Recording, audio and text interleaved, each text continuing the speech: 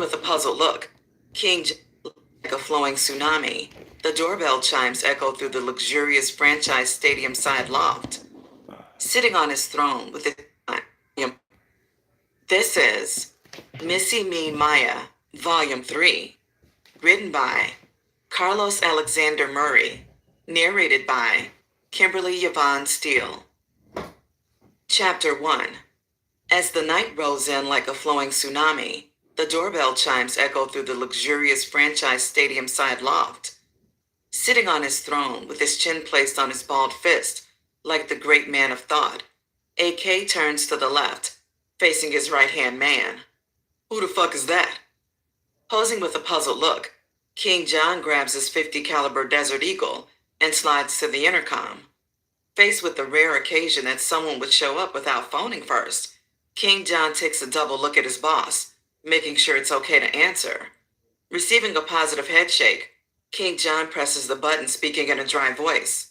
Who this? As seconds of silence linger through the airwaves, laughter is heard in the background. Open the fucking door, we got a search warrant. With the most crucial statement soaring in and out of every ear in the house, all eyes race towards AK's position, knowing this is not a test, because if somebody were to be playing, one might as well start pulling out the body bags.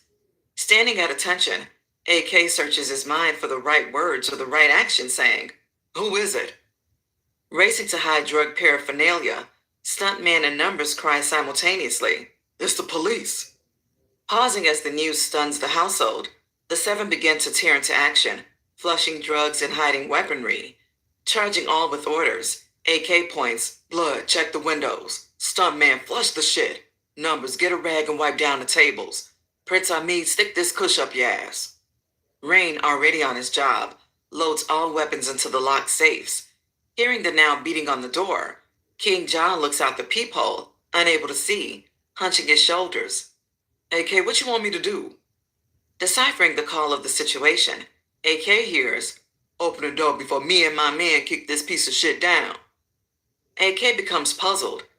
Racing to the door, he shoves King John out of the way, realizing if this was the laws with the warrant, why they ain't been kicked the door in. Who the fuck is it? It's the police, you rich-ass nigga. Then a burst of laughter follows.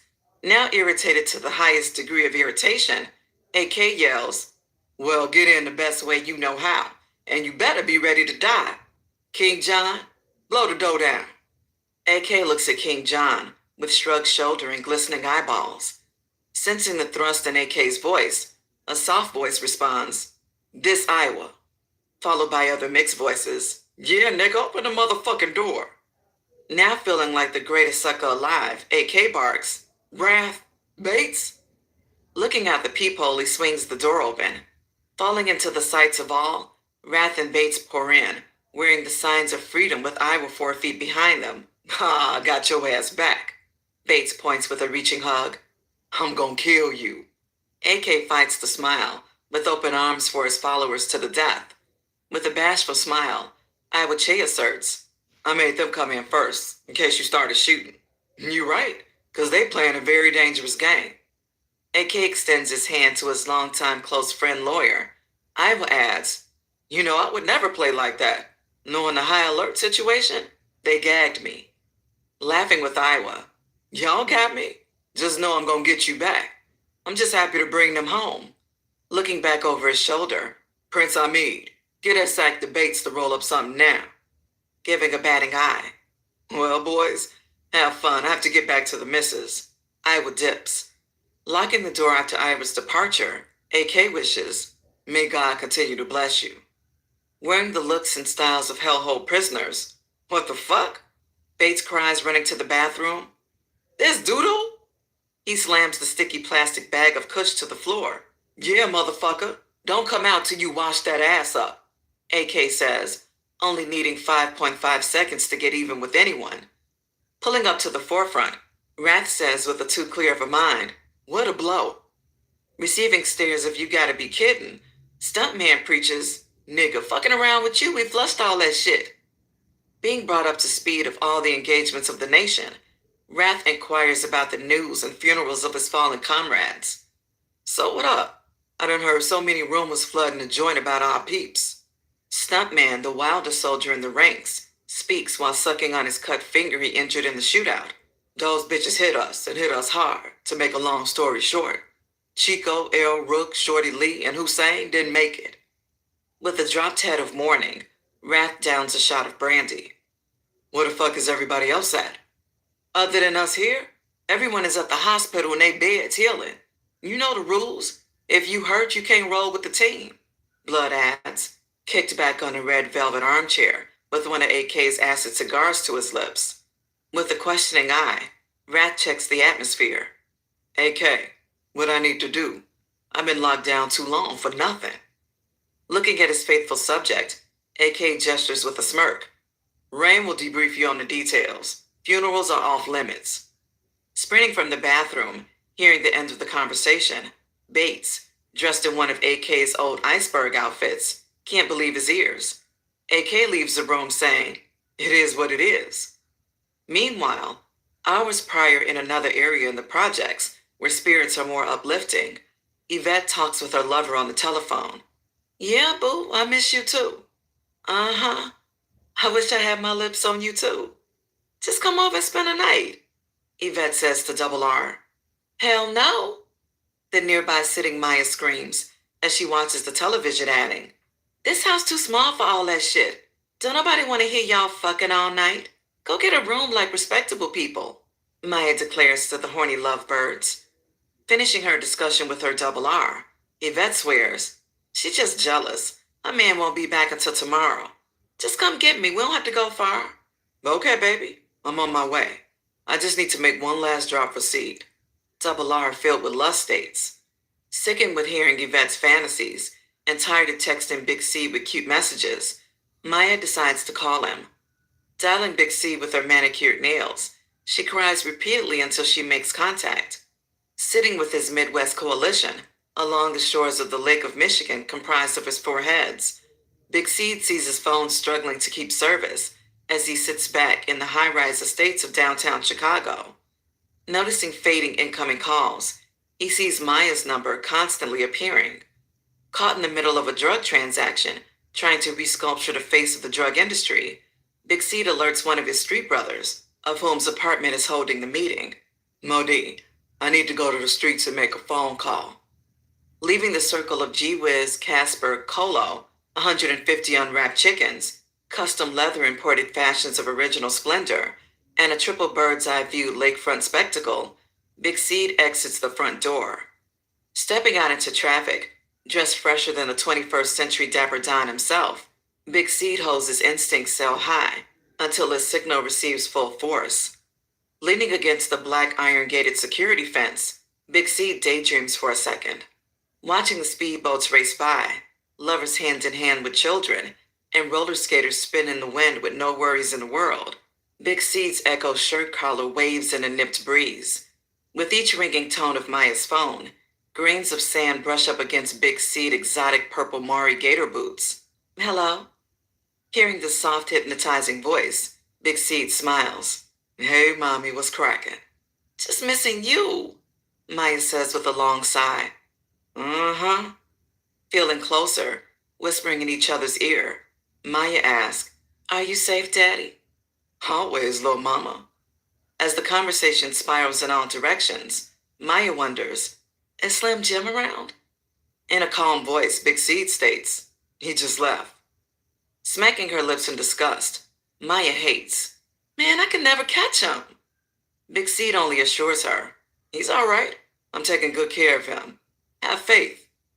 Furthering the conversation, So what's your sister doing? Cheerfully explaining, Maya asserts, She about to get the fuck out of here. Double R on his way to play house. Overwhelmed by the aspects of Maya's character, Big Seed ends.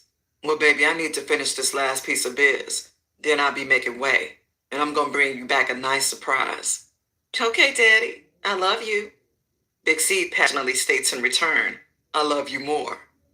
Feeling Maya cheesing on the other end, he hangs up wearing a smile on his heart. Standing in the cool breezes of the Midwestern winds, Big Seed blocks the blistering rays of raining sun. Deciding to make another phone call, he dials. What the deal?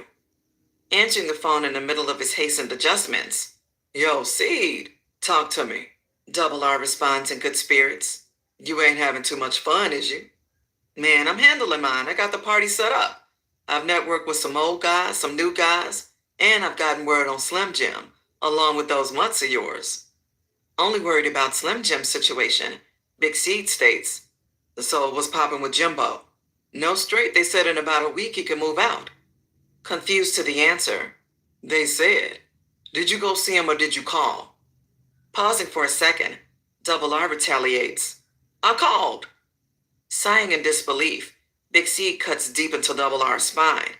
Damn, Playboy, you said you was going to see him face to face. If I can't depend on you, let me know. I need to know what's in the man's eyes and his voice. Squinting at his phone with a sour attitude, Double R exhales. Man, I've been doing tons of stuff. I didn't have time to actually make that 5-hour round road trip. Okay, I feel you. So what you about to do now? Big Seed asked with a repeated nod and pulled-out lip. Man, I'm about to go handle some business. Knowing the truth, Big Seed asked, does this business have anything to do with Yvette? With a delayed, stunned reaction, Double R stutters. Yvette? Why you say that? Click. Big Seed hangs the phone up. Returning to Mo D and the coalition, Big Seed doesn't sit down, but paces without words from the woodworks across the pine plank to the woodworks again. Looking at the mind-boggled Big Seed, Mo D curiously asked, What up, Joe? Enlighten me on your problems. You're making me nervous.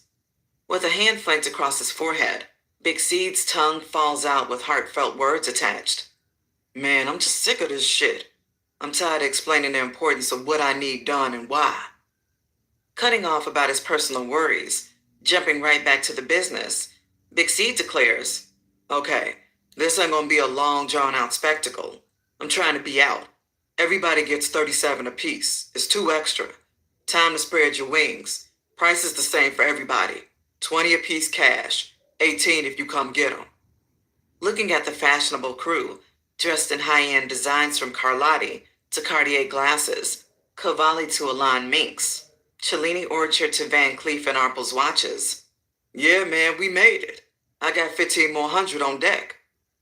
Laid back, cuddled in the fresh Habersham cushions, with a double shot of Ciroc in the left hand and a burning General Cigar Macanudo 1968 in the right hand, Casper blurts with a magical puff. Underboss was at the Sag and Nipple. He said hit him up if you on strong. That's what I'm talking about. Big C cracks his phone open.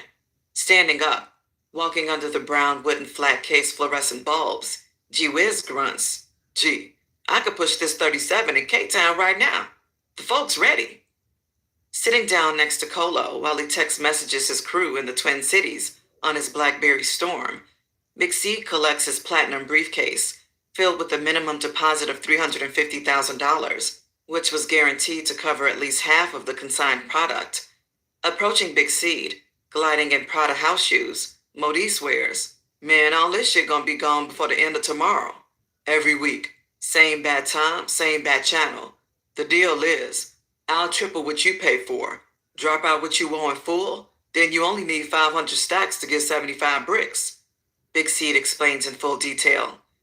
Faced with an offer they can't refuse, the party of 5 gather in prayer for a blessing of safety and fortune. Loving every minute of his newfound success and victory, O.G. Rollo's demeanor is everything but humbling. Mocking the morning's funeral services, O.G. Rollo lounges over his gold tray containing mounds of raw cocaine while exploring the possibilities of the future. We are back in control of our streets. Throwing up a 3-fingered pitchfork to his followers. GD, my gangsters, he constantly states, abusing snorts of his heavily supplied white powder. We should go finish those Vicky Lou's off at the funeral and call it a death party. Ha! Passing the raw substance to GDBD and the rest of the organization, OG questions Big Vic. Gangster, what do you think about that? Stone-minded from the sandstorm of the blow, a chinky-eyed, still always serious Big Vic responds. Think about what, my gangster? Think about shooting up and finishing our enemies at the funeral. With a punishing frown, Big Vic throws a pitchfork next to his chest. It's all on you. You let me know what I need to do. Looking back at young Shorty as he reads the book titled The Art of War, OG Rollo asked with a lean nod. What about you, Shorty? If you asking me what I would do if I were king, for one, we wouldn't be getting high right now. And for two, we wouldn't be waiting for our enemies to rebuild and strike us back. Never amused by Shorty's theories and big words, Maximus, leader of the gangster tycoons, also being more ranked than others with decision-making outside of the project's fronts. Why your little ass ain't in school or something? Man, fuck school. English is nothing. I read novels every day. Math? Huh? I count millions. And science? I'm a master chemist when it comes to whipping, cooking, and experimenting. The only class I'm failing is in PE, because I ain't got time to play no games. Besides, I got my GED. I'm taking college classes online. What you doing? Shorty fronts back and could care less of Maximus, Schizo, Fat Folks, and Denox replacements, Jig and Mako, his legions of leading gangster disciples to the area awaiting an anticipated retaliation. OG Rollo orders, as his heads drop off their collected hundreds of thousands of currency. GDBD, have the soldiers take the bricks in full force. I want lookouts on every corner, security on every street. Make sure they packs are fat as ever. We got too much work and too much muscle to miss out on any more money. I want it all. Standing up with a tightly clenched fist, OG Rollo roars to the skies. Looking back, GDBD asks, what about that thieving ass Lucky and Hustler number 1? Kill him. Find out who they stealing from, because whoever it is, they stealing from me to recoup their losses. Kill them too. As the multitudes leave with their orders, young Shorty, the 13-year-old phenom, closes the door behind after their departure, smiling in peace. Now where was I? OG Rollo grins, climbing back on the lounge sofa with his pinky finger first in the session he was ill-timed disturbed from. Big Vic excuses himself also. Yo, G, I'm about to clear the motherfucking house and put these niggas to use. It's time to get this paper, dawg. Big Vic suggests, marching away with his 50 cal Desert Eagle in his hand. Shorty, count that money, OG Rollo says, powdering his nose. Riding back seat of his second-choice vehicle, the Hummer H2 SUT, AK enjoys sips of the Louis. Cruising in the jammed bumper-to-bumper tightened lanes of airline terminals, AK scans for faces. From across a great distance, AK spots his target with an eagle eye. Yo, Wrath, pull over, that's my man right there. Fading into an open parking spot, AK peeps out the open moonroof. Phoenix, Phoenix, AK yells. Noticed by one of the parking patrols, the H2 is immediately hated on. Walking directly up the showroom-floored chromed-out Hummer, a white officer irately states, keep it moving, balls. This is a loading zone, not a hangout, G. Hearing the sarcastic demeanor of the officer, AK responds, suck, I got diplomatic immunity. You better check these that's been sitting here. The sign says 5 minutes, nigga. I mean, cracker. Pulling out his ticket pad, the officer declares, well, in my eyes, you've been sitting here longer than 15 minutes, boy. Emerging from the pool of strange faces, the light-skinned one known as the Phoenix breaks between the negative wordplay of the disgruntled gentleman. Further ignoring the officer, seeing the package has arrived, AK cracks the door. Get in, peeps. Also announcing to Wrath, take us out of here. Mashing off with a still face, AK gives the officer the middle finger, realizing he's already written down the license plate for no reason. Falling back into the plush ostrich interior of the mothership, AK extends a hand. Grabbing that same hand with a bond of trust, the Phoenix says, AK, you a real nigga. It's whatever while I'm here. If a nigga need killing, robbing, or even slapping, nigga, I'll bust their ass up and jump back on another flight. Cheesing with one gold in his mouth, the new arrival dressed in a red New Era cap, off-red Rocawear pants, with black Lexani shoes matching a block Rocawear jacket, wonders of the plans for the day. It's simple, every day is the same. Get high, get money, and add to the hit list. Handing the Phoenix a champagne glass of Louis, they both toast to whatever. Clink. Lounging back in the comforts of his newfound dwelling, Travis J. sits deeply engaged in the video game Grand Theft Auto. Head leans on his shoulder. Belinda rubs his leg full of gratitude. Thanks, Vicky. I love the plasma you bought for me and the Xbox you bought for the kids. 'Cause Christmas didn't even come this year, Belinda says, holding a tear back. Eyes glued to the visual actions of the video game, Travis J states, "You my baby now, this my home. Whatever you and my family need, I got it. Your kids are mine. Whenever they ready, they can call me daddy." Used to having only secondhand items and a nothing-ass nigga, Belinda is amazed at the widescreen 50-inch monitor. "How much did Hustle Man charge you? It must have cost a fortune." With a look of non-concern, Travis J only states, "Ain't no price too much for my baby." As the two further their conversations, Belinda's impatiently awaiting oldest two boys are seen standing at a distance. Noticing her sons, "Why y'all standing over us? Go to your room and clean it up. You know I can't stand it when y'all looking over my back." Knowing the deal, Travis J signals the two boys over. "Come here." Approaching hesitantly, Travis J asks with face-to-nose confrontation, "Where y'all daddy at?" Surprised by the easily answerable question, both boys speak simultaneously. "Mama says he dead." Placing a hand on both of the boys' shoulders, Travis J squeezes. "Well, he ain't dead no more. I'm y'all daddy." Handing over the two controls, Travis J starts to stretch. "Belinda, I'll be outside smoking a square."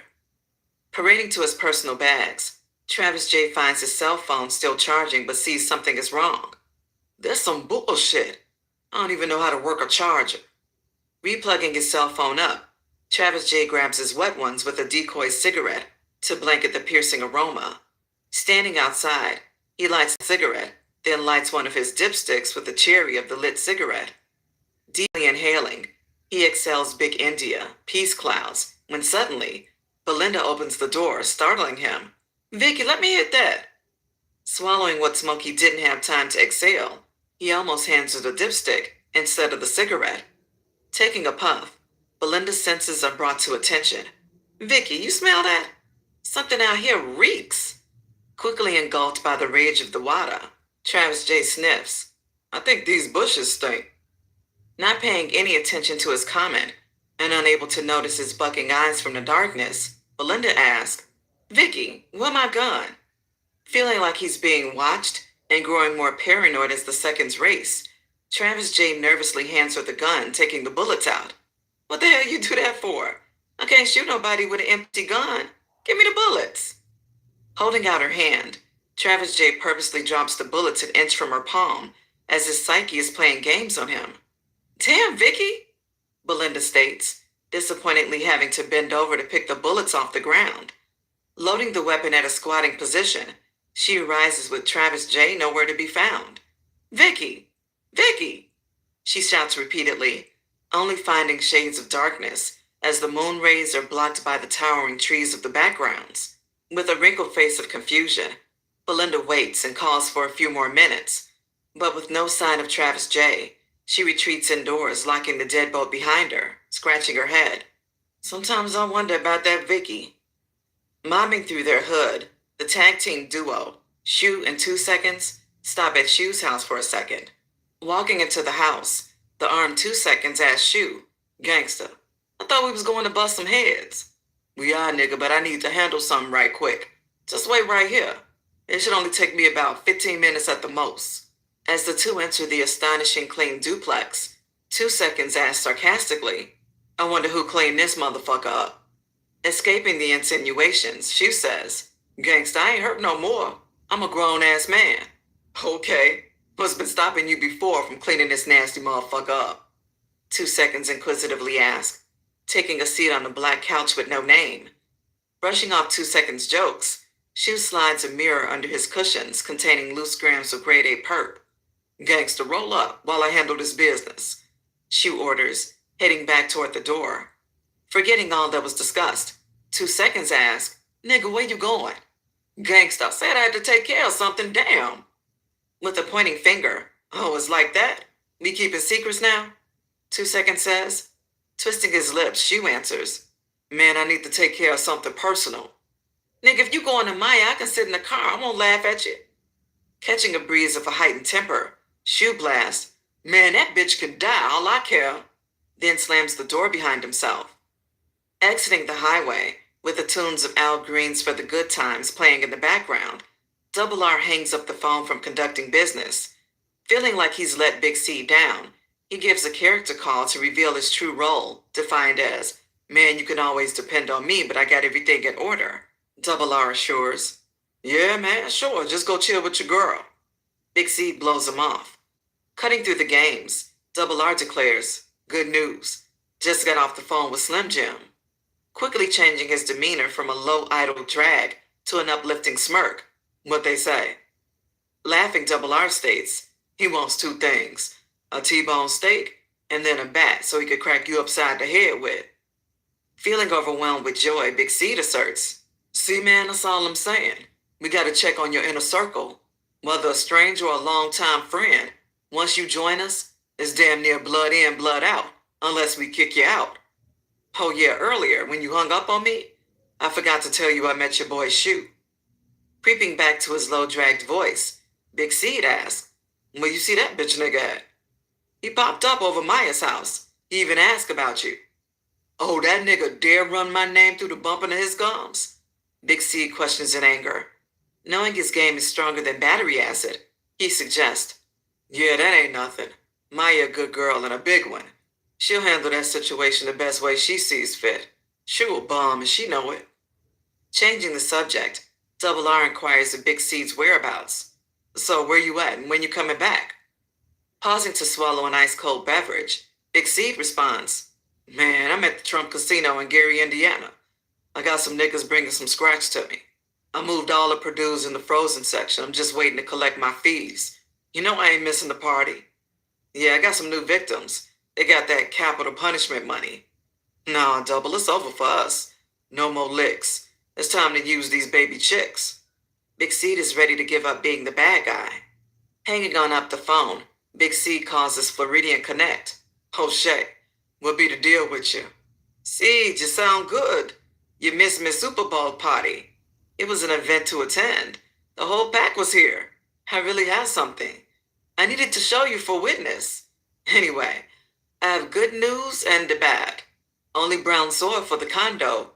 No white sands if you're still in need by the beachfront. Oh shit, I found it like I said. It's beautiful. I'm sending a page as we speak." Beep, beep, beep. O'Shea checks his other phone's text messaging, reading the lighted screen which says, 22 milli a ton, 2,000 keys for 11,000 apiece. "Whoa, me man, I see you. But if you make 1.5 for 30, 3,000 for 30 million, me call your dead bygones." O'Shea agreeing to knock off the roughly estimated 200,000 tab off, quickly doing the math in his head. "I'm paying $9,000 apiece. That's 3 million profit." Big C calmly exhales. "Consider it done. Me just need time and place. I come to you as you would do me." "I'll text you the time," Big C says, scrolling through the memory of his cell. Hanging up the phone, Big C calls his West Coast Connect. "Big C, amigo, you call back fast. Speak to me, friend." "It's on and poppin'. Send Cabron ASAP," he tells Hernandez. "Me call you back, me friend." Mr. H hangs up the phone. 5 minutes later, Big C receives a page from Hernandez. The eagle has left its nest. Immediately sending a page out himself, he texts O'Shea, the Nigerian, "I'm waiting on you." 10 minutes later, the Nigerian sends a text reply, "I'm on my way." At the same time, Big C ends his conversation with King Service's top Commodore. "Exactly right, underboss. I await Service's call." Chapter 2. Arriving in the heart of the infamous Maya's Gardens, Double R sits in a parked position in front of Yvette and Maya's house.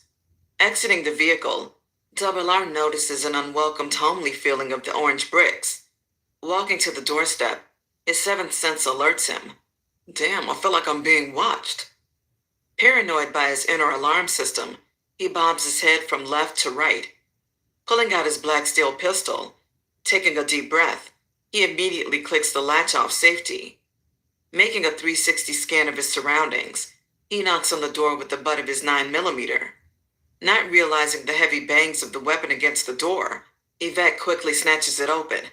"Dang, boy, you all right? You banging like the boogeyman after you." Playing it off with a soft smile, Double R responds, "Scared of what? The rabbit got the gun now." Always sarcastic, Yvette says, "Yeah, that's how all pretty boys feel when they come to the projects. But I'll hold your hand. Grabbing Double R's empty hand, he snatches it away.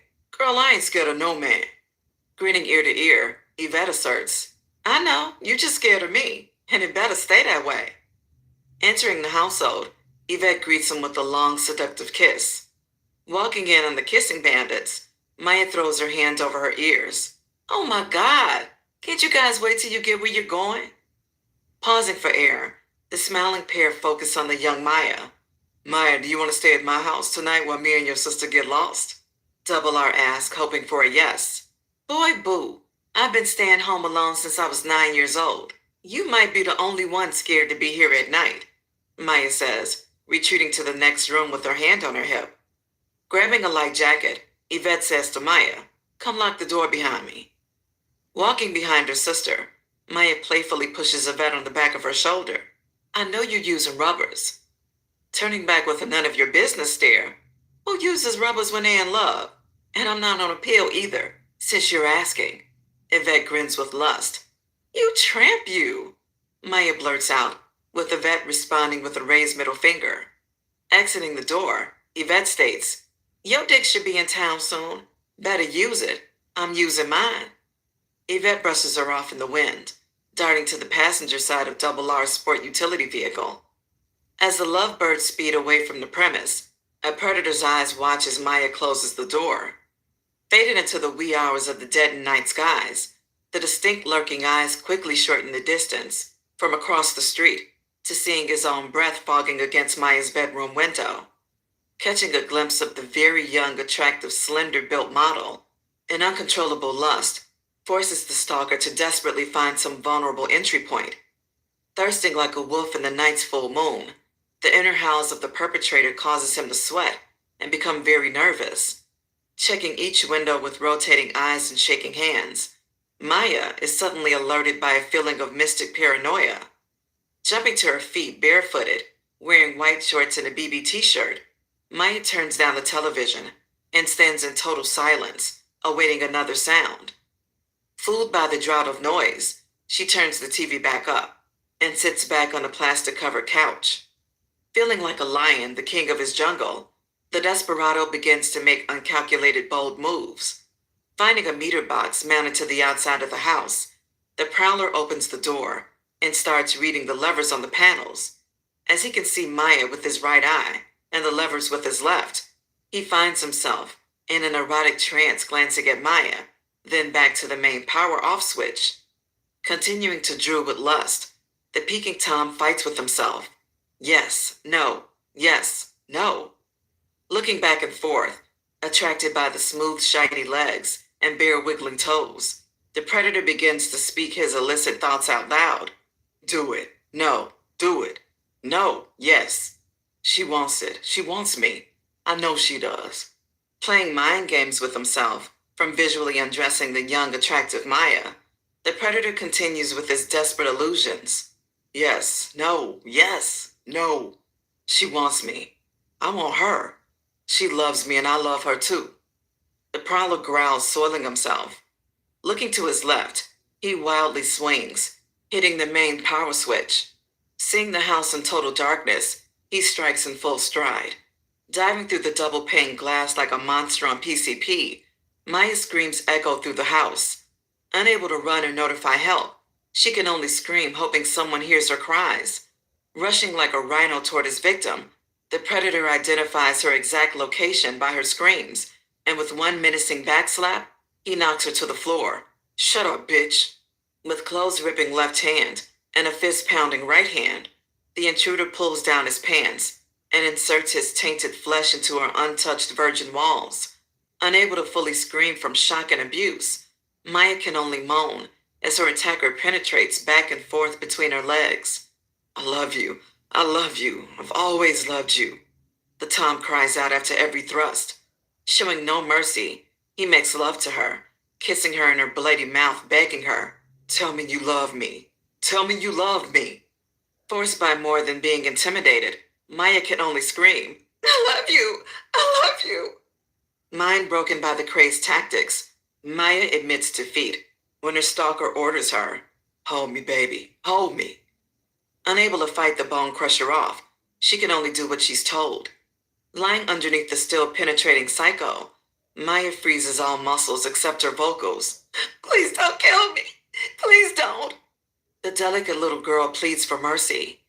After agonizing minutes from the assault, a voice of a good Samaritan is constantly heard. Hey, Maya, Yvette, what's going on in there? Startled, the once relaxed womanizer briskly jumps into full alertness, rising to his feet. Leaving with an even more dehumanizing and disgracing ending mark, the predator kneels down, engaging in 15 more grueling seconds of oral sex, while expected help still calls her name from outside. Hearing loud pounds on the front door, the attacker reacts with cat-like jolting at the sound. Licking Maya from her clit to her lips, the rapist says, I love you too, suddenly disappearing from the same window he appeared through. Expecting failure from hearing no words from Travis J., AK looks at the posted time for the last time. Man, it's 4:30 a.m. With the shaking head of negativity, King John proclaims, I would have told you I told you so, but you always want me to focus on being positive. Pulling out his last straw, AK calmly says with a glistening eye, if you don't think your head will fit in my trophy case, say something else slick, and I'll show your fat ass who the big game hunter is. Staring at his resting soldiers, AK orders a passionate cry.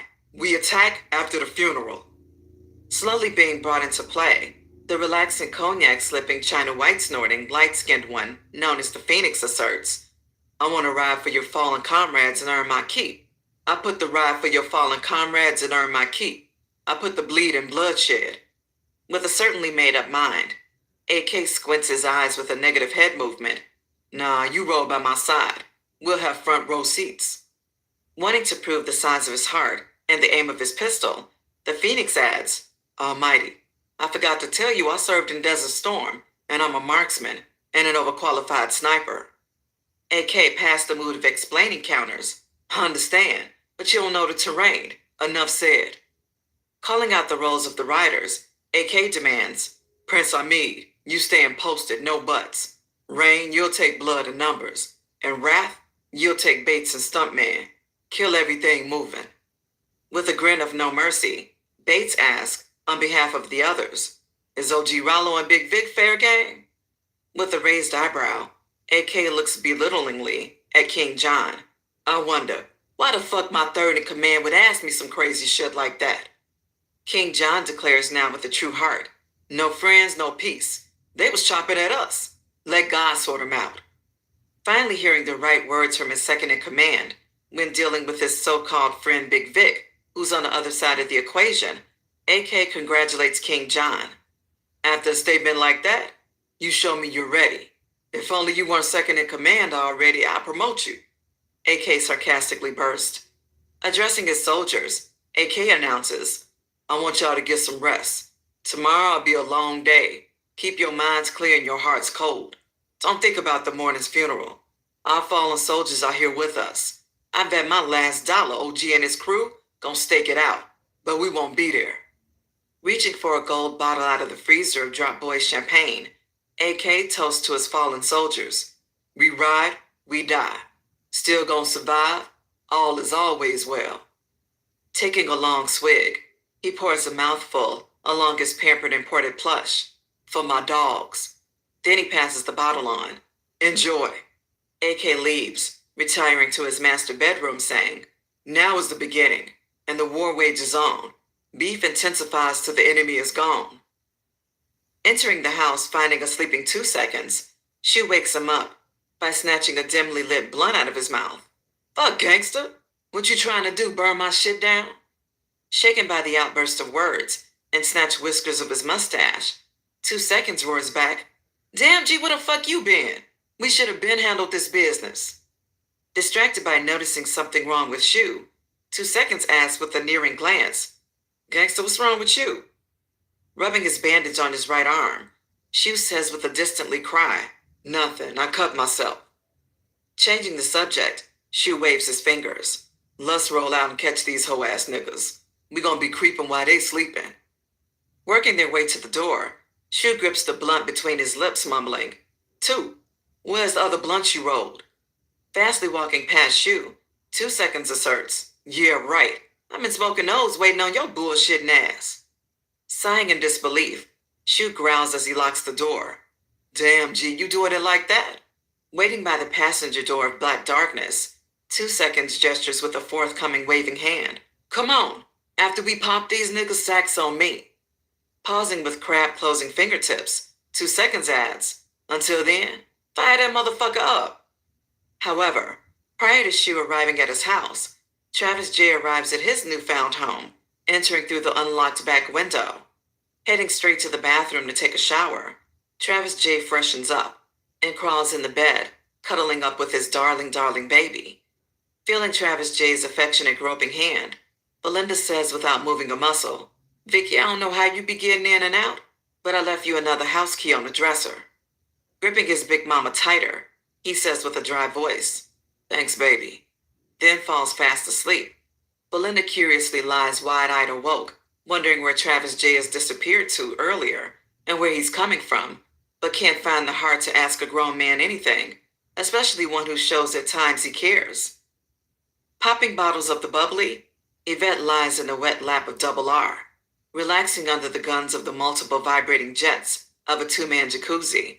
Double R feeds his princess light sips of the Laurent Perrier champagne.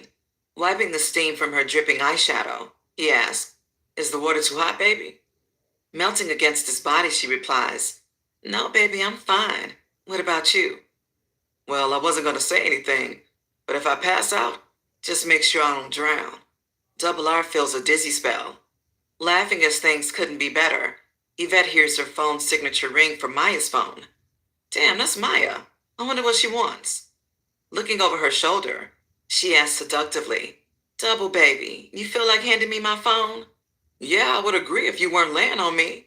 Stunting in a playing fashion, Double R jokingly gestures to lift her up.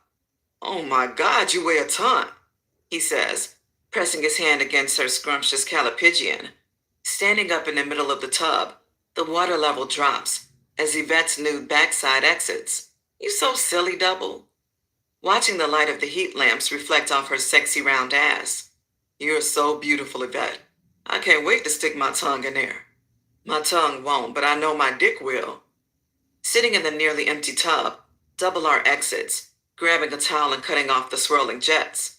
As Yvette has missed the call, she calls Maya by hitting the send button. Hello? Hearing a man's voice, the now startled Yvette blast, who the fuck is this? In a hesitating low tone, the man's voice responds, Yvette, this JD. JD from across the street. I'm at the hospital. With only one thought on her mind, where the fuck is my sister?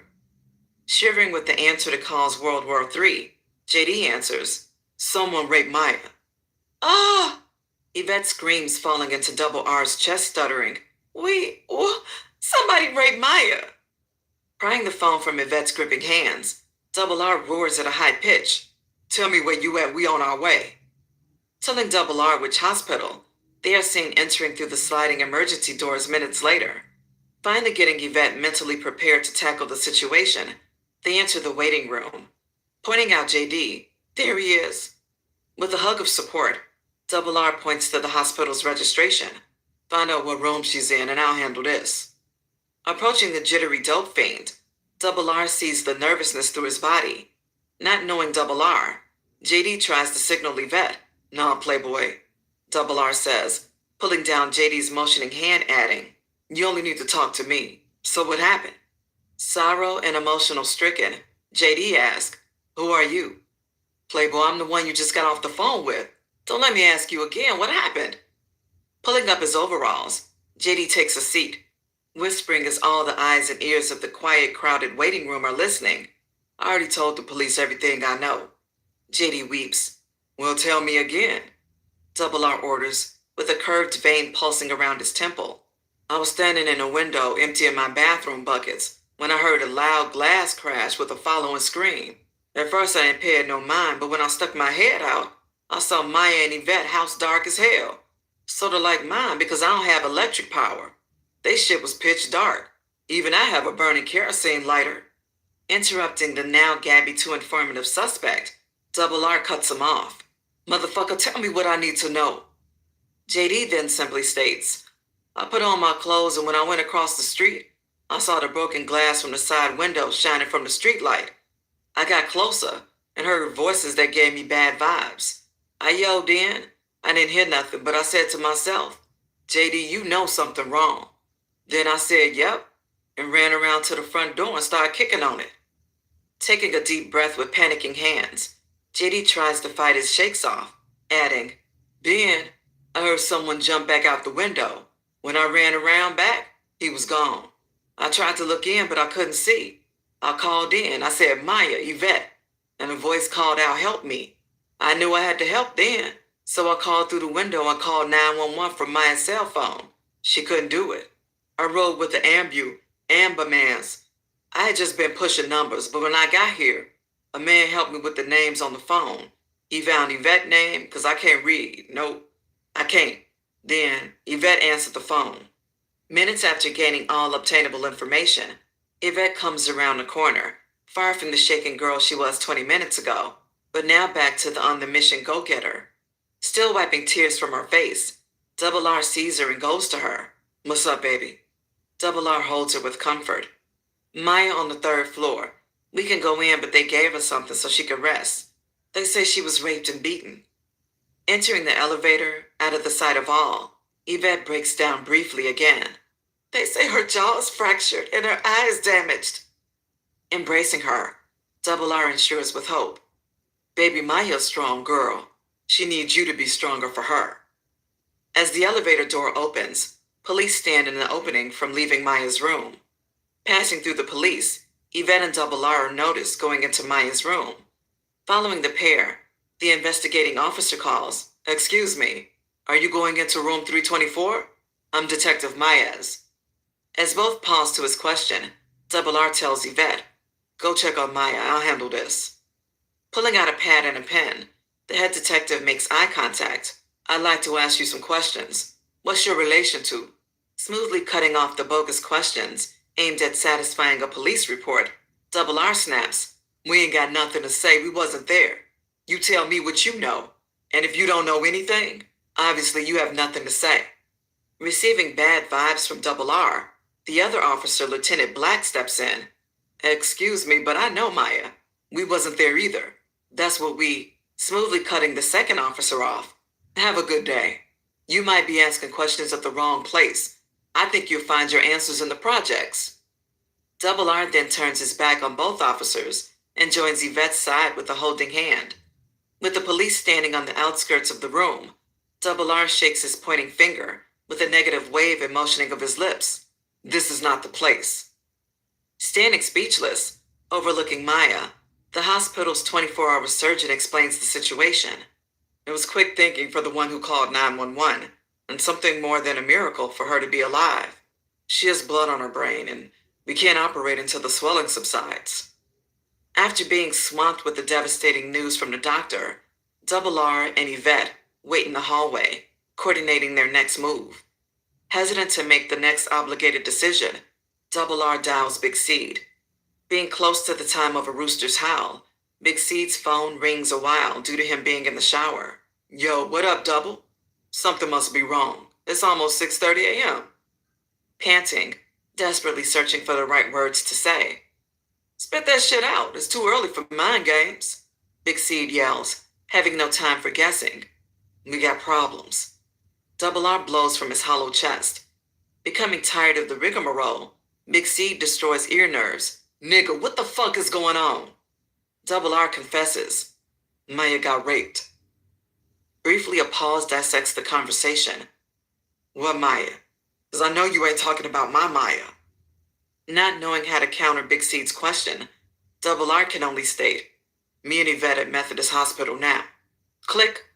Receiving a disconnect, Double R tries to call Big Seed back, but only receives his voicemail. Looking to Yvette, Double R says with an absent stare, he hung up. Chapter 3. Still transmitting words of verbal combat, the diabolical duo pulls up in front of Lucky's house. Exiting the vehicle, 2 seconds slaps a .0mm slug into the chamber of his Mac 11. Bring your ass on so we can get these niggas. Then I can get back to your bullshitting ass. Coming up the rear, Shu trots finger on the trigger with an extra 32-shot round clip in his opposite hand. Playboy, don't hate me. Hate the game. I simply got bitches and you only got crackheads like Deborah, Pam, and the rest of the hood tramps. Feel me? Fuck you, gangster, 2 Seconds says, tap kicking his foot against the door, adding, at least I don't love them hoes. Glancing around the side of the house, Shu peeks. Hold that thought, Shu says, running around toward the back, looking through each cracked window. Quickly returning, Shu confirms, ain't nobody here. Those niggas still out. I can see through the whole house. Walking in their state-claimed territory, the two slowly walk back to their vehicle, with their guns drawn, still conversating about nothing. Man, I just want to know where you disappeared to this morning, Shu. That's all. Hell, I could have went and got me some pussy, too. Stop it, too. Like I said, you ain't got no hoes. Shu laughs. Nigga, how the fuck you know what I got? Both jump into Destiny with 2 Seconds starting up the car. I got money, and I can buy any bitch I want. Shu sarcastically points a finger. See, my point exactly. Continuing the verbal debate, the two heavily armed maniacs begin to scour the neighborhood in search of Lucky and Hustler number 1. Smoking on their last blunt, they stumble upon the police surveilling the area. Damn, G. I think they're about to raid or something, Shu. We might need to get off the streets. These motherfuckers deep. Identifying with his comrade for the first time of the new morning's day, Shu heads straight back to the crib. We might need to catch them fucks on foot. Answering with a death-defying exhale from a close call, 2 Seconds warns, as his job is solely to protect Shu. My nigga, we might want to stay posted till we find out what's going on. Awaking like Dracula from a trustful hibernation, Travis J's eyes pop open from feeling his body fiend for more of his butt-naked medicine. Finding himself in bed all alone, Travis J quickly rolls out of his sheets, tapping his feet on the floor. Seeing his phone signaling a full charge from the green illuminated power button, Travis J snatches it off its base. Calling Rain, the phone rings twice before an angry voice answers. Vicky, what the fuck going on, Lord? You on that bullshit? Just tell me where you at, we bringing you in. In a passive tone, Travis J smacks his lips, taking a deep breath. Let me speak to Almighty. He's asleep, Rain asserts, knowing AK is never asleep when business is concerned. If you let me speak to AK this one time, I'll tell you where to pick me up from, Travis J begs. Accepting the deal of the lifetime, Rain disturbs AK from his morning salat. I know you busy, but Vicky on the line. He says it's a matter of life or death. Taking the phone out of Rain's hands, AK calmly greets Travis J as his spiritual mind is temporarily uplifted. Hello, Vicky. What is the deemed life or death emergency that couldn't wait? Understanding the missing pieces of the puzzle, Travis J explains, I know everything, Almighty. I know who stole, I know who killed, I know who bad, I know who good. Hold it. You talking too fast. Speak English to me, and slowly. I know who broke into the traps, and I know who killed those GDs. Knowing the phones are clean, AK asks, who, Lord? That hustle man, Lucky and Hustler number 1, broke in and stole everything. And that Lucky and Hustler number 1 killed those GDs and planted the guns. Not doubtful, but just wondering. How you know all this shit? AK questions. Hustle man told me. I bought some of the stolen merch and I put 2 and 2 together. Travis J assures his leader. I know Hustle man, I want to talk to him. With a less than easy explanation, Travis J stumbles. That might be impossible. Impossible? How, Lord? AK raises his vice. Man, he doing arm curls on the petal of a daisy. A daisy? Lord, you bullshitting. I told you don't make a move until you cleared it with me. AK blasts in fury. Briefly holding his tongue, Travis J struggles. I tried to call, but my battery was dead. Damn, Lord, you way out of control. But you told me I could do me. You told me to pay their ass back. Travis J arguably stresses. You right, but I also said keep me informed in case something goes wrong. AK reminds his servant. Well, I'm telling you now, I'm at those boys' asses. Shut the fuck up, Lord. I know where they live. I want what's mine. I want to see their ass bleed. Do you understand? On my chopping blocks, not yours. With a sobered mind, Travis J agrees. Yeah, Lord, I understand. Somewhat stressed and now restricted, Travis J ends with, "Okay, AK, I'll keep in contact, and I won't make any more moves without consulting you first." Satisfied with Travis J's reaction and acceptance of responsibility, "Vicky Rain gonna leave you where you be. Just chill. I'll find those soon-to-be dead motherfuckers. You just be ready to catch the big dog." "Oh yeah, it's going down today," AK excitedly assures Travis J, adding, "For every one of my soldiers I bury today, 5 gonna die. And I don't need you getting knocked off in any kind of way, being on no bullshit. You dig?" "I dig," Travis J agrees, with a sinister smile, hearing the phone hang up in his ear. Parlaying in the main seating room, section off where the staircase floats above the caramel-dressed living area, Kusei, Uday, and the 3 Mafia Mossberg maniacs sit awaiting Faree's Unc to show up with a shipment of heroin worth $5 million at wholesale. Staring out the stained glass picture window overlooking the open street of the ritzy neighborhood's entrance, "There Unc go." Uday turns to Kusei, who was kicked back on a 7-seat walled section sofa. "Let him through the garage and bring that shit up." Simultaneously planning to sell the merchandise before it's unloaded, Kusei calls his clients, network surpassing the Midwest, starting with AK. Answering the phone with war on his mind, AK never lets anyone see him sweat, keeping his conversation on anything but what's important at the time. "AK, what's up?" "You cool? About to go shopping and get some fresh duds for that big-ass party Friday I keep hearing so much about." "Whose party?" Kusei must ask. "Some nigga named Double R. I think you mentioned one of his parties to me before." "That nigga having a party and didn't invite me?" Kusei says out loud, so the whole household could hear him. "Damn, big time. What I gotta do to get on the guest list like you? I got money." AK flaunts. "Evidently I ain't got enough if I wasn't invited," Kusei says with a twist in his voice, realizing Double R is guilty. Giving the peace sign to Faree's relative courier alcoholic uncle, Unc responds dressed like a mechanic in a dirty jumpsuit. "Youngin', I'm back." Unc flips his garment. "I'll be with you in just a sec, Unc," Kusei says, getting back to his conversation. "Anyway, we on deck. Holla at me, AK. Tomorrow, I'll be ready. I need to grab the loot, and I don't just keep tickets laying around. I'ma hit you when I'm ready." Click. Hanging up the phone, AK looks at King John. "That nigga Kusei, crazy than a motherfucker if he think I'm dropping loot and he ain't got no cocaine." After Kusei hangs up the phone, he hugs the new fresh-to-death Unc, who just jumped out of his front disguise. "Youngin', give me a bottle of the best. I know you slowpokes need a couple of days to money up. I told Faree that broke-ass Kusei and his brother ain't got $5 million laying around." As Uday and Mossberg Mafia maniacs bring the slabs of pure heroin from the hidden compartments of Unc's 2004 excursion, Unc exits from the kitchen to the tan-treated walls of timber that line the living room and the dining room with a bottle of the 17th century's Benedictine monk's president's drink. "Y'all got my bread? Dom Perignon 1990? Y'all kill me with that nasty-ass gold bottle shit. Tastes like furniture polish." Inspecting the product packed in 100 silver-packed kilos of untouched purity, Kusei reveals his grief. "Man, that Double R having a party Friday, and guess who's not on the list for the first time?" "I told you, let's kill that nigga." Uday rages out of shock. "Nah, me and my hitters gonna go up there and snatch his punk ass. I'm tired of this waiting game, talking and no action." The head Mossberg Mafia maniac stresses, feeling the twins are on some pretty boy shit. Blurting out a hostile comment, Unc rumbles through Kusei's humidor, extracting a Gurkha Black Dragon fire cigar. "Youngin', y'all soft. If a motherfucker knew of, or I thought he knew something about my shit missing, that bitch gonna find his ass naked and bleeding, sitting in a tub of kerosene. And if he didn't have shit to do with it, oh well, my motherfucking bad. Can't win 'em all. But a nigga gon' know don't fuck with mine."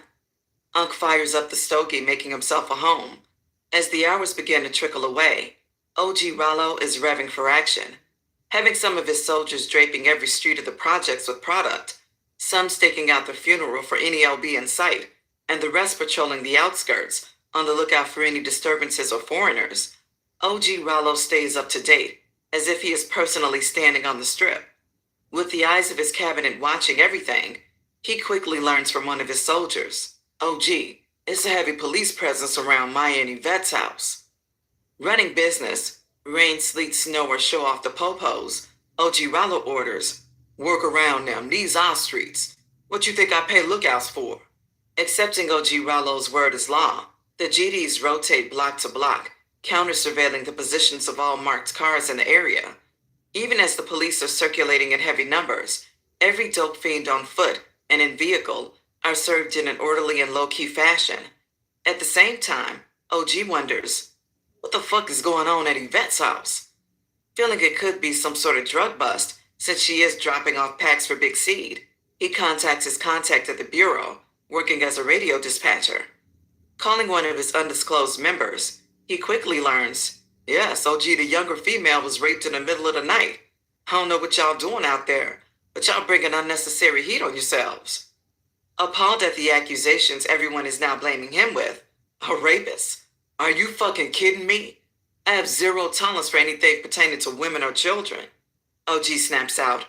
However, his informant doesn't sympathize with his cries. Those are your streets, OG. It's hard to think you losing your grip. Yeah, you right. I'm doing spring cleaning anyway. I see I need to take out all the garbage. Click. Known for being more vicious than the Grim Reaper himself, OG Rollo connects with his softer side, contacting Yvette immediately. Listening to the long, sorrowful drag of, hello. OG Rollo stresses his condolences. Yvette, have you heard anything? You know you're like a sister to me. I just heard the news a second ago. Soft-spoken with no answers, Yvette says with a promise, I don't know shit. All I know is Shu came over yesterday. I didn't tell the police because as much as I hate him, I can't say he was involved. But if I'm wrong, he better turn himself in, because I'm going to add number 4 to my debt of sins. I'm just waiting for Maya to come too. Pausing due to being out of gas from constantly thinking about worrying, OG Rollo pleads, Yvette, take it easy.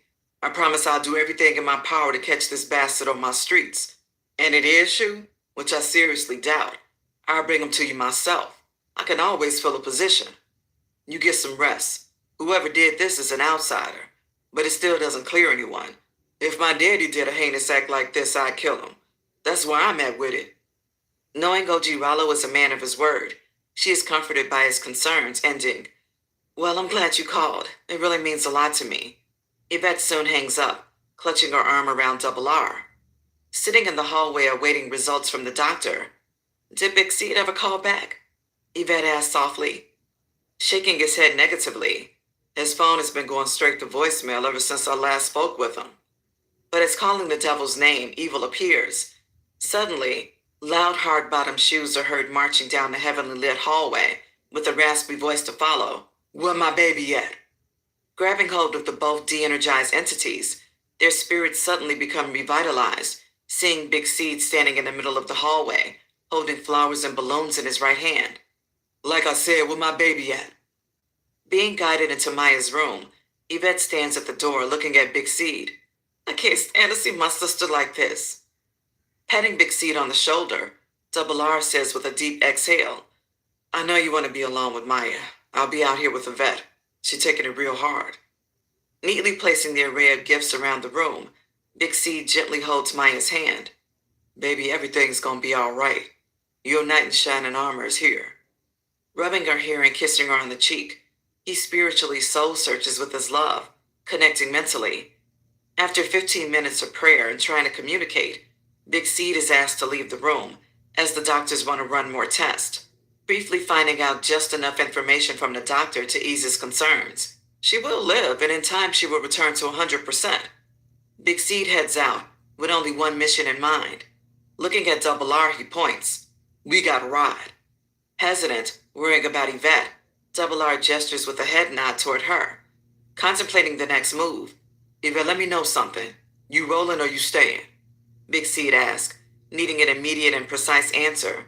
Still teary-eyed, Yvette waves them both off. Just keep in contact with me. Damn, where's Slim Jim when you need him? He'll be here soon, don't even worry about it. Big Seed vows. Then the two exit the building.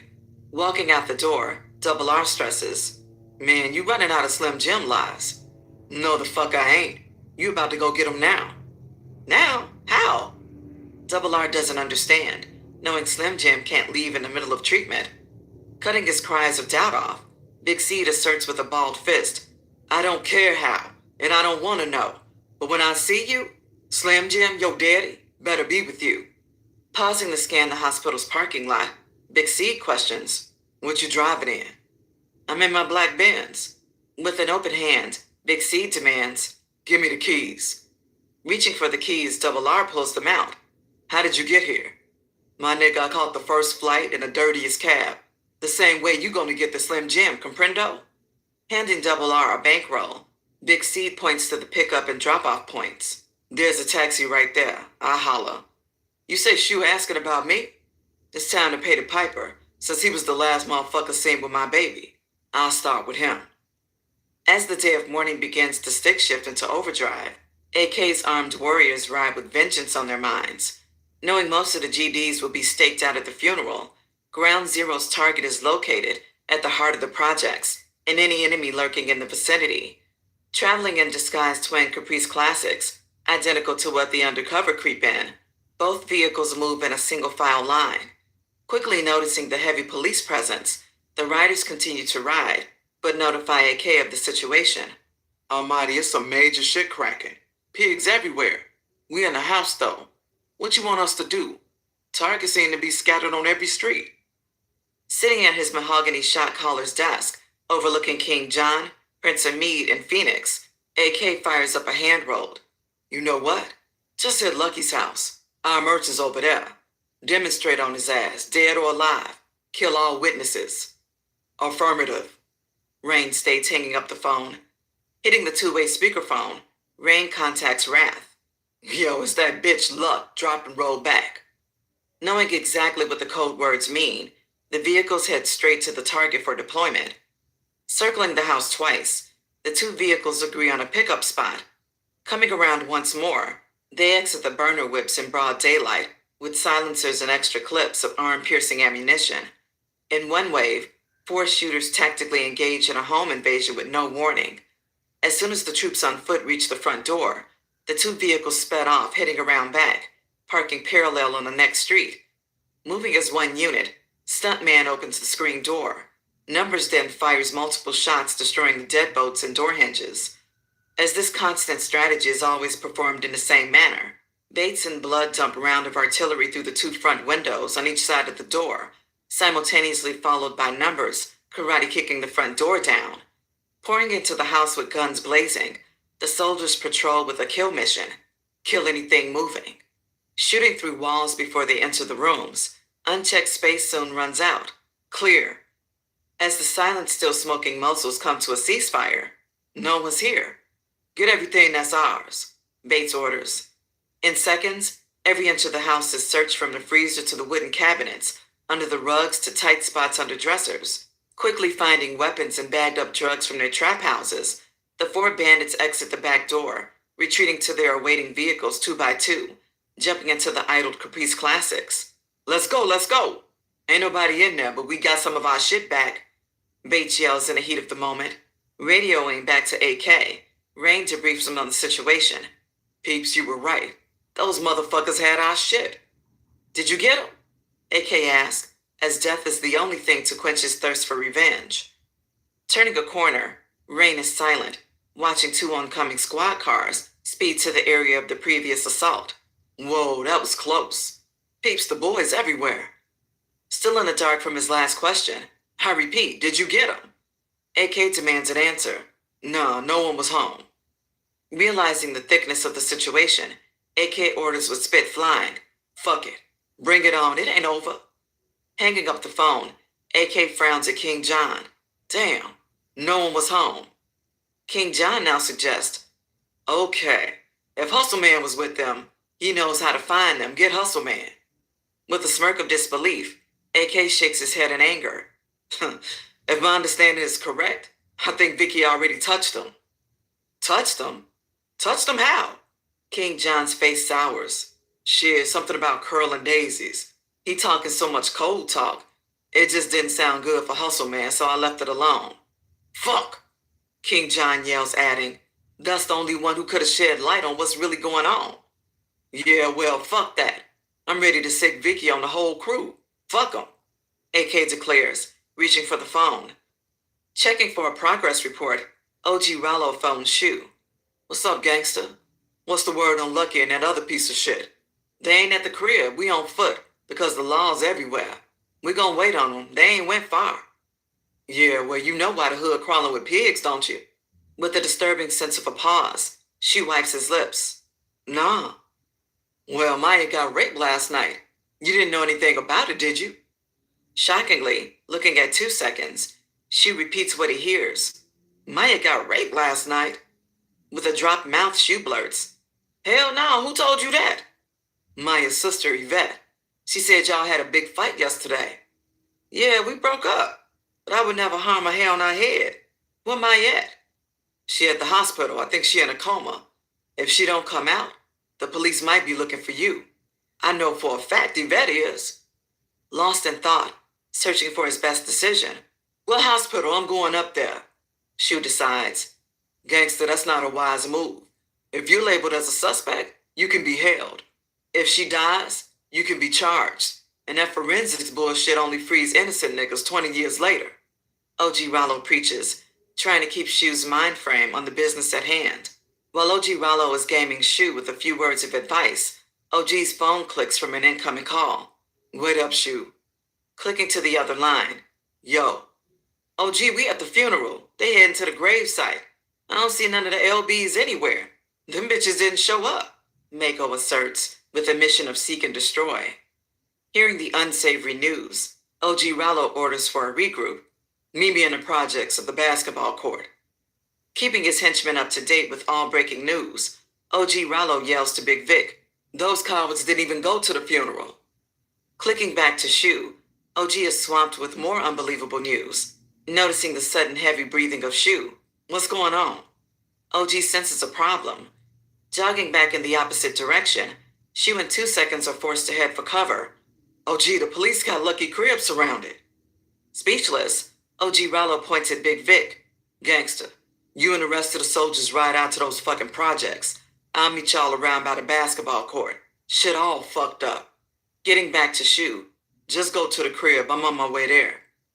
Hour after hour, day after day, still posted like a billboard on the Las Vegas Strip, Oscar Love and his Crip killers watch as Mercedes carries out a newly devised plan after finding out more specific details about their target, Big Seed. Strolling through the glass revolving doors guarded by the service of the 5 Stars jewels and covered in elaborate high-end fashion designs, nods as the twin bellmen greet her. Ma'am, welcome to the Cincinnatian Hotel. Thank you very much, Mercedes counters, proceeding into the elegant halls of reservation. Step after step, her glass high heels echo across the polished limed floors like punches of shattering glass slates. Carrying a Dooney & Burke executive duffel, Mercedes approaches guest services, wearing a suited skirt and a pair of Versace specs. Hello, how may I help you? The light-skinned hotel manager offers her assistance. Yes, my name is Olivia Bogotan, handing the hotel manager a fake upscaled business card printed off her print shop home computer program. My company is located in New York and Paris. This is very unusual, but I have an account across the street at Windows. I was scheduled to meet Mr. Big Seed after his return from the Super Bowl. He tells me this is his favorite place to stay, so I'm just checking to see if he's around, to glance at our new brochures and pick up his orders. Peering with a double look, the hotel manager smiles at what she likes, but keeps her sexual desires personal and separate from business. Setting her Dooney duffel on top of the marble countertop, Mercedes pulls out her personal viewing catalog books, posing them as her business fronts. Here are some of our collections. I have all types of fashions. As the Redbone hotel manager flips through the pages, Mercedes tries to gain any type of information. We carry House of Darion, Dear Ohm, Izzy Camilleri, and many more. With guests starting to fill the lobby, the hotel manager closes the book of eye-tempting candies. Just leave me a card. I'll have him call you. He hasn't been in. Okay, I really do appreciate it. I'm leaving in 2 days. Thank you. Mercedes walks away, leaving her forged company card. Gliding out from the lavish presidential lobby, Mercedes calls Oscar Love. Let's move out. He'll call us. Chapter 4. Hours later, the 2 long sought for Lucky and Hustler number 1 Exit the home of Deborah, the neighborhood head doctor. Tall, thick, and light-toned with an acne problem, mixed with overwhelming freckles, the sexual madam for hire stands in the doorway smoking a cigarette, wearing house shoes and a red housecoat. Lucky baby, let me get some of those on credit. I'll take care of you and your boy later with all that dick y'all got. I'm still horny. Giving hustler number one the nod. Let her get the fattest 50 in the sack. Jogging back to the porch, hustler number one sets the tone for later. Deborah don't have no niggas over here when we come back. This eye shit now. Declaring with a stare an inch away from her face, hustler number one seals the deal with a kiss on her lips. Catching back up to Lucky, hustler number one adds bounce to his strut. Man, we fucked the shit out of that bitch. She got that fire. Lucky looks cross-eyed at his comrade in arms. I know you just didn't kiss that bitch on the lips. Yeah, G, fuck that shit. The fucking rubber broke last night anyway. It is what it is. Hustler number one smiles with no fear. Nigga, you better get a motherfucking AIDS test. Then what? Ain't no cure? If I got it, I don't want to know about it. I'm a G, nigga. They say you gotta die of something. I don't know about you, but when I die, it's gonna be with a smile on my face. As the two continue to kick the ballistics, a couple of stragglers, neighborhood friends approach. Y'all still working, Luck? One of the friends asked with a spooked expression running off his face. Still working? Nigga, this Luck, I'm forever on. What you want? Man, I was just asking, 'cause the law's in your shit like a fat-ass bitch or some baby-ass panties. Huh? Lucky exclaims with a drop jaw. Give me a 50 then. Making the serve, Lucky and hustler number one run to check the progress of the invading task force. By this time, the detectives and plainclothes officers begin to tape off the scene as a crime has been committed. High-fiving in a bullet-riddled living room with a soiled floor covered in concrete-chipped bricks, Lieutenant Black and Detective Mayaz are excited about the tip they received of the home invasion. This could be the lead we need. Call forensics down here. Detective Mayaz orders as he has found a large spot of blood searching the house for clues. Pointing at Lieutenant Black, once in charge of this situation, go outside, get some credible statements from everyone. I want to know who lives here, who they run with, and when the last time someone was seen home. Running out the front door with an itchy pen and pad, Lieutenant Black hands it to the highest-ranking officer he can find, relaying the message. Mayaz got me fucked up. Lieutenant Black grows weary of the promoted Detective Mayaz, who needs to be solving other cases.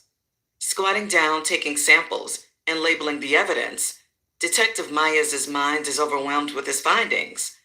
Standing under a tree, heated from the wandering eyes following him, Lucky frowns from the burning sensation. Fuck! They got my shit, my dope, my money, and my choppers. Not realizing they also have bloodstains of a homicide, the stupid hustler number one hunches his shoulders. Fuck it, man. We'll just move in with that bitch Deborah. We straight? Staring like Lucifer, Lucky growls in return. You ain't so bright, I see. Signaling to his pea-brained assistant to come over after seeing mobile forensics arrive, Lucky walks out of sight, guessing his next move. Damn, I can't call the GDs. They gonna want the money I owe 'em. I gotta keep this lame duck with me because I know he gonna tell something. Fuck it, give money to the end. I got straps and a little dope. It's on. Staring at the myth in the mirror, playing quick draw with his reflection, Travis J is armored up. Half zooted out of his mind from stroking his mind-altering fantastic sticks, he plays with hammer-backed chambered weapons. Quoting known phrases at his image, he stares, pointing his two open barrels at his bloodshot eyes, worth $50,000 apiece. Go ahead, make my day. Pausing. I promise you, you won't make it. Pausing with a grin. Say hello to my little friend. Pausing with an aggressive point. You should like a great big pussy just waiting to get fucked. Pausing for his grand finale. Say goodnight to the bad guy. You'll never see another like me. Yo, Vicky, when the sun goes down, $1,000 in there for anyone dead. Click. Cocking another slug into his weapon, he points flashing infrared dots onto the head of his reflection. It's a new sheriff in town. Boom. Firing a live round inside the house at this reflected dome. Deeper into the afternoon, OG Rollo pulls up at Shu's house, blowing the horn like a madman. Yo, bring y'all ass on, the boss shouts. Jogging to the car, Shu jumps in the passenger seat, and 2 seconds jumps in the back, driving off, locking up with their gangster handshakes. Tell me you didn't touch that girl, and I'll believe you. OG Rollo questions, as it is plaguing his mind. On growth and development, I ain't even see her. Noticing a bandage on Shu's arm, OG Rollo wonders, what happened there, gangster? Nothing for real. Nothing for real. Looking back at 2 seconds, OG Rollo searches for the missing piece of the puzzle. What y'all do last night? With an absent-minded response, 2 seconds doesn't answer. Hitting the brakes of his car, OG Rollo roars, Nigga, I said what y'all do last night. Don't let me ask you again. 2 seconds, finding himself stuck in a bad situation, admits, I was asleep at Shu's house. And where was Shu? Hunching his shoulders with a white streak growing up his back. Oh no. Catching Shu's wondering eyes, OG Rollo demands a clear answer. So where the fuck was you at? Baby mama drama, OD. Had to beat Tracy ass as she stabbed me. With a pointed finger, OG Rollo grabs Shu's collar. Don't ever let me find out you lying to me. I'm the only nigga that's gonna help your crazy ass. Wearing a sad puppy's face, Shu motions, pulling out his cell. Call her. Not fully believing the forced statement, OG Rollo nods. Dial the number then. Calling consecutive times with no answers, OG Rollo pulls up at the basketball court. Exiting the blacked-out Bronco, at least 25 soldiers blanket the grounds playing basketball. As the three approach, shouts of greetings repeat back and forth. GD, the soldiers chant. GD, the three flex with raised forks. Nearing the court, Shu in 2 seconds pull out their weapons, tossing them on top of stockpiles of ammunition laying on the grass surrounding the court.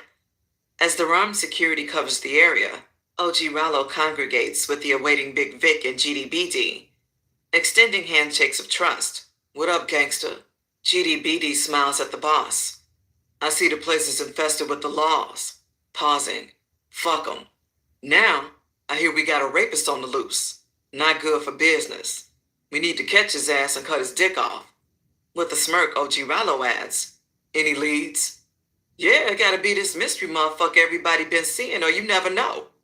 Pausing to fire up a blunt, GDBD scans the area. That lucky and hustler number one nowhere to be found. The nation been looking for him.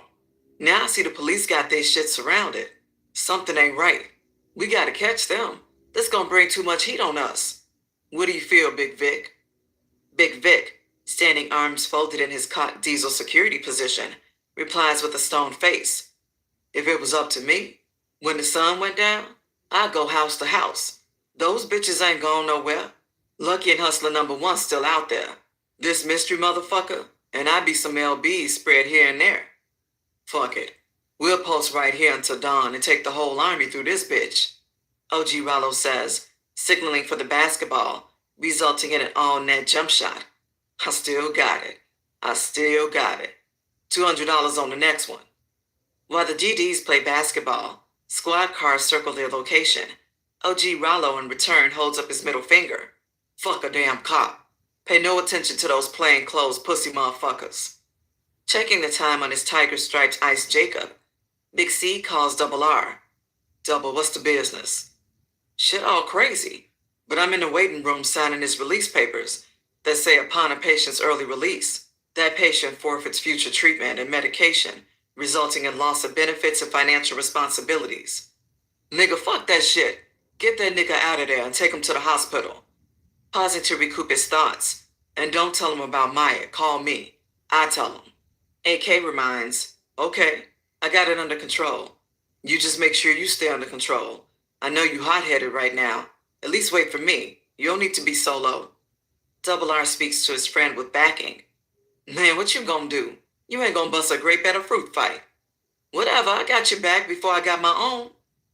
Ending the conversation, Big Seed mashes the gas in search for a word. Blazing through traffic, wearing a migraine headache, Big Seed's phone rings. Yo! Big Seed aggressively answers, without checking the caller ID. Damn, G, you fired up, ain't you? Tempted to make a smile. King CERVUS, what's going down? Big Seed is brought back to reality for a second. Underboss just hit me and said the flavor, whatever. Yeah, on deck. But at this moment, I just found out my girl got raped. No, not Shorty Young Tender. Maya? King Service squints in pain. Yeah. Man, I'm on New Providence Island, bubbled back with two long-haired foreigns. But it's nothing to send the massacre posse, right to where you are.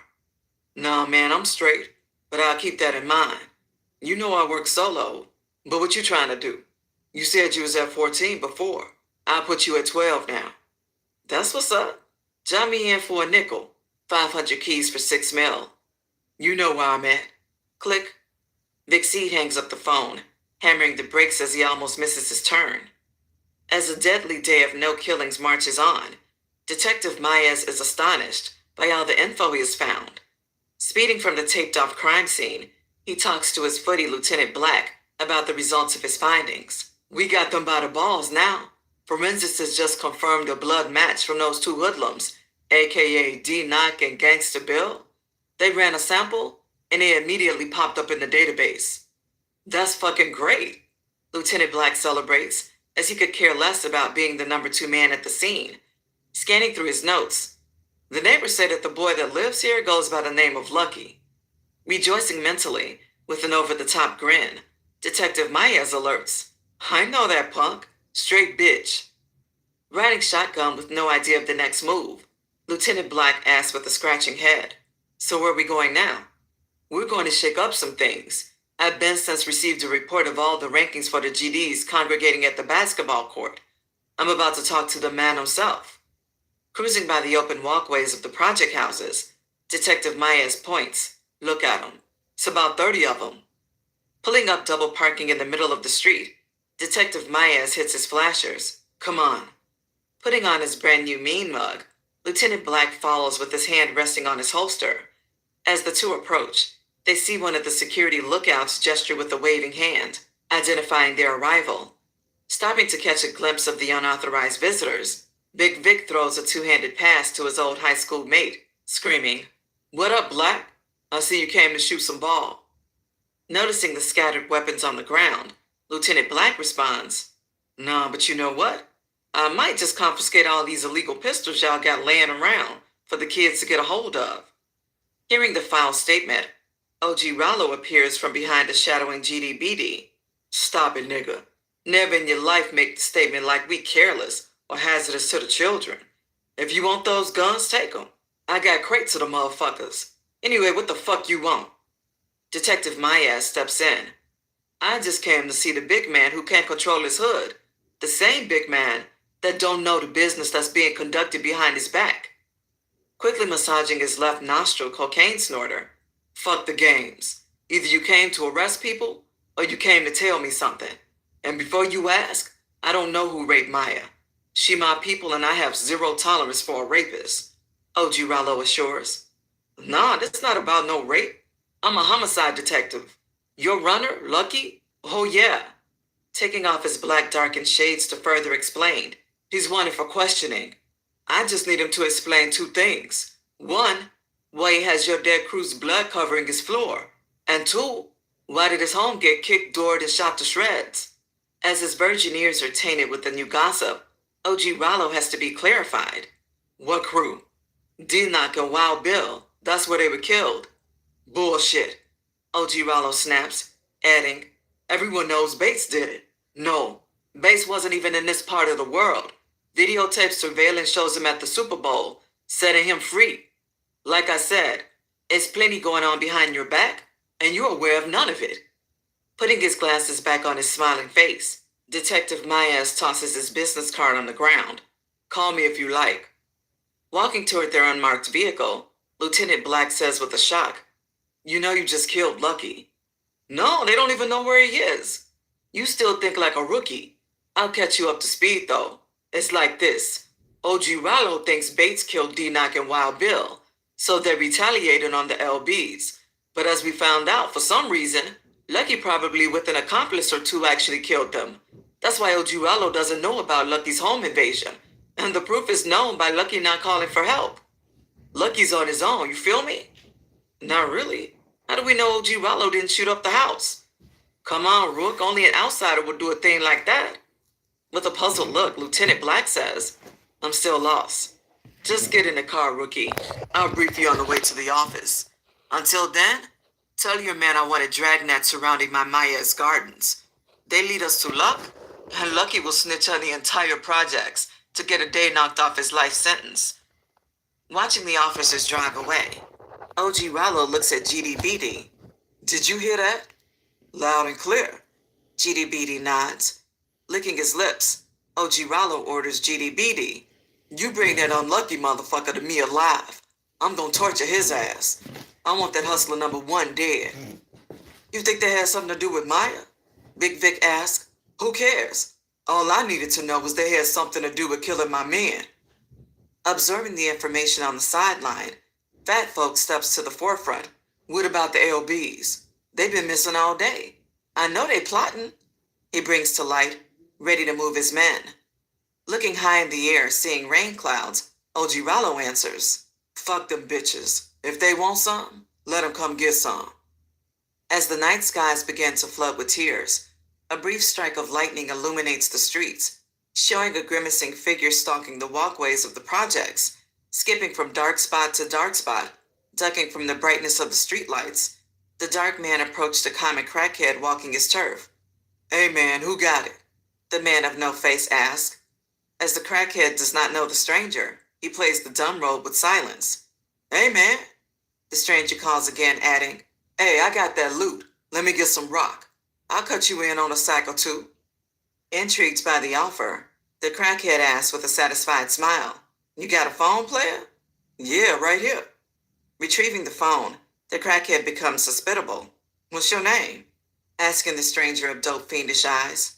My people call me Vicky. I'm really just trying to come up on whatever this nigga named Lucky served me earlier, but my high ass lost the number. Laughing, the crackhead says, dialing, I know Lucky. Ooh, you done saved the day. Me and you gonna have a blast. Peeping the crackhead punching in the code, replying, he gonna call me right back. 2121, that's the code, baby.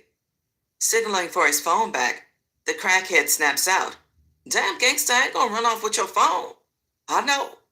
Grabbing the phone with his one left hand, then raising his right with a flame on the end of his wrist. Boom. Huh? I ain't no motherfucking gangster. Blowing his brains out over the sidewalk, the promised blast just blends in with the oncoming lightning storm. Stepping over the corpse, the phone rings back. Yo, what the business?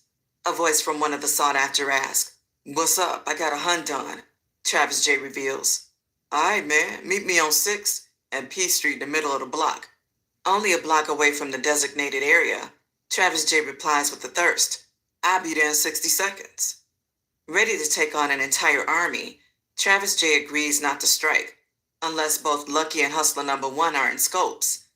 Waiting under the crackles of the clouds, Travis J stands in plain view under a streetlight. Noticing a hooded male approaching, Travis J confronts him with a tempting large bankroll. What up, Luck? Give me 100 piece. Pulling his hood halfway from over his face, the unknown person responds, I ain't Lucky, I'm the number 1 hustler. Pulling out 250s from his sack, Hustler number 1 says, shit, would have not liked that. You might as well save yourself a trip and buy me out. Taking the 250s, Travis J promises, don't worry, I'm about to hit you right back if my man and them happy. Shooting the shit under false pretenses, Travis J walks away into the darkness, with Hustler number 1 yelling, Aye, gangster, get with me. Suddenly turning around with a maniac shine twinkling in his eyes, Travis J catches himself and laughs it off. Yo, just call me Vicky. Jumping out of sight, Travis J backtracks following Hustler number 1 to his hideout. Being gullible as an immature kid, Hustler number 1 leads Travis J straight to their lair. Stalking his soon-to-be victims, Travis J circles every end and out to the single-floor project flat, but is unable to see through the covered windows. Scanning the area, Travis J sees convoys of police and rides slowly creeping through the streets. Quickly learning to be an obedient good old boy, Travis J posts up under a tree, ducking the pressing drizzles of rain. Dialing AK on speed dial, Yo Rain, put Almighty on. Answering the phone, AK softly speaks, as he's under the influence of black tar heroin. Vicky, what up, Lord? I've been waiting to hear something. I want to hear their cries. I want our fallen soldiers to hear their screams. They will. I got 'em. I got both of 'em. Travis J hisses. AK, sounding as if he's in a hypnotic trance, says, I'll be reading the morning paper. Clicks. Clearing the line, Travis J pages Lucky's pager again, leaving the code 2121-500. Sitting in a dimly lit living room, naked as jaybirds, the threesome, Lucky, Hustler Number 1, and Deborah the Debster, engage in oral sex, passing around a fully loaded crack pipe. Unable to hear the beeps of the pager over the moans of the Debster, Lucky sees the blinking light of his pager, reflecting off the TV screen on the opposite end of the room. Hustler Number 1, get that money. Exiting his doggy-style position, Lucky lays back, enjoying grade A head. Who that? Checking the number, Hustler Number 1 exclaims, Oh yeah, this big bucks. This dude Vicky I was telling you about. His bankroll's so big he could stand for a robin. Knowing every dope fiend personally, Lucky questions, Do you know this nigga? Oh, gangster, he legit. I know him from somewhere. It's on the tip of my tongue. His face so familiar. I wanted to call him by name. Hustler Number 1 states with a smile of greed, slipping his pants on. Phoning the number back. Yo, Vic, that what you got? Referring to the texted digits after the code. Yeah, man, 500. Okay, same spot, 60 seconds. Glancing over at the huge, round, sexy, sweaty booty of Deborah, Hustler Number 1 signals. What up, Luck? What up, man? Lucky can't concentrate with Hustler Number 1 calling. You want to do it? Do what, nigga? Signaling with a pointed finger toward Deborah, who was slobbing over Lucky's bob. Hey, baby, go freshen up. Let me see what this nigga talking about. Watching Big Thickness glide away, with her pussy lips dripping with cum, Hustler Number 1 blurts, Let's rob this fool. With a negative reaction, Lucky says, Gangster, maybe next time, I'm chillin'. He'll be back. They all come back. Simultaneously, the GDs are gearing up for action. GDBD has since found out through some dope fiends that Lucky and Hustler Number 1 are seeking haven in Trick City, Deborah's house. Already in motion, Shu leads a 2-vehicle hit squad to the location, but is unaware, blinded by the light storm, that they're being tailed by detectives staking out the area. Communicating with OG Rollo, she was briefed on the phone with fat folks driving the tail car close behind. OG, it's on it cracking.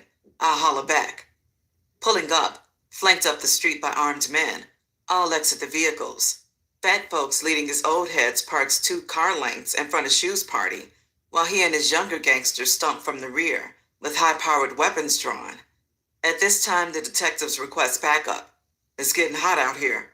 We have visuals of 8 to 10 suspects, armed and extremely dangerous. We need immediate assistance. 634 Polk Street. Smiling, exiting the back door, a barrel is shoved straight into Hustler Number 1's face. 60 seconds, nigga. I've been waiting in the rain damn near 5 minutes. Travis J yells, flicking the light switch. Seeing a naked, strange man on the floor hiding his private parts, Travis J asserts with a strange, I've been looking for you look. You must be Lucky. Quickly IDing the armed bandit, Lucky excitedly startles, I know you.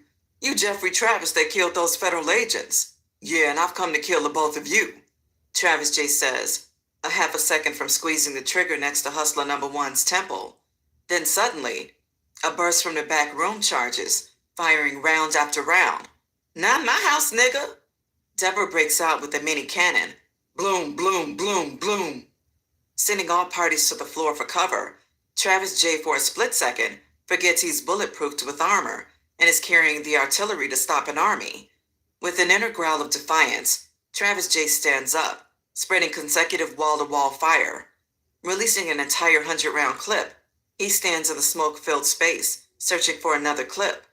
Struggling to reload as his vision is hampered, Hustler Number 1 dives out the front window, startling the approaching gunmen, ducking themselves from the hellfire of Vicky's Brick Eater. By this time, the police have the place surrounded, with their riot pumps cocked. However, only seeing their target Hustler Number 1, the armed GDs let their bullets rain down on his position, engulfing an all-out war with the police, who are outmatched by fully automatic warfare, but brings the match to a deadhead from their expert marksman shooting. Hearing the gunfight outside, Travis J checks his heavily breathing victim. Damn, Lucky, you don't look so lucky. Travis J says, seeing his torso practically split in half. Kill me! Kill me! Lucky cries as he lays paralyzed in a pool of his own blood. No need to waste a bullet. You gon' get there. Proceeding to the next victim, the thirsty Travis J cries, Damn you gangster bitch, you almost killed me.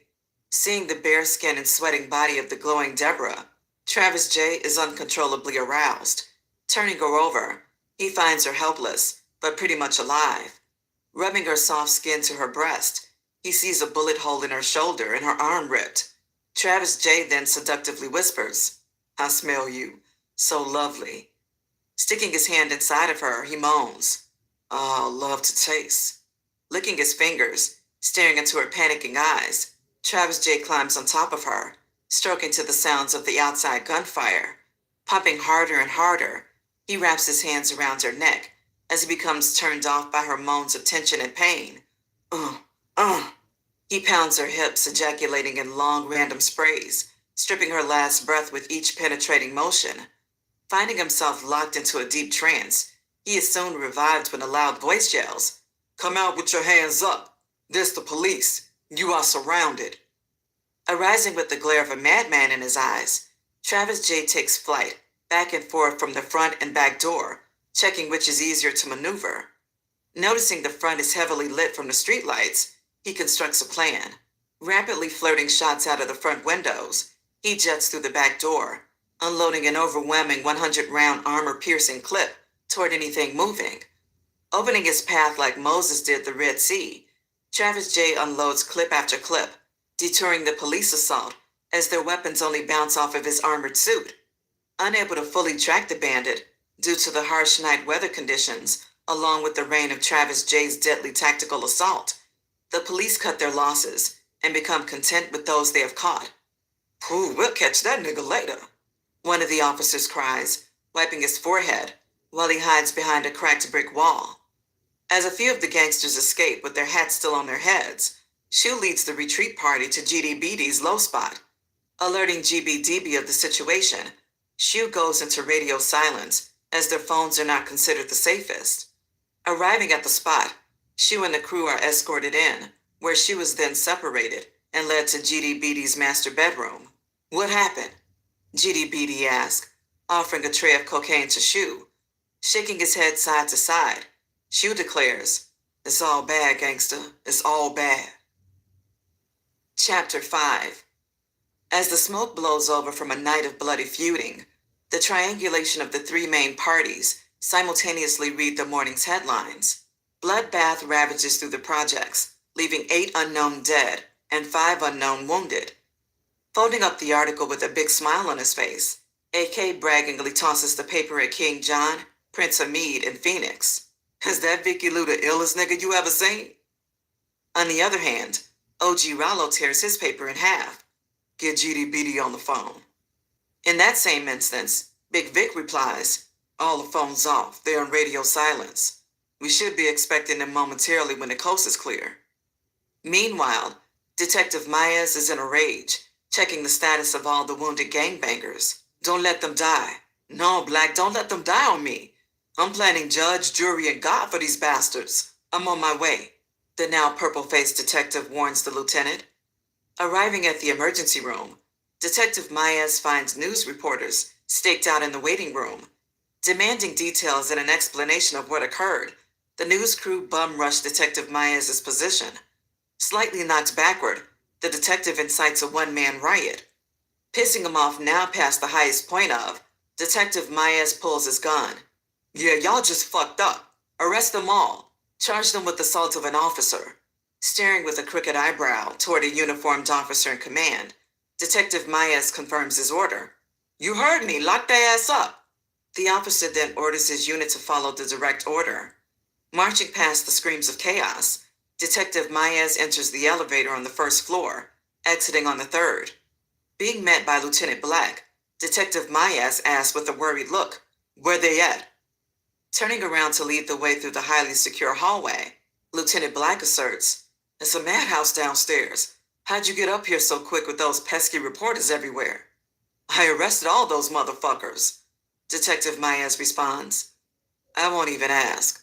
Lieutenant Black counters with a confused glance. Quickly looking in each of the guarded rooms of the suspects, Detective Maez finds a doctor, ordering, "None of those punks are dying, so they're coming with me." Pointing at the doctor, he adds, "You make sure you put your John Hancock on the necessary paperwork, or I'm gonna arrest your ass for harboring cop killers."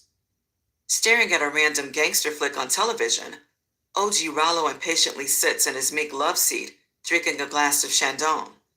Hearing the doorbell ring, he screams for a member of his immediate family to get the door. "Will someone please get the door?" OG Rollo talks with respect, since he's now in the suburbs. Looking to his right-hand man, he asks Big Vic, "Who do you think the unidentified men are?" With a shallow stare, Big Vic hand covers his face. "We'll find out in a second." Standing to get his blood flow circulating, OG Rollo cracks his neck, taking a glimpse of a family portrait he has worked so hard to provide for. "Let me get loose so I won't snap off and have a heart attack." Pouring into OG Rollo's comfort zone, when the street business comes to a halt, GDBD, Shoe in 2 seconds, all take their shoes off, finding a place to sit, preferably away from OG Rollo. Looking at the three men, "So who's the spokesperson?" OG Rollo asks with his head high. "Well, it goes like," cutting off GDBD's short-lived speech, OG Rollo declares, "You weren't there, were you?" "No, I wasn't there," GDBD confesses. "Okay, I need an eyewitness account." Shoe then steps to the plate. "OG." Signaling with an open palmed in Shoe's directions, OG Rollo points to 2 seconds. "Gangster, you tell me what happened." Taking a deep breath, 2 seconds nervously stands up to tell his side. 2 seconds, not in fear of his life, however, does not want to appear as a dim-witted character with no brain. "OG, we went to the spot as we was told to. It was dark and the rainstorm hindered our vision." Bursting into laughter, OG Rollo looks at Big Vic. "Hindered our vision? What the fuck is that? Gangster, you went to grammar art school or something?" Attempting to answer that question, OG Rollo states, still laughing, "Don't answer that. Forgive me, just continue." Taking back off where he ended, "I think we had to be followed by the police because, as we approached from up the street, we all heard loud muffled gunshots. Then hustler number 1 came diving out the window. Since he was running the opposite direction, we started busting at his ass. All of a sudden, it's like police had surrounded us busting back. If they met us there, the phone's gotta be tapped." 2 seconds ends, seeming to be an expert on phone taps. Standing up, staring eye to eye at 2 seconds, OG Rollo cries, "Fuck a tap phone, nigga, I wanna know, did you kill him? And where's Lucky? The paper didn't say no names, it just said 8 dead and 5 wounded." Pounding his fist, OG Rollo yells, "Y'all came to my home where my loved ones rest their heads. If you got followed once, you better not have gotten followed again. You still ain't told me shit. Who missing, who dead? Don't tell me y'all just ran away and ain't talked to no one." As Shoe in 2 seconds stare blankly into space, GDBD assures OG Rollo, "No one followed us. About last night, they got the cars. We know Jig and Fat Folks didn't make it." Caught off guard, OG Rollo cringes. "Fat Folks didn't make it? You fucking kidding." 2 seconds, the one to actually see Fat Folks gunned down blurts out, "Yeah, OG, Fat Folks was killed by the police." In a blinding instance, a wet slap echoes through the room. Smack! Damn near pulling the skin off, 2 seconds falls to the floor. OG saves his energy, yelling with a high pitch, "Nigga, you had your turn to speak, and you didn't feel it was important to say we lost 2 of our heads? Speak when fucking spoken to." As OG Rollo slowly cuts the rest of the information out of Shoe, back on the other side of town, AK has been searching for Travis J all morning. Coming up with nothing, AK's cell phone rings with Travis J's number appearing on the screen. "Yo, Vicky?" "Hello?" A soft voice answers. "Who the fuck is this?" AK ponders. "This Belinda. Vicky is at my house. He needs help. He didn't want to go to the hospital. I don't know what to do. I'm so scared." Beginning to break down in a teary-eyed frustration, AK tries to calm her, resulting in her giving her exact location. "I'll be there in 15. Everything will be okay." Operating in the middle of a shitstorm, Detective Maez dissects his patients in the interrogation room like Dr. Kevorkian. Having been since escorted paid witnesses to identify the decapitated Lucky's accomplice, all fingers point to hustler number one. That's our man, Detective Maez confirms, looking through the two-way mirror at the handcuffed shot-up punk. Looking at his colleagues, Detective Maez assumes with a promise. He's going to bring down the GD's entire operation. I'm going to break him. While Detective Maez consults with his rankings, his superiors burst into the room. Worried about their jobs and protocol, a high-ranking sergeant tries to check Detective Maez. What is the meaning behind you locking up your own city's news crew? Have you fucking lost your mind? Do you know the type of lawsuit that could be hanging over our heads? Known for running his own show, Detective Maez looks at the sergeant with a cocked lip. Hold the fuck up. You don't tell me who I can arrest. That's one thing I'm going to get straight with you. And two, next time you run up on me with that bullshit, I'm gonna throw your fat, jelly-eating donut, pencil-pushing, desk job-having ass out. Responding with an overranking position, the sergeant declares, if you ever talk to your superior like that again. Quickly cutting him off, Detective Maez points directly into the sergeant's face, warning, fuck that, you heard what I said. Adjusting his necktie from the verbal explosion, Detective Maez tells all, I've got a suspect to break. Walking out the door, he gives a last look at his superior and the sergeant. You got money? You bail they ass out. Appearing along in the room with hustler number one, Detective Maez wastes no time. So, you're called the number one hustler. I've heard a lot about you. Do you need anything? Are you comfortable? I know 3 bullet holes can be painful. With a tough guy attitude, hustler number one says, man, I need a cigarette.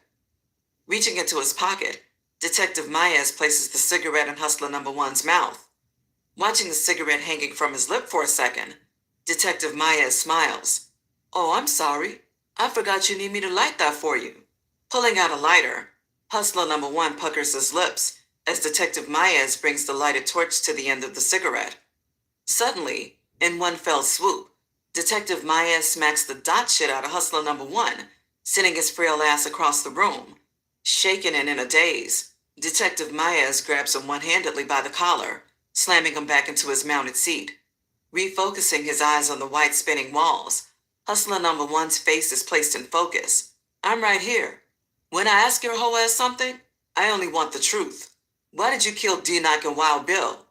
Hesitant to answer, Detective Maez smacks him again, and then sits his loaded .40 cal on the desk. Looking into hustler number one's broken eyes, Detective Maez swears, you can make this hard or I can make it harder. For the record, 2 police were killed last night. Huh? Everybody mad at me because I let the headlines go blank. First of all, I thought it would be an injustice to those great men's families to notify the public before loved ones. Second of all, I didn't want to put the names of the scum that was killed just in case I need to add a body or two to the morgue. You know I'm violating your rights, but so what? If you don't tell me what I want to know, I'm killing you, Detective Maez says, handling his weapon, cocking a live round into the chamber. Sending off the vibes of an executioner, he adds, so, what are you going to tell me about the 2 police killed and the 2 officers you wounded? Or what about that lowlife Wild Bill and D-Knock? Forced to make a decision with an actual gun to his head, they had a hit on us, hustler number one mumbles after breaking down. So y'all killed them? Lucky killed them. Both of them? Detective Maez checks for the record. Yeah. Oh, so I guess you just helped. Yeah, I helped. Receiving the statement clearly and recorded, Detective Maez moves on. Who was the shooter in the house with the armor-piercing rounds? That's who killed my men. That's who killed your boy Lucky. That's who I want. Staring like an innocent child, hustler number one panics. I don't know. Grabbing his own face, he repeats his words, remembering. I don't know his name, but I know his face. I think they call him Vicky.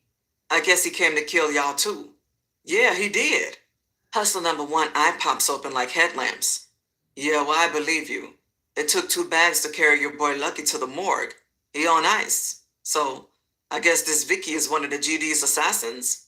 Detective Maez tries to figure whose side this Vicky is on. With a negative head shake and a sudden spark of brilliance from added pressure, hustler number one remembers. He one of those dudes that's wanted on TV, reminded by Luck's last words. He ain't no GD. Pondering in thought for a minute, Detective Maez turns toward the two-way mirror, signaling with a come-in gesture. On his business, but still with the mind frame of assassinating Detective Maez, Lieutenant Black comes in with a stack of pictures.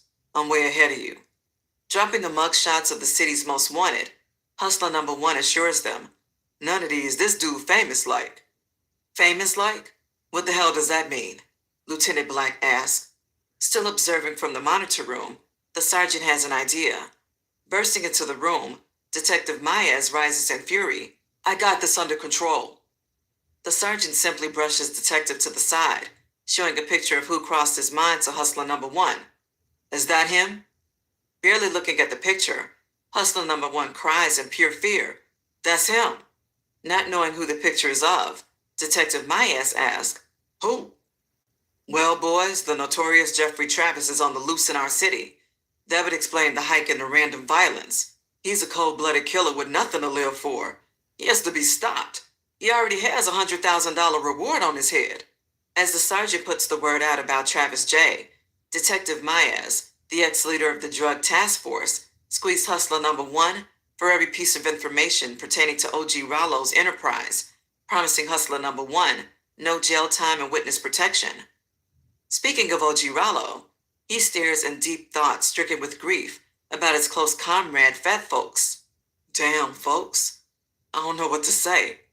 O.G. Rollo softly speaks out loud in the privacy of his family's home, where he and his wife live with their 3 kids in an undisclosed location. Picking up his cell phone, he calls Schizo, Fat Folks' bride, who has no idea of the devastating news. Wanting to keep it like that until the time is right, O.G. Rollo dials her. Hello? The Bowflex-built mistress answers.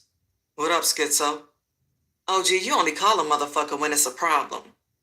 Taking a deep breath, O.G. Rollo changes the strategy. Schizo, I need a favor. Go to the West Tower and watch Shorty. I don't want him leaving because he'll try to gear into action, and he's one of the heirs to the throne. Can you do that for me, like ASAP? Don't worry about nothing else. Maximus is holding down everything. Yeah, I got you. Schizo, most dependable, assures. Another thing. So any info won't leak to him? Cut all the phones off.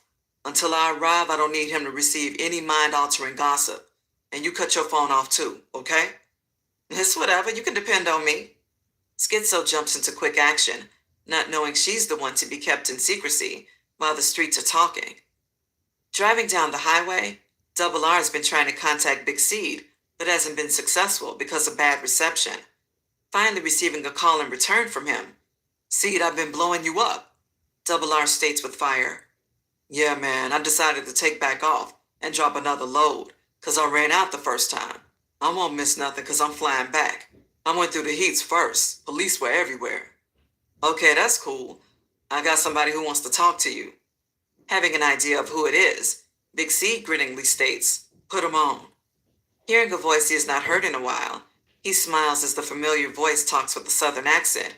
Player, Slim Jim back. I feel like a new man and I done picked up some weight. I owe my life to you. At first I was going through so much, I wish I could have fucked you up. But I'm better and I thank you. You're a scholar and a gentleman. Hating to break good spirits with bad news, Big Seed unconsciously rips the business. Slim Jim, I hate to spread bad news, but there's no time to waste. You on your way to the hospital. It's Maya. Somebody broke in on her and raped her. Drowning in a pool of silence, Slim Jim is speechless. Continuing, Big Seed states, I'm gonna catch this motherfucker, but I need you to hold it down at the hospital. Wiping the wrinkles in his long face. Oh my God, I feel like I let the girls down. Slim Jim grieves, taking a second look at his attire, along with a long stare in the passenger mirror. I don't want the girls to see me like this. I'm still wearing those filthy clothes I came in. Changing any minor thoughts of negativity in Slim Jim's mind. Small things to a giant. Double R will take you to buy you a new suit, shoes, and to get a shave and a trim. You straight? Put him on the phone. Big Seed says, building his confidence. Ordering Double R of his needed-to-do task, Double R responds with doubt. Man, you know that party tonight. I was thinking about canceling it. Are you crazy? Bullshit don't stop no show. But you out of town. Charging back with defiance. Big Seed snaps. First of all, if I don't come back, you got my business to run. And second of all, I'll be first class right back shitty sharp when I step off the plane in my limo. Shit, I need to be cheered up. Fuck you thought. Sighing a breath of fresh air, Double R energizes. I'm on it. Before hanging up, Big Seed orders. Don't let Yvette try to cancel at the last moment. I'll meet you guys there. Love. Click. Meanwhile, AK and his immediate mob are gathered at Iowa's law office. As an unconscious, wanted Travis J lay in a deep sleep, AK, with nowhere to turn, has trusted his loyal friend Iowa. Knowing everyone along with an old favor, Iowa has made calls to a doctor he fully trusts, who tends to Travis J's medical emergency. Soon being revived by smelling salt and a makeshift IV in the comforts of Iowa's private study, the doctor, MD Mason, states, your friend Vicky was suffering from blunt trauma to his chest in 2 places. He has fractured ribs and his blood is loaded with an overdose charge of drugs. His heart rate is what's affecting his fatigue, mixed with his accident. He's basically had a delayed reaction, something sort of like a boxer receiving a devastating blow, but doesn't fall out until he walks back to his corner. He'll be okay, but he needs much rest and he needs to stay off his feet. Keep his shoes off and make sure his feet stay elevated in the air. Sending Rain and Wrath to take Travis J to a safe location, AK stays back with Iowa and MD Mason to take full responsibility for the dreaded emergency. As the coast is cleared, the 62-year-old light-skinned doctor hopes, I hope I just didn't do something I'll regret. Taking his glasses off, he adds, I wear glasses, but my vision is not blurry. I've seen that man before. That's Jeffrey Travis. Yes. This was the big favor, but nothing compared to what I did for you and your 2 sons. However, I'll call us even, and I'll also donate a large sum to your retirement fund. Ira promises to make things up. Pulling out a checkbook, Ira waves a pen. How much should I make this out for? Cash has always been more untraceable to me. MD Mason says with a smile. How much are your services? AK questions, listening from the side. Oh, well, I don't know. I guess about, Pausing, searching for a fair and reasonable price, MD Mason blurts, how about 20,000? Looking into the eyes of the life-saving doctor, AK turns to his right-hand man. King John, go to the car and get this gentleman $25,000. With a grand smile, MD Mason extends his hand. Never hesitate to ever call me. A friend of Iowa is a friend of mine. Wrapping up the formality of business, AK settles his affairs by ending, Iowa, just bill me. Walking out the door, AK, surrounded by King John and his sidekick, Phoenix, states, pulling out the stunner sauce. A nigga need to get loose tonight. Ain't nothing gonna be moving in the projects. We might as well go shopping and get ready for that party. Jumping in the driver's seat of his 760 BMW, King John looks at the smaller Phoenix. Yeah, boy, we gonna show you how we do it in the Midwest, homie. Aha, nigga, just fire that shit up. I'm ready to get high. The desperate Phoenix says, waiting to have his chance to prove his worth. Sitting beside her comatose-induced little sister, Yvette rubs her hair. Feeling chest pains and stomach aches herself, due to not eating along with digesting the mental anguish Maya's going through, Yvette stares teary-eyed toward the ceiling. Oh, Lord, please help us in our time of need. First my son, then my mother. Please not Maya. Closing her eyes, she feels a gentle touch on her shoulder. Startling, looking over her shoulder towards the surprise contact, the blurry-eyed Yvette sees a character of an all-white image, but not a ghost. Catching her off guard, her uncle, Slim Jim, stands with a cream-colored suit with a bouquet of white flowers. Everything'll be okay, Slim Jim assures her with a comforting pat. Looking into his eyes, seeing the night-to-day transition, Yvette leaps to her feet, smothering him with the biggest hug ever. So how my little missy? Slim Jim asks, referring to Maya by her family nickname as a child. Squeezing him like a child would do a cuddling stuffed bear, Yvette weeps into his arms, having a trusted shoulder to lean on. Oh, Uncle Jim, we missed you so much. Don't leave us. Rubbing the back of her head, Slim Jim swears, I ain't going nowhere. I'll never leave my girls again. Standing in the background, humbled by the overflowing of emotions, Double R becomes moved, pointing and approaching in a forward motion. Maya's eye is open. Double R signs as her left one is patched with a gauze pad. As Maya's eyes correct, all celebrate for this, the first sign of recovery. Seeing all the smiles surrounding her bedside, she fights to secure Slim Jim's hand. Without saying a word, she only squeezes it tight and tighter with a smiling eye. Kissing her on the cheek, Yvette lets her know. Big Seed has been waiting for you to wake up. He said tell you he loves you and he'll be here. Ending that thought, Slim Jim bends to her ear. Missy, I'll never leave your side again. Thus promise. Chapter 6. Ladies and gentlemen, welcome to another Enterprise function by none other than your host, me, Double R. Extending open arms to his invited 500-plus guests and other patrons paying $50 to get in, Double R impresses at the all-dressed to impress event. Wearing an all-white tailor-made Don Majestic suit with orange big block gaiters, along with a matching orange tie and handkerchief, Double R exits the mic toward his VIP table. Waiting on him, looking as gorgeous as any high-class model to walk the runway, is Yvette, wearing an orange handmade dress and high-heeled gaiter boots accented by her orange French-tipped manicured nails. As Double R sees his attractive escort, he yells in the air from feeling the good vibrations. Let's party! First round's on me. As all the biggest ballers in the city were alerted about the exquisite ballroom celebration by word of mouth, radio, and email, all came. Sitting next to the grand band comprised of 10 musicians, playing a list of requested oldies but goodies, Double R and Yvette are greeted by familiar faces. What's up, Yvette? I hope Maya is well.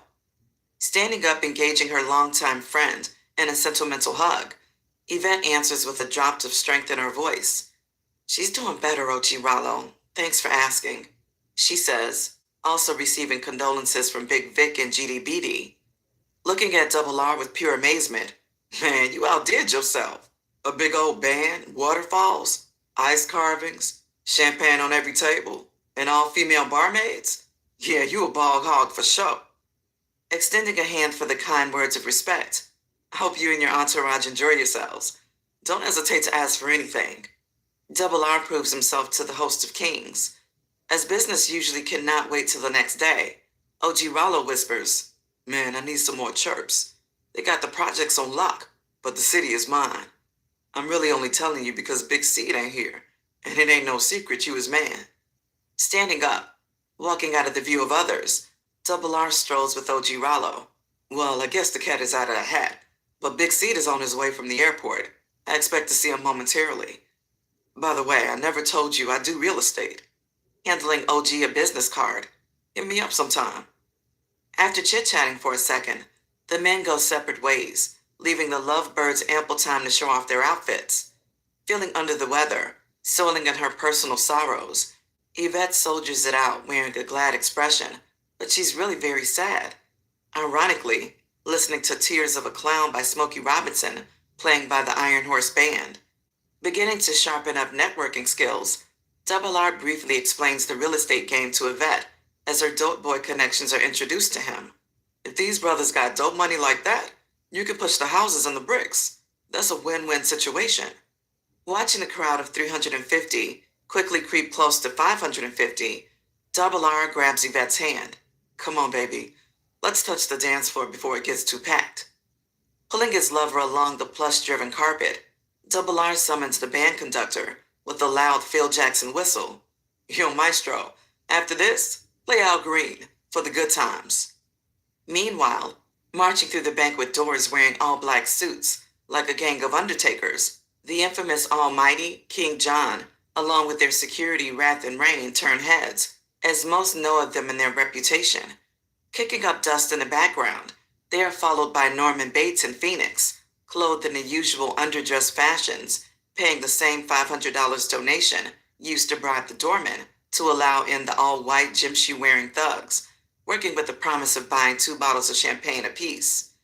Dividing into packs of 2, one consisting of 4 and the other consisting of 2, AK yells at the departing Norman Bates, If you start anything, know you gotta answer to me and know you're responsible for Phoenix. Understanding the full consequences of AK's verbal threat, Norman Bates grabs Phoenix's arm. Playboy, this ain't the place to start no shit.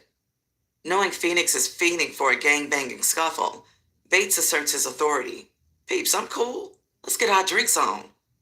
Approaching the bar, Phoenix grabs a thick tender's wrist. What's up, mommy? I see you got that body. Sparking a full-blown incident, the hottie snatches away. Nigga, don't be grabbing on me. I don't know you. Fuck you, bitch. Phoenix screams back, feeling a taste of embarrassment. Quickly, Bates rushes Phoenix out of the jam-packed area. Damn, peeps, we ain't been here 5 minutes and you causing a scene? On the offensive, Phoenix cries, Man, that bitch disrespected me. Fuck her. Damn, you can't be grabbing these hoes like that. Walking over, always interrupted by child's play, AK plays daddy. Don't have me lock y'all in the parking lot. I'm almost starting to feel shamed I brought y'all out the house, AK says, popping the collar of his black silk Versace. Trying to explain, Phoenix begins to speak, but AK walks away finding other matters to tend to. While bulb exposures lick through the dimness of the party, like chasing sirens, the one and only Big C lets the wannabes know what it is to be a baller. Stomping through the door wearing a one-piece, light blue bodysuit with offsetting navy blue gator boots and matching tie and hanky designed by Don Majestic, Big C sails through the crowd, flickering with hundreds of blue and yellow carrots wrapped around both his wrist and his neck. Gliding with his suit draped over his shoulder, he snaps his finger at a bar and bottles of champagne, Krug Rose, and a box of Black Pearl cigars. I'll be at the picture booth hollering at your boss, Big Seed says, arrogantly pointing at the photogenic double R and his female double. Sneaking up on the two lovebirds, Big Seed dives in the picture, assuming a frozen running man's position. Snap! The blinding flash makes the scene immortal. Ecstatic to see one another, they all hug, as Big Seed is given money for the pictures to keep rolling. Looking at the god ice-like superhero, the spectator stands in awe at the fashion-designed tailored suits. Nah, they ain't from here, a female patiently says, waiting in line with her friends. When the barmaid comes with a case of cherry-flavored Krug, Big Seed snatches a bottle, popping the cork. After taking a long 8-ball swig, drinks on me. I'm buying the bar out for the next hour. Suddenly, those waiting in line for pictures descend to the ends of the lines of the bar stations. Also standing in the tides of rolling shoulders, Norman Bates notices the eye-catching antics of Big Seed. While the LB's entire group is now behind the VIP ropes, toasting bottles of Dom P, Norman Bates points. That's that dude with that white Infinity truck that killed those GDs. With the bottle at a 90-degree angle against his lips, AK lends a lurking eye through his Lori Rockin sunglasses, as he's always fascinated by the sight of a cold-blooded killer. Placing his bottle down on the table, How do you know? AK questions with a dripping mouth. Peeps, the nigga drove down the street every day, going back and forth to Maya's house. Taking a second look, AK says with a low whisper, My enemy's enemy is my friend. Looking at the staring eyes of his circle, AK adds, I bet that nigga got that cheese too. Hell yeah, I know for a fact he's supplying OG Rollo, Norman Bates says with an aggressive nod. Pausing in an instance of sheer panic, AK shouts, Hold the fuck up. How's he a GD killer? Now you saying him and OG Rollo doing business? Interrupting the two, King John declares, Man, Bates drunk. OG would be in violation. Snapping back at the comment, Bates raises his voice. Fuck your fat ass. You don't even be in the projects. You just ride in on your golden blood-stained chariot, drop off, and I do all the work. Lord, you a worker. King John laughs, wasting champagne over himself. Damn, look what you made me do. I ain't make you a fat slob or a fucking hater. Bates counters his superior. Getting back to business. Enough with that bullshit. Bates, that shit don't make sense. AK declares with a cocked chin and puzzling eyes. Well, y'all wouldn't know because y'all don't sweat the gossip. Anyway, that nigga Shoe got violated for making the gunplay on him. The heads now follow as they remember the incident. He's supposed to be some kind of made man or ex-boss or something. Bates breaks down what he knows to be fact, taking a snort of his royal potion. So what's his name? AK needs to know. I think it's something like Big City or Big Seed or something. Continuing to discuss the issue, Rain grabs everyone's attention slamming his fist to the table with a pointing finger to follow. At the same time, Wrath rapidly leaves the VIP booth without warning. Following the tip of Rain's extended finger, OG Rollo appears with Big Vic on his right and GDBD on his left. "We come in peace, old friends," OG Rollo states, offering a handshake of momentary truce. Hesitantly accepting the shake, AK responds, "It's funny how the ones who start the bullshit is always the first to ask for a breather." With a sarcastic laugh, OG Rollo fires back. "What can I say?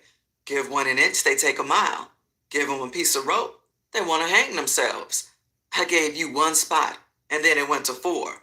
No more. After even the playing field." With a straight face, AK counters, "It is what it is, but first of all, you didn't give me nothing. I'm a gangster. I take what I want." Ending the brief, unexpected conversation, "Well, I just came to let my presence be known. No need to be in such a small place of confinement without acknowledging my enemies. No need to ask when the truce expires. The war is never waged between the kings, just the soldiers. Anyway, you already know the parking lot overflows with my killer disciples. Lose one, replace them with 2. Lose 22, I'll call in 222. What your numbers looking like?" Ending on that note, OG Rollo turns away. "GD," throwing a pitchfork in the air. Standing up quickly, reaching into his pocket, King John calls, "Big Vic." As Big Vic turns around, King John adds, "Think fast," tossing an object in Big Vic's direction. "That's 5 stacks, we even." King John stresses, paying off his Super Bowl debt, resulting in no ties between the two. Sitting back down, AK fires, "I wouldn't have paid that bitch shit. Playboy, I'm rich like Dave Chappelle. 5 G's ain't nothing to me but some weed." King John puckers up, blazing one at the party. Frowningly observing the entire situation, Phoenix growls with an unsavory comment, "Man, let's do 'em." Coming back to the circle, Wrath replies to that question, "OG off limits.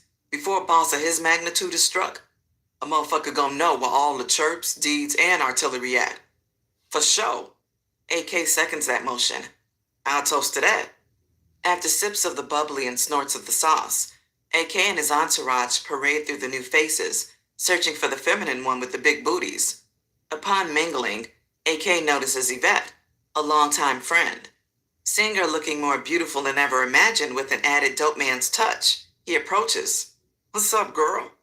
AK asks, reuniting the relationship with a big hug, adding, "How's Maya? I ain't seen neither."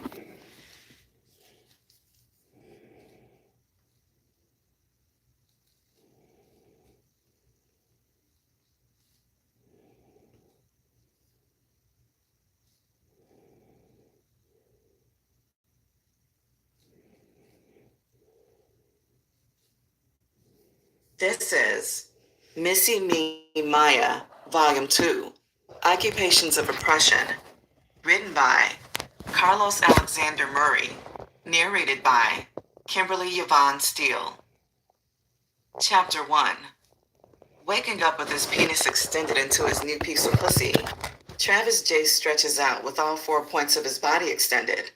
Grabbing Belinda by her back shoulders, Travis J. pops his cock out. Plop.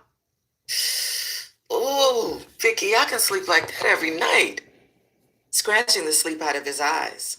What time is it, Mommy?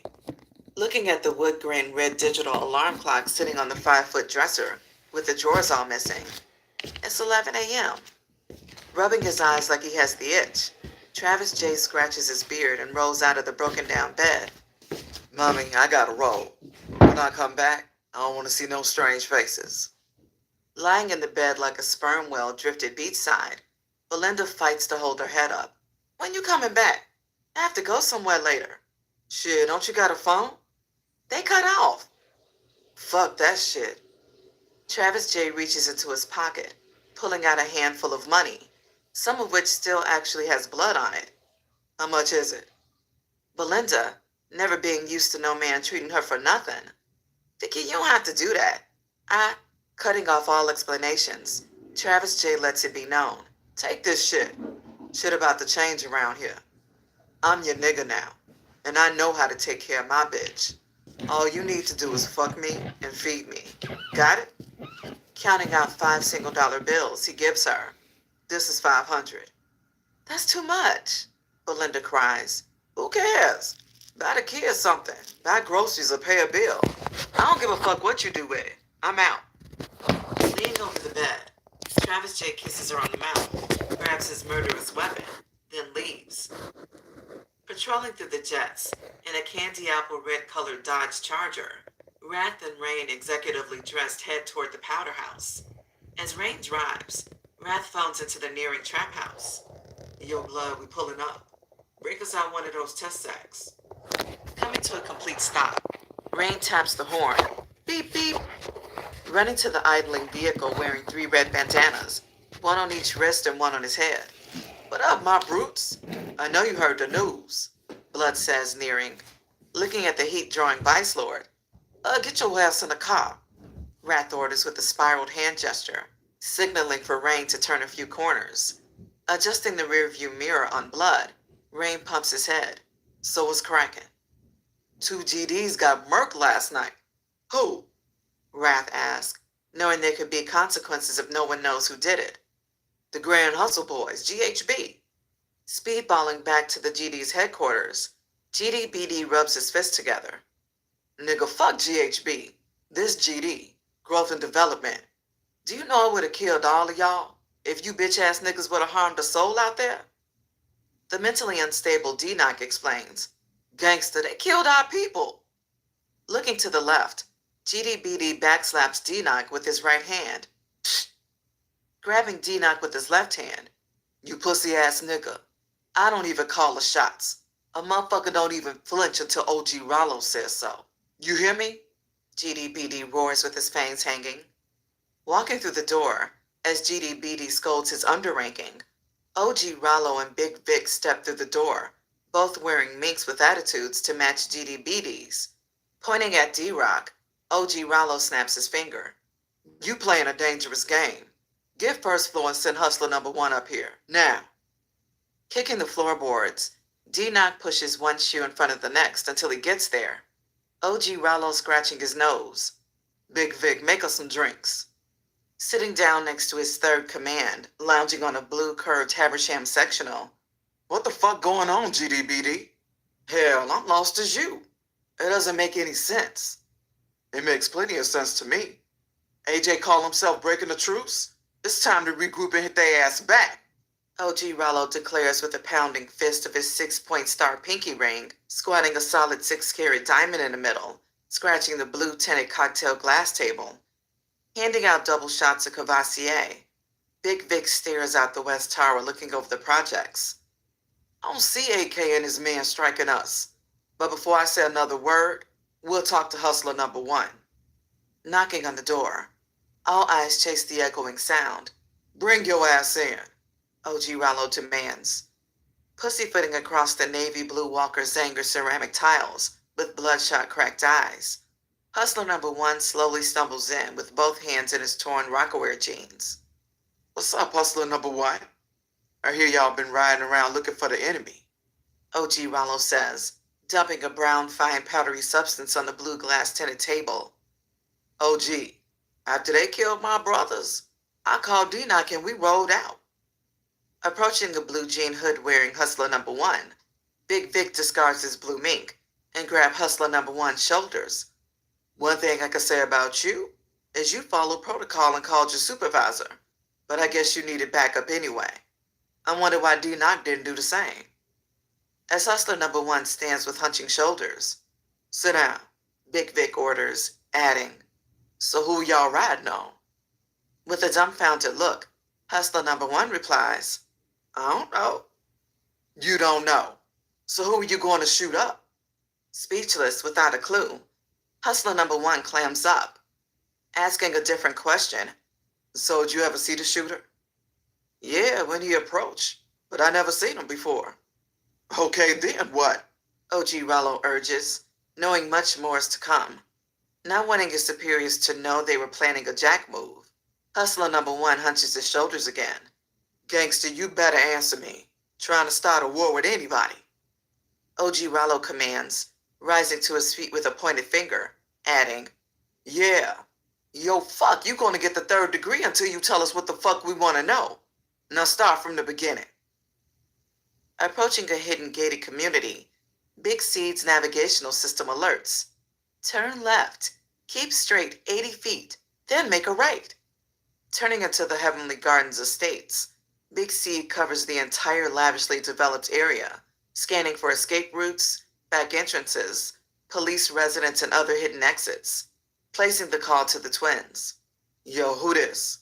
What up, Seed? Thought you got lost. This Uday. Yeah, nigga, I did. Y'all live in the boonies and shit. These cribs kinda cool.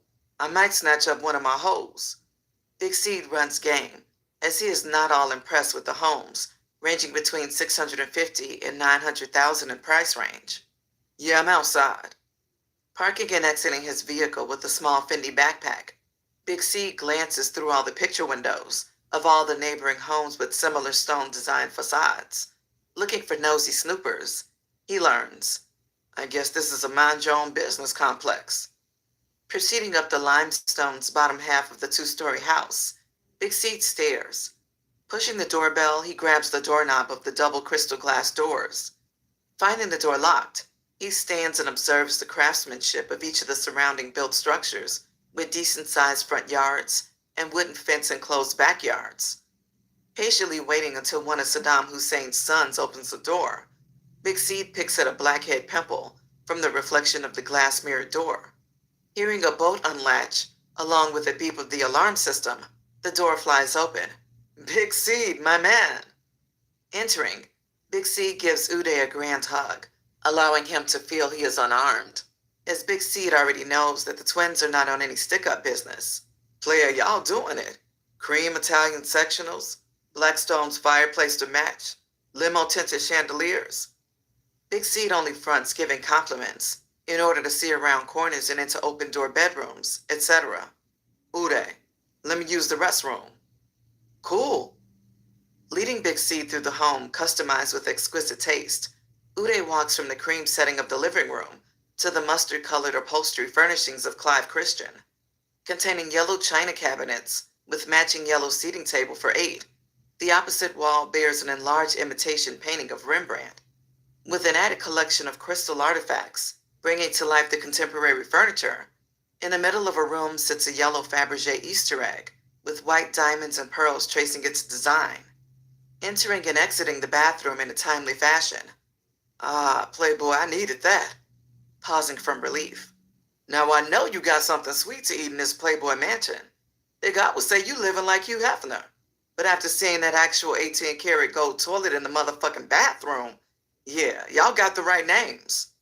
Strolling into the black marble-floored kitchen, every appliance is stainless steel, with matching stainless steel kitchen fan. See, I got some cheesecake. Cool, I don't want to trouble you. I just got a sweet tooth. I love cheesecake. After cutting Big C two huge slices of the bakery ordered chocolate chip cheesecake covered with black fudge and strawberries, let's handle this business, Big C asserts, raising his sleeves, reminding Uday who is the true son of a king. Damn, Big Seed, you need to turn me on to your jeweler. Whenever, baby. Big Seed agrees, licking his lips. Follow me, Uday says, walking back toward the front door, circling around to the basement door. Opening the basement door, soft tunes of vibrating bass are heard flowing, both gliding down into the lair of pleasures. The room is completely walled with mirrors. Entering into the lowered section of the billiard room and gentleman's den illuminated by blue neon lights, Big Seed strapped with his backpack and two hands attending to his paper towel wrapped cheesecake is amused by the open, heavily facilitated area. I see you, boy.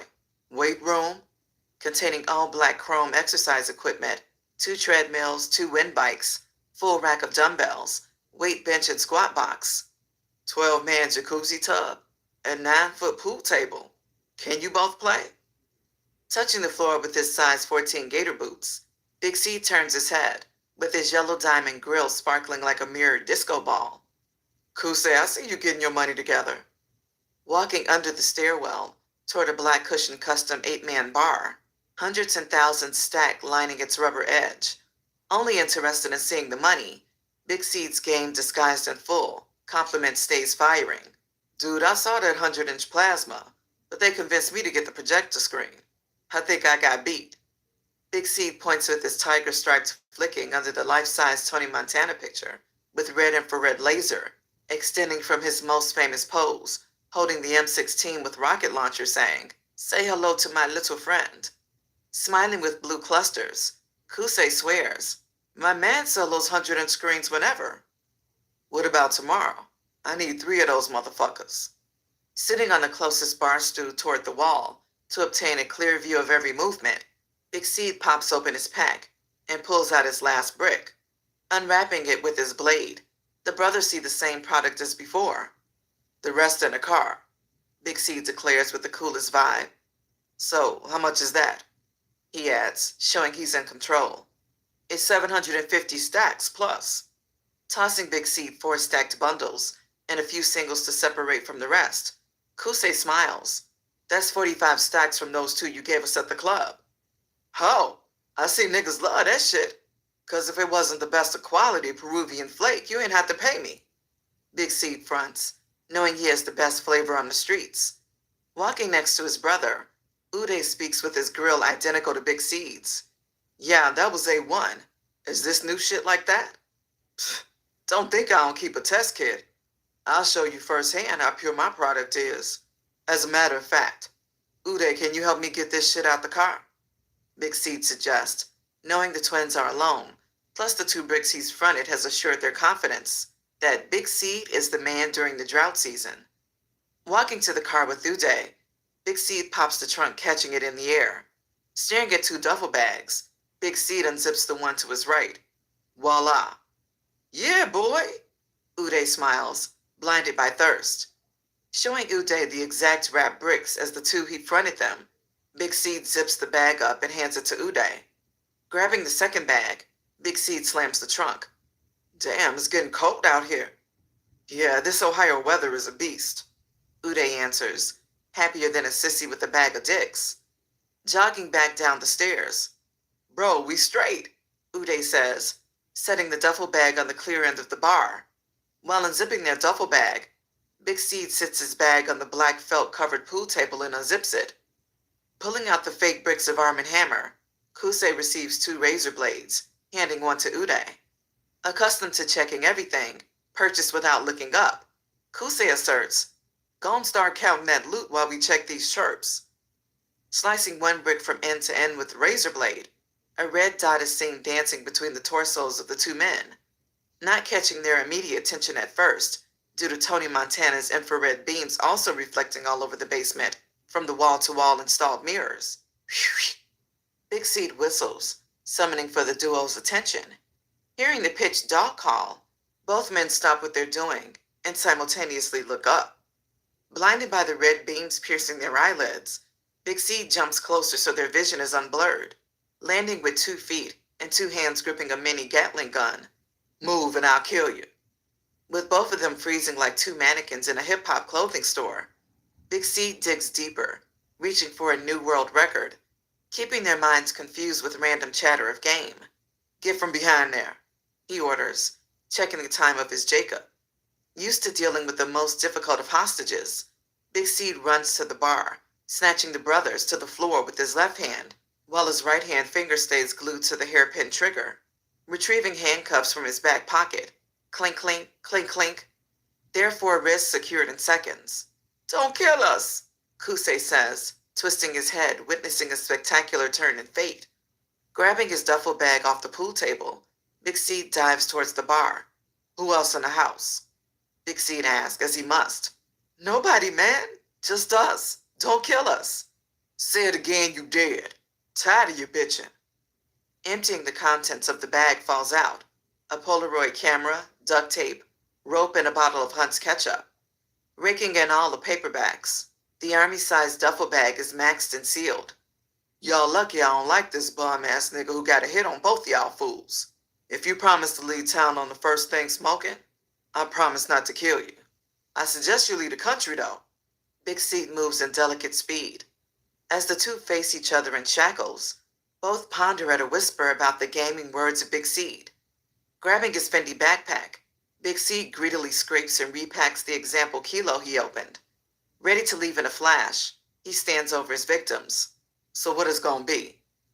Feeling the heat of the infrared, both stall with hesitation and clouded minds. Click-clack.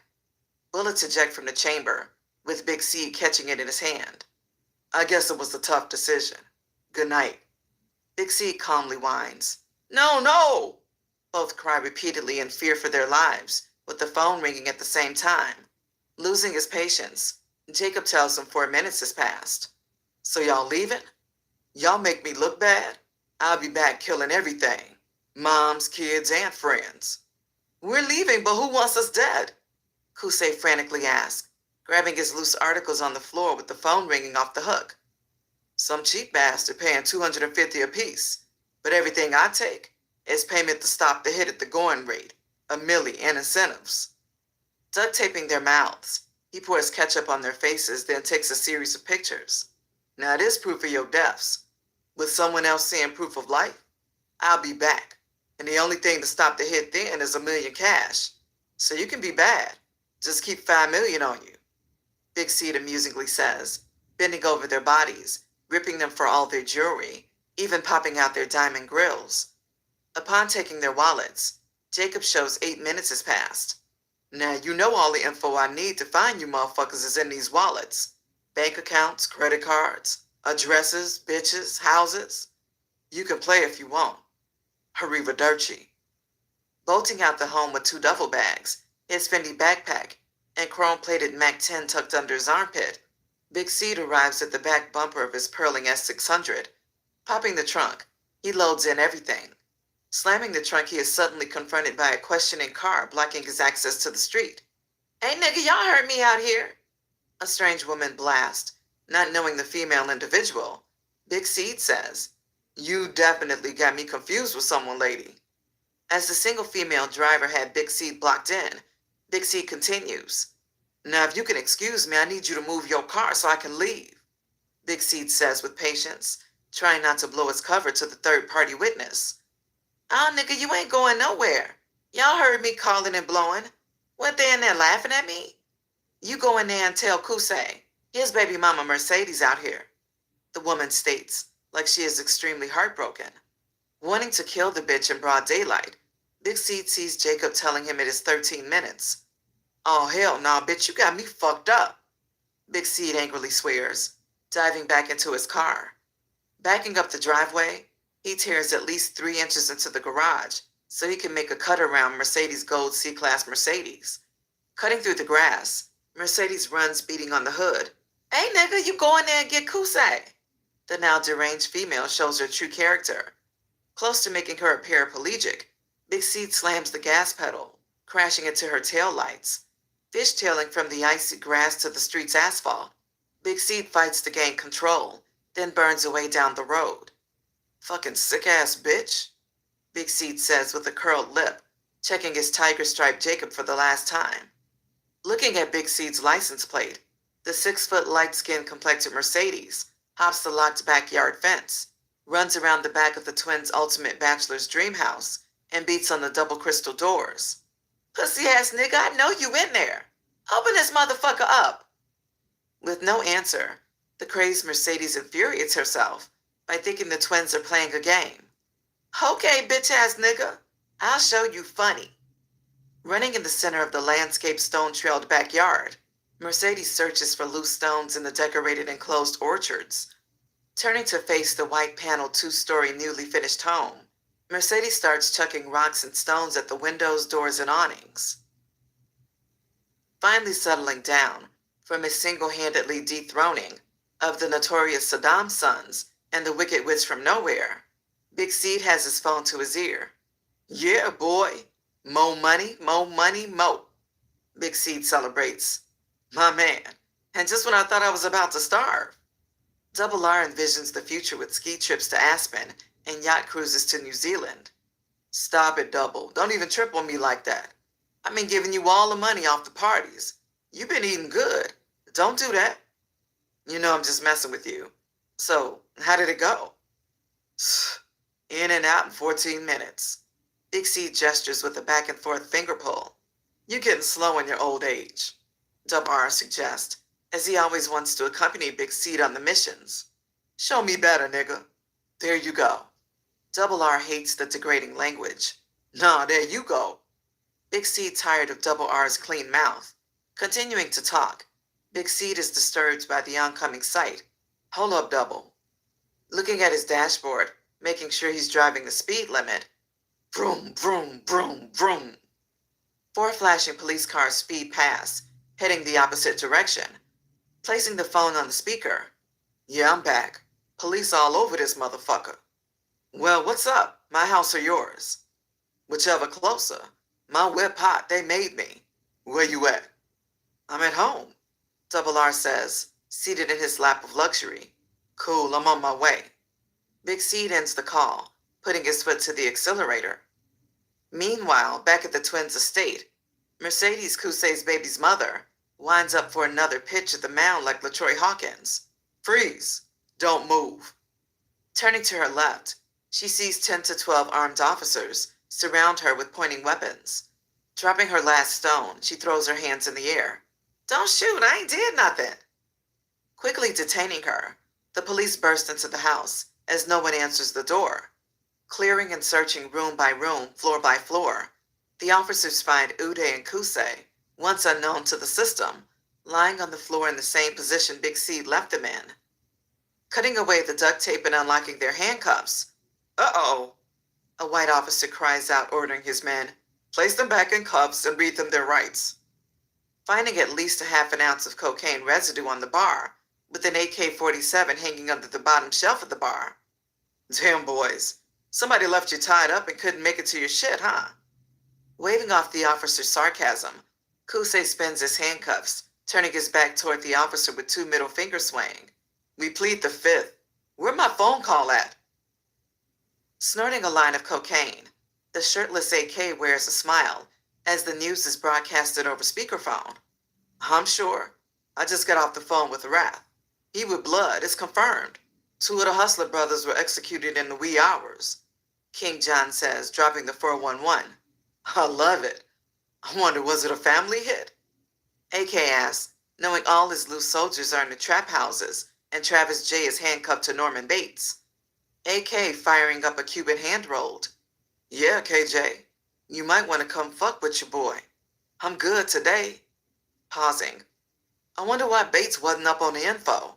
I would have surely thought he knew more than blood confined to one spot. Hesitating because it only takes the wrong syllable to piss AK off. AK, I ain't talked to Bates yet. I was on my way there in a minute, King John states, watching Asia deep-throat him.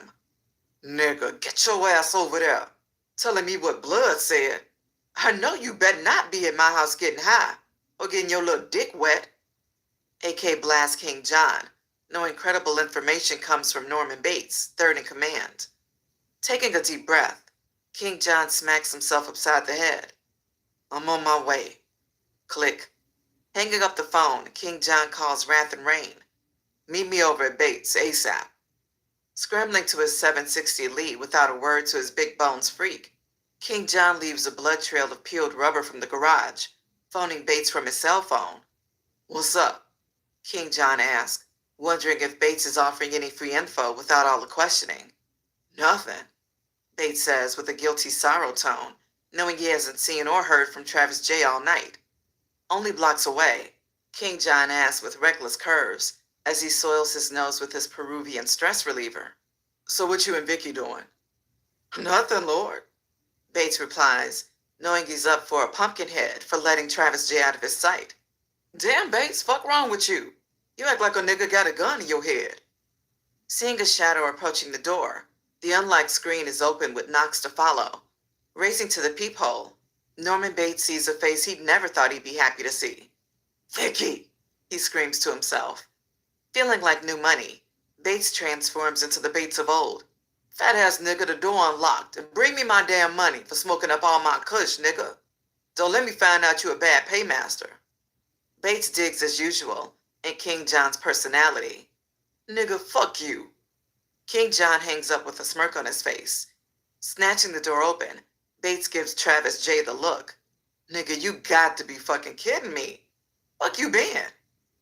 Walking through the door, slow to answer, Travis J collapses in the black leather seat, tossing the gun on the living room table. Kicking his shoes off, donated by the dead Mexican, Travis J scratches his beard. It's been one of them nights. Thinking everything is normal, Bates sits across from Travis J. Vicky, KJ fat ass on his way. Don't even let them know you left, Lord. We don't need to hear his mouth. Peeps, it might not be that easy, Travis J assures with a shaking head. What you mean? Norman Bates utters with King John and his security simultaneously rolling through the door. Bates, Vicky, what's the deal? King John says, bypassing Bates' inoperable favorite chair, finding a seat on the couch next to Travis J. As Rain and Wrath both stand peeking out opposite windows, Bates, roll up something. It's just crazy out here. King John rubs his forehead as AK is beginning to work his nerves, adding, I need you to give Vicky a chopper. We on high alert until we find out what's going on here. King John says, assuring Bates is on his shit. What's going on? Bates asks, as he is not on his shit. Damn, Lord, you slipping. Niggas been killed in the whole 9. King John warns with a cocked head. Who, Lord? Bates asks, feeling like a sitting duck. 2 of the Hustler brothers executed last night.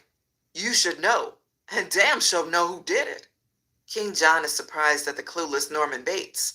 Scratching his head. I didn't. That, Bates cries, not being able to be up on the latest news, as he has been guarding the door waiting for Travis J's return. Interrupting the conversation, Travis J reaches for Bates' pistol. KJ, he gave me a strap. Placing it back on the cocktail table, he adds, It's hot though. Nigga, all these pistols we keep in the trap's hot. You straight? King John assures with a waving hand. Nah, you don't understand. This motherfucker got bodies on it. Travis J tries to explain until Bates cuts him off, rising to the edge of the leather sofa.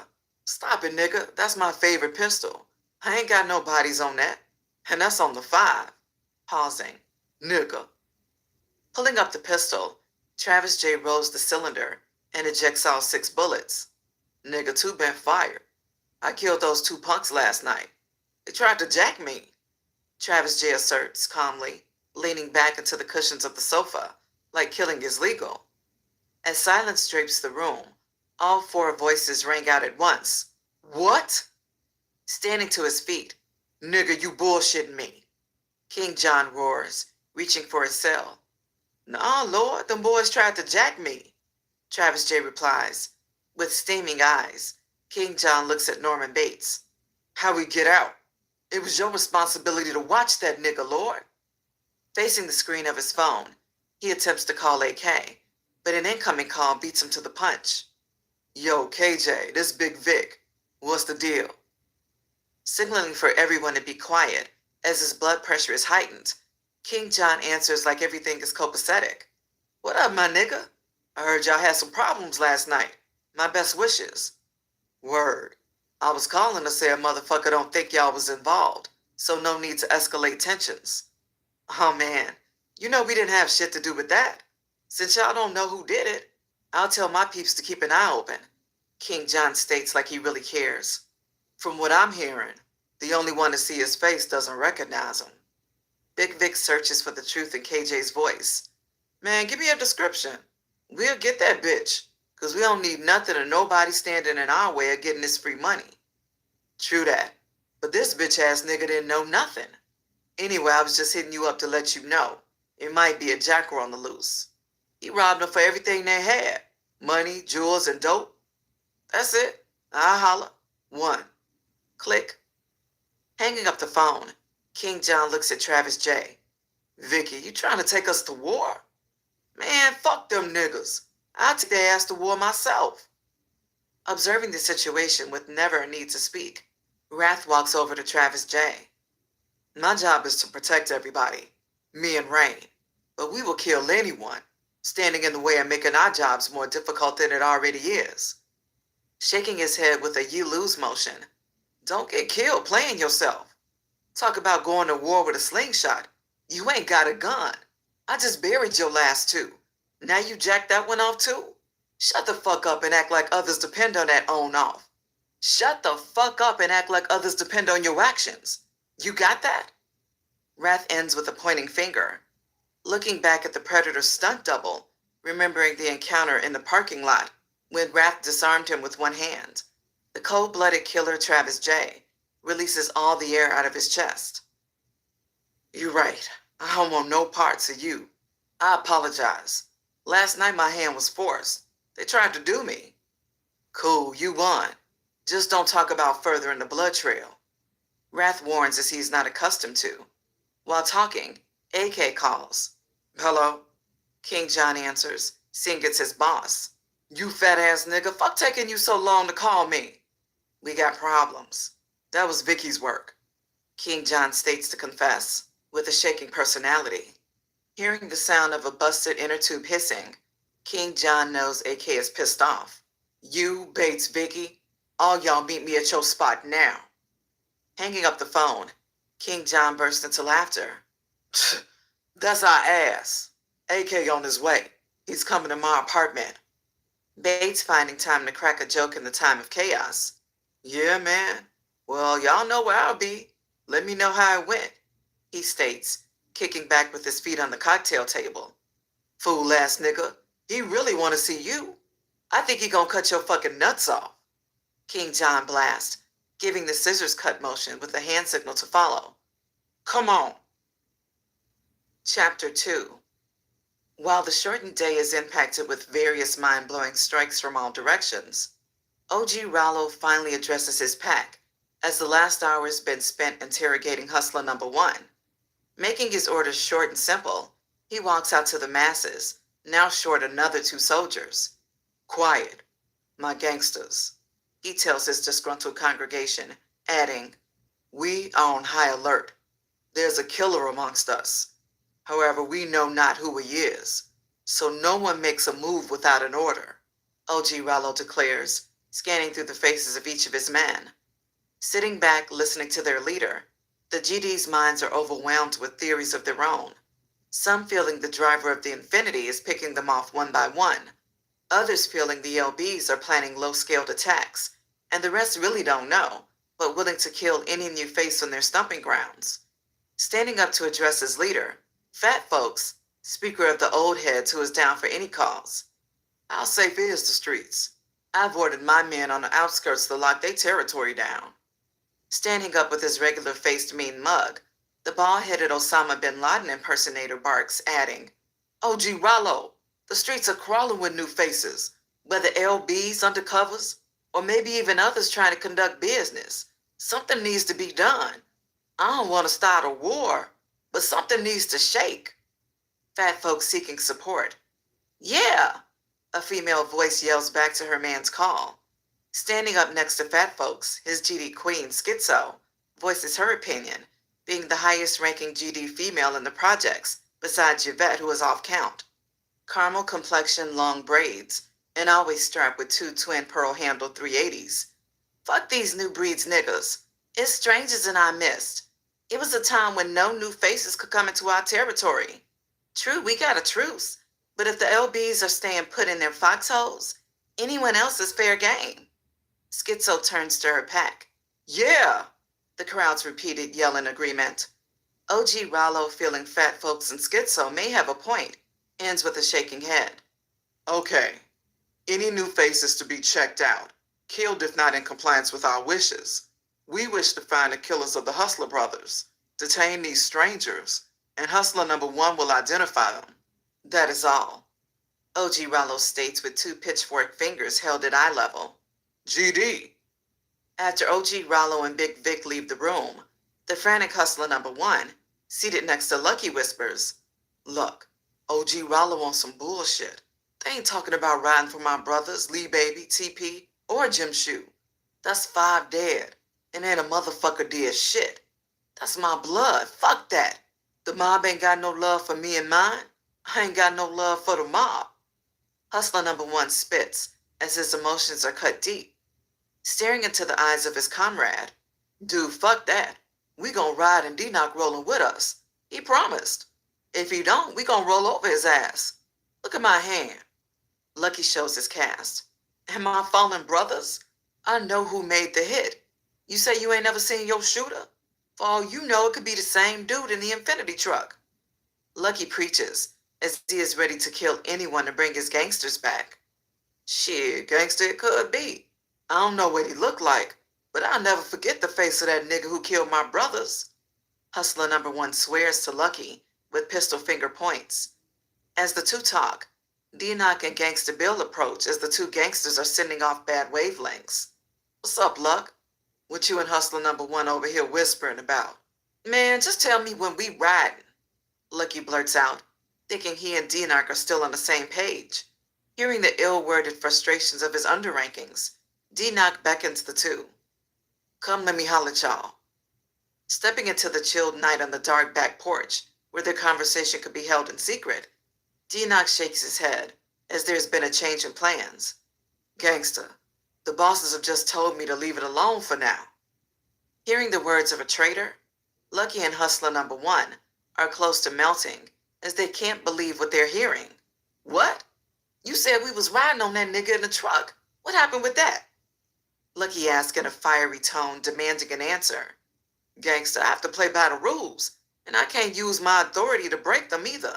I have to use my authority to enforce them, and I'm telling y'all to stand down, or it will be severe penalties because your actions speak for me. Sickened to his stomach, Hustler number 1 exclaims, Damn, D-Knock, you gonna sell me and my brothers out as much as we did for your broke ass when the organization and Shoe treated you like a bum-ass nigga you was? Hold up. Gangsta Bill steps in, adding, Watch yourself, young punk. I bet not ever hear you disrespecting this man and his authority again. He said what he had to say. This growth and development, it ain't gonna always go your way or mine. We take orders. OG Rollo just said, if somebody catch this nigga, bring him to you to ID him. What, that ain't enough? Your bitch ass don't even know what the shooter looked like, do you? Gangsta Bill demanding an answer of his own, not expecting what his ears are hearing. That's not good enough. Both you niggas fucked up.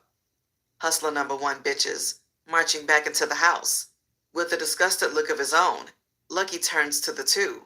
When y'all got rank, I thought the smaller people had a voice. Y'all some cowards. Reaching out to show Lucky who's the coward, D-Knock stops his security's hand. No, let him make it, Gangsta Bill. Yelling to the departing Lucky, D-Knock asserts, You heard what I said. Turning to look back at his 2 ex-comrades in crime, Lucky slams the door without a word. As the meeting of the GDs was being conducted, Big Seed enters Double R's 10-bedroom cathedral-style estate. Walking in with a black army-sized duffel bag, Big Seed tosses his collection of pirated currency until Double R's white-stained plank floors in the dining room under his grand crystallized chandelier, known as Sophia. What's up, Double? Big Seed gives a we made it nod. The jump from rags to riches. Double R prepares to accept. Rags to riches? Stop it. You living better than Rev Run. Big Seed states, looking at the 20-foot ceilings and surrounding 10-feet stained picture windows overlooking his back terrace. Laughing, Double R cuts on some Mozart with the remote control and turns the volume up, a trick he learned from Big Seed when discussing business. He won't believe who I just got off the phone with. Who? Big Seed asked with a bubbling face. Your boys, the twins. Laughing himself. What they call you for? They need a lawyer. I turned them on to my Jew boy, Iowa Che. He's the best in the city. He's so good that any state or federal case, bail is practically on sale. Double R brags, lighting candles suspended in the air on torch-like holders, circling the radius of the creamy white-colored dining room. They need me to pick them up. Boy, they gonna kill you. Big Seed laughs hard, holding his side. Seed, I told you things have changed. Just 'cause I sip Louis by the crates when others prefer XO by the fifths, and I retreat to Aspen for a month as the rest visit Cancun for a week. Don't let the smooth taste fool you. You taught me a lot when you was in jail. I had to fend for myself. When we party, you don't see no fools disrespecting me or my shit. Accepting Double R has grown up, Big Seed unzips the bag, dumping it on his Chesney 12-man diner hand-carved from the finest marble and stone. Let's count this shit. While the dineros are being calculated, the LBs await as AK hangs up the phone with King John. Wrath, open the door, AK outside. King John exhales, not knowing what to expect due to Almighty King's split personality, instigated by his birth of a Gemini. Bracing for the worst, as all issues rest upon King John's chest, AK slowly slides through the door, with second pausing stares at all of his men. Vicky. AK summons first, with the fourth ward waving set of four fingers. Staring in the eyes of the desperate fugitive, wanted for eluding authorities still wearing his Mexican borrowed outfit. Vicky, it's been a long time, AK says, as this is the first time he's laid eyes on his servant since his incarceration. Staring with an emotionless look, AK takes a double look at his attire from head to toe. As the onlookers watch, expecting the worst, suddenly AK grins, greeting him with a pat on the back. You see, if you need a motherfucker hitman to kill some GDs, look no further than this man here. With silence from the others still draping the room, thinking AK could still fuck Travis J up, all minds are eased when AK starts shaking Travis J's hand with the sacred Vice Lord's bond, walking to the second floor's window overlooking the projects.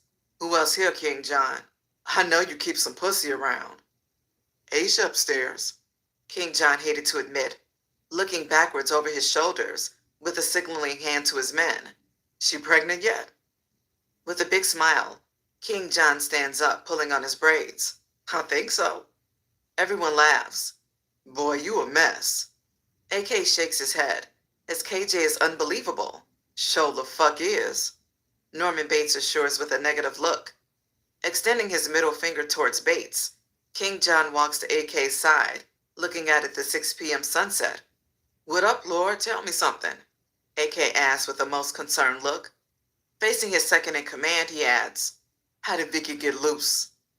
Taking a hard swallow, King John blames another. Bates assured me he had his eye on Vicky. How was I to know he was faking? Both looking at Bates. Bates looks away, like there is someone next to him to take the blame. Finding no one, he looks back. Lord, I tried. Travis ain't hearing me. He's his own man. Pointing at Travis, AK blast. Bates third in command, period. You stand with him. He calling the shots until we find you somewhere to be. AK orders, massaging his nose as it needs to be fed. Rising to the occasion, Travis J spits. Peeps, I got a house. Huh? AK gestures with a smile, adding, a house where? This chick named Belinda I met. That's me now. That's where I'll be. You talking about big-ass Belinda with all those kids? Yeah, nigga, you got a problem with that? Looking at the less than 12-hour instigator of a double homicide murdering spree, Bates asserts, she a nice girl. Interrupting the two underrankings, AK takes a seat on the maroon 17-man and leather wall sectional. Vicky, You going to stay out of sight. Knowing Bates is oblivious to Travis J's status, he adds, we need to get you some clothes. With interrogations of Mercedes coming to a close, the investigating officer, Jay Rotwell, questions the witness as she has no love for the suspect, Kusei, or his brother. Revealing all of the twins' secret business affairs, the officer really wants to know about the unidentified stick-up artist who has robbed the twins for an undisclosed amount of currency. However, Jay Rotwell will indeed take notes for a community complex where the cheapest homes cost more than $500,000. Still running off at the mouth, Detective Jay Rotwell can't write fast enough in shorthand to keep up with Mercedes' statements. Smoking a cigarette, the ex-stripper relaxes with a crossed leg. Fuck that nigga, he ain't got no job. He don't pay his child support, but he got millions. Explain that to me. Y'all seen his coupes and SUVs? That nigga owe me and his baby. Give me his shit. I sell it all. Fuck him and his brother. As the third time is the charm, Detective Jay Rotwell closes his notepad. Okay, you're free to go. Hoping he doesn't have to say it a fourth time, Mercedes grabs her coat. In leaving, Detective Jay Rotwell asks, reaching into his pocket, if you remember the perpetrator's license plate, let me know. Handing her a business card, call me. Taking the detective's card, okay, I'll call you if I remember it, she says, remembering every detail about her run-in with the criminal, never forgetting the letters of his state tag. She swears to herself, and when I catch you, I'm gonna cut your nuts off. An hour later, the 12-man table in Double R's custom-decorated home has a 2-foot barrier of blood money reaching chest to chest as the two partners sit across from each other.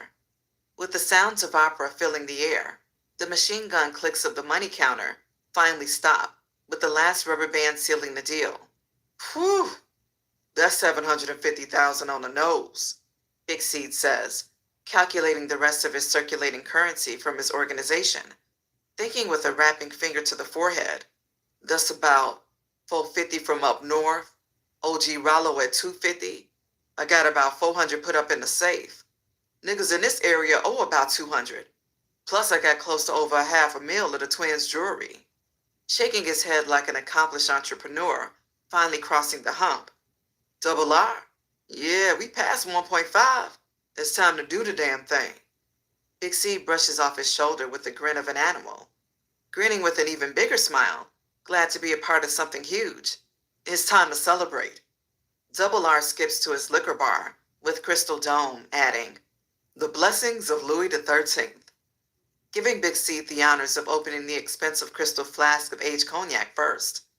Big Seed, so you ready to holler at Mr. H? No? Double R asks, sucking the bottle like a baby's pacifier.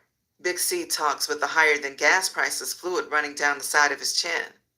Basically, I owe O'Shea a couple of $100, and I need to collect the cash off that cheap-ass jewelry, retrieve unpaid debts in the street.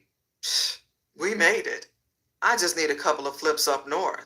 I know I could easily get a half ticket or more for the twins' diamonds from any of my niggas. I have that and some extra, Big Seed says, with a leprechaun's pot of gold's grin. Attempting to reply, hey, but... Double R's phone rings. Hello? Double R answers, recognizing the number. Richard, this is Iowa. I've got your friends situated. They're ready to be released. They should be calling you shortly. Seeing a private incoming call, I would say, that's my other line. This should be them.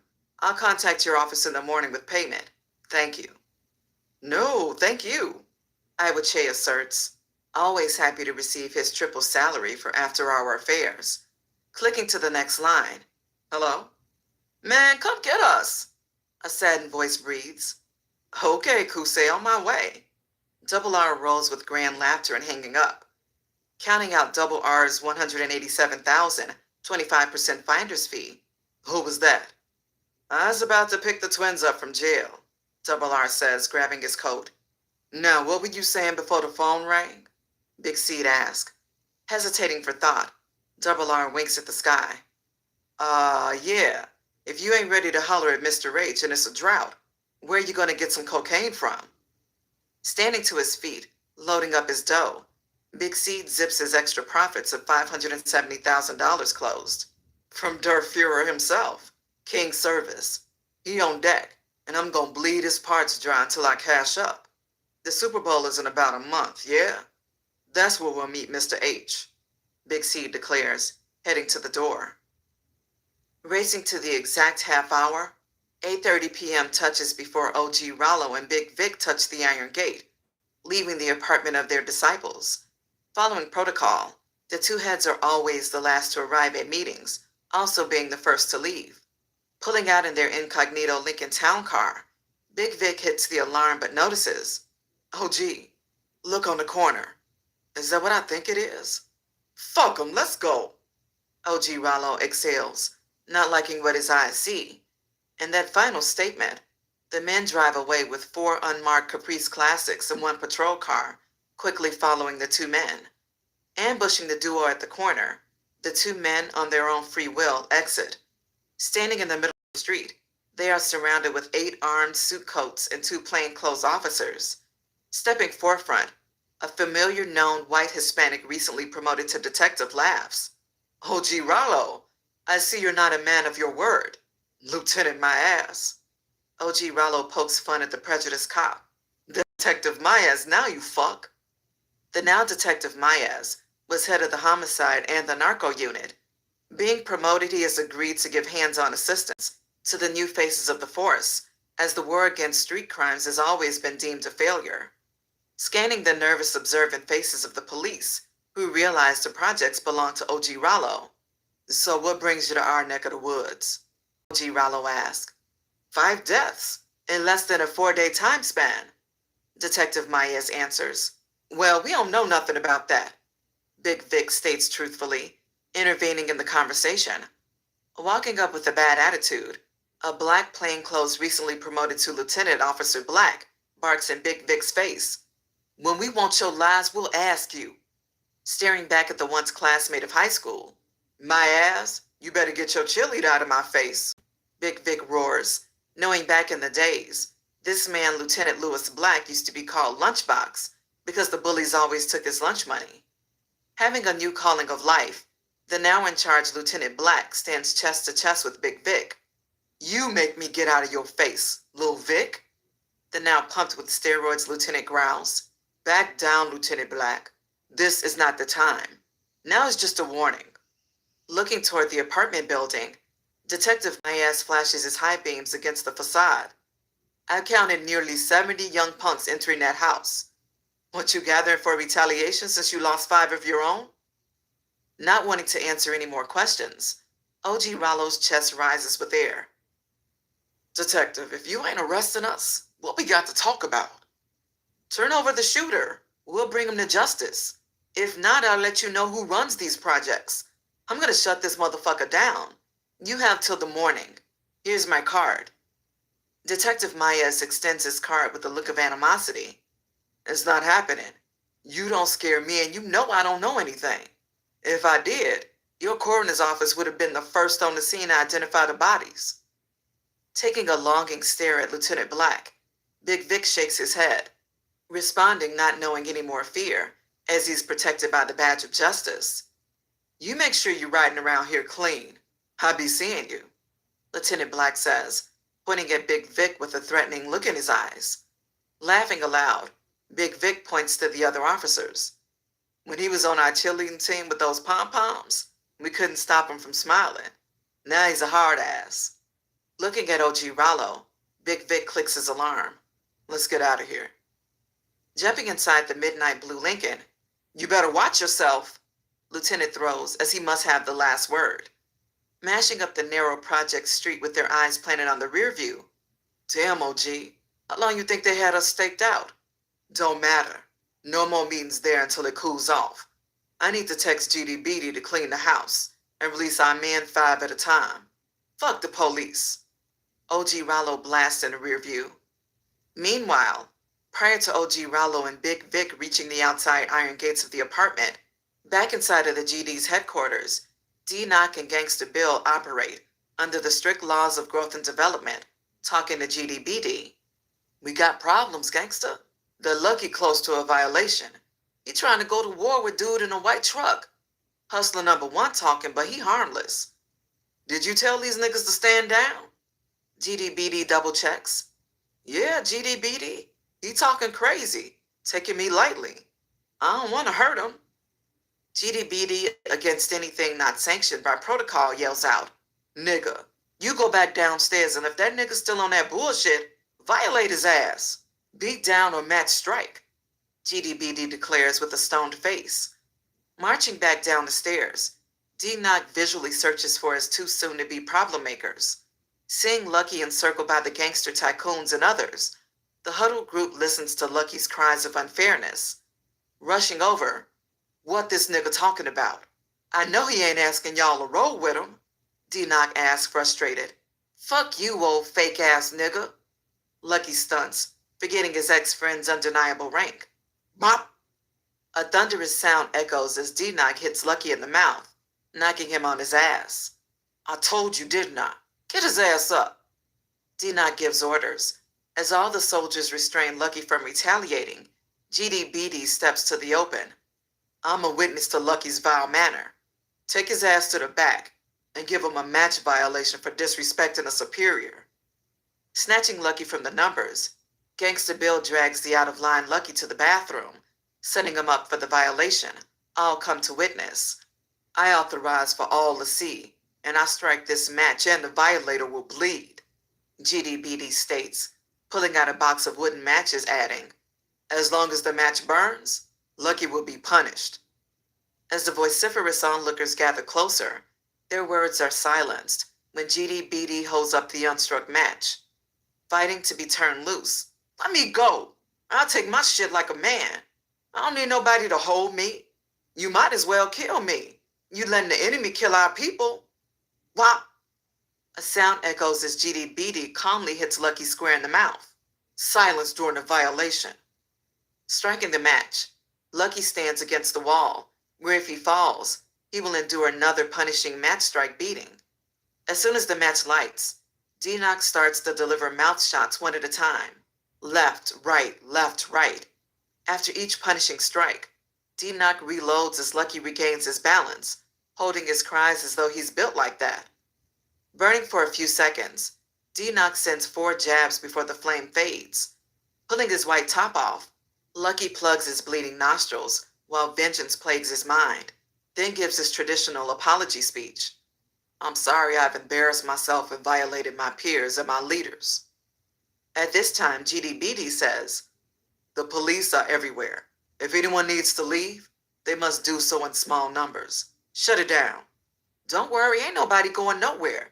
We just have to violate Lucky. Okay, cool, but peep game. Have Shorty sneak out and put all the work at your house. Click. OG Rollo frantically orders, feeling the police are up to no good. Driving down the highway, Luther Vandross plays on the radio, at a minimum level while Big Seed makes a West Coast connection. Hola, amigo. A person of Latin descent answers. Yo, where Hernander? Who is this? This Big Seed. Listening to 2 to 3 minutes of background Latino dialect, an excited voice is heard. Big Seed, mi man. How you be, amigo? I be ready for action, I be. Big Seed smiles, as his target goal has been surpassed on paper. That's real good news. How does the Super Bowl sound? That's what I was expecting. Sounds like music to my ears. That's where we sit down. It will be all good, my friend. I tell you, we need never worry again. Skating to his newly acquired, practically unfurnished 8-room privately fenced-in sprawling estate, purchased by Double R, Big C closes the remote to his 10-foot black gated steel fences surrounding his 15,000-square-foot house, centered on an open courtyard. Barreling up toward the diving board of his 50-foot swimming pool with pool house, the grounds also have a gazebo and an ornamental pond parallel to the underground 12-man jacuzzi. Exiting his vehicle, his twin gray mastiffs bred from his Floridian drug connect, O'Shea, comes running, muddying up his tailored cream-colored Don Majestic designer pants. Get the fuck off me, he yells at the gray big-boned Haitian breeds, bolting to the house with 2 arms full of luggage. Parading into the house from entering his punch-in security code, Big Seed slams his baggage to the coconut-colored gold-toned marble floor. pointing at the oversized pups. Yeah, y'all going to obedience school, 'cause you motherfuckers don't listen. Big C growls, pulling off his expensive trousers, tossing them to the floor. Turning into the interior of his open space domain, Big Seed strolls in his silk happy-faced boxers to the emptiness of his music room, which sits a Story and Clark baby grand piano with an original 1931 Maynard Dixon oil painting of late afternoon. Continuing to march through the memorized darkness of the marble-laid first floor, he leaps over every other step of the coconut-colored soft cashmere carpet lining the spiral staircase until reaching the open-sided wood banister of the balcony leading to two directions. Curving left with about 20 steps forward, he kicks open the double doors of his master bedroom suite, which is furnished with the Louis XV style furniture, themed in a classic French motif with gold-trimmed walls. Flicking on the lights, fuchsia silk-colored custom-fitted bedsheets and window draperies are tinted with a peanut-tinted fur below to match the plot of the wall-to-wall carpet. Punching on the 70-inch plasma, he jogs into his 20 by 20 walk-in mirrored closet, where his burgundy 8-foot 1-ton gun safe sits.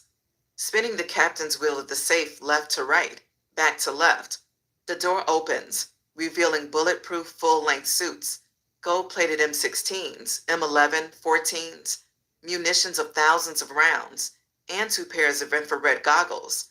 Bending to his knees, he stacks the new bundles neatly atop the previous old bundles, with them touching the 8-foot steel ceiling 4 times. That's what I'm talking about. Gliding barefooted back to his bedroom, he dives into tree bark stained grand skeleton, supporting his temper advanced ergo system, with rejuvenating massage when he uses a wireless remote. Watching CNN discuss the war in Iraq, Big C dials the number 1 person that has been on his mind all day. Hello? A soft voice speaks. Listening to the tenderness of an angel's voice, Big C gets the shivers. Hello? The mild voice repeats with a high pitch. Just before the 3rd call, Big C curls up like a sensitive, regular human being attracted by love. What's up, Maya? Boy, I was about to hang up on you. What are you doing? Thinking about you. Big Seed says words he doesn't want Maya to know, so he stops. Thinking about me? How thoughtful. Maya blushes. Well, nothing like that. But I wanted to know if you were ready to hit the road again. With a quick answer, always ready to leave the projects. Yeah, when? Maya asks so she'll be prepared. First thing in the morning, be ready. Okay, till then. Yep. Click. Big C just hangs up, not wanting to say anything further, as he is known for breaking the mood with his XXX rated verbal thoughts. Now is not the time. He rolls over, still needing rest from his unscheduled morning activities with the manager of seduction. Turning under the cherry moon, Double R exits the police headquarters with his 2 friends/victims, playing the nut role. Cool say, what you doing in jail with drugs and weapons charges? Both brothers, still brainstorming the situation, look at each other, having gone over different scenarios time after time again.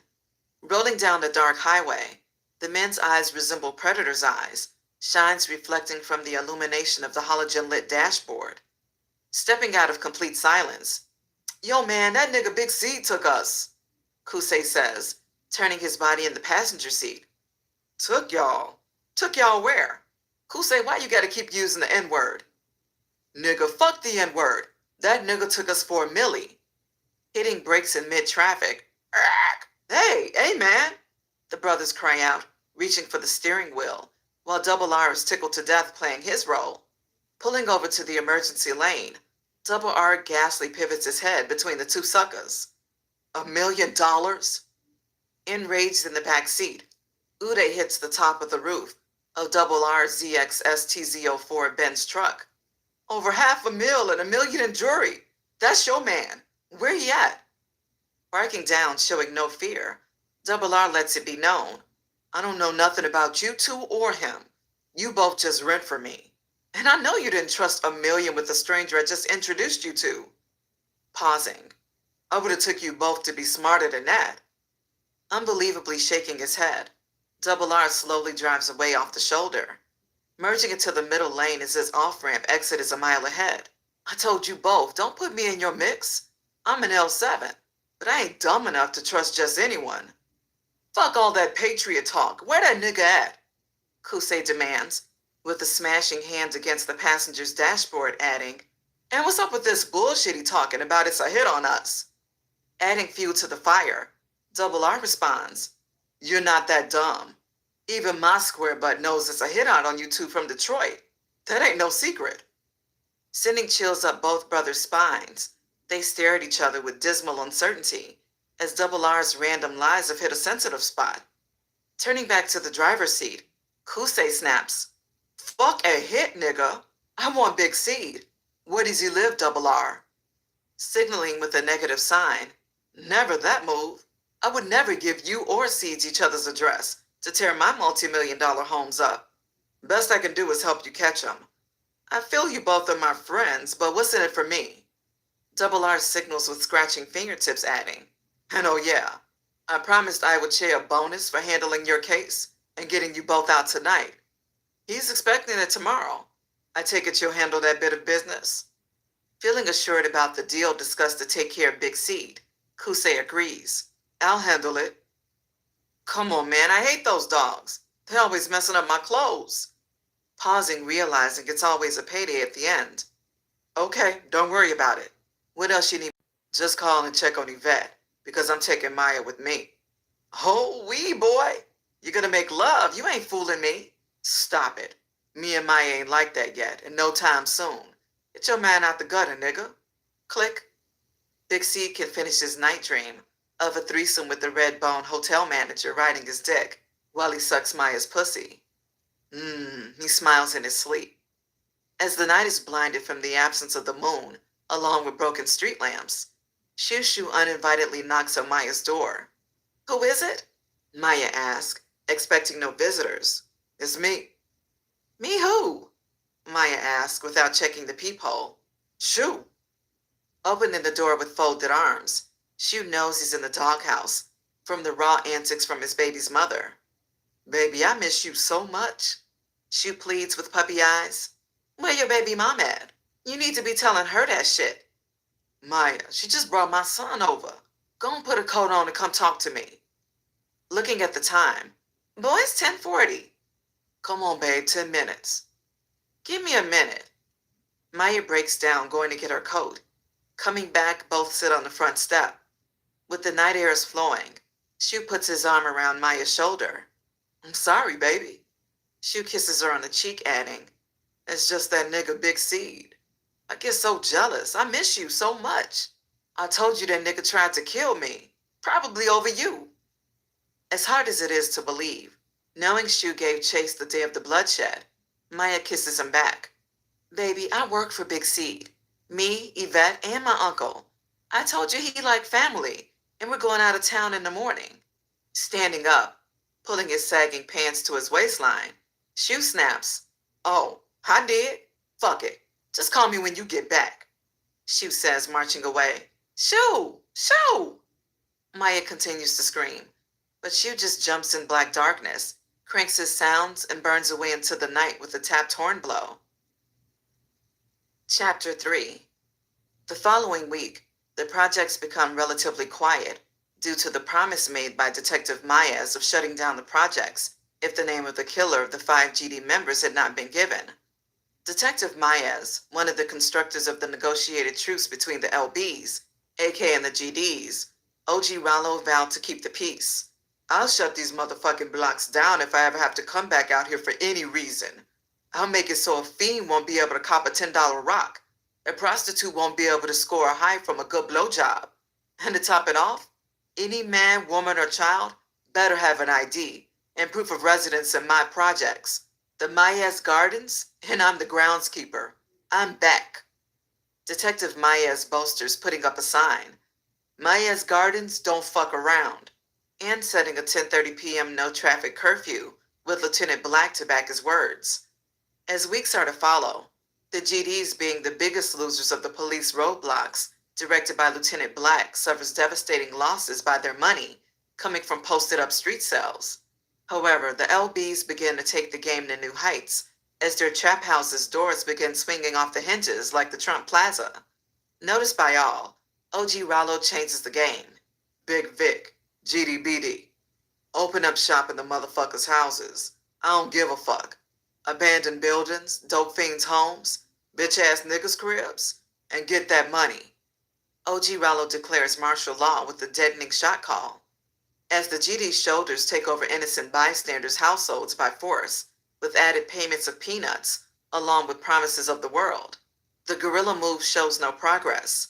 It is found to be too late in the game to be considered a game changer, opening up unknown drug houses.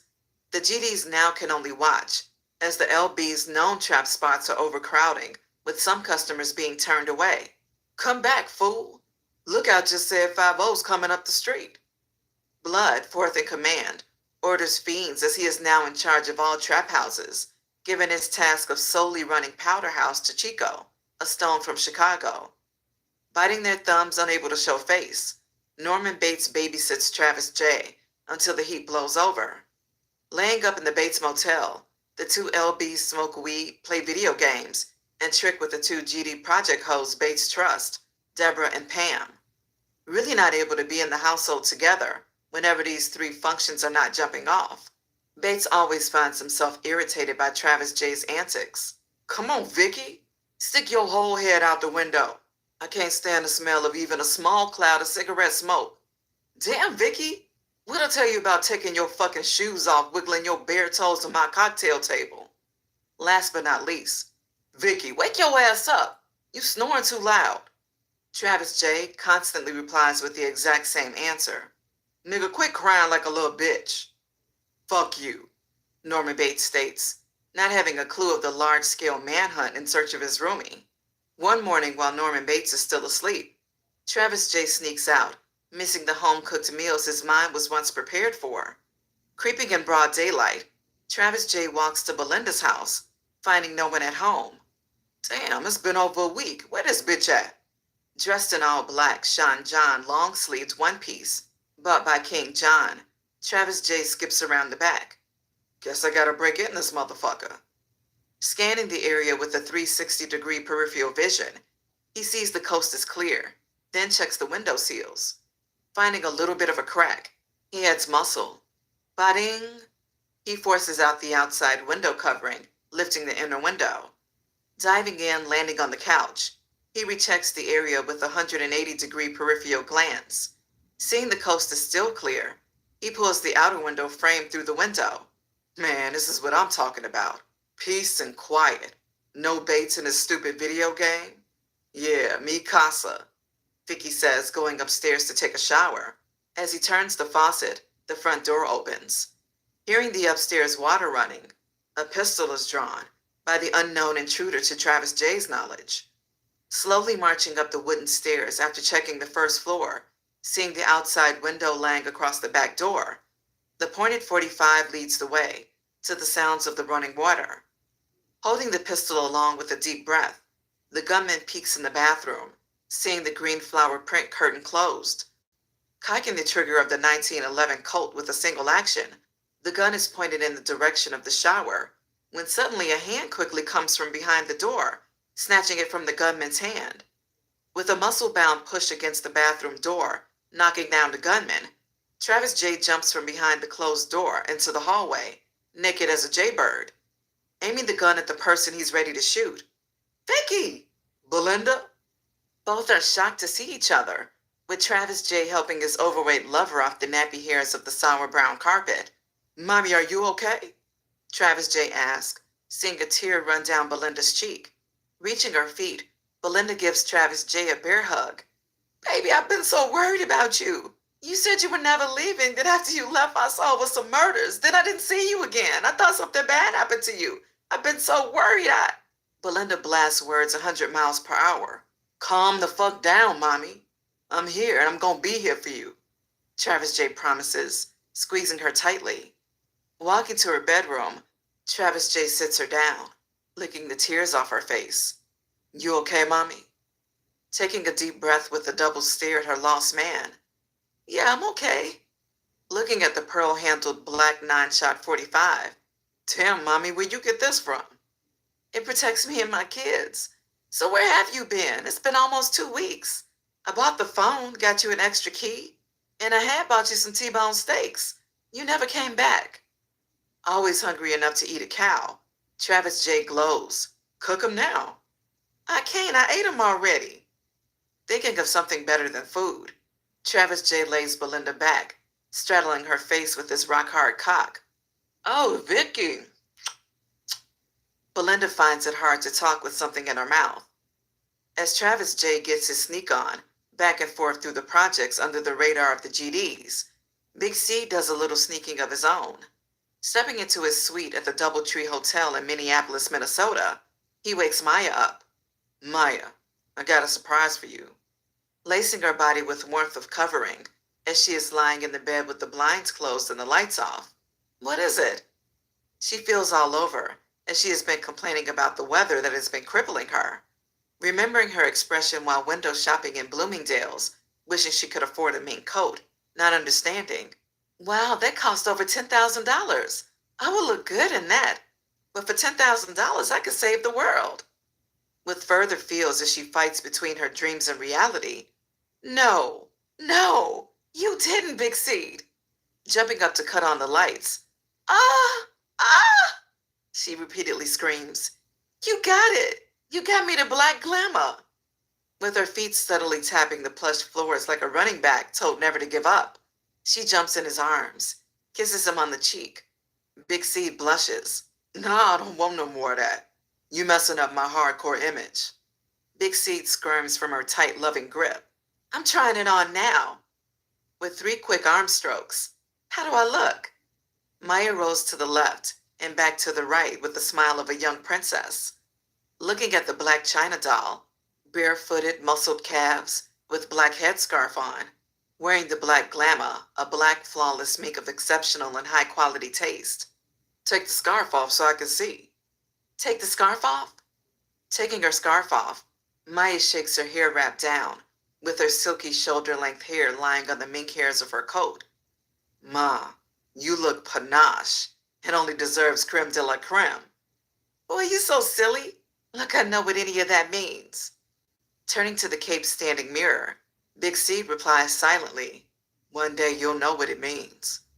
Posing in the mirror like it's in her blood, I could have been a model, I think. Well, it really don't matter. Tonight, you and I are gonna make all the models jealous. King Service opening at this party hosted at the Mall of America. Go and get dressed, Ma. As the Midwest trip has been a success during the drought, with Colo and Casper tripling their money and G-Wiz and Modi doubling theirs, it's finally time to play as King Service dropped his prices too. Big Seed, making sure all pistons are firing all the cylinders, decides to pull out the stolen jewelry, only selling to the highest bidders. Having a private auction on his cell phone, he texts everyone in his circle with close-up and clear pictures of the VS1, colorful, gaudy dope man pieces, with the same text message to follow. Get it while it's hot. First come, first served. Get it while it's hot, 'cause it is.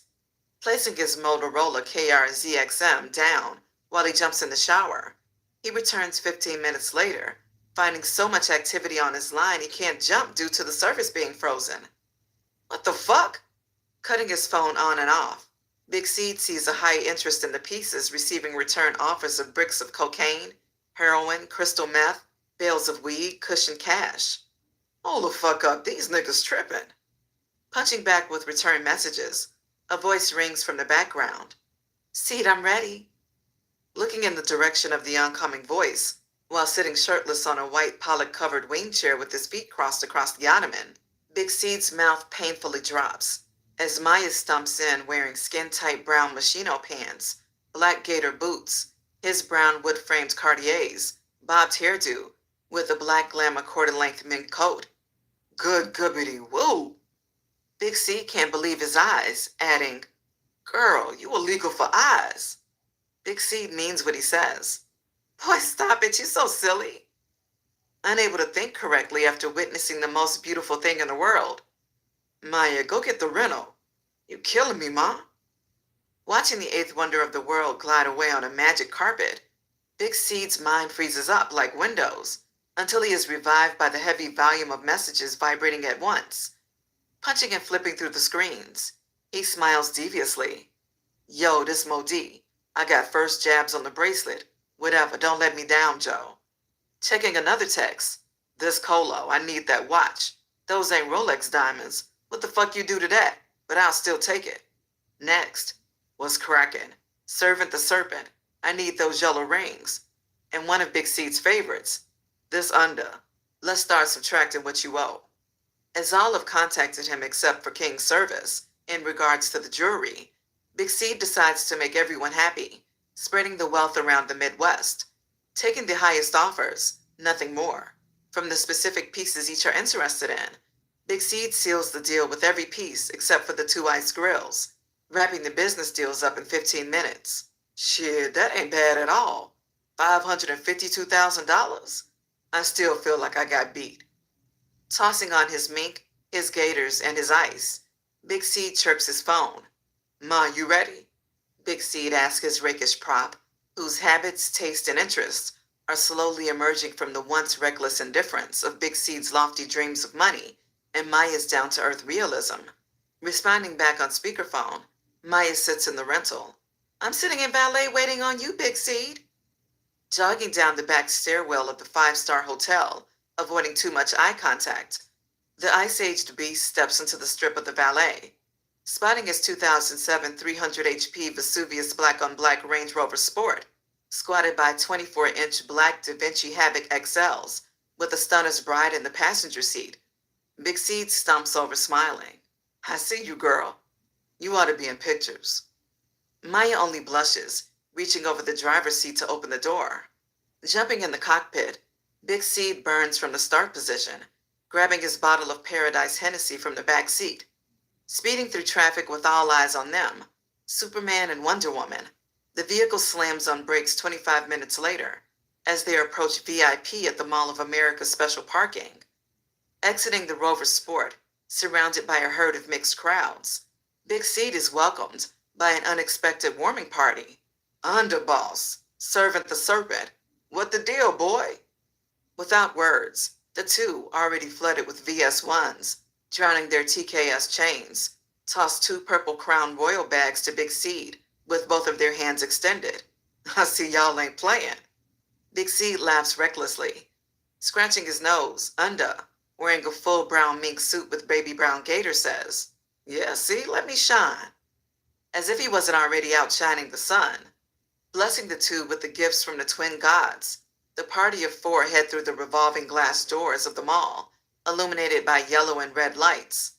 Entering into the doors of Backstage, the dressing room walled with fist-sized light bulbs is packed with camera crews, groupies, and known entertainers. Glancing at the buffet filled with lobster tails and cocktail shrimp, Big Seed asks Maya, Be a darling and fill me up a plate. While Big Seed watches Maya's flexing walk, he turns to his left from being tapped on the shoulder. Boy, I hear you passing out gifts like Jacob Claus. Boy, you crazy than a motherfucker. Big Seed shakes the hand of the diamond-shaded King Service. King Service, I see you didn't want none of my pieces.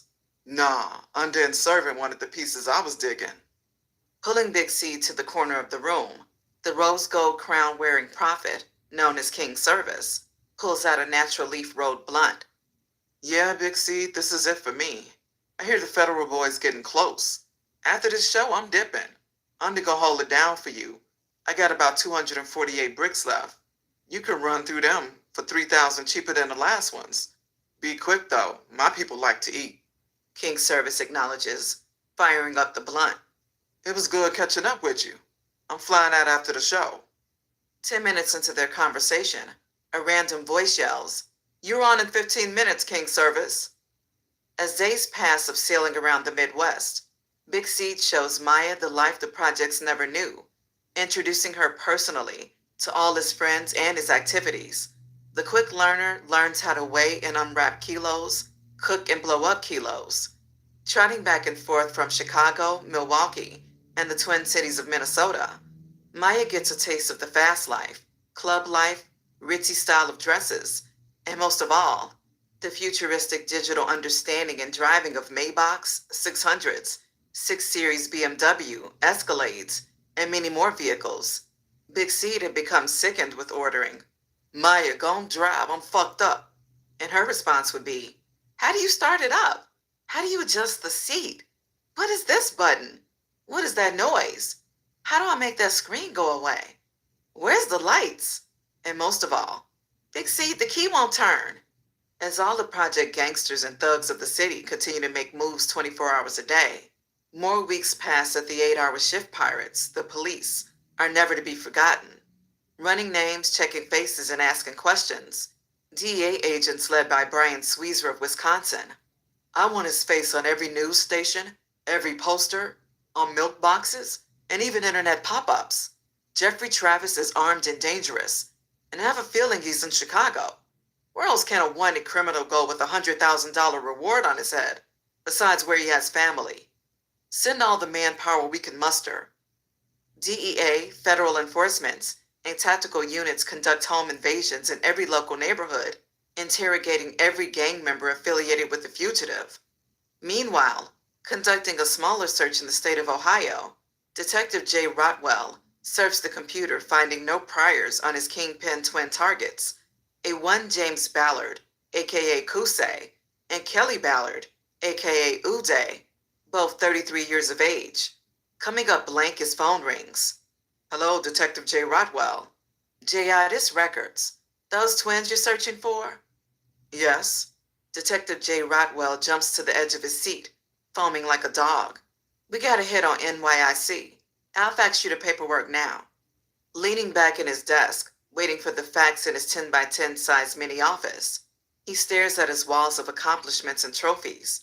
Looking at his certificates and graduating pictures from college and the police academy, he has always wanted to make the big case, so he could one day be blessed with federal bars, furthering his strides up the ladder of law enforcement. Hearing the fax machine beep, followed by the ink cartridge marching like a small band, Detective Jay Rotwell slides across the gray tiles of his floor, with his hand hovering over the now printed mugshots of the twins. Clearing his computer, he links the profile number appearing at the top of the NCIC mug photo. Snatching the page out of the fax, he turns to his computer, hitting the return button, and simultaneously views the hard copy, which is a more detailed computer-generated background analysis of both men. "Detroit, Michigan. That's where you boys are from?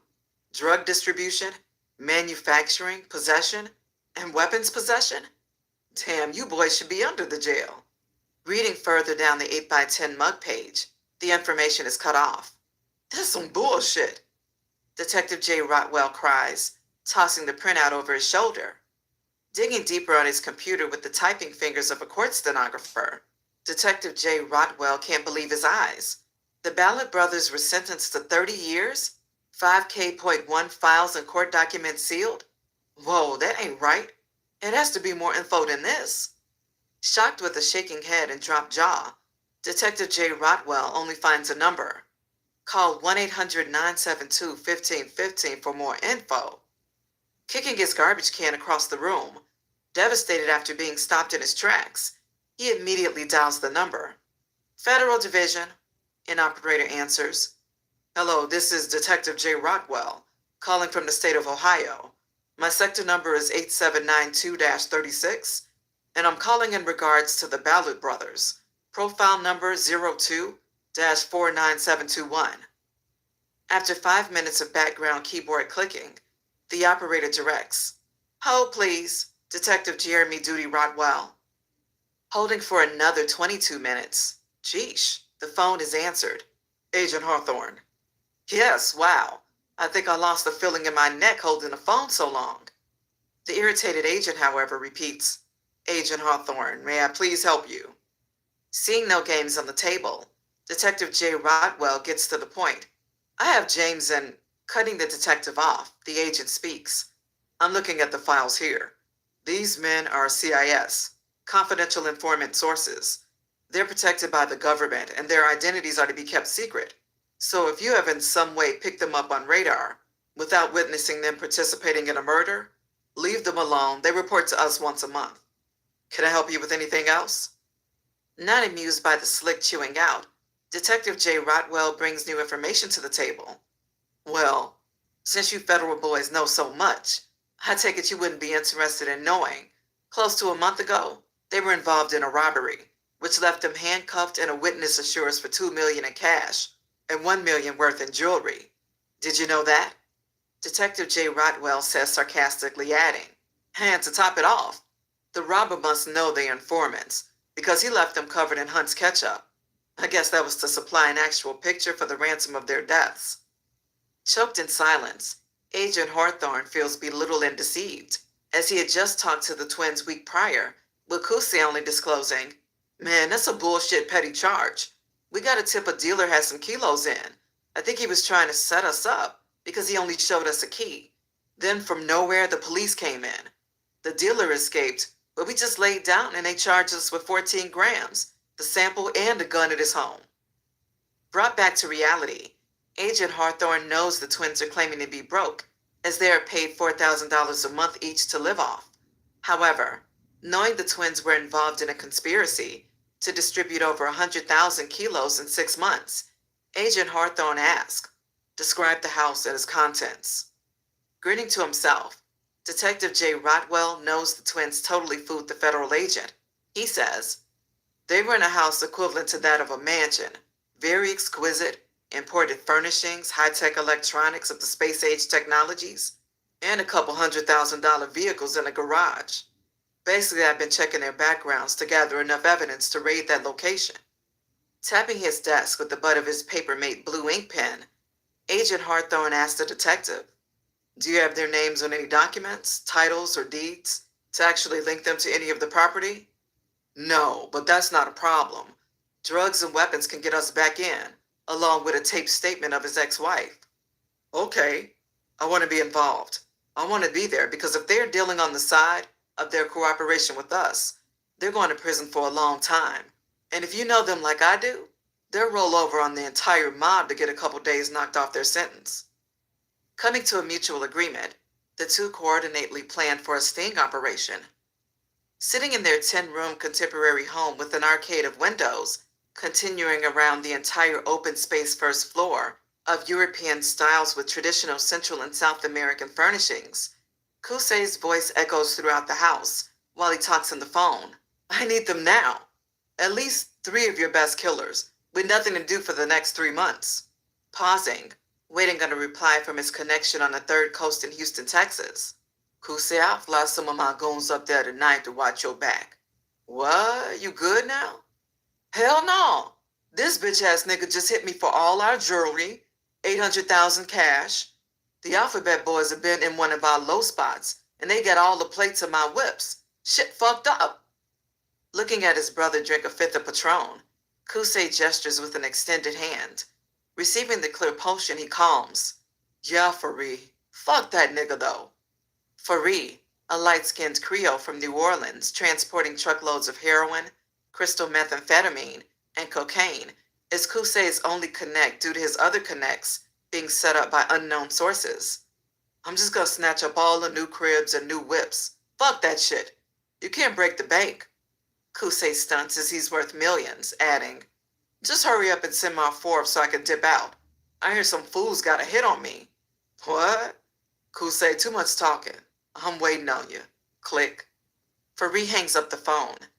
Dialing the one he needs to keep closer, Kusei cries out, "Double R, what's the deal? Thought I would have heard from you by now." "I am definitely on top of my business. However, Big C is nowhere to be found. The word is he's pulling stunts all over town. My bank account is frozen because the check you wrote me for the condo I was renting bounced. The house he was staying in? I took the sheriff over to his house, and all the furniture's been cleared out." Hearing a loud burst of barking, Kusei asked Double R, "Where you at, the zoo?" "No, real funny. I'm dropping my mutts off at obedience school. Anyway, I'm keeping my eyes open for him." "Well, keep me posted. I'm gonna need to get at you a little later." Click. Kusei hangs up as Double R drops the dogs off at obedience school, close to the rehab complex where Slim Jim is being held. An hour later, Double R is face to face with the aggravated, nappy-headed Slim Jim, strolling through the courtyard of the chilled grounds with Ohio winds. "I want to kill that nigga." The shivering anorexic Slim Jim states, as he has yet to regain his appetite that has caused him to lose far more weight than anticipated. You look good to me, old man, Double R tells. If I felt strong enough, I would knock your punk ass out. Slim Jim cuts his eyes, wearing the most serious face ever. Whatever, just keep your end of the bargain. Why bargain? And he threatened my life. I'm ready to go back to the penitentiary over this shit. Slim Jim fights to make a threat as he feels the torment of the heroin leaving his body. Jogging to his black-on-black ZSSTZ04 Brabus, Double R jumps in out of the cold, calling his dream girl, however only keeping it business. Yeah? A deep gangster's voice answers the phone. Damn, Yvette, you sound like a dude. Nigga, fuck you. Yvette snaps off like she would at any punk-ass nigga with Double R daring himself to complain to her about using the N-word. Well, I was just calling checking on you. You don't need anything, do you? Yeah, nigga. I need you to stop calling me every day. Yvette can take care of herself. You just want to flirt with your thirsty ass. Yvette, it's a time for everything. It's only business now. But when Big C get back, I'm gonna make my move. Now I'm watching out for you like a brother. Hi, nigga. Bye. Click. Yvette hangs up in his face. Damn, I love that bitch-ass gangster. Double R smiles as he heads to collect Big C's debts. Chapter 4. Touching back down in the city almost a month later, during morning's rush hour traffic, Big C drives in the slow lane with two things on his mind. The first is the almost $2 million in cash in his truck, and the second is the young Maya curled up asleep in the passenger seat. Leaving the Midwest with every single cent owed to him, he ordered his first 4 lieutenants to take vacations until after the Super Bowl, which is less than 3 weeks away. Making his first call to his 5th lieutenant, Yo, Double, I'm back. What's going down? Everything at a standstill. We been out, Double R declares, as his pager and cell phone has been cut off due to end product for his customers. Disgusted but happy at the same time, Big C orders, meet me at my crib in about an hour and a half. I need to drop Maya off. Not up on game as the projects, the Maya's gardens have been taken over by and contained under an iron curtain from a dragnet implemented by Detective Myers and Lieutenant Black. Big C strolls through the 1 and 2 entrances, which is staked out by 2 patrol cars. Damn, it's hot than a motherfucker out here. Big C speaks under his breath, passing the 2 watchdogs. Entering slowly in his 2-tone silver bullet, one of the squad cars follows the 300C, displaying another country's license tag. Quickly approaching the back bumper of the platinum-colored vehicle, the squad car flashes its lights, with Big C spitting his yellow diamond grill into a cup of coffee centered on the console. Growling with a look in his rear view, fuck! Pulling over, 2 white officers swarm the car, license and registration. Is it a problem, officer? Big C asks, as he obtains the 2 pieces of documentation from his pocket and glove compartment. Yeah, it's a problem. I don't know you, and you don't live out here. Receiving the paperwork from the opened window of the driver's side, the officer's orders, step out of the vehicle, sir. Hesitant with the bottom bit lip, Big C opens the door, stepping out into the brisk chill. Who is asleep on the passenger side? The second officer asks, as he visually scans the inside of the car. Looking over his shoulder, Big C points, that's my girlfriend. She lives out here. Get her ass up. We searching the car. Knowing his rights as he learned the law to the fullest during his last bit, y'all ain't searching shit without a warrant. Big C snaps, as the officers didn't ask for consent to search. A warrant? Fuck a warrant. My K9 is the only warrant I need, the white officer amusingly says, pointing to the second approaching squad car, which is a K9 unit. Sticking his head through the open driver's door, Big C yells, Maya, Maya, get up. These motherfuckers searching the car. Big C says, sourly thinking of his $2 million chilling in the trunk. Opening the door for the slow-to-get-up groggy Maya, the second officer states, yeah, Maya, we motherfuckers searching the car. He expresses with his accent. Getting out of the second squad car, the third officer pulls out a crazed, shedding German shepherd, walking him through the mud and ice dew trapped in a curb's drain in the street. Nice paint job. I thought this was a Bentley when I pulled it over. Pausing. Not. The officer smiles, allowing his dogs the pleasure of scratching nicks and key mark tears into the office of the two-tone $7,000 paint job. Appalled at what he sees, Big Steve stumps his foot. Oh, it's like that? You should have let us search. That's nothing. Continuing the search, the third officer gestures Maya to back up. This dog will bite you if you've been smoking dope. Laughing, the third officer tosses the muddy dog into the inside of the accustomed upholstery, themed with two-tone gray and white bucket seats. Terrorizing the interior with scratches and mud stains, their superior officer arrives at a non-marked Caprice as the search is broadcasted across the radio. Getting out of the unmarked, the African-American superior smiles as the police's dragnet surrounding the projects have netted an overwhelming amount of bust from drugs and weapons. Focused on the unknown driver wearing a mean mug, the lieutenant looks in his face. Oh, you're a new one. I've never seen you. What goodies do you have for me? Dope? Guns? What? Man, I'm just here to drop my girl off. Big C gives the look of a victim, looking up at the young black female covering her face from the chilled airs. The lieutenant takes a second look. Maya? Popping her head out of her jacket like a baby turtle does in its shell, the innocent Maya looks back shivering. Officer Black? She remembers as he used to be Officer Friendly. Ending the search immediately, as the dog shows actions of making a "I got this," Lieutenant Black declares, gesturing his men to pull out and post back up in the corner. Maya, I didn't know that was you. Girl, why didn't you say anything? Say what? Maya asked, expanding her bright eyes. Looking at the scratches to his custom paint job, scratches in his freshly stitched seats, along with the mud puddles, Big C turns to the superior officer. It's like that? The steroid-pumping Lieutenant Black responds, walking to his car. It could have been worse. Get her home and don't come back out here.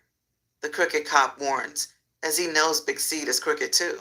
2 hours later, the giant black gates of the 15,000-square-foot fortress roll back as Big C speeds through the parked double R, merging in behind him. Raising the two left garage doors of the four-door vehicle warehouse, both cars enter with doors closing tightly following their entrance. Exiting the Brabus, double R cries out, Damn, Seed, you're over 30 minutes late and I've been blowing you up. Big trouble in Little Ohio. Police had me hemmed up and Maya saved the day. What'd she do?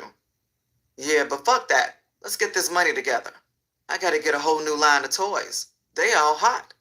Big Seed states, realizing the game is getting complicated. Staying on the subject, Double R brags. I told you about these projects. They hot. Following Big C through the two parallel vacant car spaces, Double R looks in the air, seeing Big C's two street trophies up high on hydraulic lifts. Man, you need to sell me one of those. I'll take the gold 65 Caddy with fifth wheel and 22-inch gold Dayton over the drop-top candy red 2004 Vet with butterfly doors. Nigga, if it's in here, it's not for sale. Now all that shit at the store has got to go. Push one off on me. Double R begs. Man, didn't I just tell you that shit's hot? The Infinity truck was in a shootout. My 600S class, used to rob the twins, was spotted.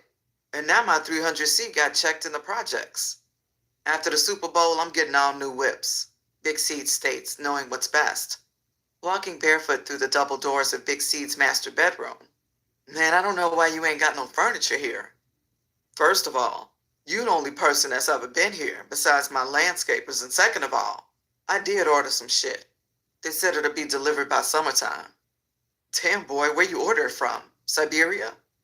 Close. But since you got so much to say, tell me something. I need to know. How was Slim Jim? Bursting into laughter. He fucked up. I did go talk to him, since you threatened to miss the Super Bowl. He said he is going to kill you.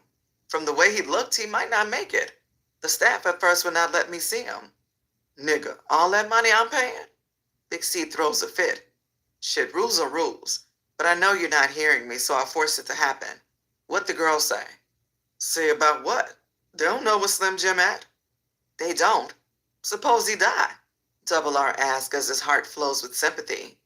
Oh, well, he was on his way to overdosing anyway. Ain't no nigga gonna stop my show. He too close to being in the way. I'm the only star in this film, and I write the script. Well, who am I? Double R asked, searching for his role of importance, with the shaking head revealing a serious face. Now you are standing working on being an extra. You don't have a speaking role yet. Big C cracks up with laughter. Man, forget you. Double R waves Big C off, discussing the Super Bowl. Meanwhile, at an undisclosed location, OG Rollo, Big Vic, and GDBD sit amongst each other, brainstorming about the month's historical losses. It's never been like this. What's next? Big Vic asked, ready to wave the white flag. Shit, all I can say is the LB's making a killing right now. I can't even see going to the Super Bowl, GDBD asserts, sucking on a piece of ice from his Jack and Coke. Hell, fuck no. We ain't going to the Super Bowl or anywhere else. This ain't the time for vacationing. This the time for rubbing a motherfucker out and taking his. When these police clear out, the LB's clearing out next. OG Rollo stands up, vowing the ethnical cleansing out of his projects. OG, do you think that's a smart move? Because if we hit them, the police will be back like they say history repeats itself. Big Vic reminds his leader. With a shaking finger, OG Rollo fires back. If you learn that, you also learn that you learn from history. As of now, we are learning that the LBs are making a killing off their old trap houses as our new ones are unknown. So we will keep our unknown traps open, and when we strike our enemies, burning down their traps, with a raised gesture money sign of rubbing hands, the fiends will be forced to learn the new locations. When the police come back, we will own all traps, and we will run the traps ourselves. Plus, we'll open up new traps on the outskirts, just in case we need backup traps. These our people can run, OG Rollo declares, standing in front of his self-imaged oil painting, with him dressed up like a 60s gangster in all blue. As all seem to like OG Rollo's idea, the three heads shake in agreement. When do we start? GDBD asked, staring into the ceiling's gold fixtures, mounted over the floor-to-ceiling blue draperies. We start now. I want to be in full effect by the time our enemies are parlaying at the Super Bowl. We'll just throw a party at the apartment, the West Tower. Pointing to his number 2 and number 3, OG Rollo paces across the plush Italian carpet in his iron sheet curled sandals. Go to the streets, get my money. I still want everyone working every day, all day.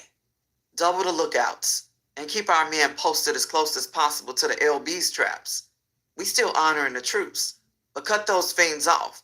That's my money they spending, OG Rollo declares, with 2 upward-fingered pitchforks crossing his chest. GD. As the GDs feel the pinch from Lieutenant Maez's grip, the LB's pushing their success to the limit runs out. Sitting at the head of his full-seated 10-man conference table, made of ormolu maple, AK stares at the towering mounds upon mounds of dope money, scattered in front of all heads of each trap house. King John, iced out like Maharaja Jr., with the worst case of the flu, shining with red, white, and yellow glow, stands at the other end of the table, crashing down another duffel bag onto the masses of currency from his empty vault. We out of dope. Nobody in the city we fuck with touching what we need, and our heroin connect. King John shrugs his shoulder, as AK is the heroin connect, adding, You tell me. Quietly looking at his men, he holds a tapping cigar in the ashtray with his right hand and a nose-leveled straight shot of rare cognac in his left. At AK's left sits Rain, his personal security. Ra-Ra, head of the crack house, Chico, head of the powerhouse, and Vicky, the fugitive. Sitting at the other end of the table is King John, with his security Wrath to his left. To his left sits Hussein, head of the heroin house, Blood fourth in command of all the houses, and Norman Bates third in command of all soldiers with AK, seated next to him. Standing up looking at his soldiers, AK wearing a white fur snowman suit with a matching hat made from polar bear skin, strolls to the second floor window of the East Tower. We ain't heard a word from my fake-ass connect. Shut it down. We leave in 2 days. The police surrounding the area, we won. No need to overdo it. How much money is that, KJ? With simple strikes of a pocket-sized calculator, it's 728,000 and some change. Thinking to himself, AK stares out the window, where he can see the project's entrance as patrol cars ride away with flashing sirens. I got over a ticket put up. Damn, I'm making no progress. Too much unnecessary spending. I need a bona fide connect. I refuse to pay these bums these extorted prices. As his men are gathered in discussion, AK returns to the table. Give my trap house princes 10,000 apiece, then get their men 3,000 apiece. Bates, you get 15,000. Blood, you get 12,000. And give Vicky 2,000. Your vacations start now. I don't want anyone working while we're gone. There's been one. Almighty.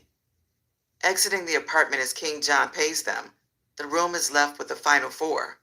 Give Wrath and Rain 15,000 apiece, and you take 25,000. Where does that put us? AK asks his second in command, as he stares into the hot streets of his projects, which are run by his arch-rival, OG Rollo. With another strike of the pocket-sized calculator, I just paid out 141,000, so we had 587,000. King John responds, after doing a double check of his figures. Okay, pull another 20,000 out for Chalk's monthly informants briefing. Without him, none of this would be possible. AK assures his second in command with a down shot of liquor. Packing the money, preparing to transport it, King John looks at the leader. Yo, I ain't asked, but how we getting to the Super Bowl? Grinning, AK responds, shit, with money. I hadn't thought about it. My mind been on other shit. What you want to do? Who going? Just us four? King John asks. Yeah. What about Vicky? What about him? Being the last motherfucker on AK's mind, he really my responsibility, and I don't want to come back finding out he destroyed our plans, and you blame me for it. Feel me? Norman Bates wanted to go anyway. At first he thought he had to stay behind to hold the fort down. Now it's no fort to hold down. Looking at Wrath and Rain, for their very seldomly asked opinion, both of them turned their back, not trying to be involved in a situation gone bad. Oh, it's like that? AK yells, pouring himself another shot. Almighty King, you make all the decisions. We just kill people, Rain asserts, giving Wrath a high five. Yeah, don't put us in that, Wrath adds, grabbing 2 bottled waters from the bar's cooler chest. Fuck it. We can take them, because I don't trust Vicky alone by himself. So how do you want to do this, KJ? Because I'm going to be on vacation. As a matter of fact, I starts to relax. I see. So if something goes wrong, it's my fault, huh? Exactly. Never being shy to call shots, King John grabs his cell phone. Shit, you ain't said nothing. We ain't working. Hell, we can dip now. I'm going to rent a Winnebago since the 6 of us. Rain and Wrath can drive. We'll be carried around like kings. Satellite TV, open bar, music, bathrooms, beds, the luxuries of home while traveling. Immediately calling to reserve the house on wheels, King John calls over to Bates Motel. Bates, get ready. You and Vicky going to the Super Bowl with us. So hurry up, playboy. Ain't no time to do nothing else.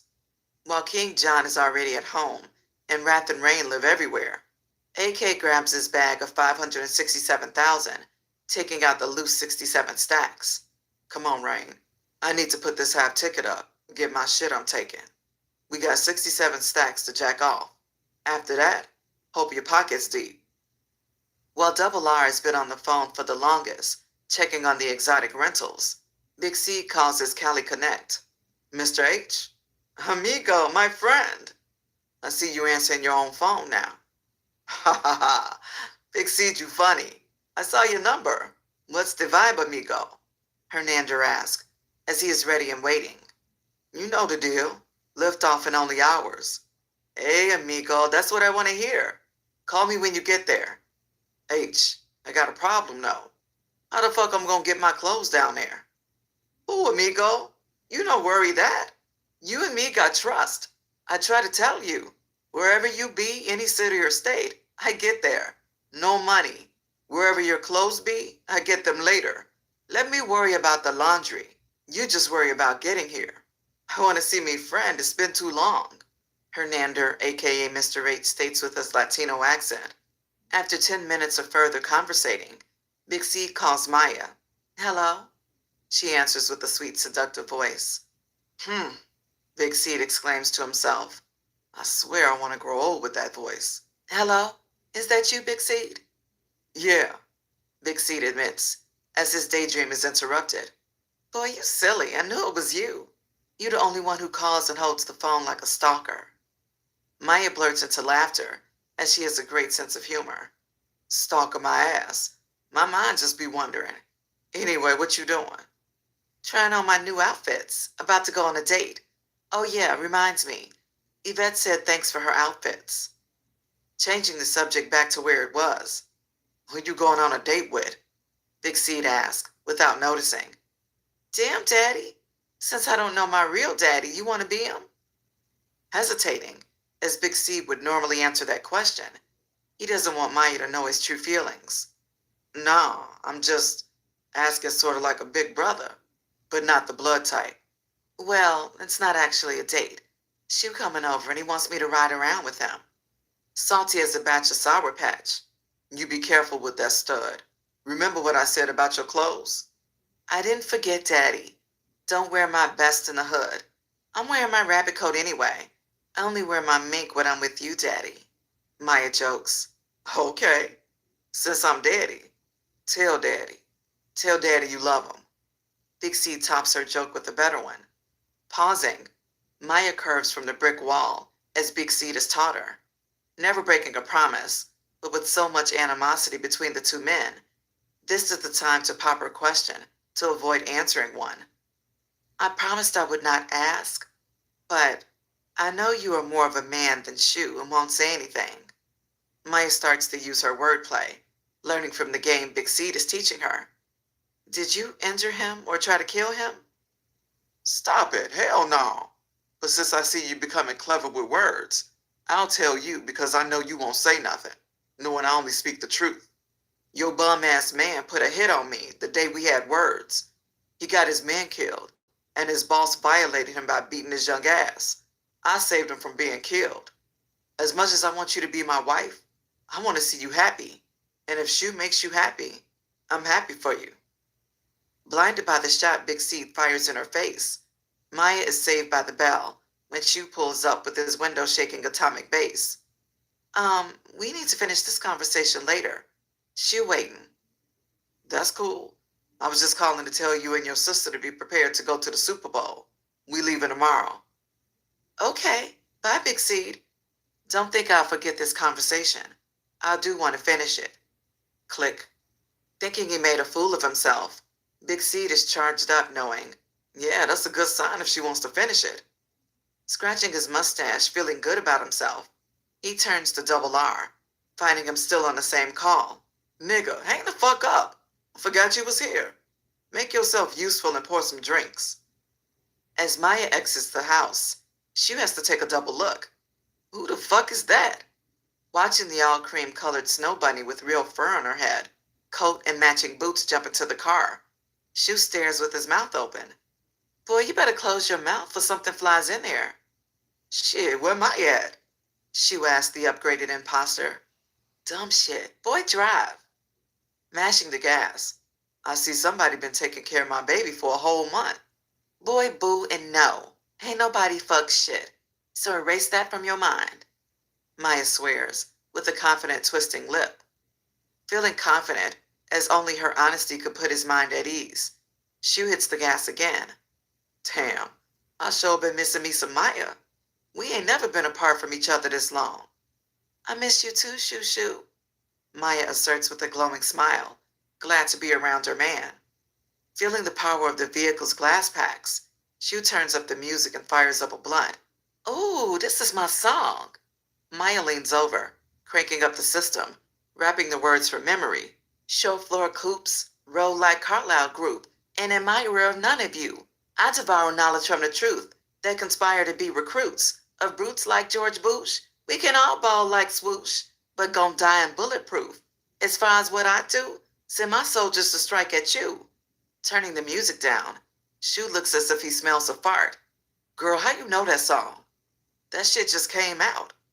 That's King Service, I know him.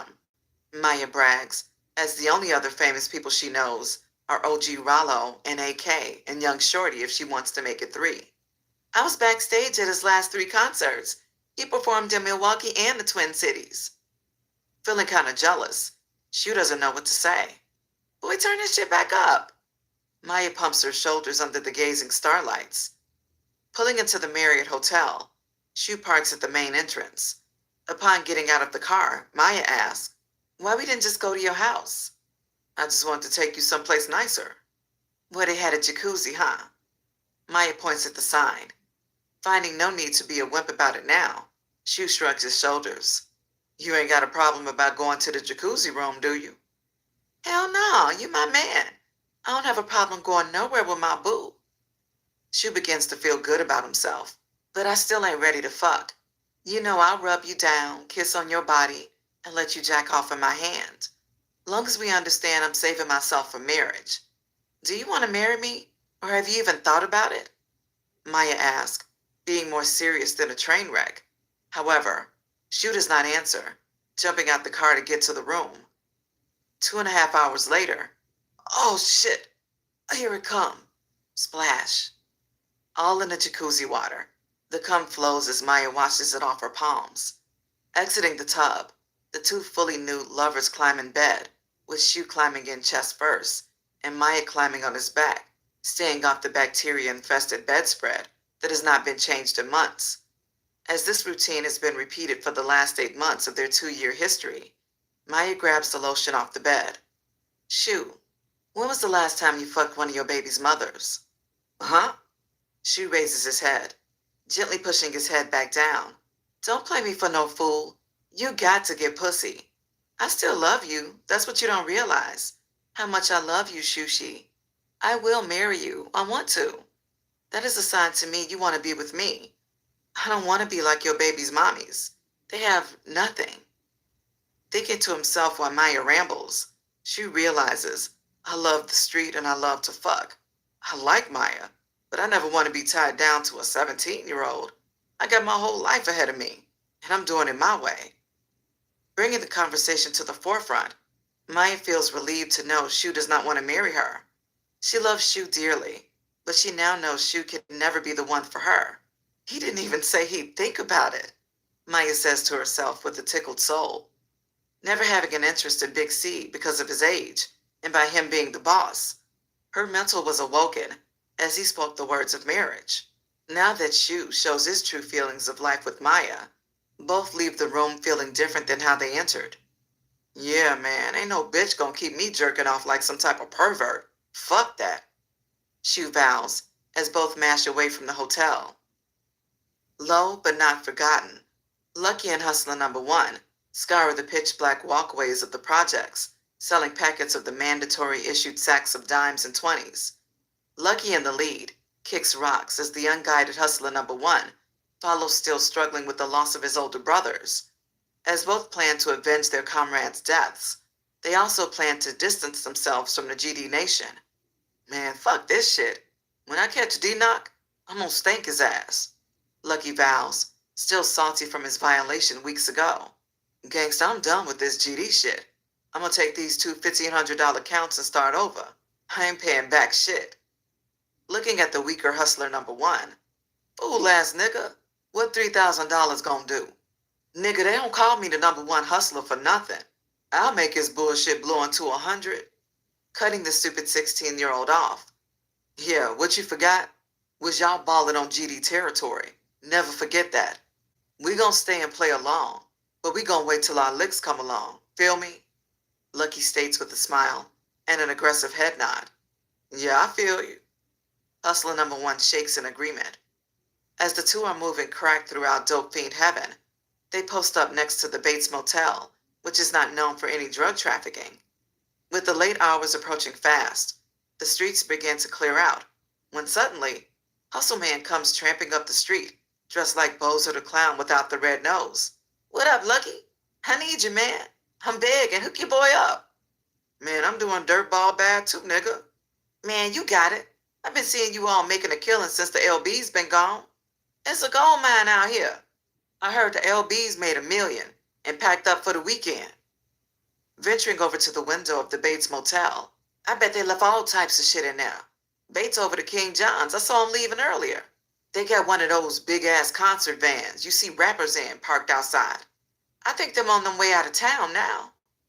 Hustle Man, being the professional cat burglar, says, taking a sneak peek through the window. Shit, nigga, you think you can get in? Hustler number one asked, running to his side. Man, I can get into anything, but I ain't trying to get killed by OG Rollo or AK. That shit'll breaking the truce. Fuck the truce, nigga. Everybody else been violating. Break in that bullshit, Lucky stresses, seeing if there's any way he can help. Man, if you feel like that, I could just throw a brick through the window. Ain't none of these niggas got no alarms. I can slide through and open the front door, Hustler Man suggests, with a smiling meth mouth. Man, if you don't take your crackhead ass over there and find a brick, you better. 2 minutes later, Hustle Man comes back with a 3-foot-long pipe tubing. Here goes nothing. Hustle Man lunges toward the open space living room window. Stop, nigga. Lucky orders the reckless crackhead, adding, You making a scene. We don't want nobody to find out. Bust the small window in the bathroom. While Lucky and Hustler Man walk around to the back of the Bates Motel, Hustler number one looks out for his comrades, for if they get caught, they will face severe punishment for violating the truce, considered as an act of war. Approaching the small, squared foot-stained window, Lucky snatched the pipe from the always nervous Hustle Man. And give me the damn pipe. With one swing, bing, glass falls to the ground. Get your bitch ass in there and open the front door. Giving Hustle Man a boost, Lucky lifts him through, hearing the meth mouth crash through the shower curtains. Come on, nigga, hurry up. Running around to the front, Hustle Man opens the door, unlocking the screen door. As Lucky runs in, Hustler number one leaves his post. Oh shit, it's about to be Christmas in this bitch. Flicking on the lights, Hustle Man, you take the kitchen. Hustler number one, you take the living room, and I'll take the bathroom. Hurry the fuck up, in and out, Lucky declares, feeling this is the most important move of his life. Rambling through the house inch by inch, the crew tears rugs, flips couches, and searches the closet, kitchen drawers, dresser drawers, and boxes of cereal, shoe boxes, pants pockets, and every tight spot they can think of. 10 minutes later, bingo. Lucky comes from the back room with packs of weed, an AK-47, scales, handguns, a safe which he is dragging by the electrical cord, and an iPod with a headphone. Entering into the now devastated living room, Hustler number one is pulling up the carpet, where he finds a stash of $100 bills lying flush to the floor. Oh, Charlie, it's raining mothballs, Hustle Man screams, finding blocks of small crack and cheese cocaine in the freezer section, wrapped in aluminum foil like frozen food. Running up like Blackbeard the head pirate, Lucky snatches the rock treasure away. You did well. Turning toward his right-hand flunky. Come on, Hustler number one, we out. Hey, what about me? Hustle Man yells in frustration. The rest of the house is yours. Just lock the door when you finish. Staying seconds behind the smaller crackhead, Hustle Man grabs the biggest items he can find. Wait for me, he yells, carrying an Xbox, 65-inch plasma screen, and the bundle of Norman Bates fresh linens with the tag still on them. While Hustle Man cannot continue with the speed of the dynamic duo, he ventures off to get his money for his items and returns for all trick bits left behind. 2 hours later, engulfed by the thirst, Lucky and Hustler number one sit in the dungeon of Lucky's ransacked one-bedroom flat, smoking muscle-sized swollen blunts. Prior to now relaxing, after invading the Bates Motel, it only increased their boldness to kick the doors of the rest of the LB's traps, which only contained guns, scales, and electronic equipment. Sitting in the kitchen, huddled over a black flimsy card table, $7,982. What'd I tell you, boy? A lick. That's all we needed. Lucky is to stand back and observe his stolen eye candy. We got 6 scales, 2 AK-47s, 2 357 Bulldogs, 1 Tech 9, 2 M16s, bagged up crack rocks, 7 more ounces of crack, and 3 bulletproof vests. Yeah, fool, just give me my half. Let me grow wings. I'm gonna buy me a motherfucking Cadillac and put some D's on that bitch. Calming his stupid-ass accomplice down, bringing him back to reality. Nigga, is you a fool? Look at all the shit we stole. They're gonna eventually find out who broke the truce. I won't be the one with hateful lies beginning to feel Hustler number one can't hold water. Looking at the goodies, Hustler number one holds his grin. Alright, I ain't gonna spend nothing. Just give me mine. We gonna break all this shit down and sell it along with OG Rollo's work. It's time for us to come up. We gonna flip this shit to about 10 keys. You get 5 and I get 5. We can start over anywhere with that. Lucky puts the order down, beginning to arm himself with a weapon, a bulletproof vest, and dope sacks. As haste makes waste, the two men return in the wee hours of the night with let's make a deal bargains for the street addicts. Hey, dimes 2 for 1s. Hustler number 1 corners one side of the Jets, and Lucky corners the other side with, yo, 2 for the 150-cent pieces. Attacking the drought with shock and awe tactics in search of windfall profits, it only takes minutes and a few big sales for the brunt of their reign to affect the pockets of their fellow GDs. As the GDs have always had a decent morning operating, expectations are higher, with the word spreading about the LB's absence. However, the fiends, addicts, hookers, and stragglers only want to deal with the new word. Nah, man, we're hustler number 1, or Lucky. Yo, G, we got the same shit, a random GD member says, experiencing the same rejections as his other comrades. Aight, well, give me 2 for 1, a fiend demands. Nigga, ain't no 2 for 1s over here. Well, y'all ain't got the same shit as Lucky and hustler number 1. Peace. Before the crows of the rooster with the gray clouds still awaiting to be touched by the sun, D-Knock's phone vibrates as he nods in and out of his pretty much 24-hour shift. Yo, what the deal? D-Knock asks, still asleep. D-Knock, this Mako. Mako is an OG who works the graveyard shift, reporting to the younger generation, as fat folks in Schizo go to sleep every night in order to be up by 8 a.m. Those niggas cutting me out. Who, G? D-Knock fights to understand. That bitch-ass Lucky and hustler number 1. They got 2 and 3s for 1s jumping off. What? D-Knock exclaims, seeing he has another call coming in. Hold up, Mako, let me check this other line. Clicking over. Yo. D, baby, this Jig. That ain't cool. You got your young stunners with the double packs? She would have never done no shit like this. Fuck you talking about, Jig? G, don't front like you don't know Lucky and hustler number 1 undercutting everybody. Chapter 5. Friday, the next morning. The clock strikes 9 a.m., barreling toward the west coast. In a Vectra-style Winnebago, Rain drives with Wrath riding shotgun, relaxing like in the comforts of a 5-star hotel. Bates and Travis J recline in the comforts of soft Italian, had to be real leather, smoking baseball baddies while playing NFL Madden. Further down the end of the 37-foot-long mobile home, AK and King John indulge in the harder drugs, heroin and cocaine, moisturizing their nostrils with dabs of XO Remy Martin, kicked back in the Spartan-sized master bedroom, decorated in whites with munches of color. AK, I got a feeling we gon' find a connect at the motherfucker. KJ, ain't nothing wrong with having a feeling. You feel me? 'Cause I'm having a feeling on my face froze, and we ain't even halfway yet. While the LBs are en route to the Super Bowl, between the New York Giants and the New England Patriots in Arizona, Big Vic stares at the video surveillance system, simultaneously glancing out the third-floor window of the East Tower, overlooking the projects. Seeing Shorty, the 13-year-old phenom, approaching with his BlackBerry up to his ear, and a leash pulling his rat terrier, Killa, with his right hand. About fucking time. Big Vic exhales, as his temper is heightening like a few minutes of life are flushed down the toilet. However, the usual heavy marching stomps are heard from Shorty following the front door being slammed off the hinges. Hey, nigga, quit slamming my motherfucking door like you in a raggedy-ass Chevy. Big Vic screams through the walls. Opening the door, Shorty appears with a 6-inch tall Killa by his side. Shorty, if your dog piss in the house again, I'm gonna make a sandwich out of her ass. Big Vic, don't be threatening my dog. That's your fault. I told you this ain't no pit. Quit pouring Hennessy in her water bowl. She's not a gastronome like you. What, nigga? Talk English to me. I am speaking English.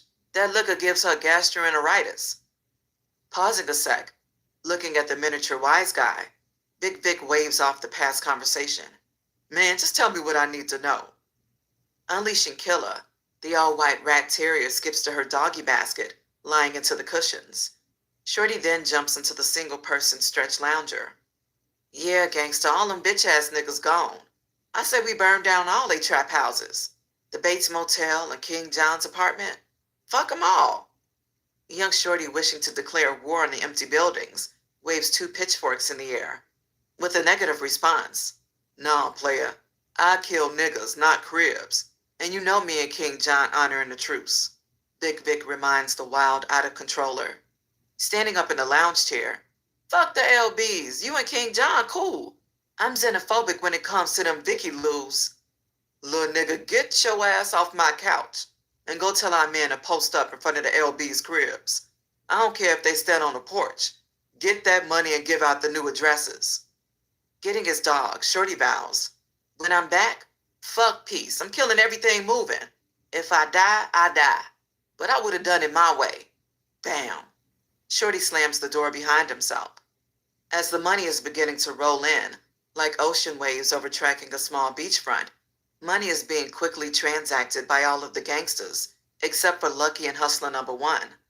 Rolling on the outskirts of the projects, D-Knock and Wild Bill roam in OG Rollo's blacked-out Bronco, smoking trees and collecting all debts.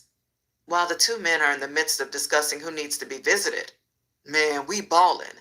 Shit would be perfect if we wasn't looking for that bitch-ass Lucky and Hustler Number One flunky ass. We gon' find 'em. I just want to pop up on 'em by surprise, D-Knock says with a watchful eye. Yeah, you should go and let me get those fools dirt naps. You know the deal. They ain't been hollering since you violated his ass. Now look at 'em. They got in the doghouse, the itchy-fingered Wild Bill states, receiving the burning blunt. With a negative moment, nah, G, we gonna do everything by the book. You see what happened to Shoe Ass.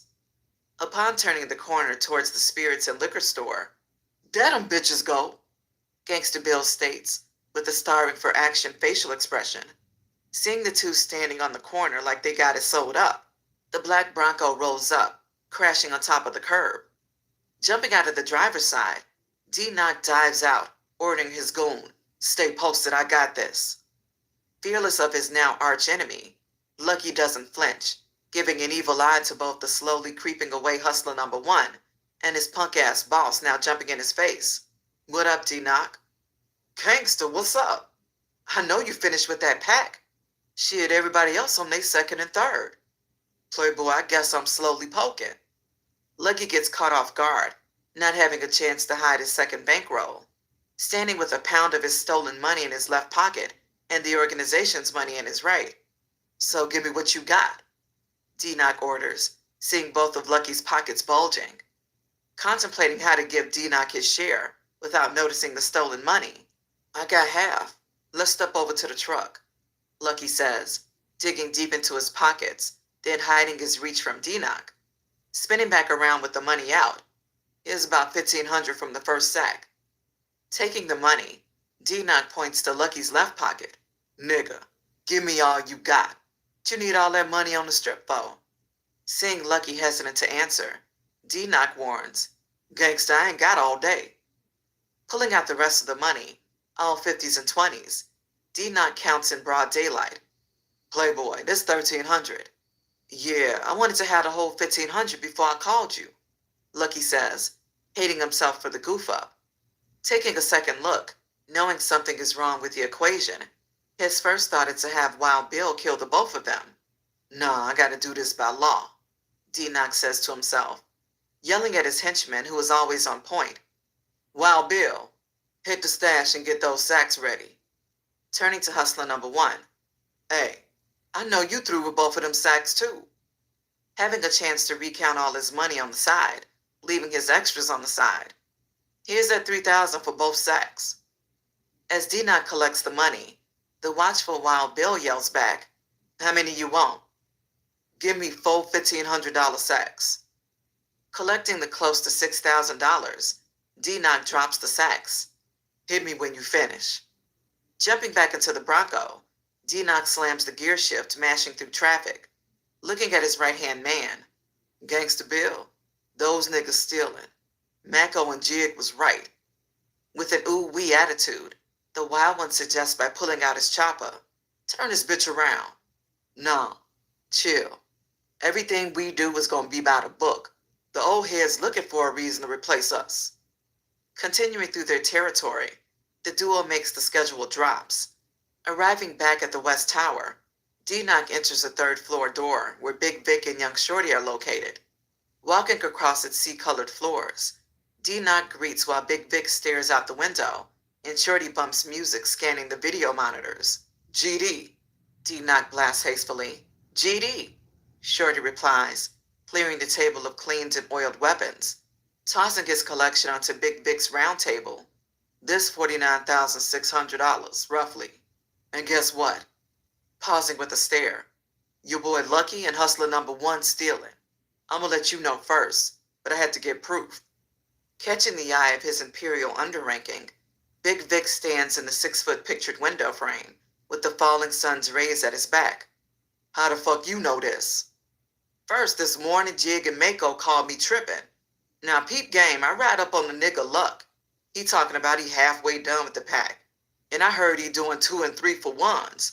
So I see both his pockets are swole up, though. I'm like, nigga, give me all you got. So he gave me $1,500. Pocket still swole. Okay, I'm like, ready to hurt something. So he gave it all to me, $1,300 more.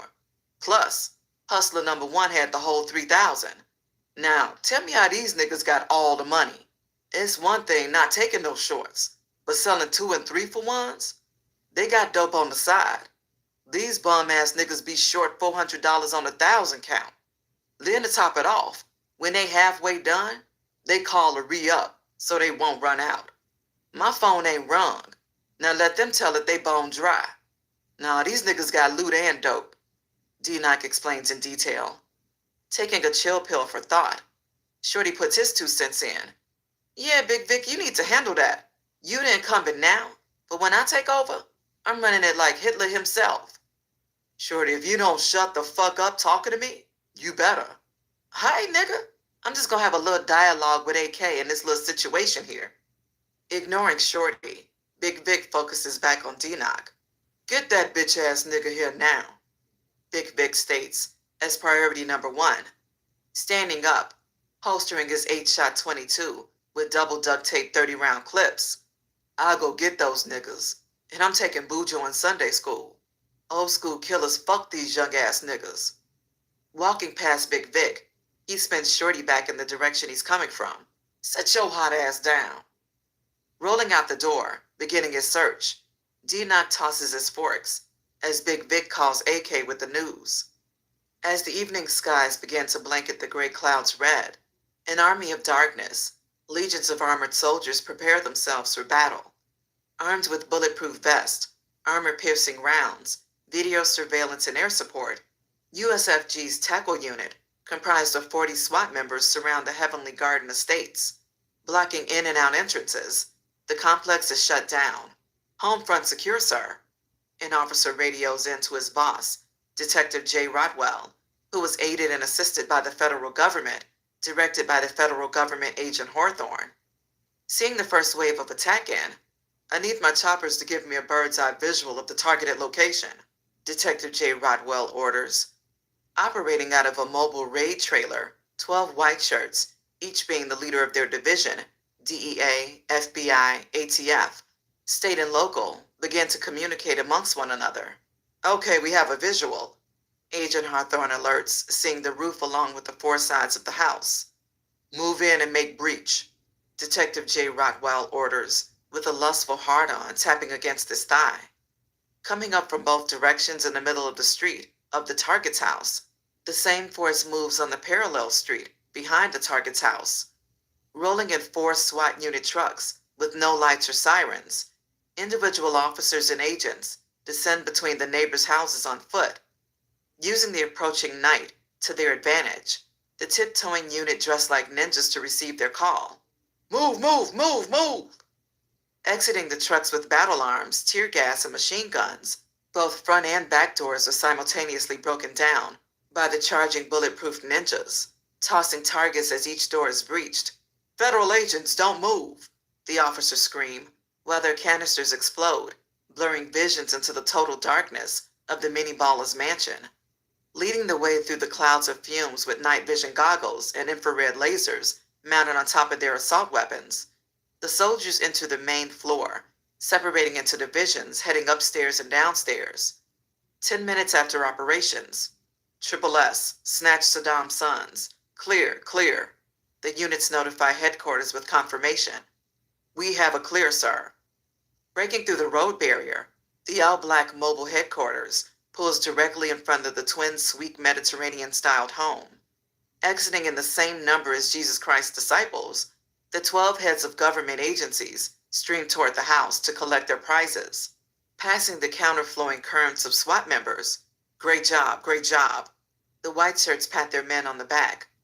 Walking into the house as pillows of tear gas roll out. Let me in. A little tear gas and never hurt nobody.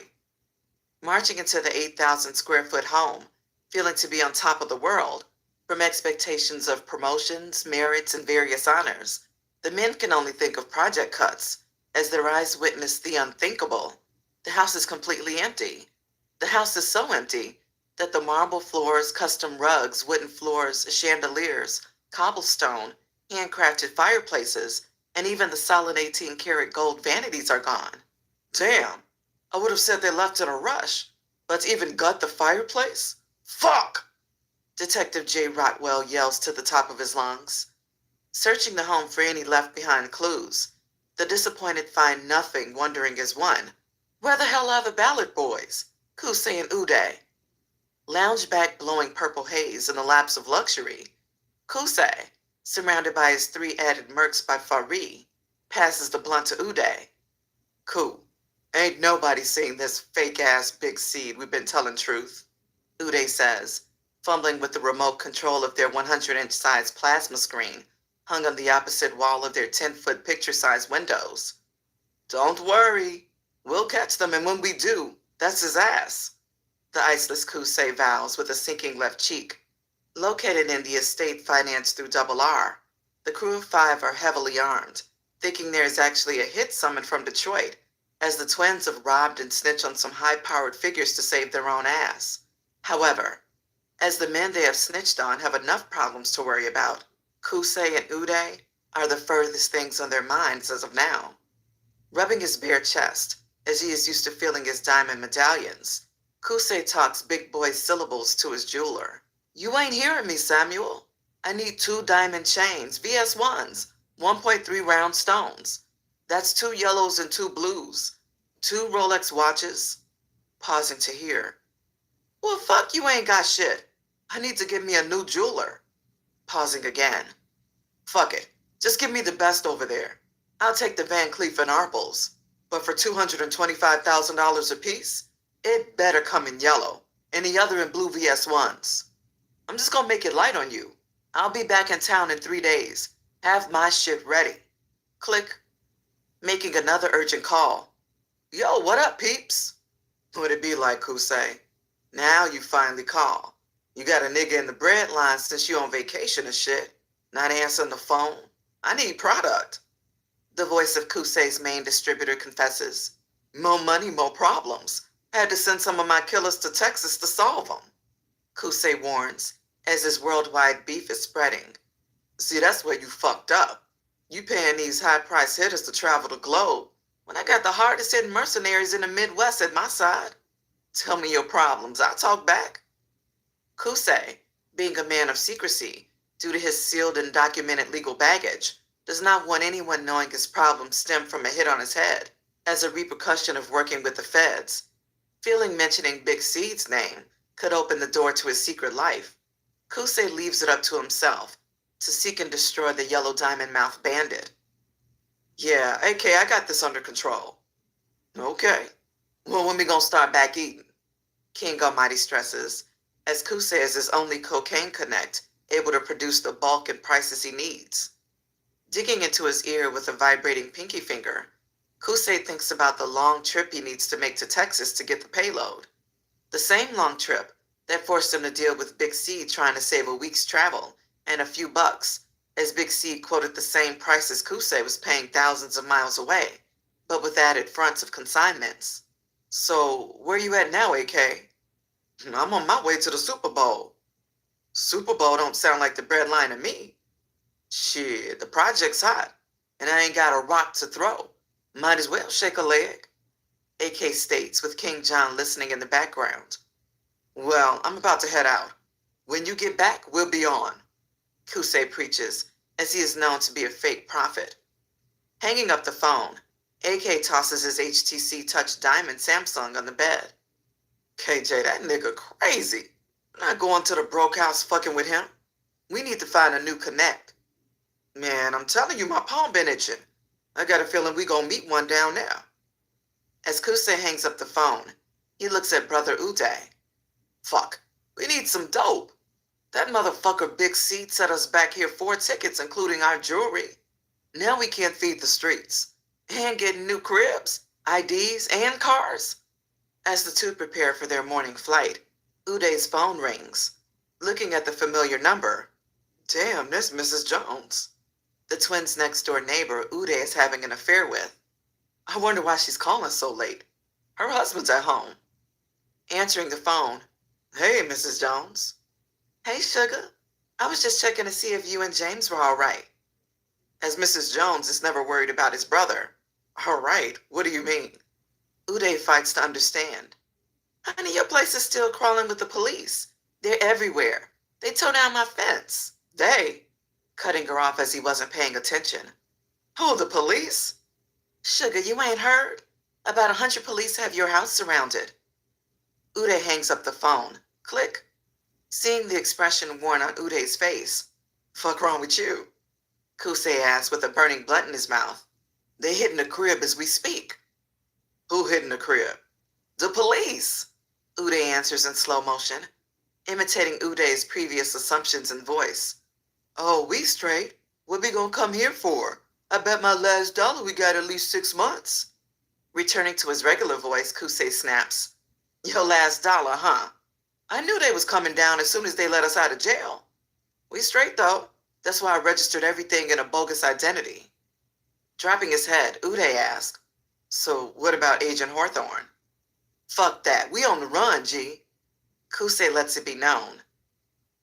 Packing their high-end fashion wardrobes purchased by Big Seed, Maya and Yvette check the time as the little hand is getting away from them. Maya, you better hurry up. You know you have to do my hair, 'cause I don't want to hear Big C's mouth. Girl, answer the phone. It ain't nobody but you. Yvette laughs. Hello? Maya asks. Then her face blooms into a full glowing smile. Who is this? Pausing. Double R? Handing the phone to Yvette, Maya pokes fun. Double R calling pretty late, huh? I wonder what you two were doing while I was gone. Dumb shit, girl, give me the phone. We just work together. Yvette lunges for the phone cord. Putting the phone cord to her ear, Double R sounds out. Oh, we just work together. Yeah, fool, what you thought? Yvette checking him in his place. Okay, enough of the games. While Seed and Maya were gone, I was playing daddy, checking on the household. Nothing at all to brag about, because I didn't want you to think I was trying to take advantage of you since they were gone. Now they are back. You need to know I have strong feelings for you. Oi, boo.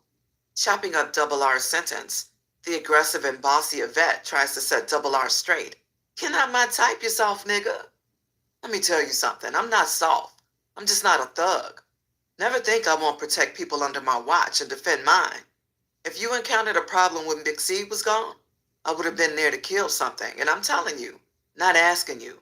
You're my woman, and when we leave tomorrow, you better know it. We ain't gonna fuck, and I know what I like, and you do too. Click. Looking at the dead phone staring in her face. That nigga hung up on me. For what? What did you do to him? I ain't do nothing to his ass. Trying to be nosy and figure out Double R's reasoning, Maya asked, Did he check up on you? Every day, Yvette grievingly answers. Did he try to get in your buffalo draws? Girl, no. Yvette assures her little sister with a laugh. Sounds like the type of guy you'd write home to mommy about. In deep thought, Yvette wonders, could be. Breaking into a rage more fitting her character, Yvette calls Double R back.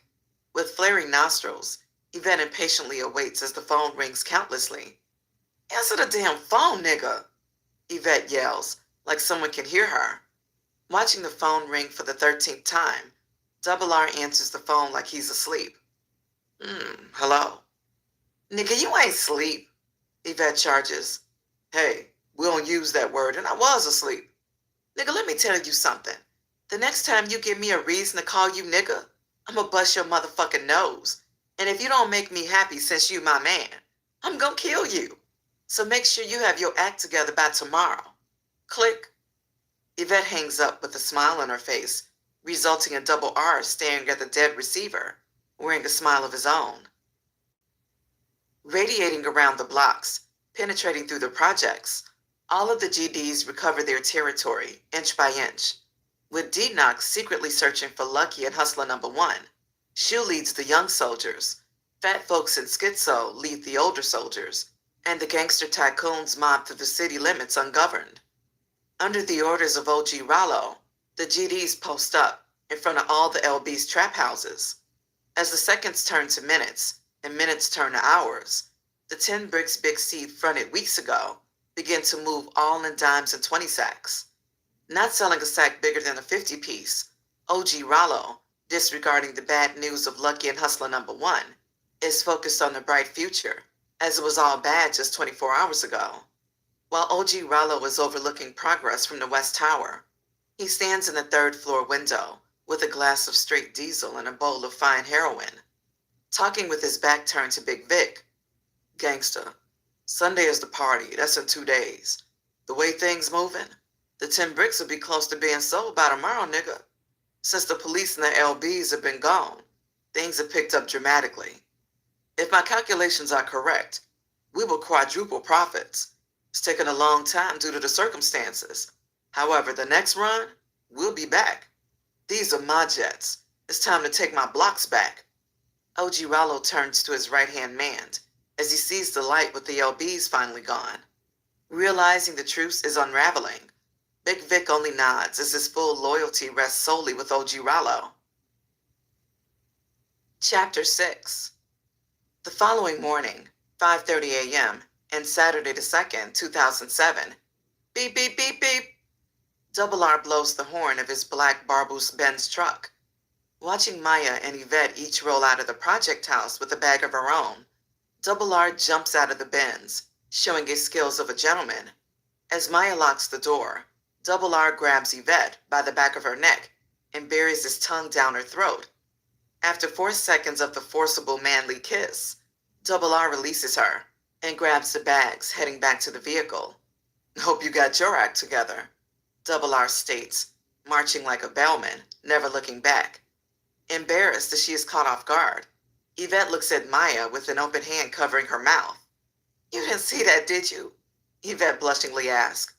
I sure did, Maya confesses with great laughter. Come on, you two. Big C's gonna meet us at the airport. He had to take his whips to storage. Believe me when I say we running late, Double R yells from his idling vehicle. Arriving at the airport, Big C sits in the airport's bar sipping on a mimosa, making visual contact with a glimpse of his tiger-striped Jacob. About time, slow pokes. I was about to leave y'all, Big C swears, as Double R knew where he'd been waiting. Giving a hug to his 2 favorite females in the world, Big C guns down his drink. Come on, let's make this flight. Well, I need to use the restroom, Yvette says, finally getting her body adjusted to the early morning cross-country voyage.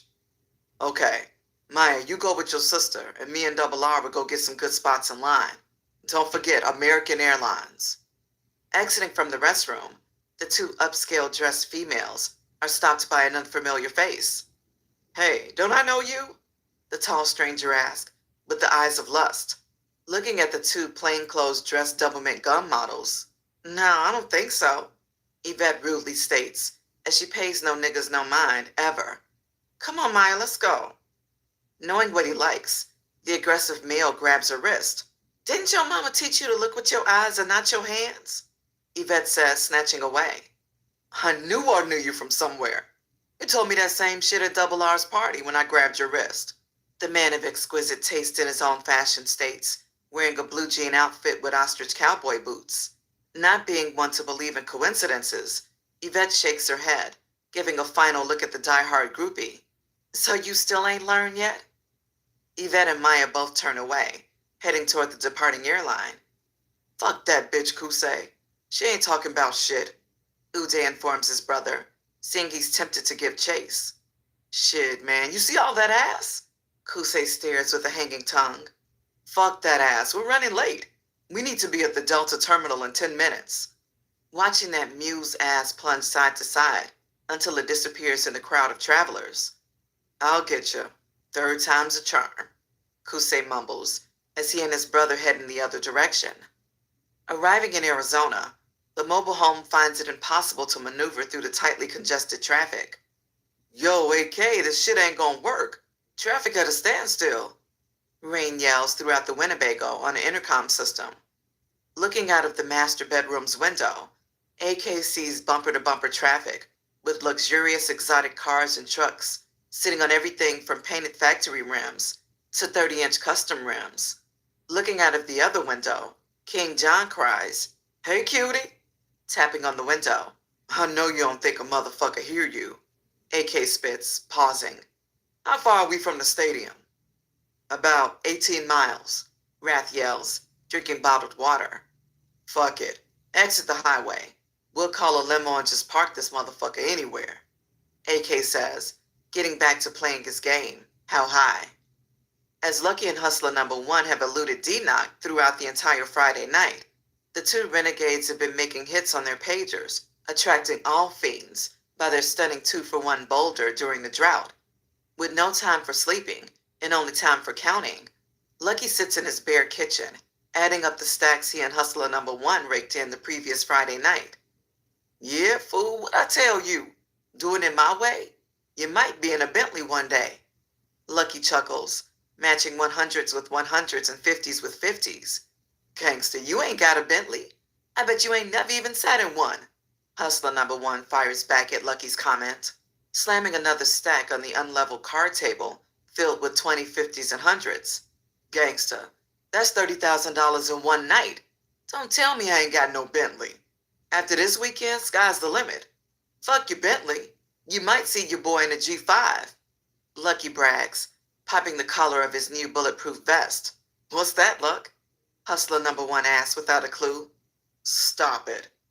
Continuing to count the dead presidents of problems, both men are blinded by the now massive bloodhounded manhunt on their trail. Chasing the two renegades all night from their locations, given by hordes purchasing drugs, dope addicts, and crackheads, when D-Knock would post at Lucky's house, Lucky would be out making drug sales and vice versa. Learning nothing from the police, adding to his tactics. "Gangster Bill, I bet $1,000 if we go to Lucky's house at 6 in the morning, both them niggas gonna be right there. They ain't expecting it." D-Knock plots. "Okay, and when we get there, I'm murking they ass if they ain't fully cooperating." "Gangster, remember OG Rollo wanna see him." Pausing. "Alive." "Alright, I'm telling you, if they try anything, only thing OG Rollo gonna see is body parts." Wild Bill promises, sickened with the whole situation. "Let's go." D-Knock leads the way, as both men plan a surprise on foot, strolling to the location under the orange rays of the rising sun. Creeping up the block, both wearing black leather Timberland boots, Gangsta Bill leads the way toward the backyard of Lucky's house, with D-Knock right on his ass. As both are armed with Tech 9s, they sneak along the side of Lucky's orange brick project flat. Seeing nothing, Gangsta Bill whispers, "Somebody in there. Last night the music wasn't playing." "Let's do this," D-Knock says, running straight up to the door. Boom, boom, boom. Hearing the knocks, only thinking about money as fiends have periodically been knocking on the door, Hustler number 1 rushes to the peephole. Seeing no one but the actual knocking fist, the numbskull, brainless Hustler number 1 asks, "Who is it?" "There's D-Knock." Catching each other's eyes in a frightening flash, Lucky whispers with rage, "Fuck you answering the door for anyway." As the knocks continue, the two bulletproofed renegades scramble, hiding their dope and money inside the oven. "Nigga, open the door," D-Knock blurts out loud. Scared to death, Hustler number 1 says frantically, "Man, I'll be in the back room if something happens." Taking a deep breath, in search of the lion's courage, Lucky opens the door. Bursting in, almost knocking D-Knock down, Gangsta Bill enters with his gun drawn. "Sup, pussy-ass nigga? We been looking for you. Gangsta Bill warns, as his patient is far shorter than his commander's. Cut off by D-Knock, and I'll be in the back room if something happens? Damn, luck is like that? Like what? Lucky plays the role. Gangsta niggas know you stillin'. You done fucked up. Standing in the back room with a 50-round clip, feeling short of breath from claustrophobia, Hustler number 1 listens, only thinking of his soon-to-be-coming 10-match strike violation. I can't take that, he frets, with multitudes of perspiration beads draped around his neck like jewelry. Beginning to search the house, Gangsta Bill slaps a bullet in the chamber. Shh, nigga, who here? Gangsta Bill asks, knowing between the two renegades, they have 2 5-shot 38s. Nobody, nigga. Don't be busting all in my shit. Lucky stands his ground, blocking Gangsta Bill's path. As the men are slight to struggle, Gangsta Bill yells, "Where that bitch-ass hustler number 1 at?" As D-Knock is checking the crib out, all of the men's voices fire in sync when suddenly the back room door is kicked open. Hustler number 1 bitch-ass right here. Boom, boom, boom, boom. The AK-47 blasts as its cooler muzzles the sounds. Attempting to fire back, Gangsta Bill is literally chopped in half by the fully automatic, sending 2 shots to Lucky's abdomen. Ah! Lucky screams, falling to the floor, toward D-Knock, who is unable to secure his weapon. Scraping 2 more shots across Lucky's 3A vest, Hustler number 1 tries to plug ripples in the scrambling D-Knock. Sandwiched between 2 firing barrels, Lucky falls down, wearing his smoking state trooper-issued vest. Stop, Hustler number 1, stop! Releasing his tight finger on the grip in the small smoking apartment. Lucky, you alright? Hustler number 1 asks, waving away the clouds of death. Quickly hopping off the floor with his adrenaline pumping. What, you trying to kill me? Lucky asks, pulling off his vest, checking his body for bullet holes. Gangsta, they don't call you Lucky for nothing. Hustler number 1 smiles as he checks the remains of Wild Bill, adding, Whoa, he ain't never gotta worry about nothing again. Looking at D-Knock lying on the floor, Lucky notices, this chump's still alive. With a grand smile, Lucky shows his enamel with cheer. Who the bitch now? Grabbing the AK-47 out of Hustler number 1's hand, Lucky hovers over the glossy, staring eyes of D-Knock. Look at you now. Lucky spits a hawk of phlegm, sticking to D-Knock's forehead. Unable to move, D-Knock stares, blinking with his left eye. You gonna get yours. D-Knock fights to speak, with very little air in his lungs, as they are filling with blood. Well, it won't be today, pussy motherfucker. Won't. D-Knock's head splits in 3 pieces, as the AK-47 rounds his forehead at point-blank range. Picking up their luggage from baggage claims, Double R hangs up the phone. Yeah, Playboy, I hope you got your stunner license, because our exotic whip's outside. Exiting the airport, the party of 4 walks down the glass open-spaced hangar, filled with bands of parading people. Come on over here. Double R points to the area of black-suited drivers and chauffeurs, seeing a white-gloved gentleman holding a sign with 2 hands. Rodney Richardson, there we go, showing the driver his identification. Come with me, sir, the black-suited man states, grabbing Double R's entourage baggage with the help of 2 more suits. Walking outside the party, he jumps in a 9-passenger van, which circles around the airport to a field of luxurious cars. Making a complete stop, the chauffeur hands Double R 2 sets of keys and unpacks the luggage. Staring like a child in a candy-making store. Big C, boy, which one you want? Double R bids excitedly. Shit, it's like the Phantom of the Opera, babe. I'm with the Rolls-Royce Phantom joint. You take the all-gold Bentley coupe. Waiting on the luggage to be weighted down. Double, you know how to get to the hotel? Big C'd ask. Yeah, Playboy, but I need to make a stop first. Unconcerned with Double R's unscheduled appointments. Maya, go on drive. Double, we'll be at the room. Climbing in the golden camel-haired cover seats, Double R pulls off, looking at his gangsta bitch riding shotgun. Yvette, I got a surprise for you. I have 2 reservations at the Pleasure Spa and Tanning. Money ain't nothing. I have you scheduled for one of those Tyra Banks makeovers. Hair, nails, massage, facial, and the works. I'm your Romeo and you're my Juliet. I'm gonna make this the best days of vacation you've ever been on, Double R says, grabbing her hand, kissing the back of her wrist. Man, just get us there and keep your eyes on the road, okay? Yvette snaps with a smile, placing her hand on Double R's right thigh. Talking on his Razor cell phone, marching in blue ostrich boots. Where you at? Pausing. Okay, I see you, Kusei asserts. Arrgh! A Rolls-Royce matte black Phantom drophead on Mac Black 22 Hermanos pulls up, dropped with a big dark-skinned beerly-looking driver and a miniaturized light-skinned fellow in back sipping a bottle of Moet with a straw.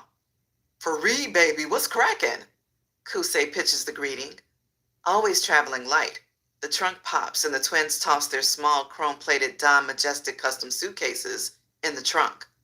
Jumping in the back with Fari, Kusei sits in the back, while his brother dives in the front passenger seat with Fari's security knockout. Mashing off, leaving burnt rubber at their parked position, Fari gently holds his straw with a 15-karat solid white stone, prettily flashing on his pinky finger. Kusei, trying to save a buck, huh? Fari blasts from nowhere. Man, I'm straight. I took a loss, and no biggie, I'll survive. With the downgraded stare, Fari replies, How you know I survive? I expect you to shop your meals with me. If I know you jump on the bandwagon with who got the best price, I will not treat you like family anymore. You in trouble, what I do? I send me best down to help. These times may feel you don't appreciate me. Looking at the 5'8" Fari, shirtless, wearing a mink-opened vest with a matching headband. Never feel like that, Fari. The drought is maxed. The highway's tight and scary. Not trying to hear Kusei's excuses, the barefooted Fari, resting his feet on the mink floors of his drop-head coupe, blasts again. Doing it your way? Look like we both lost out. I'm not used to playing losing game. Chapter 7. In another part of the city, loud claps are heard, as when one gets a standing ovation. Clink, clink, clink, clink. The sticking sounds of flesh collide constantly. Hit that shit, nigga. Mercedes repeatedly begs, looking as her jobless sidekick taps that ass. Stop pumping, nigga, I'm coming. She squats back in a still position, trembling, accustomed to no talking or stroking, as she enjoys her orgasms in peace. Jumping up, leaving her dumbfounded gangster jock with a hard dick. Nigga, don't look at me. I got mine. The control freak Mercedes exits her queen-size bed, plunging herself into the island and jacuzzi tub placed 6 feet from the bed. Activating the massage jets of the pink-swirled, white-stained tub, Mercedes looks at her kick-around, Oscar Love. Oscar Love is a crip from Cali, having Ebola bringing down the promises of kidnap and murder of Kusei by Mercedes, his ex-wife. Mercedes, being a worker at the DMV, has been illegally tracking Big C's S600 through the vehicle's plates, traffic tickets, and places of purchases. Oscar, we still gonna get my bitch-ass baby's daddy, Kusei. But I found out where that nigga been staying that called me a bitch. He been parking every day at the Cincinnati Hotel downtown. He robbed Kusei for about $3 million, and that punk crashed my car.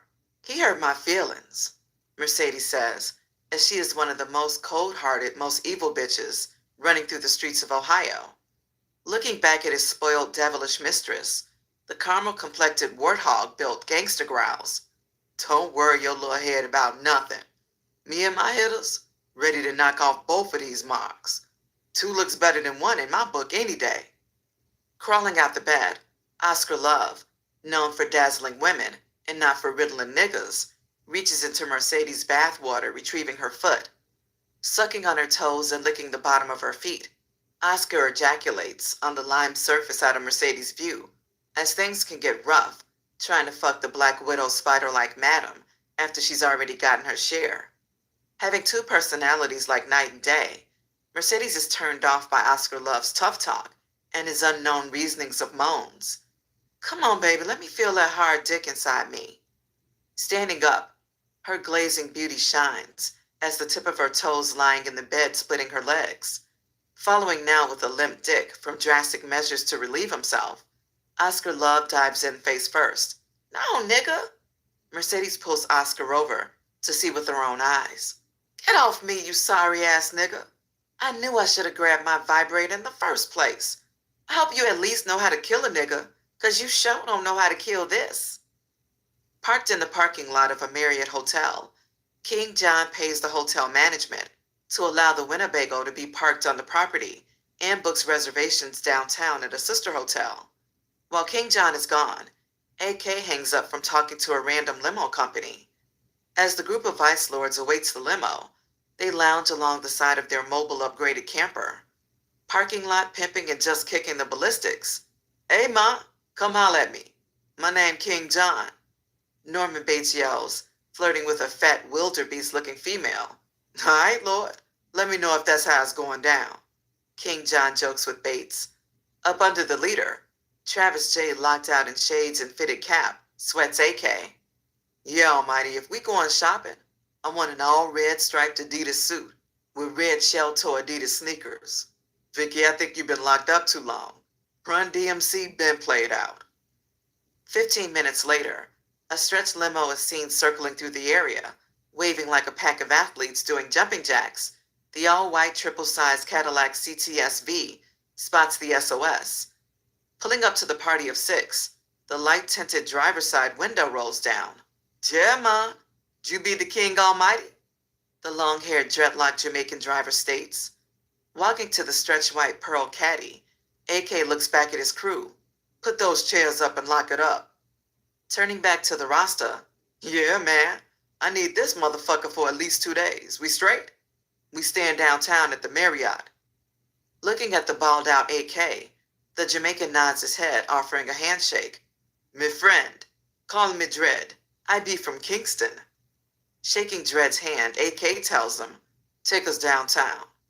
Looking back at his boys, let's roll. 30 minutes later, rolling in the soft leathered stretch with a dry bar and the spoils of kush leaking out, King John points out a liquor store. Dread, stop this motherfucker. Take us to the L. Yeah, man. The L. The train station a ways from here. Smirking with laughter, King John grins with his red bright shining. No, man, the L, the liquor store. Circling the block, the stretch pulls up at the glass storefront, highlighted with labels of wines and beverages. Touching the tip of his pocket, King John pulls out a wad of crisp $100 bills. Looking at Norman Bates rolling a well-deserved kush blunt, Wrath and Rain relaxing like they have never had a day off, and AK staring like a nigga bet not asking for just the time, King John looks to the next contestant, glancing at Travis J. Here's $1,500. Go get us some liquor. $1,500? Travis exclaims, remembering the last time he shopped was for a pint of night train, which costs $1.25. Peeps, peep! Norman Bates yells, spilling the blunt, adding, man, I'll go in with that nigga. He fuck around and come back with $1,000 worth of 2020 Mad Dog, some Wild Irish Red Rose, and $500 worth of Old English 840 ounces. Fuck you, Bates. Whatever, nigga, just bring your ass. Coming back with 2 paper bags, one containing ice and juices, and the other full of liquor. 15 minutes later, the odd couple jumps back into the vehicle. Man, that Vicky's silly as hell. The owner asked this nigga for an ID. He couldn't even remember his own fake name. Bates trips out with laughter. Peeking through the back privacy window, Dredd stares at the now unshaded Travis J. Me know him got a face for television. All the men catch each other's eyes as the comment flies from nowhere. As the Rasta peels from the curb, King John tears the bag open with Bates reading off the receipt, as he himself is unsatisfied with the Super Bowl galting prices. 3 bottles of Pissy Chris, $600. 1/5 of Paradise Hennessy, $400. Armadale, $100. Patron, $70. Bombay Sapphire and Hypnotic for $100. The rest on ice, juice, blunts, and Magnum rubbers. Snatching first dibs, AK grabs a 5th of Chrissy and blesses the bottle of Paradise. Dredd, take us to a nice clothing store. I know you know the city. Me swear upon me life me travel the world. None place no better than Arizona, Detroit, New York, and Vegas. Me know the place. Dredd hits the throttle, singing to himself, Working with muscles and adding backbone, Lucky and Hustler number 1 scrub out the unremovable blood pores in the carpet. Fuck! Let's just burn this motherfucker down. Fire or destroy all the evidence. Hustler number 1 cries out, still tired from rolling the 2 dead bodies in old blankets. Stupid ass nigga, you ain't never watched First 48? Man, when they find out this was an arson fire, the forensic team will come in and the house leads back to me. You just keep fucking scrubbing. Let me do the thinking. As a matter of fact, I got an idea. So the murders will be pinned on another duck. 2 blocks over, Shu in 2 seconds are cutting corners in the black Grand National when the cell rings. Yo. Shu answers the familiar number. Shu, what the deal? Getting that money like you told me. Change of plans. Fuck that money. Find D-Knock or Lucky. Ain't one of them niggas answering their phone. GDBD spreads the order, dropped down by Big Vic. Meanwhile, Big Vic sends Shorty to the liquor store to grab the booze for the party. At this time, GDBD continues to make phone calls. Yo, Schizo. What up, my gangster brother? I need you to make pickups of all the loot in the street from the young G's because D-Knock missing in action and they got Shu looking for him. Walking the bricks of all the projects, strapped with a 38, wearing an all-white fit with the Billionaire Boys Club hat on, Shorty detours his route, stopping at one of his older folks' addresses. Doom, doom, doom, doom. Shorty beats with the butt of his pistol. Opening the door, the black, thin 40-year-old killer answers. Shorty, what up, my boy? Let me hold something. It's like that, Bujo? You know me. I'm a parsimonious type of fellow. I ain't a parvenu yet, but you make this run with me, I got you. Looking dumbfounded, Bujo shakes his head. Only one condition. You gotta speak English. You make me feel dumb when you use those big words. I'm ready, though. The in and out of jail convict responds, stepping into the house while Bujo gets his coat. What's Sunday school at? Sunday school is Bujo's cousin from Mississippi. Both men hustle small packages for fat folks, waiting on their day to shine. Putting on an old school leather members only jacket. Shorty Sunday school in his room. Let me go get that nigga. Beating on the closed door inside the 2-room rat hole. Doom, doom, doom, doom. Open the door, man. I know it ain't nobody but you, Shorty. Swinging the squeaking door open, Sunday school sits on his bed wearing bifocal glasses while reading the Bible. Sunday school, come walk somewhere with me. Shorty summons the light-skinned, poverty-stricken soldier. Walking across the street, south from Souls and Spirits liquor store with his 2 goons, Shorty always talks big, as he has the minds of an Albert Einstein. Man, I almost had a hot for y'all, but Big Vic changed his mind. If I see that Lucky or Hustler number 1, I'm taking him out. I was coming to get y'all. Yeah, Shorty, 'cause we need the lick. Gangsta, don't worry about nothing. I got you, Shorty promises. Proceeding through the parking lot, a 4-door 95 burnt orange and Chevy Impala rolls up on 28-inch Oasis rims. As the car stops, the chrome wheels keep spinning, and the 4 high-ranking gangster disciples exiting. Shorty! The driver yells, while his beats attack the open air. Looking at the show-off, Shorty throws up 2 pitchforks. GD Maximus, leader of the gangster tycoons. GD, the little prince who wanted to be king. All exiting the car laugh. However, never finding it amusing to be on the end of jokes, as Shorty suffers from a little man's Napoleon complex. What up, Maxie? Get it right. I ain't trying to be king yet, but a doctor. And my field of study is thanatology. So watch yourself and watch your jokes. Shorty grins with a hard, fake smile. Clueless to Shorty's words, Maximus walks ahead of Shorty with a boy-like tug of his fitted BBC all-white hat, while the jewels and fresh linens of his 4-man crew speak in high volumes. Marching from the liquor store, Shorty places his $2,500 liquor receipt in his BBC jeans, while Bujo and Sunday school carry 2 big bags apiece. That's what I'm talking about. These front-ass niggas don't even acknowledge you 2. But when it's time to go to war, they're gonna want to know your first name and last. Maximus thinks he outranks me. He don't. He forced me to go to meetings and sit with the bosses while they honor the heads. I don't go to meetings. I sit with the heads while they orchestrate the blueprint. Motivating the minds of his henchmen on the rise, Shorty takes the liquor to the West Tower. Entering through the lavish hand-carved halls and royalty of the cream double-door presidential suite of the Ritz-Carlton, Big C glances at Maya. Ma, throw on something sexy and black. We're going to the Fiddler on the Roof, a Brazilian restaurant for couples only. Kicking his shoes off, he digs his toes into the plush foreign rug to test its comfort. Pretty nice. Big Seed agrees as he pops out his BlackBerry, pushing speed dial. H. Seed blurts with enjoyment, finally ready to link up. Seed, I know you're here. I feel the relaxedness in your voice. You crazy, H. What's up? I know you got those good seats to the game. I need 4. Don't worry about any tickets. I have a skybox. That's the only way I play. Now I take me mistress to dinner. Soon as I finish, we meet downtown under the streetlights of fame. Cool. Me and my soon-to-be have an engagement to tend to as well.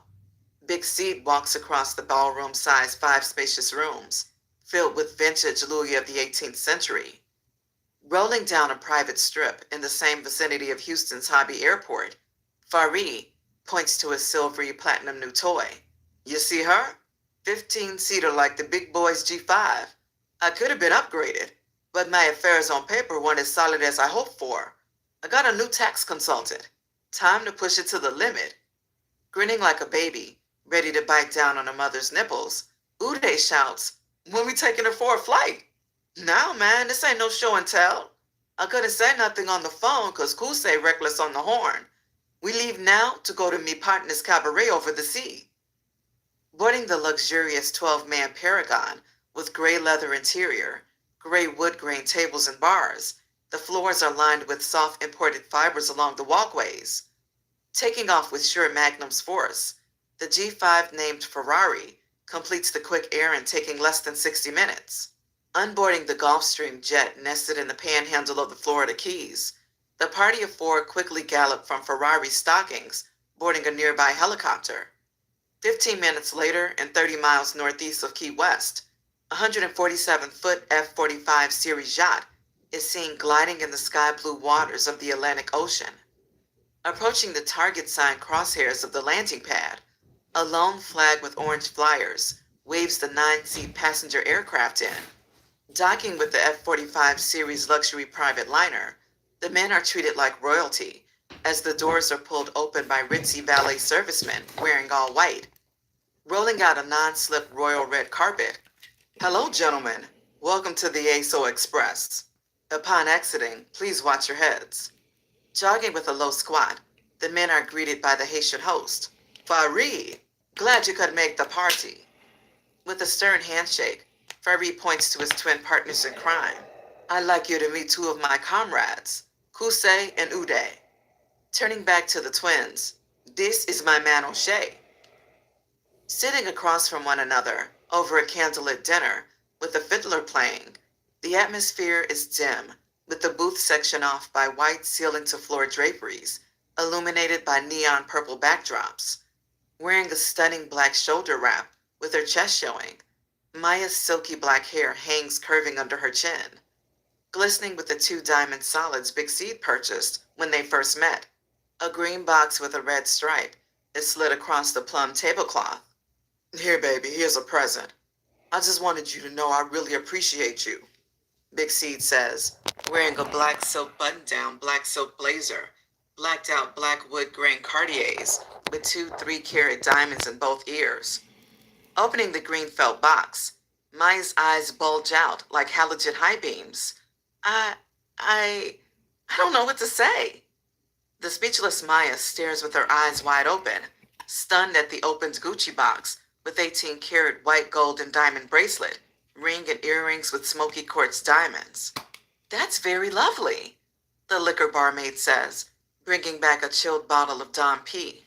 Gesturing with a raised finger, under the tunes of the fiddler, Big Seed says, do the honors for my female companion. While the Brazilian waitress puts the flawless diamond bracelet on Maya's wrist, Big Seed's phone rings. Talk to me. What up, Big Seed? Where y'all at? Double R phones. We at Fiddlers on the Roof. Man, you won't believe this shit. What, something's wrong? Big Seed's face grows long. No. Yvette, I took her to get one of those makeovers like you see on TV. Nigga, Beyonce ain't got nothing on her. I proposed to her. We getting married. Stop it. Big C can't believe it. No, keep it going. I'm in love. Man, where Yvette at? She right here getting a pedicure. She wants to talk to Maya. Handing the phone to Maya, both girls rush to speak at once. Bumping words, Maya says, "You go first." "You gonna be proud of me. No more wigs, girl." Yvette is proud to admit, as she actually hated the damn things. "No more wigs? What, you got a bald head?" "Ha ha ha ha ha. No, silly. My hair is so cute, girl. It's like Eve's. It's short in the back, and my top is curled over my face. Double R is spoiling me. This shit cost $2,600, and I swear it was worth every penny. I never felt so good looking in a mirror. My toes, nails, and I even got a facial. I'm being pampered like a queen, and he is my king."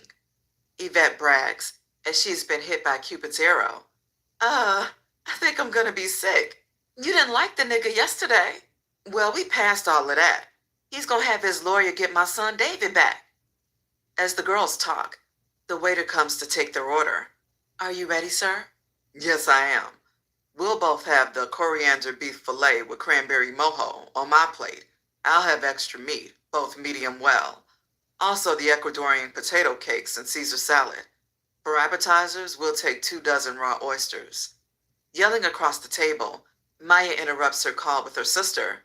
"Ew, who eating those slimy things?" "You are. It's in your job description," Big Seed says with an amusing smile. Standing in the sprawling confinements of success and splendor, Farie's party is introduced to the guests aboard O'Shea's ASO Express. Rubbing shoulders with some of the most powerful drug figures from the coca leaves of Peru to the poppy fields of Turkey, the twins Kusei and Uday are deeply impressed, knowing this is where the white stuff that covers the Alps comes from. All laugh at Uday's joke. Seeing female models of all colors and ethnical backgrounds, the sacred beauty pageant is fair game to whoever has the mouthpiece, along with the interpreters to understand these women, all with various foreign accents. Coming over with golden general's bars, a blue trimmed and gold beret, along with a blue cape with gold streaks. "Farie, this me connect from Nigeria. My comrade, which whom gave me my start. Him I trust with all my life, Cordell." O'Shea smiles, with his cocaine white coat. "Let us go to my private quarters below, 3rd floor down. I have mass line of entertainment for all to see." Leading the way through the halls and stairwells, laced with golden rails, blue wall-to-wall Persian rugs, and gold-cased light fixtures above the head. Walking into the room marked with the capital letter O, the words read "off limits." Walking into the darkened room, all enter when the lights are surprisingly illuminated, revealing 4 black men resembling Somalian sea pirates. Deafened with commotion, the pirates yell their native languages, brandishing handguns and machetes. Scared to death, all of the men freeze except for O'Shea, who steps out of the pack, removing a machete from the head pirate's hands. Taking a look at the 5 men, O'Shea blasts with crossing black eyes. "You betrayed me. Now I will make an example of you for others to see." Losing body control, Uday tries to break this surrounding circle, being nudged back in line by the pirates of aggression. Still calm as his heart is pure, Farie tells his people, "Relax. You can't be no part of this. You unknown." Pointing the pointed blade, O'Shea revels in an approaching motion. "Cordell, it was you who was responsible for my shipment to be bust 2 months ago. You're the treasoner." At this time, the twitching Cordell is grabbed by both of his arms and lifted in the air, as his 2 legs are snatched from beneath him and lifted in the air as his 4-point positions by the 4 pirates. O'Shea leads the screaming prisoner to a flat stainless steel 8x4 cutting board. As Cordell screams for dear life, O'Shea knocks him across the head with the butt of his machete's handle. "Shut your tongue. You're selling me out for measly $10 million, and I have billions at stake." Looking at his African mercenaries, "Tie his ass down." Rising up from his brief lapse of unconsciousness, the purple-black colored Cordell finds his arms bound and his mouth gagged. Yeah, Farid, this is him, the one we betray. Witnessing the pure terror in Cordell's dilating eyes, the twins are sickened to the stomach, visualizing their past devious deeds. Ordered to watch, all witnesses O'Shea begins to butcher the horrid traitor until his severed limbs release him from his corded restraints. With 4 devastating crippling blows, O'Shea clubs down, amputating the left arm, left leg, and then right. Squiggling side to side, blood streams like a death fountain as the live corpse bounces on the floor like a large fish flapping on the deck when pulled from the ocean. Turning the gasping for air body over, O'Shea places his foot on his chest. Staring into Cordell's live pulsing eyes, "A friend be the last sight you see."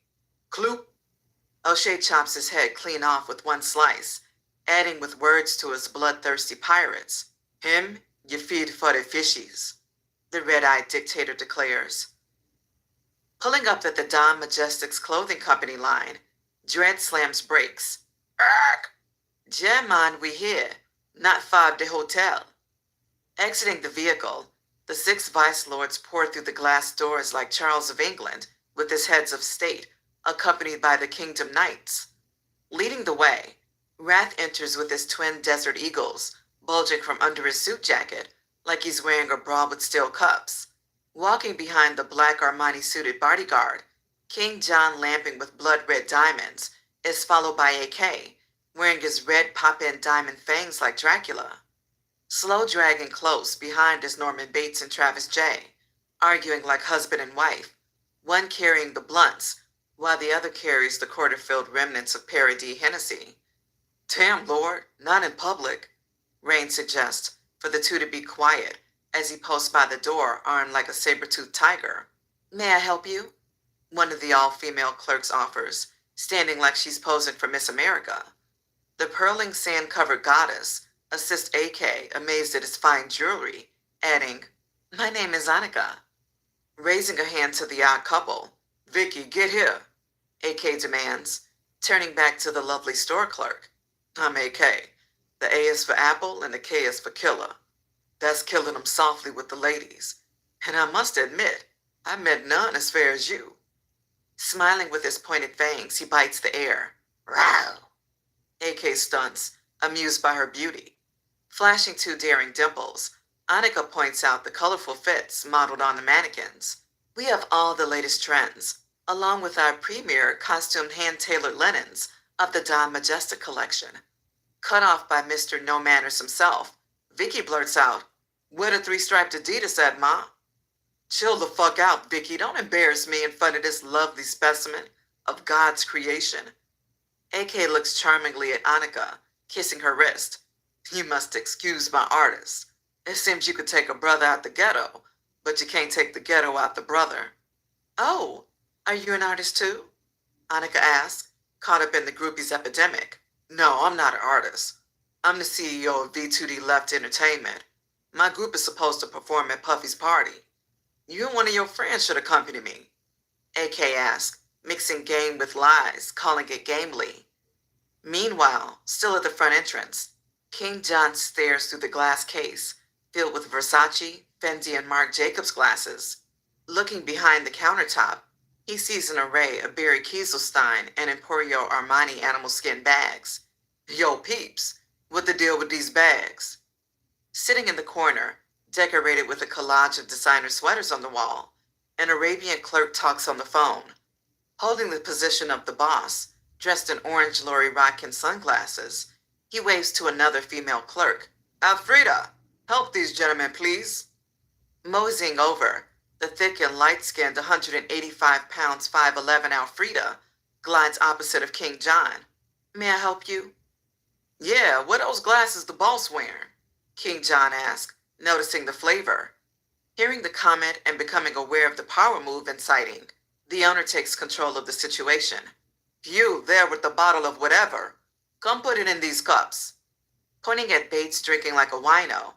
"And you standing by the door." Pointing at Rain. "Don't do that. You scare away my customers." Jumping off the stool, overlooking the store with a perfect view outside of the window towards the streets, I see you boys must be here for the Super Bowl. Y'all stick out like six sore toes. By the way, my name is Francois. Nearing the looking to be almost 400 pounds figure, flooded in red diamonds and gold medals. I see you smell good, the male clerk says with a smile. Not liking the way the comment brushed off, King John blurts, "Smell good?" Staring with a sinking face. "No, I mean I smell your mid-grades from your clothes. While you're here, if you need the higher of buds, I can supply you." Meanwhile, across the floor is parked with high-end fashions.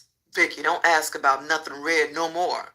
Get you one of these Gino Global outfits and call it wonderful." Staring as to be disrespected. "Damn, Lord. Why you want me fronting around in some bullshit with G's on it?" Travis J. asked, sounding very emotional. "Running mind games with a not-so-bright fugitive? Yeah, I see you've been locked up too long. That's Vice Lord Stunner gear. You repping and disrespecting all at the same time with the upside-down G's on it." 5 minutes later, King John flags over AK, meeting him halfway. "Peeps, what I tell you? We in like Flynn.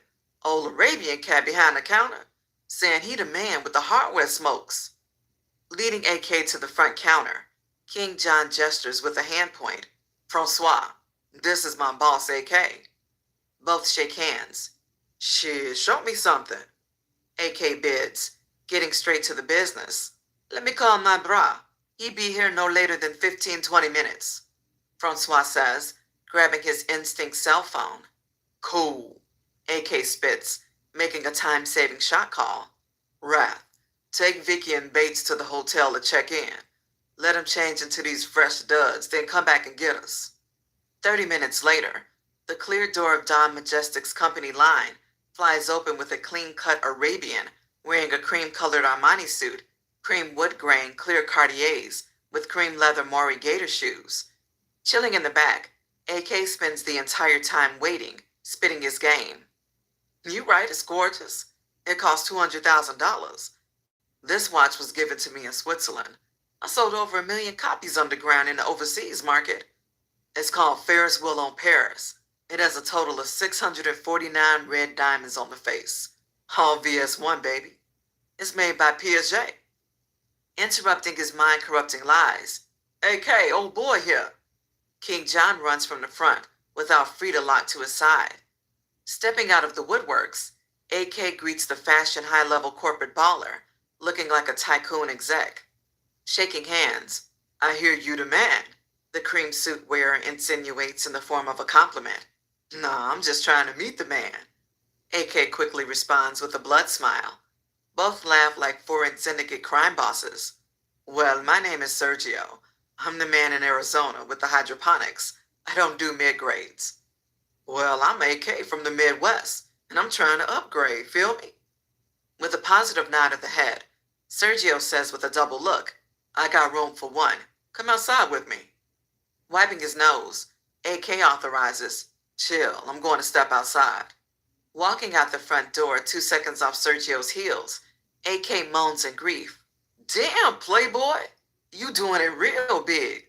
New GTI race car from Koenigsegg, E85 CCXR with 1018 HP? I seen it in a DuPont." "Just one of my toys I'm playing for the Super Bowl," Sergio says, walking street side to the driver's door, adding, "Get in." Both sitting in the orange coupe with orange peanut racing ostrich seats, lean back in its throwback cushions. Sergio reaches in the mini cockpit, retrieving a chrome suitcase. "This is my special mix from my private batch of chemists." Popping open the mirror-backed case, AK looks over with a grin, seeing at least 6 samples of 7 3.5-gram buds. "Whoa, I smell it and them frosty," AK says with a thirsty full growl. Passing samples to the right, Sergio only says names with numbers for quantities of purchasing 10 pounds apiece. Crystal Ice 80, Kush 70, Perp 64, Orange Kush 60, Big Red 57, and Kind Buzz 50. Inspecting the red, orange, purple, and white hairs of each kernel for strands of fibers and crystallizations, AK now only needs to inspect for taste and quality. "Shit, Serge, let me taste the product." closing the empty case shut. Take it all, call me. I'll wait on you with thousands. Sergio pounds the throttle, bulging his chrome 22-inch Armanos. Jumping out of the coupe, AK sees the caddy limo parked on the front curb. Throwing an open-handed 5 to its occupants, AK marches in the storefront. Let's move out. Walking up to Annika, he adds, I'm coming to pick you up tonight. I want you to show me around the city. I'm not taking no for an answer. Writing down her call number, AK marches quickly out the front door. As nightfall is close to barreling down, Lucky can finally put his grand idea to work, as she has been one of his main culprits beating on the door in search of the renegades. Putting on all black, Lucky arms himself with 2 Tech-9s. Aight, hustler number 1. I'm gonna sneak out and steal a car. When I pull around and toot the horn, you open the door and then we gonna put these dead niggas in the trunk. Feel me? Lucky says with a nervous whisper, as if the walls have ears. Not concerned with Lucky's conversation, hustler number 1 has worries of his own, with a dropped jaw and a twitching left eye. Lucky, that blood ain't coming out. We gonna need to burn the house down. Hustler number 1 repeats again. You pussy motherfucking arsonist. If you talk about burning my house down again, there's gonna be some flame throwing going on, but not in my crib, if you know what I mean. Just pull the carpet and we'll throw it away too, Lucky says, bolting out the project house with a twisting lip speaking to himself. That fool-ass nigga fucked up in the head. I'm already seeing I need to knock his ass off.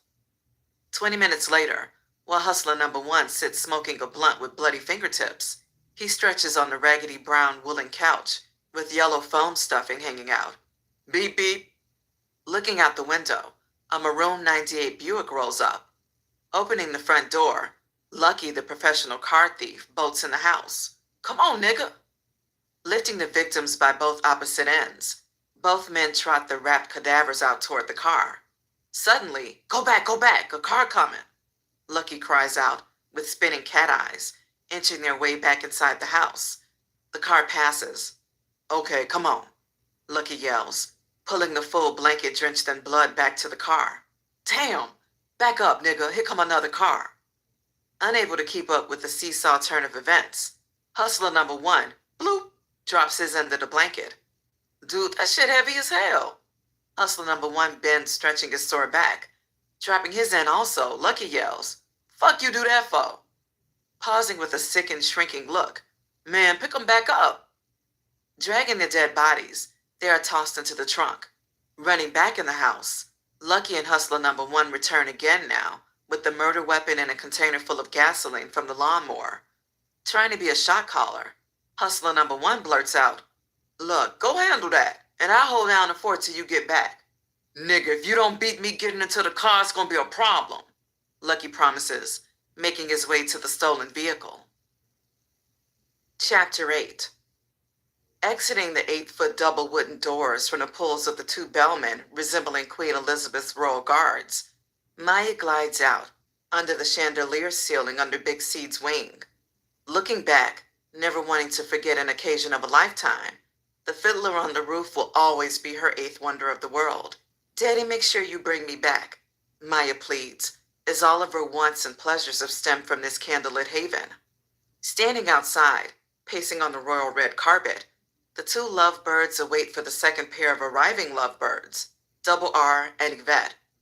Identifying the nearing Double R, wearing Gucci sunglasses and a brown Emmanuel Ungaro Ohm suit, with size 13 brown leather Fratelli Rossetti shoes, hugging the curbside of the sidewalk.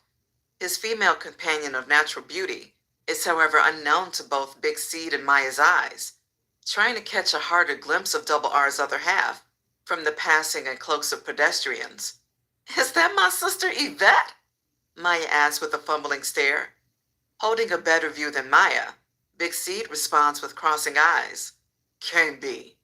As the pair of lovebirds jog closer, Yvette's gangster grin reveals her person. I don't believe it, but yeah, that's your sister. Wearing a deep brown bodyskirt, high-heeled gaiter pumps, eyes clear Chanel specs, and a baby brown fox wrapped around her neck, Yvette's normal hard rider's march is smoothed by a heavenly glide. If looks could kill, y'all'll be Bonnie and Clyde, Maya blasts, with a reaching hand to touch the small fox head resting on Yvette's shoulder, giving Double R a grand hug. Man, I see you've been doing it up. Wedding bells, makeovers, and slowing me up when it's time to get this major bread. Big Seed smiles, escorting Maya by her left shoulder, gesturing to Double R with a waving right hand. Let's walk toward the hotel. Mr. H somewhere around here about to pull up. 20 minutes later, Big Seed's cell phone rings. Yo, me friend, where'd you's at? Hernander asks with prompt timing. I'm in front of the Ritz. 5 minutes, Hernander declares. 5 minutes later, while Big Seed stands under the bright lights of the lime-floored valet grounds, a blue-stretched six-door Superleggera with scissor doors pulls up behind a blacked-out bulletproof Celine S331 sports truck. Following the entourage is an all-white-on-white, chromed-out 1941 Lincoln Continental with another blacked-out bulletproof Celine S331 in the rear. Hesitating with an extending neck, Big Seed peeks as the blue-tinted window of the back Raj's door is lowered. Opening the back door of the stretched Lambo Gallardo, a Mexican jumps out wearing a blue bandana, blue Nike jogging suit, and white Air Force Ones. Tiptoeing to the open door, Mr. H? Big C climbs in, shaking his head with emotions of unbelievability. I ain't never seen one of these. Before closing the doors, Big C notices the passengers of both Saline trucks standing next to their vehicles, surveying security. Remembering Hernander had the MS-13 population under control, Big C assumes, I see you got your MS amigos on the payroll again. No, that be child's play. Now me run me sicarios from me hometown Culiacan, the thin mustache silk shirt wearing Mexican says, signaling for the door to be shut. Sitting in the trough of silence, viewing his long-time smiling friend, Big Seed relaxes on the soft Egyptian royal blue leather. It took me a minute, but I'm back. Big Seed pops his collar. Reaching over the blue swirled wood grain bar, Hernander grabs a fifth of clear Stoli Elite. We make 'em to power. Me birds are ready to fly the coop. Taking a toasted shot, Big Seed looks at the Mexican drug lord asking, So when do we start the show? After the Super Bowl? Not at all. The hour signs begin now. I want you to leave in the mist of the morning. While Hernander talks, Big Seed is overcome with a burden of selfishness, thinking to himself, what, no Super Bowl? I spent all this money on a Ritz-Carlton, Bentley, Rolls-Royce, my time with Maya, vacation? Unable to hear Hernander's words, Mr. H finally breaks through. Big Seed, is it a problem with you leaving now? Looking at the seriousness of Hernander's face as he wears an all-white Mac with a lone 22-karat gold rope on his neck, holding a gold money bag with a centered 5-carat Asher-cut GIA-certified VSI-1 diamond, Big Seed wipes the stress off his face. No problem. Smiling, Hernander looks at the arrogant but loyal Big Seed. Get out. I show you present I bring you. Exiting the vehicle on both sides, Hernander points to the classic on-white 1941 Lincoln Continental, parked in behind, which is giving rave reviews from the classy spectators. Since you fly here, you drive back. Consider it a gift from the heavens. Bringing a grin to Big Seed's hardening face, Hernander whispers, as spectators arrive on the roads for this event, shipments from syndicates depart for distribution all over the nation. While Hernander feeds information into Big Seed's head, Big Seed checks out his awesome antique gift. Whoa, no scratches? Chromed bumpers with not one bubble? Opening the door. Plush stitch seats? Oh yeah, Seed. This gift I have for you's a long time. Chrome engine, everything we built from scratch. This I do in me custom shop in Cali. We drop 'em, stretch 'em, and put compartments in 'em. After showing Big Seed the secret compartments and various unknown gadgets, Big Seed, don't even party tonight. Stay in, get rest.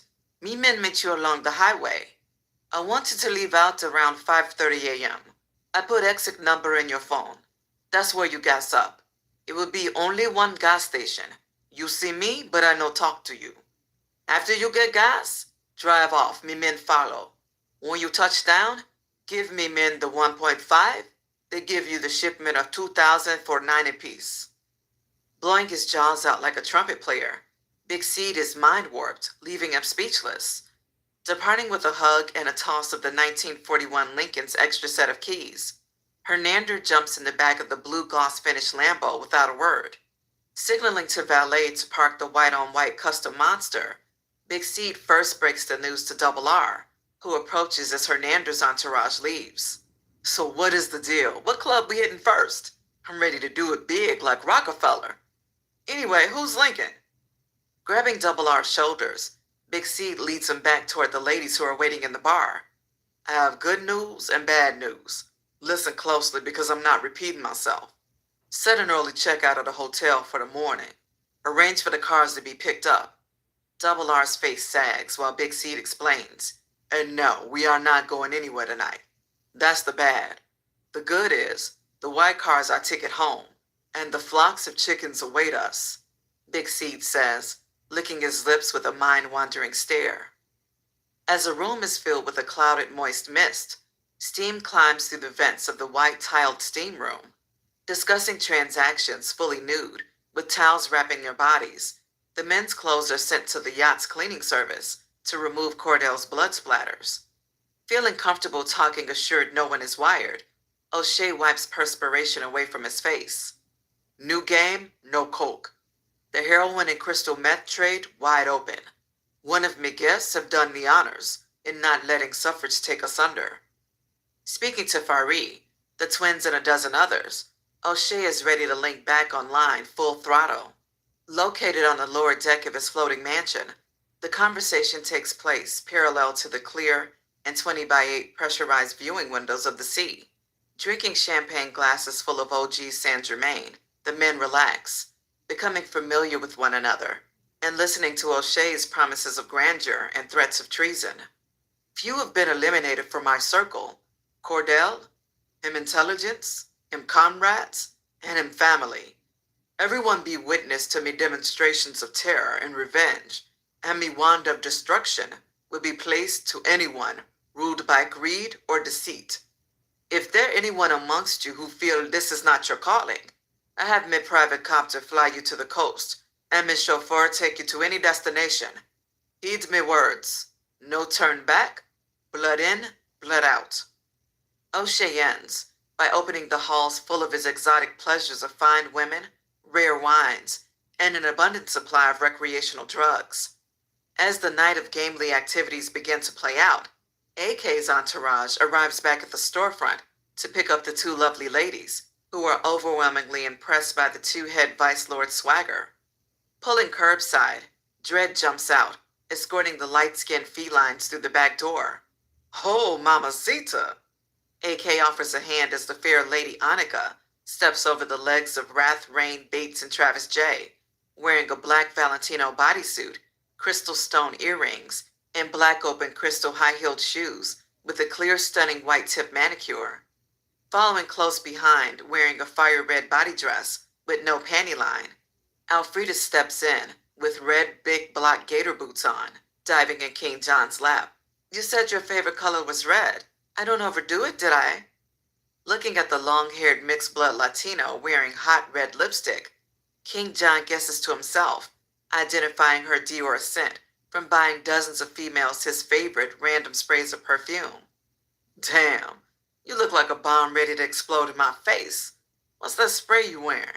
I think it's bringing out the animal in me. Yeah, I can already tell you're crazy. You know you've smelled Dior 1,000 times before. Alfreda slaps King John playfully across his chest. Dredd, hit the hot spots, AK orders, with his arm around Annika's neck with a whisper in her ear. Baby, you look good enough to eat. Watch it now, I bite back, Annika growls, with her pearly white showing. 5 seconds later, after that command, Norman Bates yells out, Peeps, ain't no liquor for real. Turning with another order, AK spits, Dredd, hit the L. Turning back to Norman Bates, fix the senorita some drinks. Stirring up whole specials, Bates quickly snatches 2 glasses, adds ice, cranberry juice, pineapple juice, and douses 2 shots of Bombay Sapphire into the mix. While passing the fruity drinks out, the brake touches metal as the limo sits curbside in front of the liquor store. Bates, go! Cutting off King John's commands, AK demands, KJ, you go in. I'm tired of drinking these sissy cheap drinks. I'm feeling panache, and I'm thirsting for the best. Wiggling his fat ass out of the deep soft cushions, King John hobbles out of the limo, quickly returning 10 minutes later, $2,000 lighter, and carrying one bag. King John steps back in with his blood smile glistening. Here, babes, this for y'all. Parody. Y'all can drink on a $400 bottle of the cheap shit, while me and AK sip on a $1,400 bottle of Louis. Wrath, I got you a $200 bottle of Platinum Patron y'all be drinking.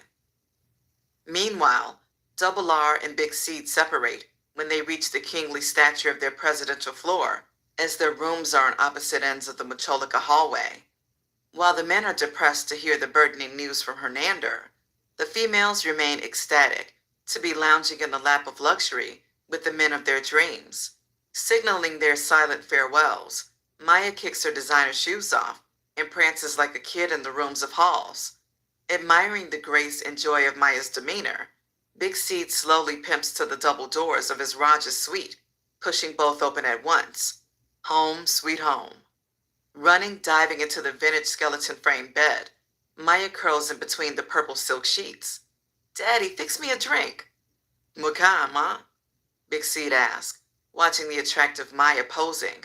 Whatever you want me to be under the influence of. Pausing with a smirk, Big C looks at Maya, looking at him. Okay, you want to serve a special? That's King Service's drink. I like those. Preparing a Patron on the rocks, pineapple, and a twist of grenadier, cherry extract, Big C grabs a bottle of Ace of Spades for himself. Lying on the soft mattress next to Maya, squatting on her knees. Ma, I need a massage. Snatching the drink out of his hand. Take your shirt off, Maya says, hovering over his torso, looking for a bottle of lotions he keeps on his nightstand. Simultaneously, Double R squeezes a lube of KY jelly into his hand, lubricating his rubber, while his tongue is buried down Yvette's throat. With no time to waste, Yvette cries as the two wrestle each other into desired positions. It's been almost 2 years. You better make sure you rock my world, nigga, Yvette orders, pulling Double R's ear to her lips. Cruising the glamour and piquantness of the swarming nightclubs, Dredd pulls to the third sold-out club.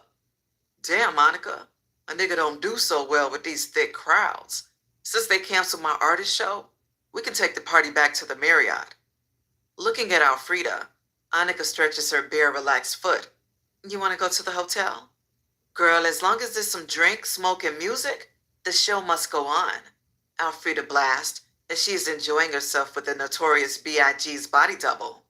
Back to the room, Dredd, AK yells with the speaker button, giving Wrath and Rain instructions. Peeps, y'all keep the limo. Go find y'all some bitches. Just make sure y'all ain't out too late. Tomorrow, a long day. Super Bowl and a deal with Sergio. 20 minutes later, AK and King John are escorting their females down the hall of their double room suites, while King John's phone rings. Yo, King John, what your fat ass doing? The caller states. Talking to the woman of my dreams, Big Vic. What the deal? Missed along for the game tomorrow? Yeah, how much? King John asked, ready to bet the farm. Just our regular 5 stacks. Mine on a blue G-Man. Okay, I got New England. Alright, 1. Click. Big Vic hangs up. Upon sticking the phone back in his pocket, King John's superior kicks open the door after sliding his key. Welcome to mi casa. As the tipsy crowd of 4 stumbles in the room of sleek interiors, the 2 female kick their shoes off, pouring more drinks and filling the room with the samples of Sergio's Kush products. Man, it's some A1 hocus pocus, King John says, greedily sucking down the blunts like he's known for. Separating into the 2 rooms, the Vice Lords see what the females are twerking with. Getting punked by Yvette, Double R finds himself on the bottom of the sticking with Yvette's beads of sweat falling into his face. Ah, nigga, ah! Yvette grinds and violently thrusts up and down, with Double R pinned to the queen-size bed. At the same time, Big Seed vows to himself, nah, I'm not fucking Maya till she 18. I love her, I can wait. However, he flips her over, biting the buttons off her top. Snatching off her bottoms, Maya cries, "I want to be yours forever if you want." Without a word, he cocks her legs, sticking his 3-inch tongue in her untouched pure vagina. Seducing her with his tongue, she sucks his fingers. The deeper she gags on his knuckle, the more outstretched his tongue lingers to her bottom, in and out. Grazing her anus, Maya twitches out of control. "Oh, oh," she moans repeatedly, as her sacred spot is massaged and lubed by the professional foreplay teaser. Cocking both her legs back, he rubs her toes, while his lips secure her clit gently. "Ah! Ah!" Maya blasts screams of cum, while taking shortening gasps of breath. Hearing King John's giggles in the adjoined open-door room, AK wastes no time, as his vulnerable female is hot like fire and tiny-eyed like a China doll. Taking his shirt off for a muscle flex, Annika is charged, seeing the silhouette of his tattooed body, shouted from the bathroom light as darkness fills their room. "Oh, you got big muscles." Annika edges toward the bed. "Yeah, that ain't the only thing big neither." "Oh, yeah." Annika gestures, licking her lips so hard it pulls her lipstick off with one swipe. "Oh, yeah." AK assures his package isn't top notch.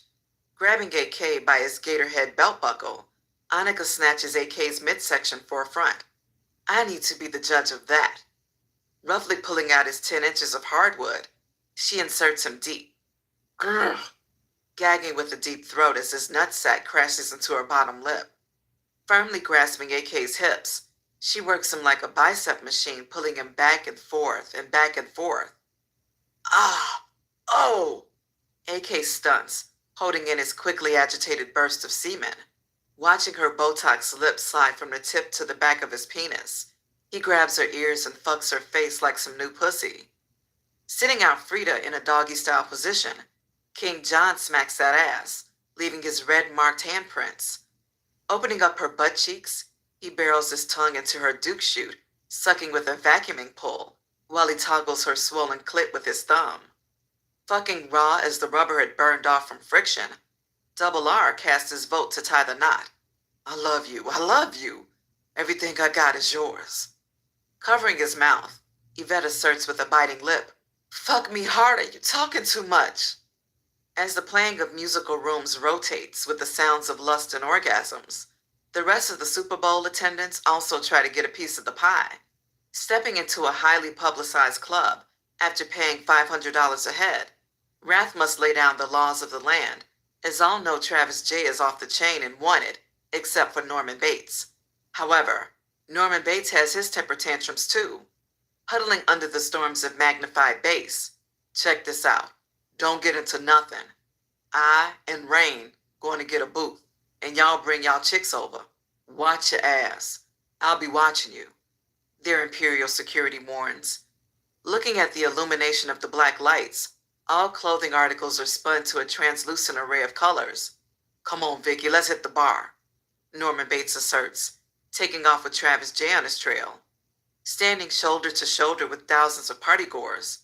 "Damn, ain't never gonna get a drink," Bates spits, staring at the abundance of overcrowding. "Man, fuck a drink. Look what I see." Travis J drunkenly lusts for 2 dime pieces, cornered at his side. Calmly grabbing the closer of the 2 brown-toned women, discreetly like Cool Willie. "May I help you?" The irritated female partygoer snaps, as she is tired of being stalked by men not fitting her critiques. With rolling eyes, "What's up, mommy?" Travis J asks, using his voice of sex appeal. "Nothing, nigga. If you looking for your mama, I'm the wrong bitch." "Damn, ma. I don't see no attractive females as bitches. What's your name?" Travis J pushes the envelope. Ignoring the shaded characters, Travis J pulls his tense of his face. "Come on, Mom, Vicky." Turning with exploding eyeballs, the second female chuckles. "What, nigga? Your mama wanted a girl?" She loudly blasts. "Oh!" A few eavesdroppers laugh, hearing the flat-out diss. "Damn, bitch, I ain't even talking to you." Travis J snaps, with Norman Bates trying to pull him away. "Who you calling a bitch, you punk-ass nigga?" The second female escalates the conversation, causing a scene. As the fingers point and words fly, Their two superhero dates return with 4 drinks in hand. What's wrong? The 24-year-old buff athlete questions the second female as fire burns from his nostrils. He called me a bitch. Oh, you want to call my girl a bitch? Handing their dates the drinks, both men square up to the undersized vice lords, demanding apologies. Tell my girl you sorry before I wipe both you bitch-ass niggas. The 24-year-old shows off. Stared down by the two smoking guns, the main young jock reaches for Bates' Mesquite designer shirt, grabbing the reaching hand of the 24-year-old in midair. Touch him, I gotta have that hand. The 6'5" wrath built like a Batista grunts, still applying a tactical submission hold on the muscle-bound brute. Melting in height like a heated snowman, his friend tries to come to his aid when Rain appears out of nowhere like a brick wall. You got 2 seconds to bounce off my Armani blazer. Backing down like Smokey to Debo in the movie Friday, the second brute takes 2 steps back, pleading, "Let my man go."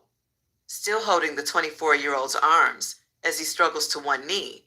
You niggas want to make motherfuckers apologize? You niggas better apologize to my niggas. Wrath roars with an added twist. Let him go! The two females scream repeatedly, sounding like a pair of Horace parakeets. Oh, I'm sorry. The kneeling brute begs. Well, we just waiting on your boy now. Rain stares coldly in the face of the second brute. I'm sorry. The second brute blurts, looking away, grabbing the unapologetic athlete by the shoulder with a Dr. Spock's shoulder blades pinch. My lord's over here, forcing him to look at Bates and Travis J. I'm sorry. If I see you again, I'm gonna kill you. Before leaving, Rain makes his comrades apologize also. Now show respect to the pretty women. We sorry. Then they are immediately escorted to their VIP section. Relaxing with his face in the place, Strong knocks at the door, break his rhythm. Daddy, somebody at the door. Maya moans with passions as the door knocks are throwing off her breathing. It ain't nobody but that damn double R. Wanting to tell me something about your damn sister he whipped. Big Seed states, climbing from in between Maya's sacred halls, stomping all the way to the front door. What? Big Seed just swings the door open without checking to see who it is, becoming face to face with the past and present, the beauty of every dream he visions at night, and the only true love to cement in his heart. What the fuck you doing here? Big Seed explodes with fury, tracing the model's figure, the red bones complexion, and the same twinkling eyes he could never imagine walking away from. I miss you, baby, the long mink trench coat wearer swears, opening her breasted furs, revealing only a thong and bra with matching high heels. Dressed in silky red, Big Seed fights inside himself, soul-searching, as he is confused by a hypnotizing trance, wanting to take back every word he ever said harsh. His hate overcomes his body like a light in a bulb. Bitch, I told you it's over. Ain't no hoe go abandon me and ever, and think they will be welcome back in my life? Big Seed snaps with a slur in his speech. But I love you and I'm your wife, Crystal demands. Once believing beauty was the key, it took Big Seed to be locked up to find out the truth. Taking one last look at his giveaway goddess, tell that nigga he won. Slamming the door, hearing pounds of heartbrokenness beating to be let back in, Big Seed phones the front desk. I have an intruder at my door. Expect to be hearing from my lawyer. Click. Phoning Double R, Big Seed is emotionally disgusted. Dude, security about to come clean the halls. We need to switch rooms. That bitch found me. Barely having his face out of Yvette's booty hole, Double R only answers as he knows it can only be Big Seed. What, player? Yvette yells in the back. Oh, we playing. Don't let him stop. Confused from both talking, Big Seed snaps off. Nigga, change rooms fucking now. Big Seed walks into the room, realizing what a beautiful thing he once had, as he hasn't seen his wife since he's been out of jail. Quickly forgets about his problems and the past when Maya's cute, lovely smile pops up from the cover. You all right, Daddy? I am now. Big Seed grins, hearing and seeing all of his phones light up and ring at the same time. Damn, who was that? Nobody but a ghost from the past. Get up, baby, we changing rooms. Kicking back in VIP, blowing big like mushroom clouds, Norman Bates and Travis J. Wine and dine a pair of nickels wearing tight fashionable weaves and high heels. What's up, though? After party at our hotel? Bates sweats the young ladies, knowing they're game for action. Nigga, it's whatever. But you gonna have to feed a bitch and shit. Peeping game stuck in protect mode, as if AK and King John were on the scene. Wrath and Rain, dressed to impress in two-piece suits, find they're being watched. Hey, peep out those bitches by the bar. Wrath signals to his other half. Looking in the direction over the multitude of grooving necks and rotating ears, Rain focuses his eyes. Man, is you fucking serious? He yells with a forthcoming finger roll, raising up his arm. Come here. With a more direct point, you, come here. Watching the hotties approach. What's up, ma? Why the sad face and the long looks? Replying with a disgusting roll of the eyes, the sophisticated female barks in a mild manner. What do you mean? You threatened our dates away, chased our rides off, and now a bitch can't even buy a drink. We just waiting on our cab. Rain walks up to the angry but timid female. Fuck them punks, I got you. Glancing at the female, Wrath confesses. I need to apologize to her.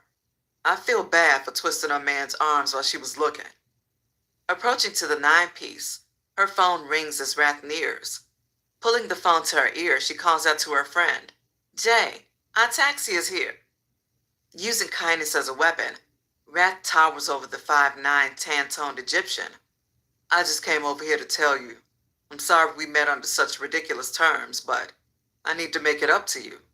You and your girl can spend the rest of the night as our VIP guest. And start now, if you don't feel like you're being treated like the lovely queen you are, I either will have my limo driver take you home, or I'll call you a chauffeured vehicle of your own choosing.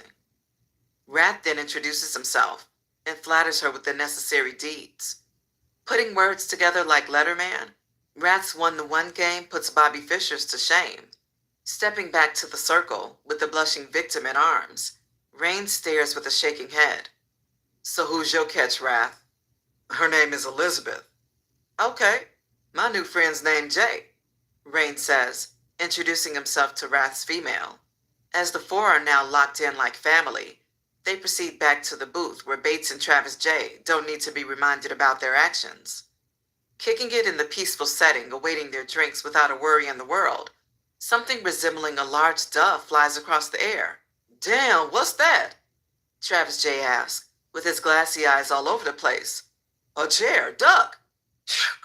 Fight, fight! The crowd yells as the lights pop on. Let's get the fuck out of here. Rain leads the way, with his new piece under his wing. As pandemonium incites around them, Travis J leaves his useless tinted shades on the table, worried about his nickel piece, leg of lamb. Rushing the crowded doors like O.J. Simpson hitting the hole, the party of 8 are knocking at their stretched EXT, while Dread awaits the scrambling 8 to load into the protection of the cocaine white. Back at the Ritz-Carlton, the chaotic scene is subsiding as Double R and Yvette are exchanging items of needful things. Jetting down the hall with favorable lubricants and edible undies, Yvette stumps past with a heavy ejaculating sensation still unhitching in her stomach. Damn, see, the bitch can't even come all the fucking with you. Still all smiles, Maya follows holding Seed's rare cognac and his multiple cell phones. Oh, Yvette, keep crying. You probably still experiencing menopause. Laughing, Maya giggles, feeling lovely as a fairy, after skeeting 5 natural bursts with the help of Big Seed's frolicking tongue. Meanwhile, AK slips from beneath the sheets as Annika plays asleep. Scaling the floor across the leather flat bench aligned with the front end of the bed, the nude almighty tears into his calling. Slumped over, loudly crinkling paper, with long echoing snorts to follow.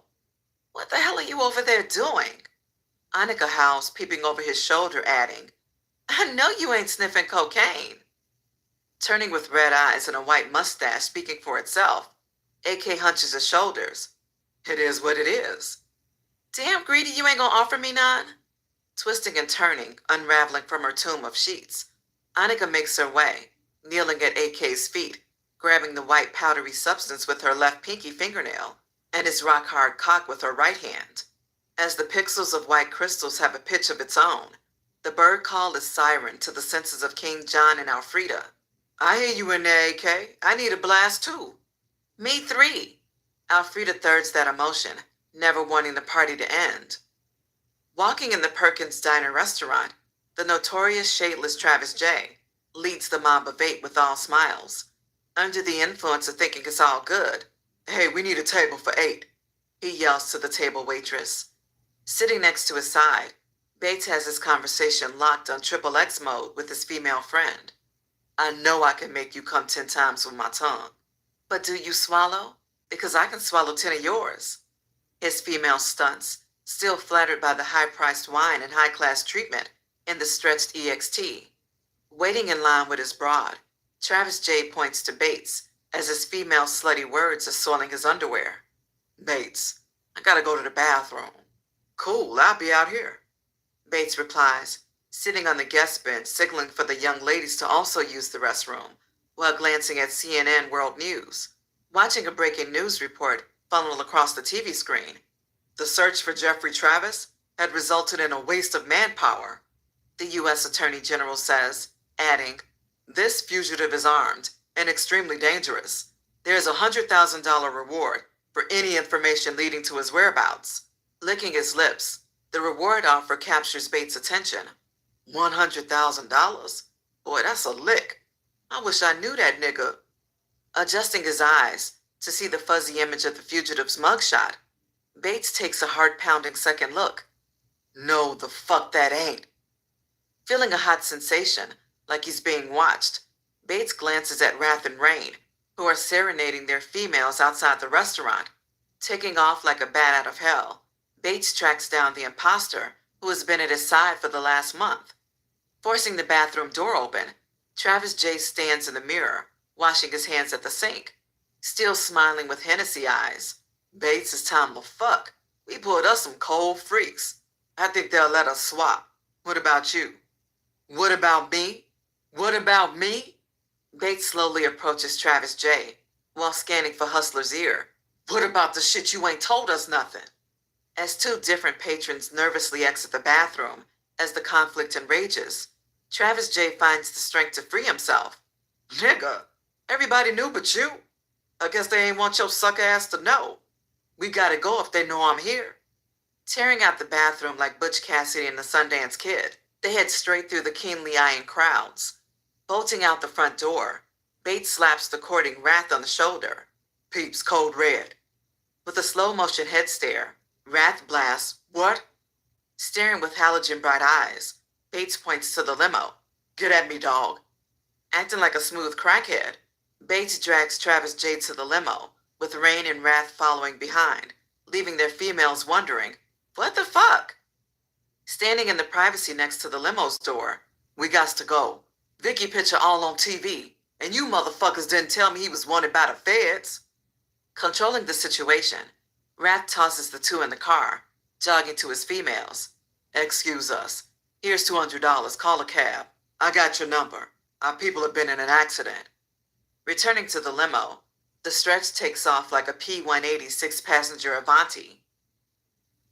Chapter 9. Early Super Bowl Sunday. The time is 5:18 a.m. Sitting their designer Louis and Fendi baggage down to the valet, Big C pages Mr. H. Up like the mornings do.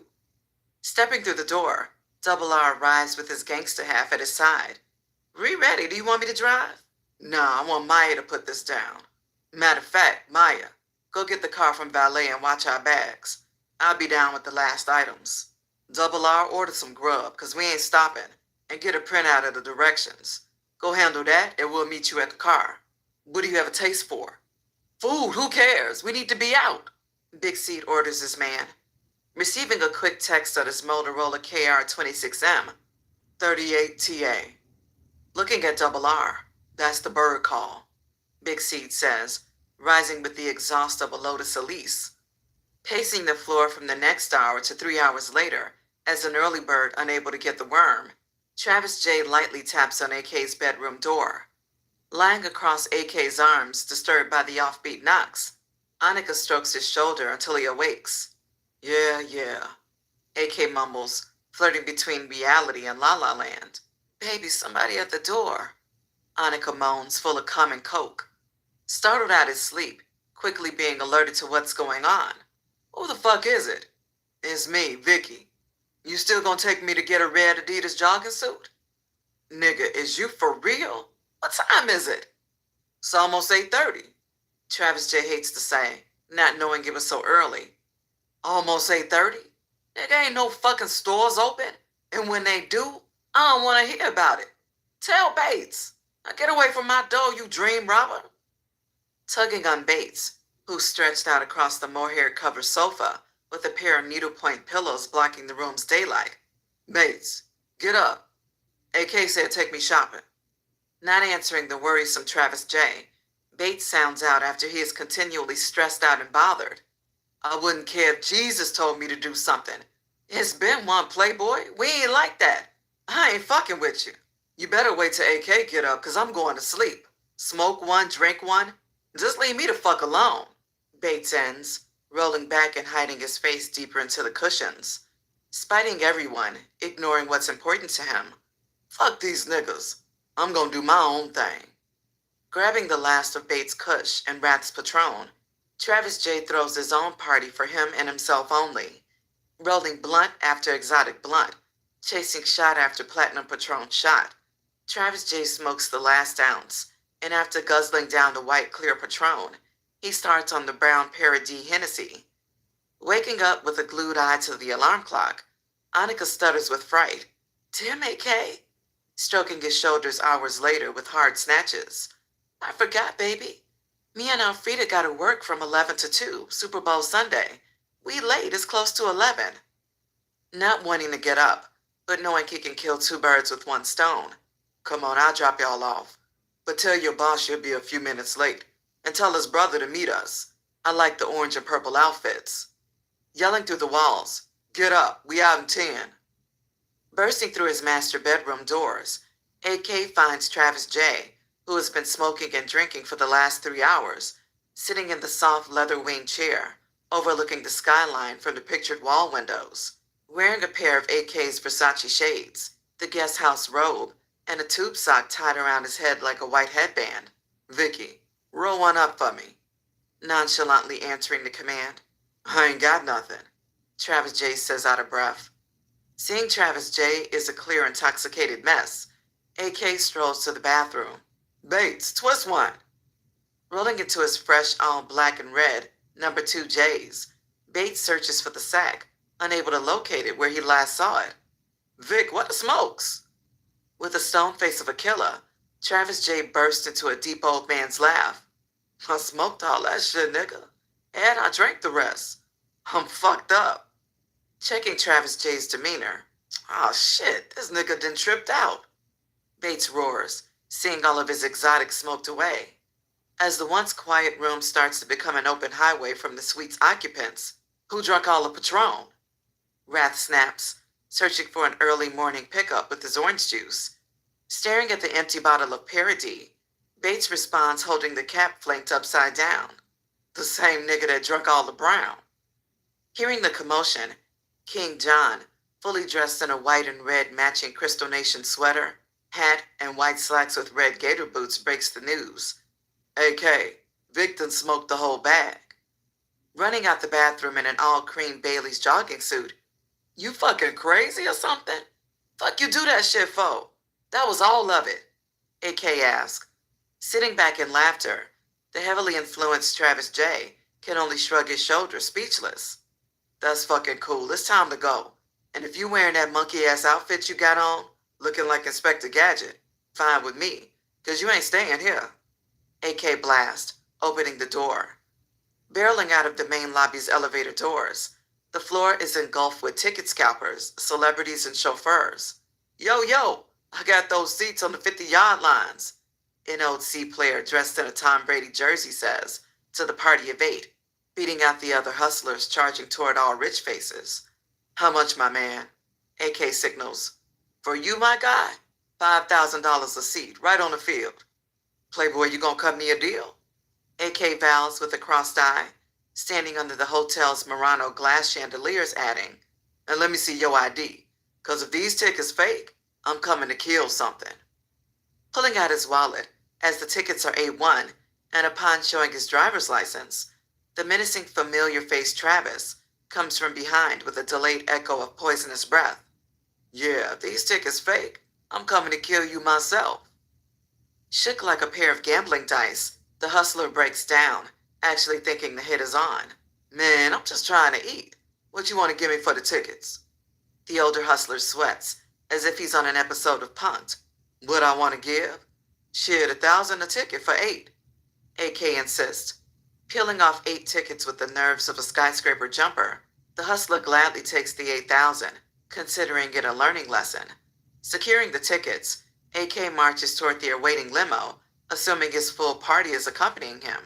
However, still staring in the hustler's face like a wild hyena, now you know you gotta cut me in or cut it out, the thirsty-looking fugitive says with a brief, soft pat-down.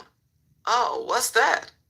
Pointing to the rest of the Super Bowl tickets and a large amount of money. I don't want your money, but how many tickets you got? Pulling out about a stack of 50, valued anywhere from $1,000 to $7,500, Travis J checks in about half. This between you and me, Mr. Harold Jackson. Repeating the name on the license. I know you know me, and I know you. I saw it in your eyes. I'm gonna let you keep your money, because I know you're gonna keep your mouth shut. Just don't be here when I get back. Travis J spins off like a superhero, with his housecoat floating in the wind.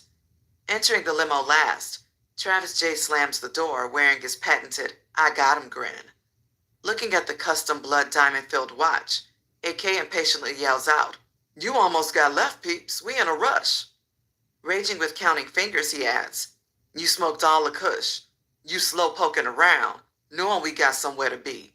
And you dressed like you ready to take your ass back to the mental ward. Responding like a canine on the loose that knows the master doesn't play, Travis J says, taking off his glasses, I'm sorry, Almighty. I'm sorry, everyone. Pointing to the 2 bona fide scandalous models, I even apologize to you. From now on, I'll be on my best behavior. Vice Lord's honor. He seals the deal in silence by pounding his chest with the open 5. Norman Bates, still upset with the entire situation, waves him off. Man, that nigga hired in a helicopter. He's on cloud 9 or something. AK, only concerned with drugs to put in his system, rubs Annika's thighs, whispering with a sexy voice. Baby, call your boss and see if his brother's there. Tell him I need something personal, too. While Annika makes the phone call, AK orders, Somebody, give me a double shot of Louis. King John, still in the mood for love, rests his head in Alfreda's lap. Yeah, hook me up, too. As all the eyes glance toward the I wish I was smoking Norman Bates, he snaps his fingers in Travis J's face. Vicky, handle that. Under the influence of his Kush Rush and his Boilermaker mix, Travis J burst into laughter. Ha ha ha. Adding musical verbal bass noises from beatboxing. Booms, baduk, Shit. Norman Bates heavily sighs, realizing Travis J is mentally out of commission. Snatching the crystal flask from the minibar, Bates cries out, It's a wrap. Only a shot left. Then he quickly pops the top and swallows it. Ah. Damn fool-ass nigga. How you know I didn't want that? King John begins to yell, sitting up. Shit. How the fuck you know I didn't want that? AK blasts louder with his 2 cents. How y'all know I didn't want that? Travis J blurts, then pauses. Ha ha ha. Grabbing his throat wearing a sour look, Travis J reaches for the window switch, which is on automatic lock. Fighting to make the switch work, he clutches his mouth. Recognizing the look and sound, Bates dives away from Travis J, tossing a liquor bag in his dust. Travis J squeals, pouring his guts into the tossed bag. Releasing a foul odor of raw spoilage, kush and alcohol reek through the tight Spartan sitting space. Oh my God, I think I'm gonna be sick, Annika cries out without Frida agreeing. Yeah, me too, pull over. Looking in the face of chaos, King John tonsils awaken. Pull his motherfucker over. Maneuvering the stretch like a sailboat, the Jamaican driver cries, What the bumper clock be going on back there? Man, pull his motherfucker over. AK hits the speaker. Coming to an emergency stop. The driver lowers down the privacy window. Damn, look at me car.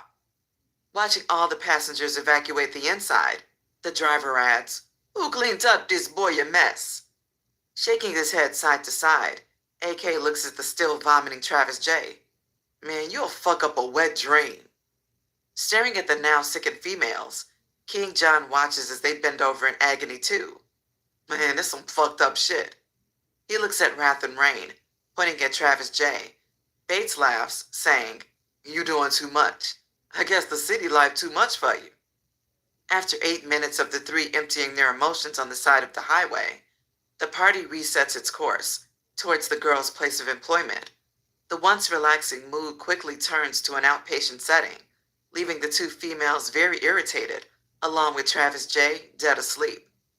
Arriving at Dom Majestic's clothing line, where the meeting of the hydroponics buds are to be transacted, AK notices, Damn, there goes Sergio's Koenigsegg CCX on those 22 Chrome boys. That's a bad motherfucker. Exiting the back of the stretch without a word, Annika and Alfreda flee into the store. Immediately following, AK jumps out with King John. As the duo charges the door, Sergio comes out. Hey, I hear you guys ready. Yeah, AK confirms. Walking with the head weed connect, the duo pass the exotic liquid-dripping GTI race car. Coming in connect with a phone service panel truck, Sergio opens the door, while King John suggests, I see you got the wireless joints jumping off. Sergio responds with thumbs up. Wireless, no. Joints, yes. Crawling into the front truck, come on in and shut the door, Sergio orders, adding, What you trying to do? My brother Francois said you were ready, Sergio says, pulling out bales of lime, orange, and red haze fluff. Whoa, son. AK whines, looking at the assorted hydroponic flavors. Yeah, I am ready. How many you got? I just need to get the funds on deck when we reach an agreement. I got what you ordered to see. Orange Crush and Kush. I got stocked vehicles. Only thing that's limited is my crystal ice buds. But my limits are probably overflowing rivers compared to what you're trying to do. Sergio stunts with a smile. Looking at King John with a smile of selfishness, AK requests to his new crime boss, So what's my discount? For how many? Wherever the break starts. Sergio rubs his hands together. Wherever the break starts, huh? Yep. Rubbing his chin, with the platinum ring holding an oval cut 6.6 GIA certified as 12, Sergio adds, the break starts at 1,000 and 2,000 pounds. Hearing the best possible quotes, AK thinks, damn, 1,000 pounds? That'll stop everything else I'm doing. Plus I have to pay a motherfucker to bring the cash down. Looking at the two flashy ballers, surrounded with their materialistic mouthpieces, Sergio reads their minds like a psychic. Okay, you seen Godfather, right? Yeah, but what that got to do about the product? They didn't smoke Kush, AK says with a slick attitude. But the Godfather made offers others couldn't refuse. Refusing was considered a bad sign. So I'll give you an offer you can't refuse. Knowing you don't have millions of cash on hand to even take advantage of the first break of 1,000, which cost $7 million for the Kush, which I'll drop to $6 million with the break and the Orange Crush, which is $6 million dropped to $5 million for its breaks. Leave all the jewelry you have, and I'll give you 500 pounds of both at the break, which is worth $5,500,000. But only one time I do this. First time buyer, no 1,000, no break on the next shipment. Staring in a state of shock, as they have over $2 million by far invested in their combined jewels, both stare at their flashy, custom expensive platinum, rose gold, rainbow carats VS1s, sitting on more flawless VS1s. Man, do you know what this is worth? King John hauls off with a verbal tongue lashing. Laughing, Sergio replies, It's worth nothing to me. I can't spend it.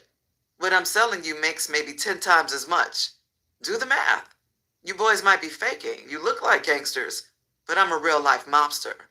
I'm the Godfather here. Arizona is my turf. I run it. I'm Taliban. You can't impress me. I can only impress you. The offer I give is non-negotiable. One time, one shot. Take it or leave it. Sergio speaks, no holds barred. Contemplating in deep thought, AK asked with a scratching head, "So you saying give you our jewelry?" Cutting AK off, Sergio adds, "All of it." "So, give you all our jewelry. How long do we have?" Smiling, Sergio says, "Take as long as you want. I have your pieces. I do this for fun. If you lose the load, it matters nothing to me. I'll probably give your jewels to the homeless." "How will we get back?" AK asks, knowing he's not riding with it. "You can use this truck. You'll need it. It's pressurized. It can hold 1,500 behind these walls. Radar, everything." King John cries, "AK, if you gonna do it, at least wait till after the festivities. I can't go out iceless." Sergio replies with a stunner's laugh. "Go out? Yeah, you two are playboys. I bet y'all just sat in the rooms all night, got high, got drunk, and got fucked." Both stare with guilty looks. Sergio shakes his head. "Boys, you party every day. These events are strictly to get millions. People travel to Super Bowls, NBA, All-Star, and the World Series with 18-wheelers of cocaine, heroin, guns, prostitutes, even nuclear weapons. Get with the program." Sergio flaunts. Unscrewing the back of his 5-carat left earring, AK orders, "Take that shit off, King John." "Damn, I hope this shit don't backfire." "Just take it off. We got the money, we'll just bring it back." Moping under his breath, King John pulls off his accessories. "Goodbye, Platinum Presidential Oyster Perpetual Rolex, valued at 130 stacks. I'm gonna miss you, my twin platinum 40-carat red bracelets, 80 stacks a piece on discount." Taking off his 50-carat diamond chain with a 100-carat yellow ice crown anchored down on the colorful initials of KJ, AK says with pausing of taking off his own multicolored diamonds, "Enough, grow up. Hand me both 10-carat pinky rings and both 5-carat earrings." AK hands King John's jewelry to Sergio, along with his personal jewels, with thousands more flawless diamonds worth a half of a ticket more. "Don't be mad. Next time we won't wear all this bullshit." Placing the jewels in a bag, Sergio hits a button showing the fellas the merchandise. Speechless, the two realize they've hit the jackpot. Wrapped in red plastic blankets, the godfather of Kush describes 500 purple Kush pounds and 500 orange Crush. The orange Crush was engineered from seeds split by scientists. "Charge more. I want to fold the market with these solid orange fireballs." Shaking his head up and down with a menacing look, Sergio stresses, "This shit potent like heroin. It'll choke you out. One hitter quitter." Upon departing from the clothing store, AK leaves one rule for the females, as the schedule is tight. "Never be late. We'll be back in 3 hours to make the Super Bowl festivities." Jumping in the limo, King John sits in the front van as AK signals, "Let's ride." Thrown off by an inaccurate head count, he adds, "Where the fuck is Vicky?" Wrath replies, "He needs some air." Rain adds, "I told Bates to tag along. You know we ain't going nowhere. We gotta watch the president and the vice president." He gestures, pointing at the fiery AK.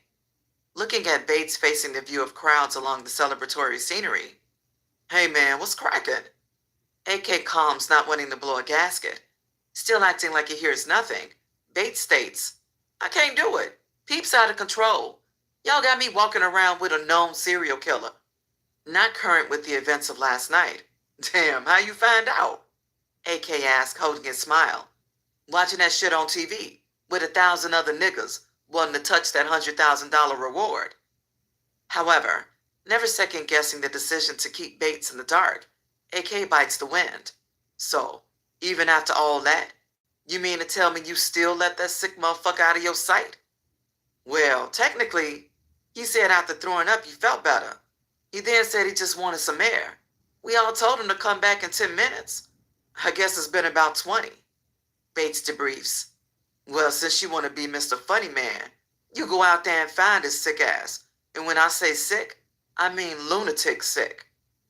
As speaking of the devil brings out the bad in everyone, Travis J snatches the door open. Wearing an all-red Adidas suit with white stripes, white shell-toed Adidas shoes with red stripes, and an all-red New England Patriots hat cocked to the left, Travis J dives into the stretch Cadillac. "Where the fuck you been?" AK asks, seeing Travis J strapped with fresh duds.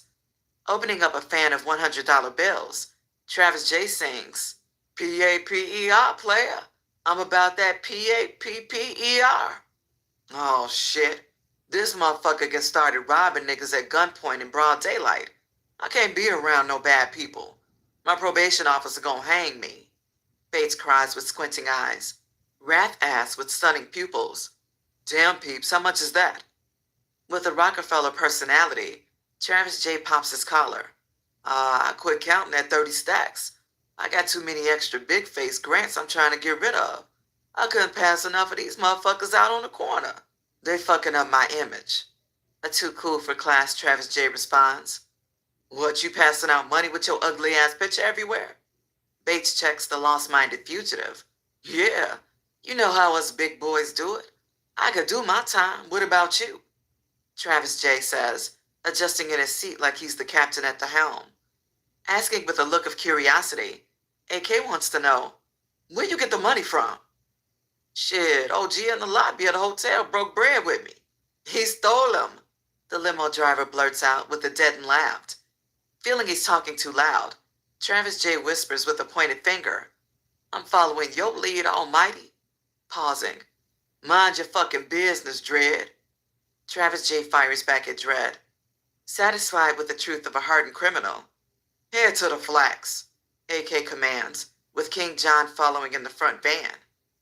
Meanwhile, back to the early morning's checkout and departure, Big Seed and Maya are cuddled like lovebirds, awaiting the bellman to load the cocaine white old school with their luggage. Lounging in valet, Maya reaches around Big Seed, rubbing his neck. So what's up when we get home, Daddy? Getting this grand larceny currency. Smiling, Maya compliments. I love your accent and the way you talk. It turns me on. What about Shu?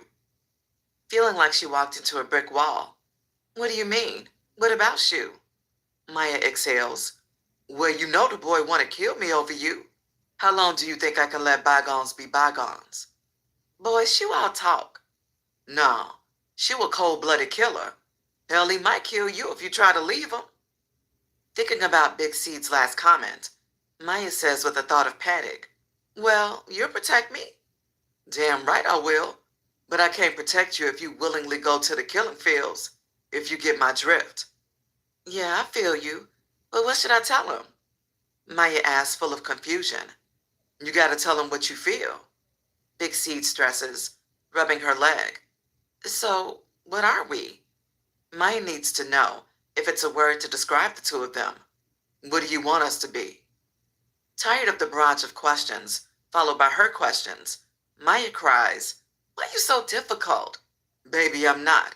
I just lost the girl of my dreams. No, let me rephrase that. I merely just gave her up. However, when I met you, it was love at first sight, but the mission is still the same. I'm looking for money, not love. You fulfill my desires in the future, but now is the first shipment of thousands to come. Placing her finger on his lips. I'm still Maya first. I'm still your down bitch. Before tonight, I was running the highways with you. I don't want you to change. We gonna get that money together. I'll follow your lead wherever. Whatever makes Daddy happy. I want to see you smile, she says, rubbing her pure, full of youth smooth face with an open hand. Baby, I just don't want you to change on me. You need to know this a hella busy and hectic game, being gone for weeks and maybe separated for months. You've yet to see the frustrations of the game. Good days, bad days, sometimes the worst days. It's nothing against you, but never take what I say or do personal. It's another world I live in, and you can't always be a part of it, because the boss oversees the conducting of much pain, death, and misery. Interrupting, Maya lets it be known. I live in that world too. Don't protect me as your woman. I still work for you. Business is first. If you want me to drive, drop off, whatever, you're my boss and I'm yours. Placing the game on the platter to be digested, beating at the back window breaks the bonding moment.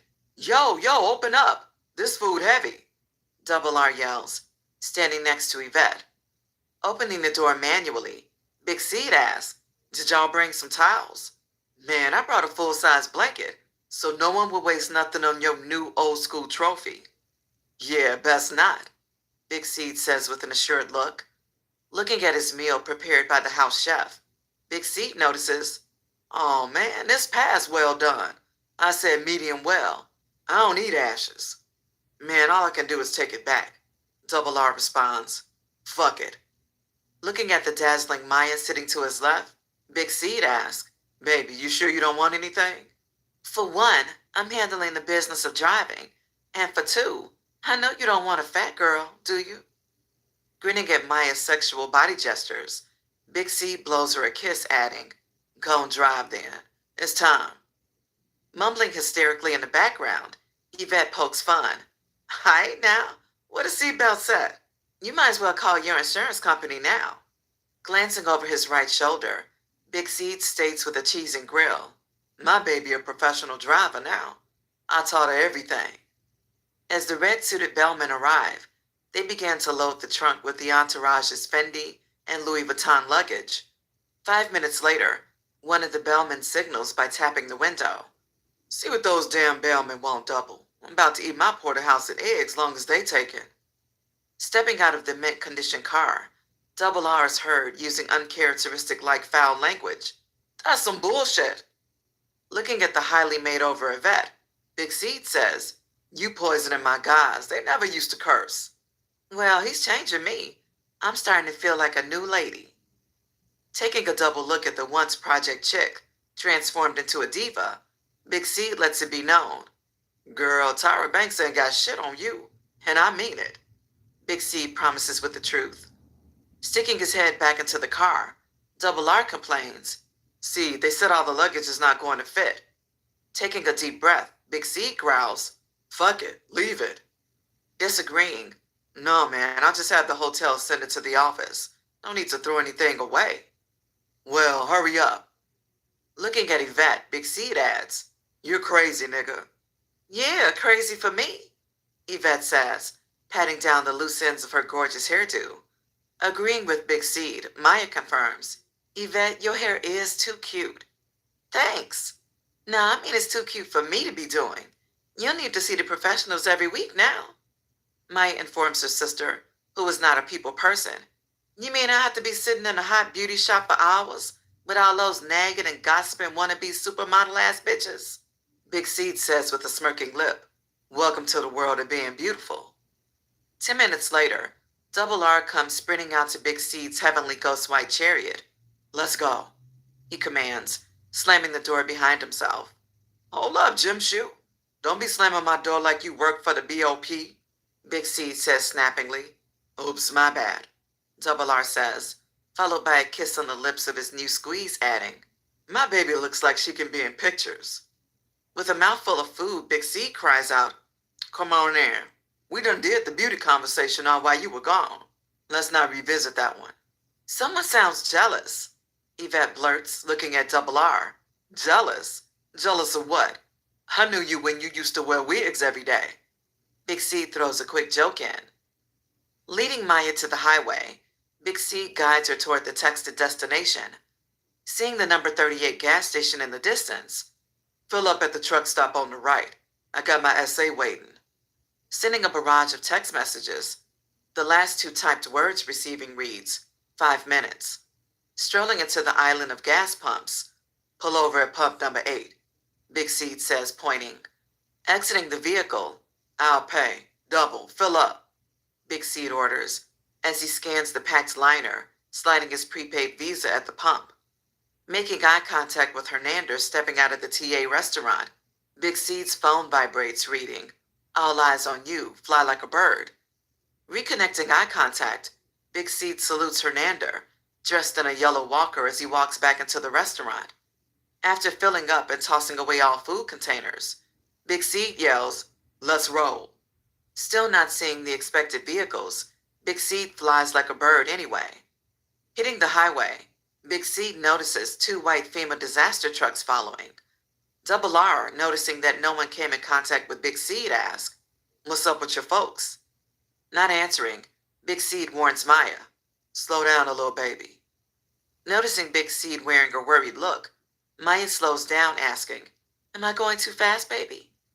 You are doing just fine. I'm trying to check something out. As the old school classic rolls in the slow lane, the white FEMA trucks flow like a river merging from behind into the fast lane.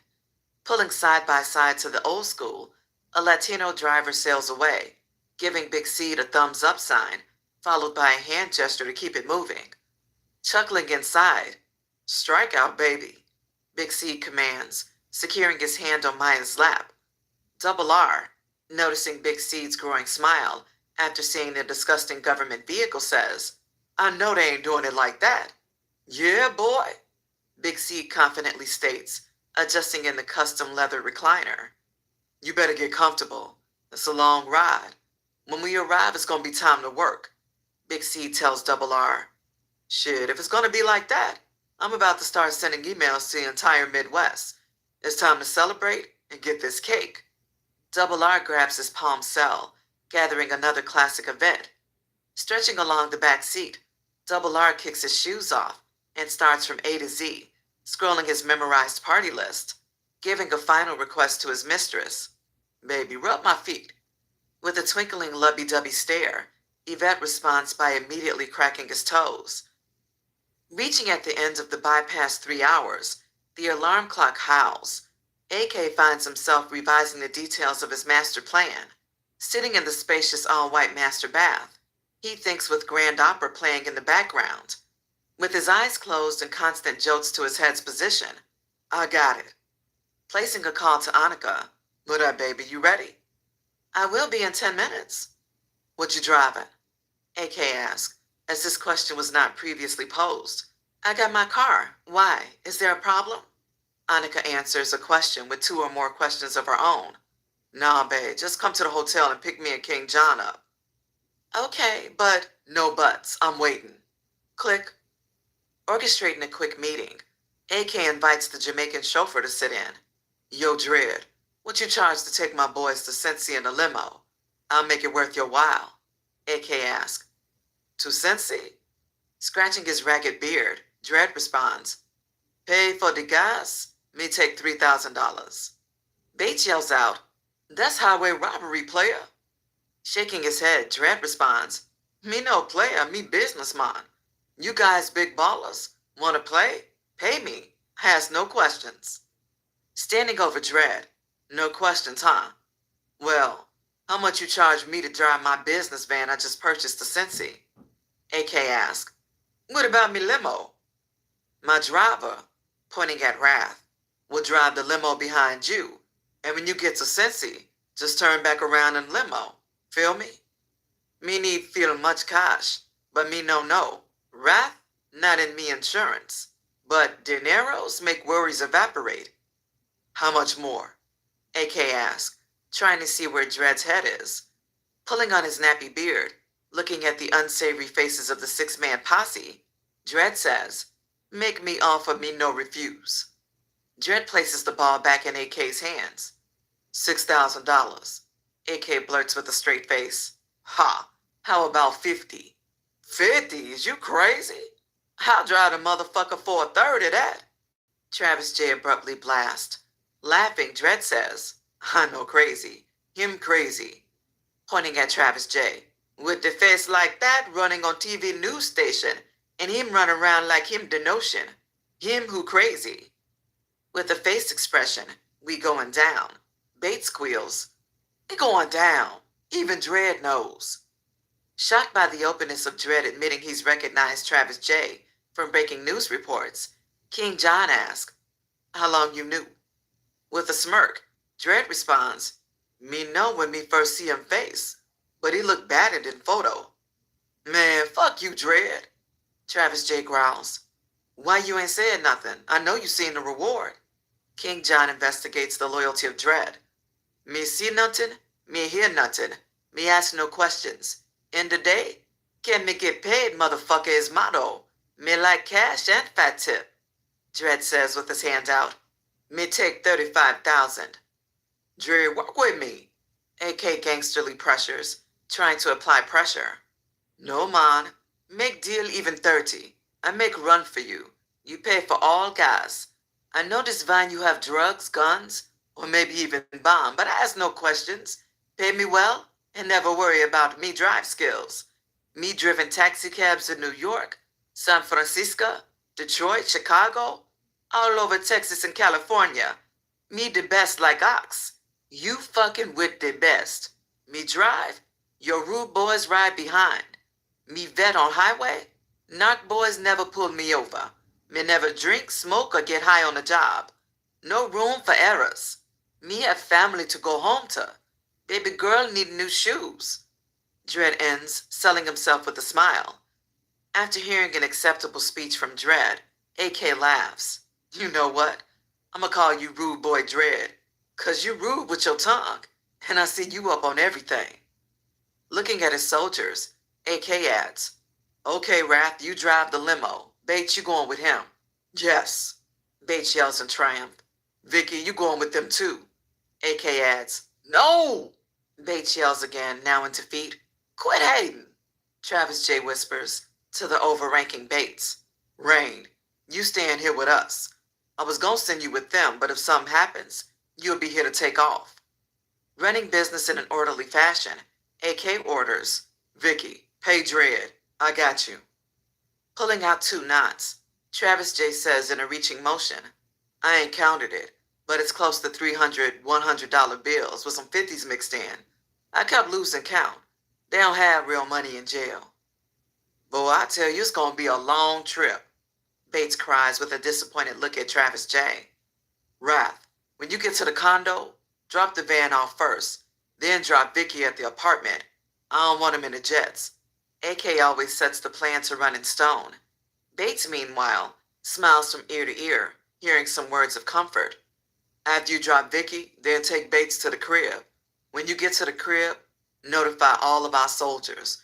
We'll open back up shop Monday morning. AK explains always in full detail. With hugs and salutes of Vice Lord's honor, the departing men set sail riding off eastward. Chapter 10. Later on that night, voices are heard drowning out the stereo sounds of the chattering speaker box. Yo, man, I told you New York was gonna beat those bum-ass New England Patriots. That Tom Brady ain't shit, a random member of the GD Nation yells as time runs out in the game. Man, fuck you, that was a lucky catch. That dude has stickum on his helmet. OG Rollo screams, slamming a fistful of hundreds on the black oak Wellington table. Whew, you've been beating me in every bet. I might as well enjoy every minute of this victory, Big Vic says, raking $200 bills off the black glass and Top's cocktail table. Celebrating in the midst of familiar rowdy faces, Big Vic calls his partner across the lines. King John, what the deal, man? I know you sick. What up, Big Vic? I got you as soon as I touched down. I know you made a killing off those New York Giants. You know it. $5,000 off you, $2,000 off OG, plus about $4,500 more I ain't seen yet. I'ma buy me another set of chompers to match my white gold piece. Blue diamonds, everything. Blue and gray. What else can I say? Big Vic soils in his victory. Ha ha ha. You silly boy, but check this out. Me and AK parlaying with these 2 honeys. I'll drop that as soon as I get back. Click. Hanging up the phone, AK yells to King John. Who was that? Big Vic? King John hates to admit. Lord, you should be brought up on charges for fraternizing with the enemy. Lord, you know that's my guy, King John constantly reminds. At the same instance, OG Rollo asks Big Vic, who was that you just beat out of 5 stacks? Oh, that was King John. Big Vic also hates to admit. Gangster, I wish you would have broke his bitch ass. I hate that frontin' ass nigga. Yeah, G, you know that's my dog. Big Vic constantly reminds too. OG Rollo, walking on the comforts of Indonesian hand-weaved carpets, steps onto the gray marble custom floors of his entertainment room. GDBD, what's crackin'? You enjoying yourself? Yeah, AK just beating these younger cats in casino at $100 a game. Let me holler at you for a second. OG Rollo summons as he needs a word in private. Getting up from the wooden green cloth card table of 4, GDBD says, deal me out. Walking to the living room centered with sky blue and cream walls, their conversation quickly hits the point. Covering GDBD's ears with a wrapped arm around his shoulder, OG Rollo lets his gangster lieutenant in on the latest business. They're downstairs as we speak. Man, I don't know what the deal is on that shit, but someone has to know something, GDBD says, as he is in charge of the street captains. True that, because good niggas just don't disappear. I might feel one might dip. 2, 3, 4, and 5? OG Rollo shakes his head in anger. Nah, G. Go get these niggas. Sitting in Shu's black custom Grand National called Destiny, 2 seconds passes the blunt to Shu. Yeah, gangster. Noticing Shu's gloomy expression, 2 seconds adds, What's wrong, Shu? I miss my Maya. Turning down the low vibrating bass thumps, a frustrated 2 second yells, Oh, gee, she ain't nothing. She's sleeping with the enemy. Just as Shu decides to defend his love, Hey man, Maya, boom, boom, boom, boom. Bangs on the hood startle the 2 boys. Seeing a gesturing young gangster shorty waving for the guys to come in, 2 seconds snatches open the door. Yo, young gangster, don't be beating on the hood like that. Being the up-and-coming new prince for the highest ranks, the 13-year-old boy yells back, Just bring your ass, the boss wants you. Climbing back into the car, 2 seconds tells Shu, Man, this younger generation off the chain. These fucks ain't got no respect. I bet. They following our leads at too young of an age, Shu says, grabbing his 32-round chopper. Exiting Black Darkness, Destiny's nickname, both enter OG Rollo's and Big Vic's apartment with big boy toys strapped around their necks. Scaling the hallways to the penthouse of the West Tower, project chicks cluck at the boys. Hey, Shu, hey, 2 seconds. With a simple head nod, the boys continue their journey. Squeezing through the natives clogging the stairwells with drinks and blunts in hand. Standing at the top of the entrance, Shorty cries out, Hurry the fuck up! Slow your roll, youngin'. You getting beside yourself. You better recognize. Shu's mouthpiece barks at the impatient kid of authority. You better recognize I got a job to do. Then another one after that. Get your ass in there. Gangster Shorty yells, holding the door open as he must lock it behind them. Passing young gangster Shorty, the 13-year-old phenom, both enter through the doorway with 2 seconds slapping him on the back of the neck. Watch yourself, boy. Learn to respect the ones that outrank you. Ouch! Shorty yells, growling. First of all, you don't outrank me. Second of all, you hit me again, you gonna find yourself in the oubliette. Ah, shit, here he go, like he on Wheel of Fortune. Slamming the door in Shorty's face, 2 seconds kicks his shoes off. Walking barefooted through the off-limit seating areas, finding the Gangster Nation heads in the dark gray ceramic tile kitchen.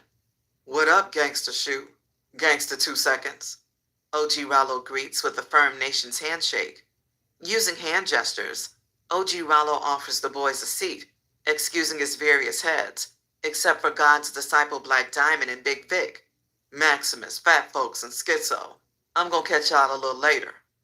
Reclining on the blue leather Neptune sofa, positioned in front of his Hitachi 55-inch plasma, displaying the Super Bowl highlights. Is everything okay on my streets? I was shocked not to see you guys at my Super Bowl party. AK briefly speaks, leaving everything up to the man in charge of these situations. Pointing at GDBD, who was stretched back in a cast iron chrome chair at the head of the round table of 8. Tell me something, I'll let you speak first. GDBD adds, I hope your character shows improvement from our last meeting. We were coming, but business seemed to come before pleasure. I didn't call in because no news has come in. They're all missing in action, Shu declares, acting like he is very concerned, in which case he could give a fuck less about D-Knock, Lucky, or their henchmen. Grilling Shu in front of his superior, GDBD blasts, You gonna have to tell us more than that. You are eyes and ears on this situation. Hating to be the bearer of bad news on such a joyous occasional celebration, Shu rubs his hand over his face. I think it's all bad. What's all bad? Big Vic asks, while standing in front of the plasma sipping on a shot of Grey Goose. Everything. I search high and low, day and night. Making himself seem more like he's on the ball, Shu lies about his efforts, adding, I've been by Luck's house, Gangsta Bill's house, D-Knock's house. I even had my girl call the city jail and the state to see if these motherfuckers got pulled over on the highway. Man, we've been looking everywhere and still scoping for new faces. No one has seen them. Taking a deep breath, followed by a long stare into space, GDBD looks at OG Rollo, who was seating himself at the table. Pulling out a pack of brown dust, OG Rollo tears open the coated paper phony pack, pouring its contents onto the clear crystallized serving tray. Rolling up $100 bill he grabbed from inside his pocket, OG Rollo snorts from the pile of dust without making fine lines or recrushing the chunks. Whoa, OG Rollo signs as total silence clouds the room. Who want a hit? OG asks his soldiers. Suddenly a line forms like government cheese is being handed out. Popping bottles like champions after a victory, AK and King John make the VIP section of the after party rain greenbacks. Stunning, knowing no limits from feeling insecure of wearing no jewels, the iceless underworld bosses let their status be known. Chinky eyes from celebrating a New York Giants win, along with an I told you so bet to King John, $18,000 worth of gambling profits to follow, the entourage of four party like their last night on Earth, while Rain is at the Marriott with Jay, female he met last night, showing his beastly love techniques. As AK stares at his needy eye candy, Annika, give me some of that good tongue. Sexually erotic like his superior, King John snorts sprinkled sands of fine cocaine off Alfreda's double D-sized breast. Surrounded by VIP supplied security, one of the gun-strapped officers grabs King John's shoulder. Yo, man, you can't blow that provider in the open like that. AK, smoking illegal hand-rolled lace cigars, yells out, Playboy, you work for us. Yeah, man, well, y'all gonna have to pay us to close an eye. The security guard grittily warns the big spenders. Pay you? King John shouts, standing up with a roar, adding, Nigga, I'll blow cocaine where I want. Fuck you. I'll blow this motherfucking punk-ass club up. Staring at AK, King John blasts with a hoarse, raging voice. See, I told you not wearing our ice. Niggas was gonna be some gump frontin' ass shit. Fuck 'em, I ain't paying shit extra. And a nigga bet not touch nothing they can't fuck, AK says, tossing the 5 on his chest. As King John and the cop get into a heated exchange of verbal welfare, their bad vibes go unnoticed to all partygoers except for one, the Phoenix. Interrupting in between the two firebox machines, the 5'8" light-skinned tank-like built gangbanger blood slices the atmosphere of the two negative energies with $200 bills. RoboCop, they were me. Snatching the two big-faced Benjamins from the problem solver, the two police kick rocks to another location. Looking at the 5'8" stranger, King John asks, Who are you, player? Do I know you? I wouldn't have gave them bitches shit. King John stresses, falling back into the rubbing arms of Alfreda. Game recognizing game, AK offers the stranger a seat. What's up, peeps? Have a drink. Who are you? Sitting down in the VIP booth, the stranger announces, I'm called the Phoenix. I'm a blood. Are you Vice Lords? Pointing at AK, he adds, I saw you toss up the 5. I fuck with the Lords. Then when I saw y'all having problems with RoboCop extorting ass, I knew y'all could be some niggas to meet. But if I'm wrong, I'm gone. With a smile laid back in Annika's pits, AK declares, Hell, you might be the one to meet. You look like you running shit, all dressed out in your red Averex and blood-matching J's. Nah, player, I don't run nothing but my mouth. Ballers make the world go round. Phoenix gestures, rubbing 2 of his point fingers against his thumb.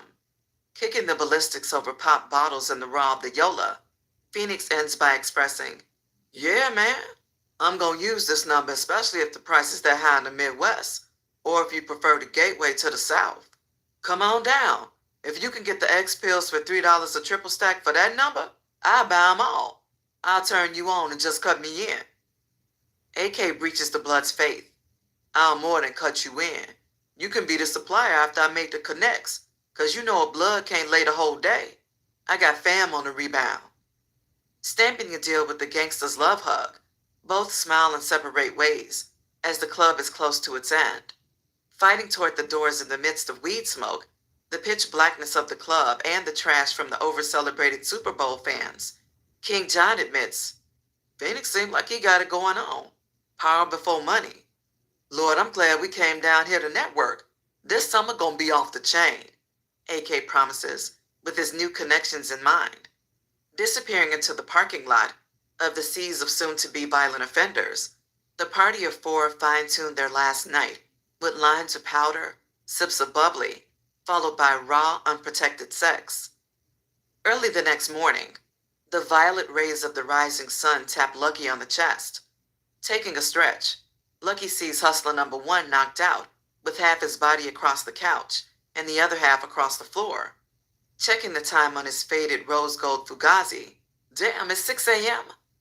Tossing a cushioned pillow at hustler number one. Get up, nigga. We need to make that call. Hustler number one only responds by rolling over with his lips smacking. Rising to his feet, Lucky stands over the sleeping corpse. Playboy, let's go make the call, he shouts, slapping hustler number one in the head. Okay, I'm up, gangster. Hustler number one cries, awaking with his eyes still sealed. Jogging 2 streets over, the two arrive at the most notorious dope fiends' houses in the projects, JD. As JD is always awake, the doors open for freebasers to enter. Stampeding through the front door, the two are engulfed in darkness and smells reeking of kerosene. JD, where you hiding at? Lucky screams, covering his mouth from the choking indoor pollution being burned. Who that? JD calls from the corner, spotlighting the boys with a flashlight, covering their faces from the unexpected shine. Hey, get that light out of my face, Lucky yells, adding, Man, let me see your car keys. Standing up wearing a pimp Dobbs, Mickey Mouse boxers, and footies, JD asks, What you got for me, Luck? Tossing a rock on the floor, Where the keys at? Lucky asks, researching. Scanning the house in silence with the help of a security flashlight, JD combs the filth of his cold apartment. I can't find it, he cries with a crack pipe in hand. Man, hurry your ass up. I could take my shit elsewhere, Lucky says, kicking through the bags and fiends that are resting on the floor. On the prowl with a snaggletooth smile, JD retraces the previous night's dope fiend Super Bowl party. Going through his traditional last motions, he finds the car keys in the refrigerator inside an empty box of Armor Hammer baking soda. Yeah, look, I gotta hide these motherfuckers, or I'm going to wake up in Batsy, the name of his vehicle, or be long gone. He exhales in a whiff of pirate's breath. Placing his hand to his own mouth, JD asks, Damn, is that my breath stinking like that? Man, you should try using deodorant and suck on it. Looking out the front window through the newspaper-covered glass. I won't be too long. You still owe me. Just consider it a free rock, Lucky says, slamming the door on the words of the complaining JD, never being satisfied. Lucky and hustler number one skate to the dinged-up caddy.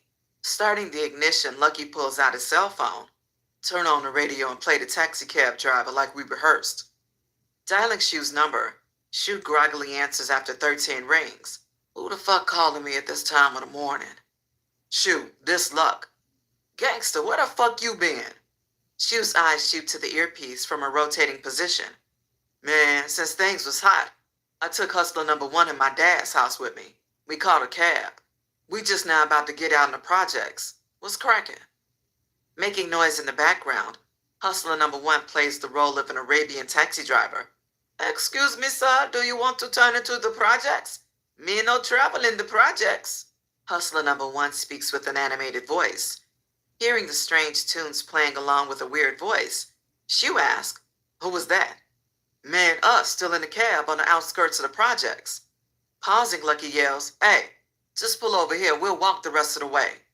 That will be $100. Hustler number one stunts with the animated roll. Crouching in disbelief at hustler number one's ridiculous quoted price, Lucky fans him down in disapproval and plays it off. Man, the meat only says $40. Stuck in character, hustler number one responds, You say you give big tip? Nigga, that ain't a tip, that's a bonus. Lucky gives the throat slash sign for hustler number one to shut the hell up. Shu, still half asleep, orders, Call me in 2 hours. Click. Hanging up the phone, Lucky looks at hustler number one with a crooked eye. $100, nigga, you dumbass. Hustler number one shrugs his shoulders. My bad. While walking through the dead-end projects after leaving JD's house, Lucky sees police tape, coroner vehicles, and fire trucks in the distance. Seeing the natives gathering, the two men blend in to see what's going on. Recognizing a few faces of the older society, Lucky asks an older man what they doing. Son, the projects used to be a safe place to be. Your generation is set on the building blocks of destruction. They say they found two more bodies burned inside a truck. Looking shocked, Lucky and Hustler number one fight through touching shoulders to get a better view. From hearing the loud emergency engines go to seeing a burned 98 Buick Olds being loaded onto a tow truck, engaged with a curious sense, the two learn what they can. Listening to the assumptions of the bystanders, the car was burning all night. An old lady cries, I heard it explode. It smelled like barbecue. A man says, police said it could be up to 4 bodies stuffed into the trunk. Another man speaks. Noticing homicide detectives working the crowds with open notepads taking statements, Lucky and his accomplice head back to his apartment. Skipping past gangways and porch viewers, Hustler number one asks, You think they found the AK-47 yet?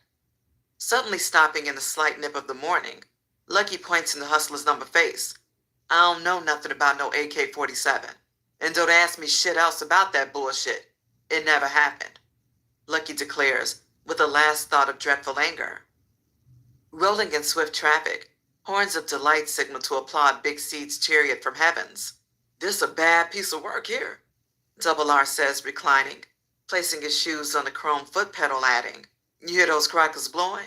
I bet they'll pay 100,000 easy. What you selling it for? Nothing. It ain't for sale. Everything has a price, Seed. No, really you don't. Happiness, time, freedom, and love can never be bargained with. Okay, this materialistic. Where does it fit on that list?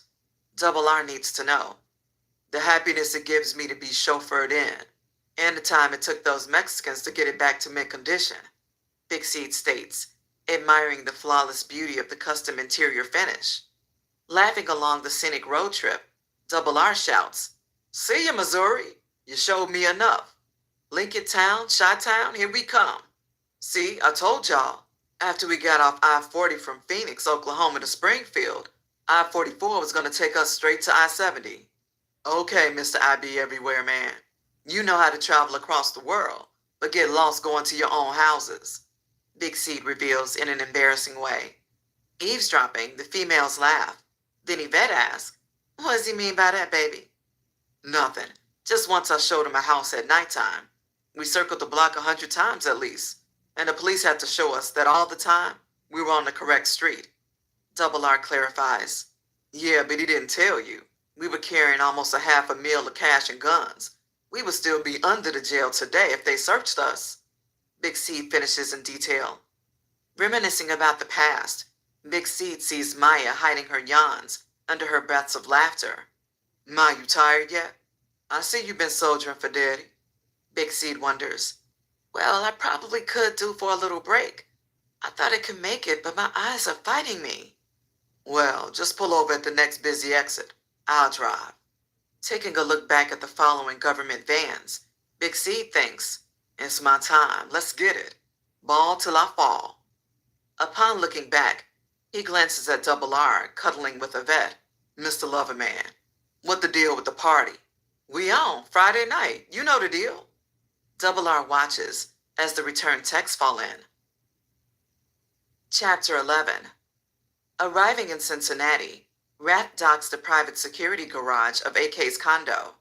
Switching vehicles, he parks the business-disguised front van out of plain view in the cornering of the facility. Loading Travis J. and Norman Bates into his red 300 Hemi, he gives Dredd all the phone numbers to keep in touch. Dredd, here's everyone's digits, never ask for a name, and just use the code name Dredd along with a number. Reaching into his pocket, Rath slides Dredd another $5,000. Yeah, man, I appreciate the chance to prove myself. Shaking hands, Rath asks, Do you need directions back to the highway? No, man. Me got it. Me never leave home with no personal navigation system. Dredd states, rubbing the digital lit dashboard like it's a baby kitten, adding, Get me, Rath. Yeah, man. Skirting out of the garage with Bob Marley singing through the sunroof, Dredd toots his horn, signaling his farewell. Mobbing through the Midwest streets, the blood-riddled Chrysler comes to a complete stop. Talking on the cell phone, Wrath explores the details of the task at hand with AK, still distant, but approaching Phoenix Airport. I need to be picked up in exactly 4 hours. Wrath, don't be late. I'm ready to open up these new Christmas gifts. Well, I'll be there early. I'm dropping Travis J off at King John's apartment as we speak. Then I'm taking Bates to the Jets. Check this out. Make sure Bates open up all our traps immediately. Vacation's over. Money on my mind. AK stresses, under the pressure of more money, more power. Giving a key to Travis J, Wrath tells AK, hold for a second. Let me get Vicky straight. Screaming through the phone, AK yells, stop the press. Let me speak to Vicky for a second. Passing the phone to Travis J. What up, Almighty? Travis J embraces for his words of wisdom. Vicky, stay in the house. If that motherfucker burned down, I want the fireman to tell me he pulled your corpse from the ashes and debris. Shocked from the statement, Travis J yells, it's like that? Yeah, bruh, shit crucial. I don't need you caught up on no bullshit. Peeps, on Vice Lord's honor, what you say to me is law. I just don't pay no third in commands no attention. But you and King John saved me. It's whatever. Travis J respects the authority speaking to him. Okay, stay off the phone. No drinks, no getting high, no going out. Even stay out the window, my nigga. I'll see you sometime this evening. Handing the phone back to Wrath, Travis J testily marches to the apartment without saying a word. Seeing Travis J slam the front door of the apartment behind himself, Wrath smashes off, finishing his conversation with the highest of his command. I'm back. I'm on my way to drop Bates off. He's already sent word to the rest of the nation to man their posts.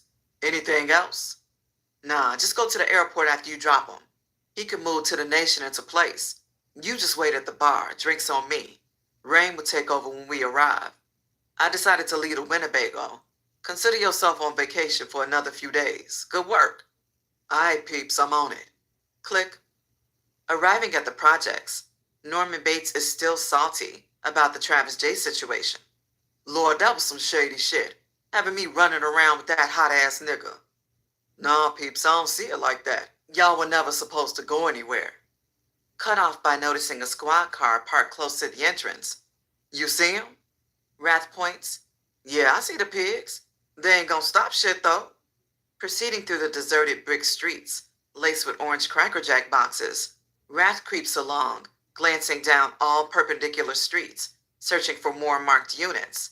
Seeing the coast is clear, the red 300 parks in front of the Bates Motel. Reaching over to Bates with an extended open hand, the smiling face of Wrath grows to a menacing frown. Oh shit. In a blink of an instant, the clear blue skies are darkened by two hovering ghetto birds, drawing their attention. Suddenly, bang! A loud collision is heard, along with being felt, as a marked cruiser's battering ram strikes the vehicle driver's doors. Freeze! This is the police.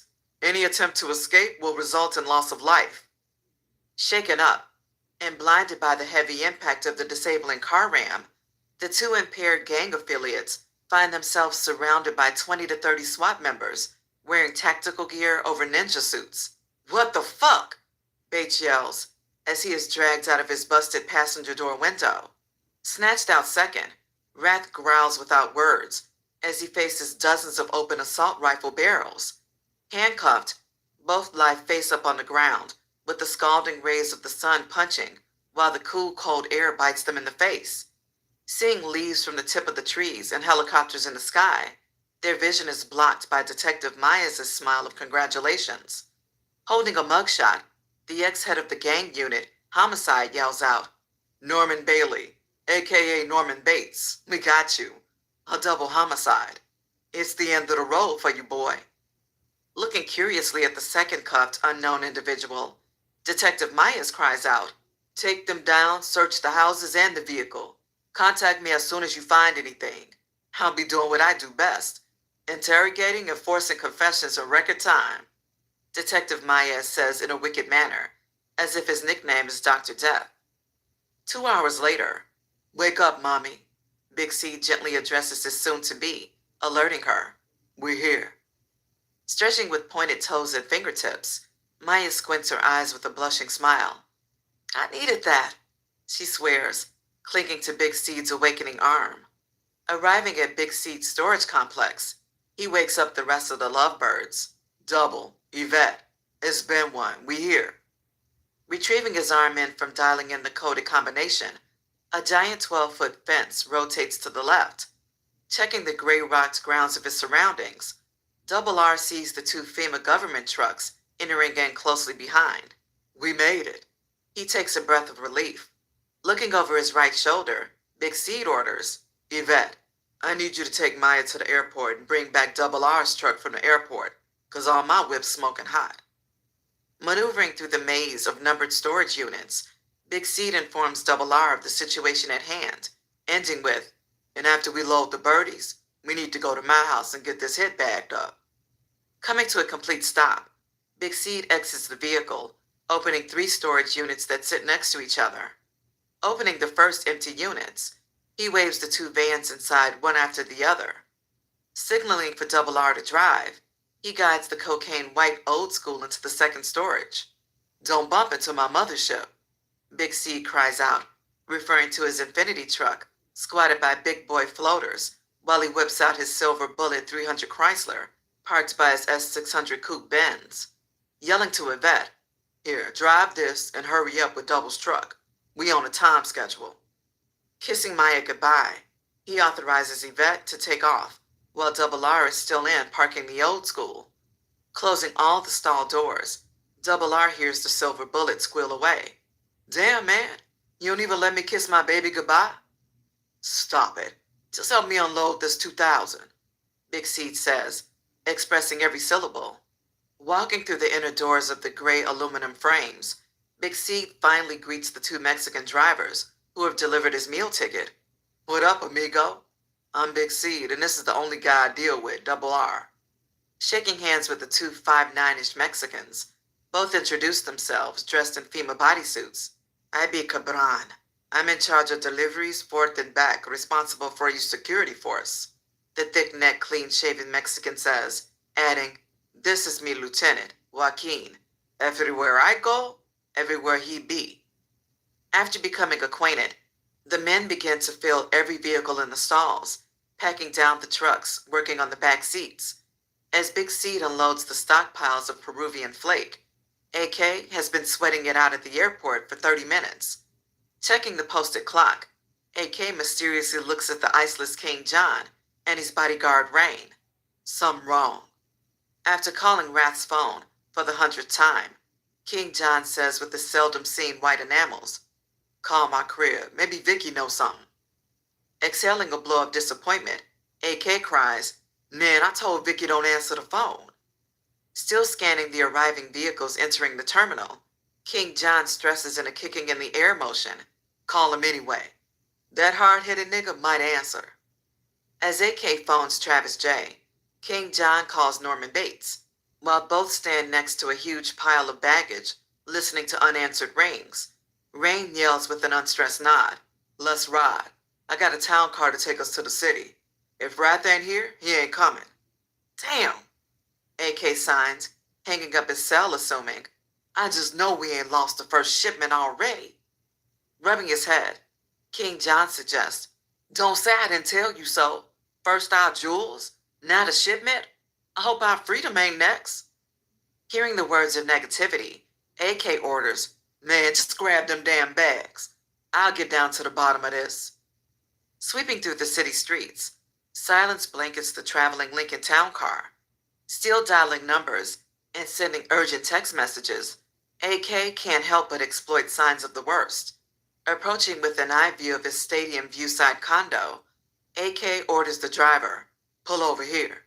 Seeing an open spot by a street meter, looking at Rain, I want you to go on foot and peep out the scene. If the coast is clear, come back. But if you see anything out of place, ring my phone.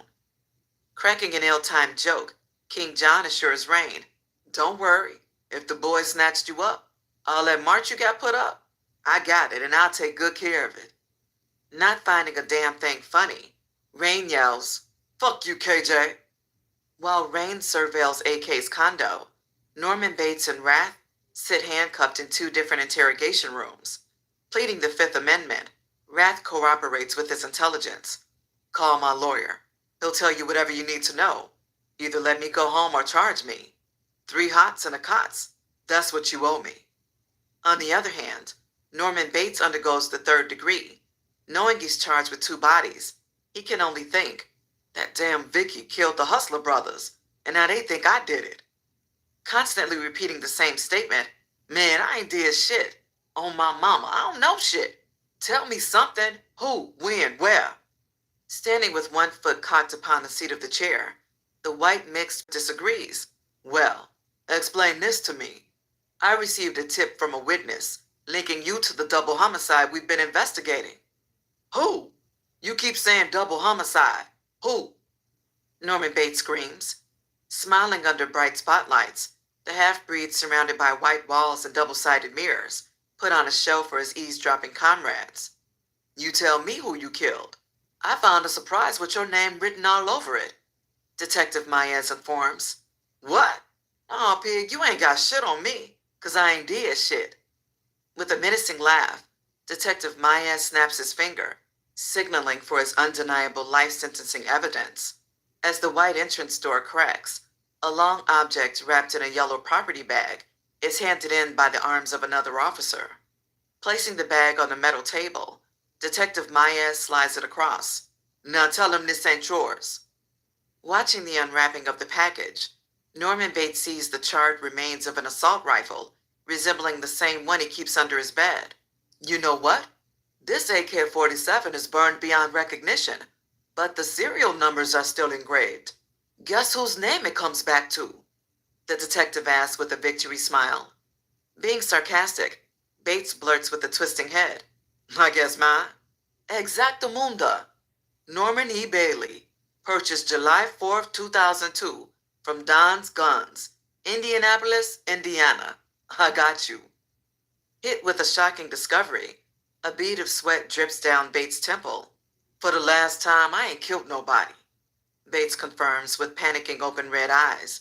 However, he is relieved to know this has nothing to do with the Hustle Boys, Travis J., and as far as he is concerned, him neither. "I plead the fifth," Bates cries, still realizing innocent niggas go to jail and serve long sentences. The mixed interrogating officer brushes his left hand across his mouth. "Even though you want to be a hard ass, I'll make you a deal with me. If you tell me who's been helping you kill all the GDs, I'll cut you a deal. We'll hit your accomplice with the death penalty, and you'll only serve 10 years for cooperating. Somebody gotta get burned for this." Listening to his options, the sweating Bates snaps, "Fuck you, pig. I see you already got me as the fall guy, since you can't do your job. I know what. Maybe if you could pull your fat ass away from the donut shop, you might be able to get some police work done. 'Cause," uneased with Bates' verbal assault, Detective Maez quickly goes for Norman Bates' jugular, pushing him backwards to the gray concrete floor. "Ah, motherfucker, you!" Norman Bates cries out, gagging, lying upside down on his cuffed wrist. "Let me tell you something. I know you're a vice lord. I know you're at war with the GDs. I know you're one of the head honchos. Norman Bates? Bates Motel? You ain't psycho. I'll show you psycho," Detective Maez yells in an aggravated tone, still roughhousing the suspect. Attempting to help Bates off the floor, the out-of-control detective takes all the cheap shots he can, twisting his wrist and turning his arm. "Ah!" Bates continues to scream. "Oh, did that hurt?" the tie-wearing detective asks, as if he really cares. Finally sitting the handcuffed Bates upside, trickles of blood pour from his nose. "Oh, you busted your nose during the fall," Detective Maez says, handing him a handkerchief. "Fuck you, motherfucker. I think you broke my arm," Norman Bates swears, not trying to submit to third-degree tactics. "Well, you'll heal in holding. Murder suspects go nowhere. Tell me what I want to know, and I'll make the pain go away," Detective Maez promises, with a devilish grin. After 2 more hours of dishing out brutal tactics to Norman Bates, Detective Maez flocks to the adjacent room, where his colleagues observed his every action on closed monitor television. Man, this Norman Bailey is one tough cookie. I would have thought by now that he'd admit to all 7 murders. He's protecting someone. I think he's protecting his boss, AK. Looking at his thought-to-be half-dim-witted partner, Lieutenant Black, so what have you found out about the other suspect? Hesitant to answer, feeling Detective Maez is overseeing his authority, which was legally promoted to him, Lieutenant Black responds, nothing much. Sitting on an office desk with his legs crossed, he reads his handwritten notes off his tablet. Clearing his voice with a sensitive cough, Lieutenant Black continues, his real name is Curtis Rather. He served in Desert Storm. Skipping through his strained notes, a lot of his file has been deleted. It says he went AWOL, then it cut off, to say he was released from custody in Africa. If I'm not mistaken, he could have been a mercenary or something like that, because I don't understand why he would be a prisoner in Africa years later after being AWOL. Sounds like a tough guy. I'll rattle his nerves, Maez confidently suggests. Lieutenant Black states, well, he's pled the 5th, so I sent him to booking. A now even more angered Maez blows gasket. Booking? What the fuck you do that for? This is my operation, Black. Clearing his throat again, Lieutenant Black asserts, it was my operation, or did you just take all my decision-making out of the picture? Curtis Rather demanded his lawyer to be present. Protocols exist for high-powered citizens.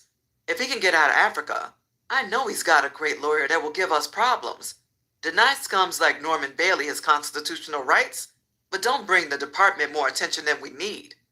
Infuriated by Lieutenant Black's truthful remarks, Detective Maez is hit with a touch of speechlessness, but he barks back saying, let me worry about the problems. I still run this shit. When I get to the bottom, the streets will be yours again. Kicking the door open, he retreats to his comfort zone, replenishing his body with hot coffee and jelly donuts. As the gossiping words of the projects sweep through the ears of the streets, a small gathering is warned. Shu, 2 Seconds, Lucky, and Hustler Number 1 congregate in the comforts of GDBD's secret hideout. Discussing promptness and dependability, GDBD scolds Lucky and Hustler Number 1. Lord, I don't know what D-Knock was talking about. We haven't stole shit. Me and Hustler Number 1 hit on the dice, I swear. And when D-Knock come in, we gotta get this right. Loyalty is what keeps the nation running. If I can't depend on my brother, who can I trust? Lucky spits the good game, adding, GDBD, I had an emergency. Cutting Lucky's known lies off, GDBD explains, an excuse is like an asshole. Everyone has one. And to constantly push the bullshit is calling me an asshole. Pointing at Lucky and Hustler Number 1, GDBD states, y'all two and that gangster Bill and D-Knock had plenty of opportunities to let a nigga know something. But in the middle of his lecture, GDBD sees he's receiving a call from OG Rollo. Answering the phone, gangster, we got a problem. OG Rollo burns. What's cracking, OG? I got Lucky and D-Knock with me now. Gangster Bill and D-Knock have been found dead. What? What happened? GDBD investigates with a question mark over his head. I don't know yet. All I know is they was found burned up, leaking out of a car's tailpipe. Plus, my people down at the station told me they got Norman Bates and he admitted to doing it. What? GDBD can't believe his ears. Yeah, my word exactly. Boot up, gangster, OG Rollo declares. Watching the explosive expressions of GDBD while he's on the phone, questions shower as he hangs up. What the deal? Shu asks, lifting from the edge of his seat. They just found 2 more soldiers dead. Who? Shu begs. D-Knock and Gangster Bill. GDBD stands, unable to keep still. Oh no, the soldiers cry out, feeling an immediate loss of more bona fide soldiers and friends. And they say Bates did it. GDBD clarifies. Shu quick to speak his mind, but quicker to go to we swears. Never that move. I can't see it either. 2 seconds Shu's opinion. Influencing the situation, Hustler Number 1 assumes, you never know. Norman Bates had to be in cahoots with the shooters of my brothers. GDBD interrupts. Whatever the deal, they say Bates admitted to it. He in jail right now. Lucky adds with flavor. I can believe it. Bates always been the enemy. He pulled a gun on me last week. I just let it die down because I ain't want to start an all-out war with so much other shit going on. Hustler number one then states, whoever did it, all I can tell you is they knocking us off like flies. Hanging up the phone from talking to GDBD, OG Rollo turns to Big Vic. Sitting at his normal undisclosed location, Big Vic heavily sighs, with a glass of Grey Goose on the rocks in his hand.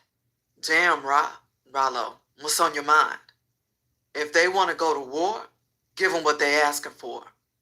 Marching around the peanut butter-colored carpet, OG Rollo skates in his leather house shoes to a more desirable cushioned cream leather sofa. Seeing OG Rollo's mind in a deceiving trance, Big Vic offers a suggestion. I'm gonna call King John. Maybe he can shine some new light. In a roar of resentment, OG Rollo screams, Talk, talk, talk, talk, talk. Talk to the enemy? Do you? I know what I must do. Chapter 12. As the coast is cleared by rain, AK and King John enters into the condo. Checking for bugs and wires, AK yells, Rain, did you see the front van down there when you came into the garage? Because we just came in through the front entrance. Nope. I didn't look on every floor, but I didn't see Rain's 300. Only car out there is my Charger. Fuck, AK moans, grabbing his head. I think I'm having a big one. AK adds, holding his chest. Tiptoeing in boots through the white carpeted master suites, King John assures AK, Almighty, I don't think nobody's been back here. I know you better not be back there with your shoes on. And I just paid $1,200 to get my shit shampooed? Oops, my bad. King John apologizes, trotting to the marble-floored kitchen. Quickly snatching his shoes off, Rain approaches AK. We straight. We probably need to head over and get Vicky before that crazy motherfucker do something normal to harm himself.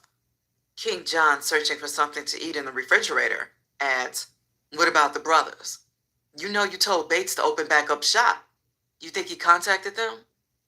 Confronted with a huge dose of things to think about, AK stresses, Nigga, I ain't got no crystal ball. I'm in the dark with you. Hell, you need to call the brothers up and enlighten me. Rain, paid for being on the ball, states, How about both of you stay here and I go check on the brothers, Vicky and the projects? Making the shot call, AK orders, Ain't a motherfucking leaving here until we get verbal communication from someone about something. Warming up 4-day-old Chinese food, King John yells, I'm about to call the brothers. I wish you hurry the fuck up. Our twin towers could be under attack, and you can only think about feeding your face? I hope you get sick eating that old ass shit. AK charges. Attempting to two-way speaker all groups from his cell phone, King John sees he has an incoming call. Looking at the unknown phone number, King John answers anyway. Who the fuck is this calling me private? KJ, what's cracking, big homie? You back? Who this, Big Vic? Yeah, man. Man, why the fuck you calling me private, nigga? King John snaps. Man, with all the bullshit going on, I'm just being safe. What bullshit? Excited like he's found a piece of the puzzle, King John hastily asks as he's totally in the dark. Your boy, Bates. Big Vic blurts out. What the fuck is Bates? Playing hard to get, Big Vic says with hesitation. You mean to tell me you don't know what Bates is? Snapping his finger, alerting AK and Rain to the phone, King John hit the speaker button asking, So what the fuck is Bates, my nigga? As silence gapes low enough to hear the drop of a pin, Big Vic's voice echoes through the luxurious loft. Bates in jail for murder. What? King John exclaims, with AK seconding that emotion. Coming to grips with reality, King John grills Big Vic. My nigga, when was this murder supposed to happen? And who was supposed to be killed?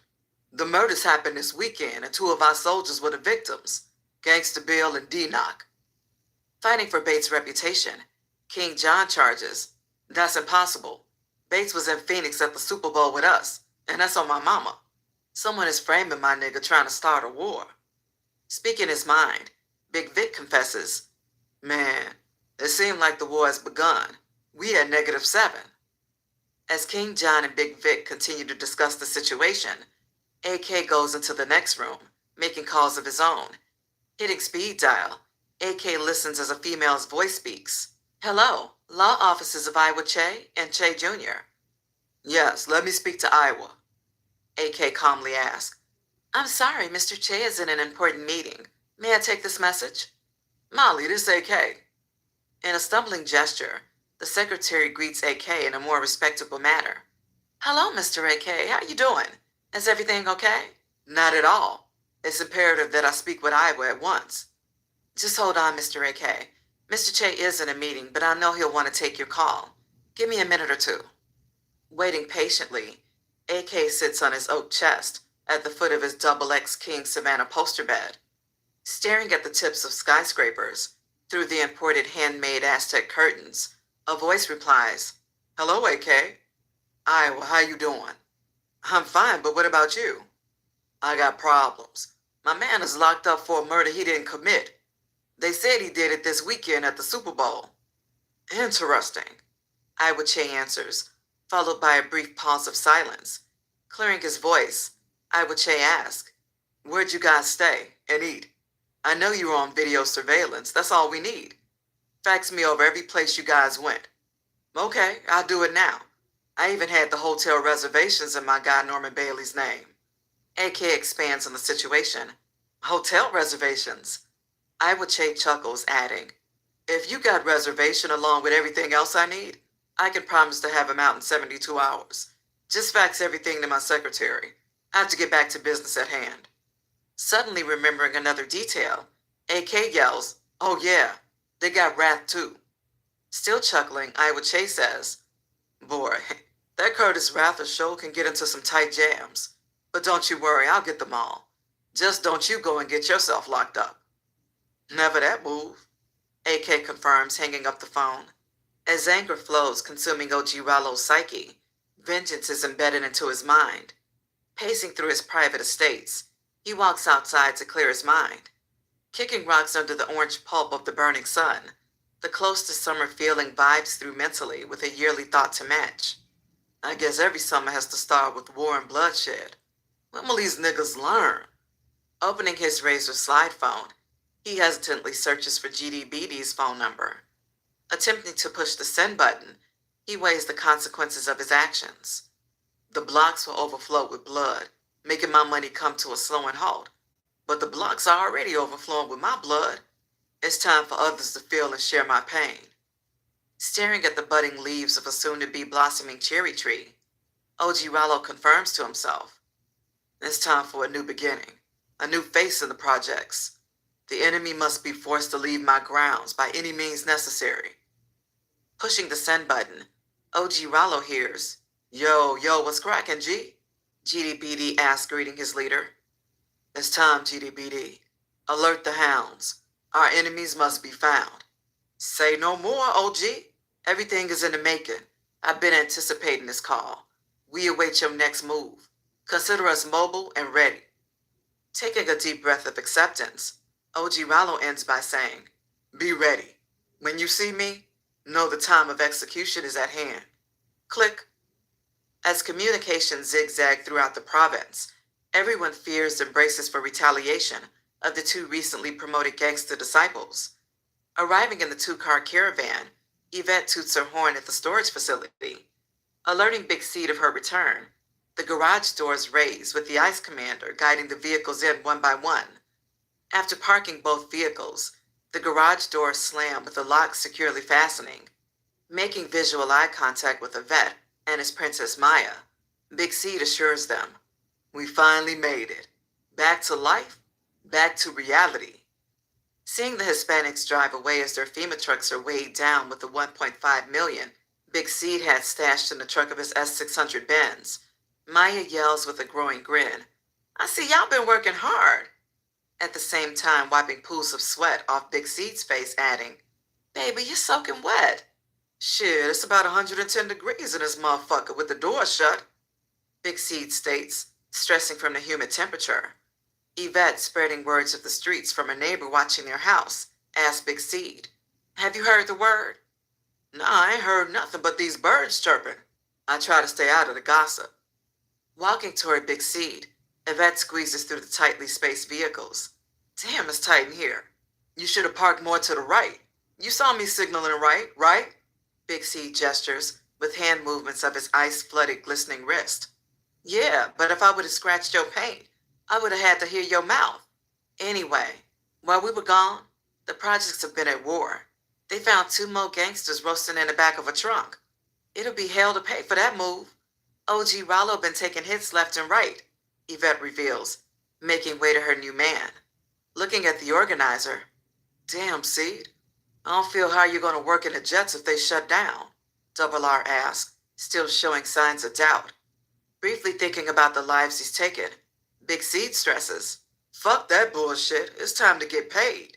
Ain't no money in war, but ain't nothing for the scares unless you a ghost. Feel me? Not really. Explain. Double R beckons, as the streets are not his field. Forget about it. You should have learned about beef and paper and how to be a gangster 101. In my trigger pulling school, my class was packed, and tricks was for kids, so I left your ass back. Ain't no makeup sessions. I suggest you keep your mouth shut and your Nike's laces tight. I know you feel that one. I still got money to get out them Jets. It's a gold mine.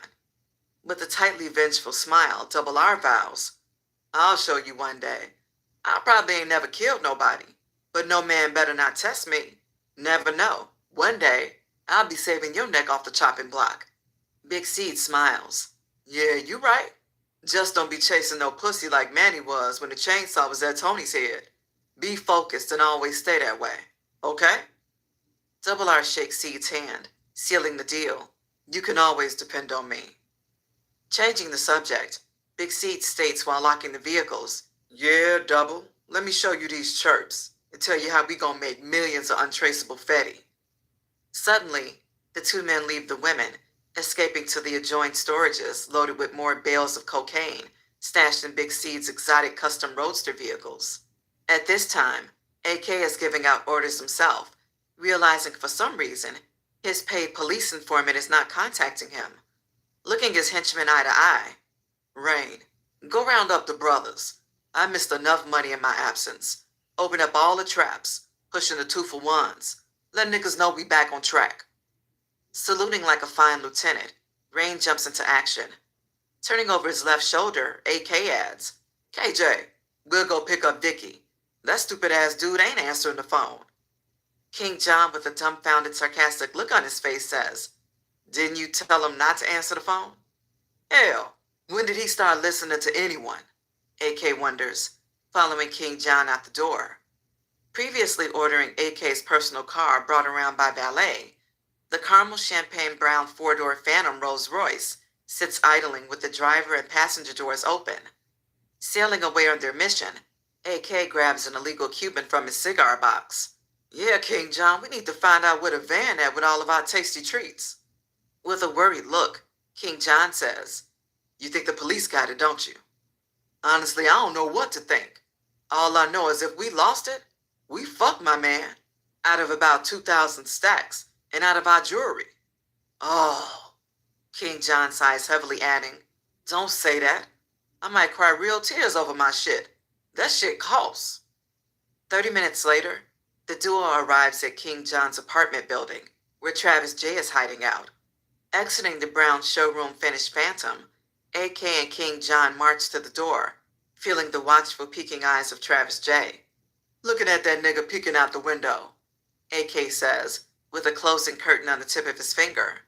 Racing out of the rays of the shrinking sun, King John ajars the front door, high-stepping over the threshold of the doorway. Vicky, you hear me, nigga? King John growls with a peaceful tone. Striking through the fashionable, freshly red and black decorated first floor of the East Towers, Travis J is seen sitting on the couch, face drawn with his left hand in his drawers. Vicky, you heard us calling you, King John repeats. Travis J doesn't answer. He just stares at the 60-inch plasma, surfing through the channels with the remote. Quickly grabbing Travis J's attention, King John pulls the power to the tube by clicking the power source on the wall. Hey, nigga, you heard me. Fuck wrong with you? Looking up with an emotional look of an absent mind and a touch of pure evilness, Travis J charges. I knew y'all was gonna play me. Gotta be more than a half a day late. I ain't ate shit all day. This nigga live in a $500,000 building, and a nigga can't find a punk-ass bowl of cereal.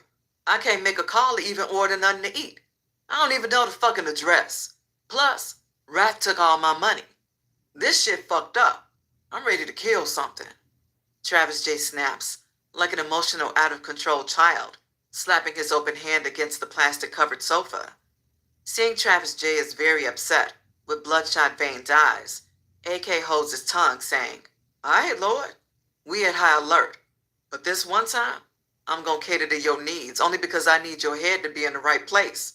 Come on," AK demands, trying to be civilized with his soon-to-be needed animal instinct assassin. Skating to a nearby Moby Dick seafood restaurant, AK chops up the game with Rain on a cell phone. "Tell me something good, Rain." "I'm with the brothers now. I'll be at the main trap, and they setting up shop at the other spots. They say they heard about the Mercs, plus the Bates Motel had been by 5-0. "Damn," AK roars.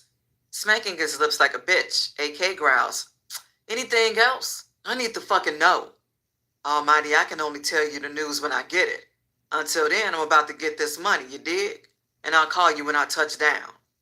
AK, with a few words on his mind, ends, "Almighty, all will be well." Click.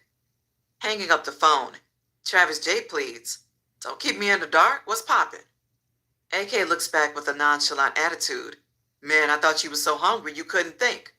"Lord, I'm hungrier than 5 pirates stranded on an island, too famished to lift the hood on my dead man's treasure chest. But I can still kick the hobos, 'cause Vicky Lou want a no-no," the inquisitive Travis J says with a smile. Pulling into the parking lot of the restaurant, AK puts the conversation with Travis on hold and turns to King John. "Lord, you know what I want. Give me 2 orders of those lobster tails, too." Turning to Travis J, he adds, "Vicky, what you want?" "Oh, no, Almighty, I don't do the seafood thing." AK then stares with an evil eye. "You shitting me?" "Nah, for real. We can just go to a McDonald's or something." "Never that, my nig. You better find something off this menu. We in a rush." With a confused, frustrated look, Travis J asks, "What's on the menu?"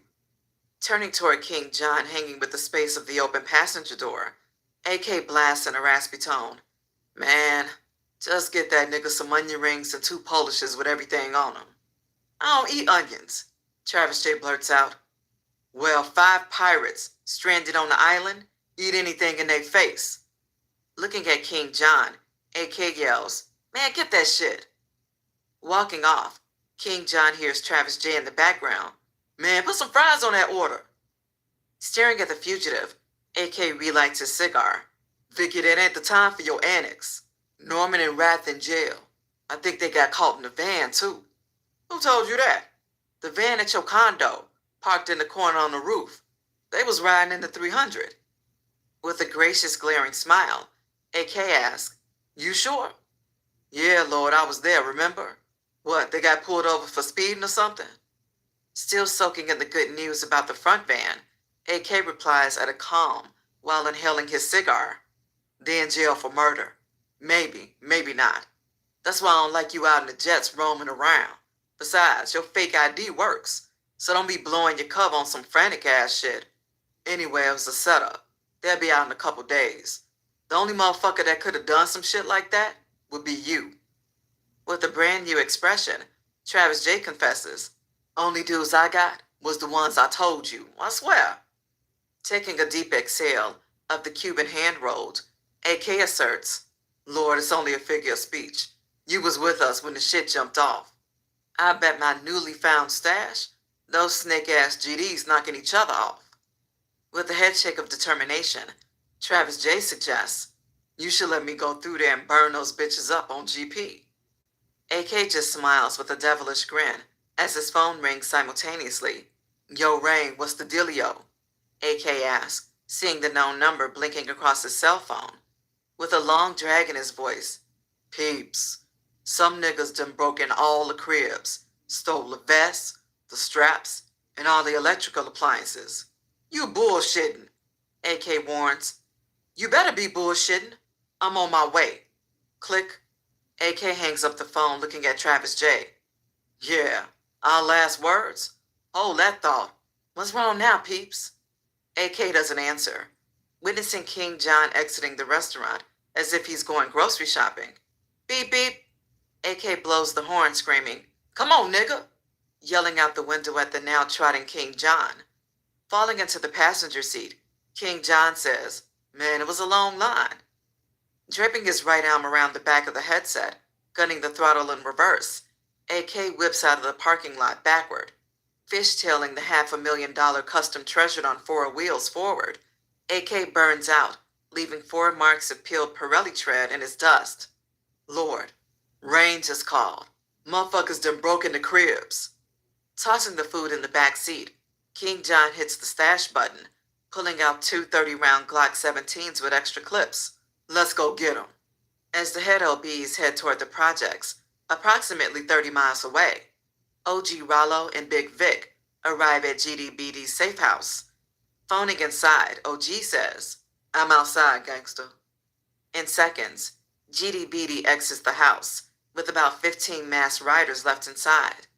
Marching with the setting sun, GDBD goes to the drivers to get the plans from OG Rollo. With a dominating game face, GDBD watches his mean-mugged reflection fade down as the window slides. Now face to face with his superior. "Holla at me." OG Rollo points GDBD directly in the face. "I want you to split the units up. Hit every trap house those bastards got in my streets. Hit their ass hard. Kill everything in sight. I want to see how many you can send to the morgue, you feel me?" AK stresses with a twitching eye.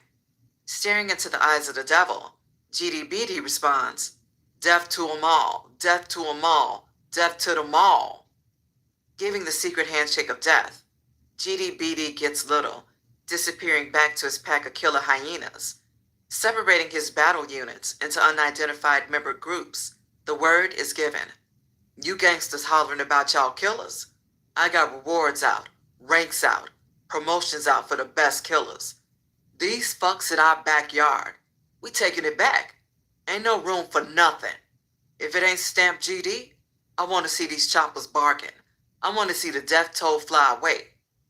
Pointing at his units, 3 houses? Don't worry about the base motel. It's already under renovation by the city's finest. Set y'all watches exactly at 8 o'clock. In 15 minutes, I want to hear the 4th of July through this motherfucker. Kill everything moving. Any fuck-ups, that's my ass. So you know I'm gonna kill you," GDBD says, swearing his oath in their blood. "Ride, my gangsters." GDBD orders to strike. 3 burner vehicles then take to the streets with orders to destroy and burn the vehicles up as their deadly missions are completed and expected to return to another safe and neutral location. At the same instance, all tactical plans stemming from the identifying MO of the Gangster Disciples' bloody hit trademarks are set to be engaged.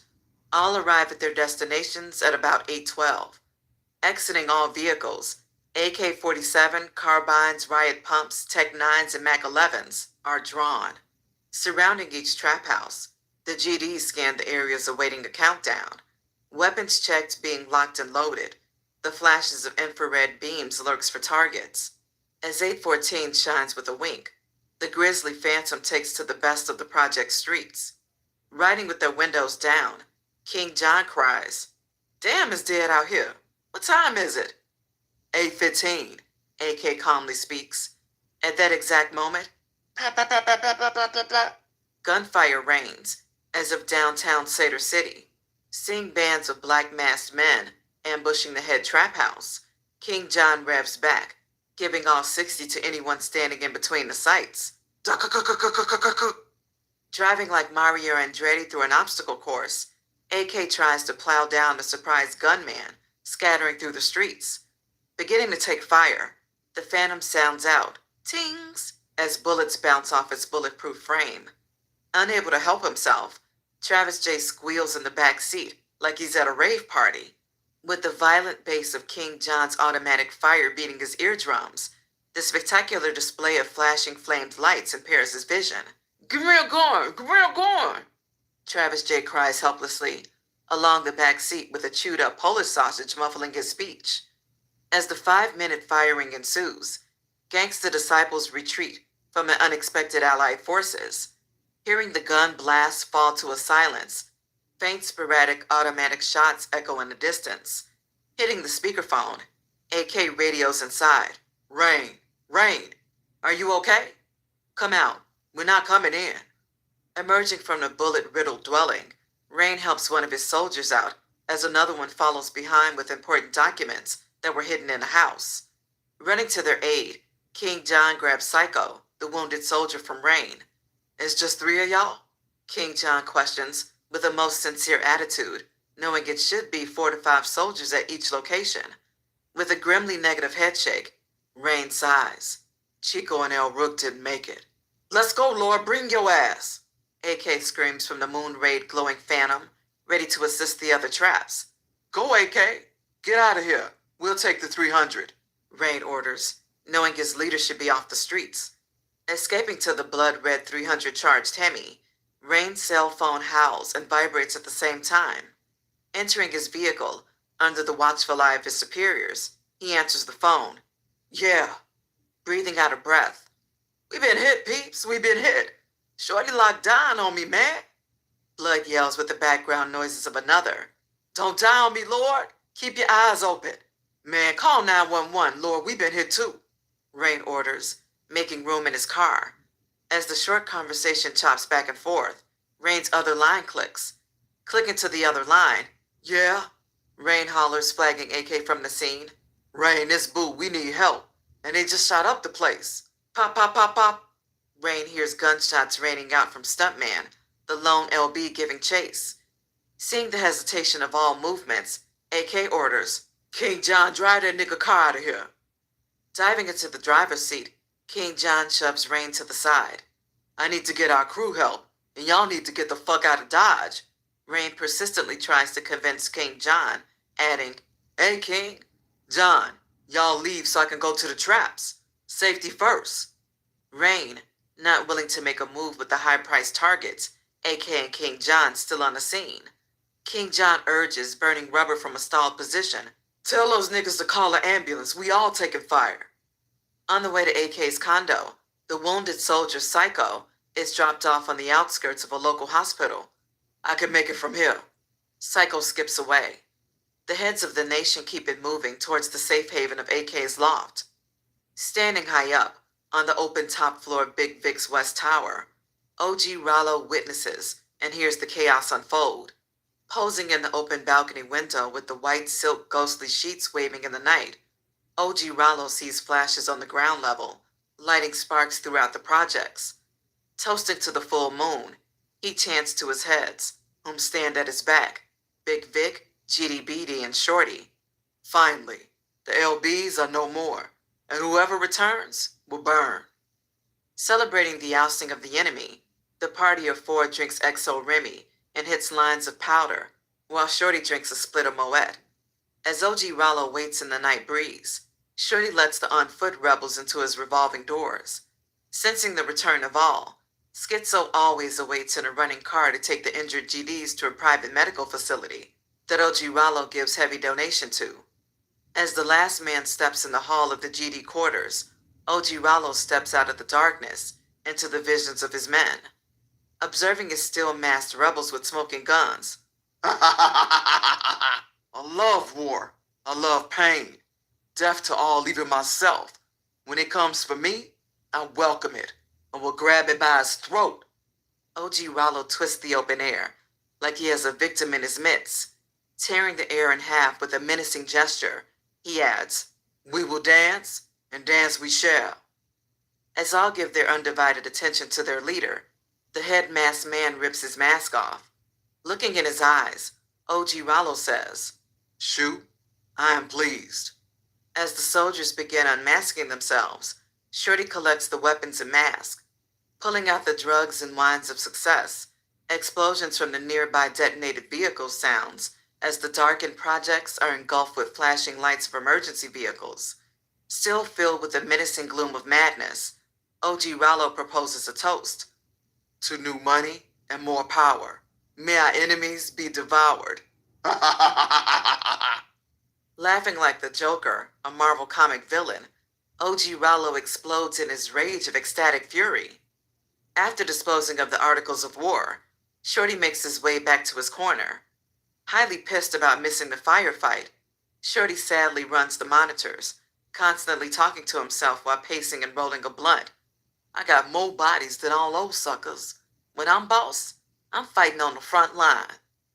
Hearing the thirsty cries, Big Vic replies, taking the blunt from the 13-year-old's grasp. What's the deal, little man? Why so fidgety? Just thinking out loud. I guess I'm a peripatetic like Aristotle. Knowing Shorty's gripe, Big Vic blurts, feeling his pain. So, if you get killed, I guess the army runs itself. 1 minute you a scholar, the next you a suicide bomber. If you're not ready to lead and make sound decisions, be my guest. You can be expendable like the rest. Taking a deep breath with rolling eyes. You're right. Shorty finally realizes his calling is not to be a fighter, but a governor.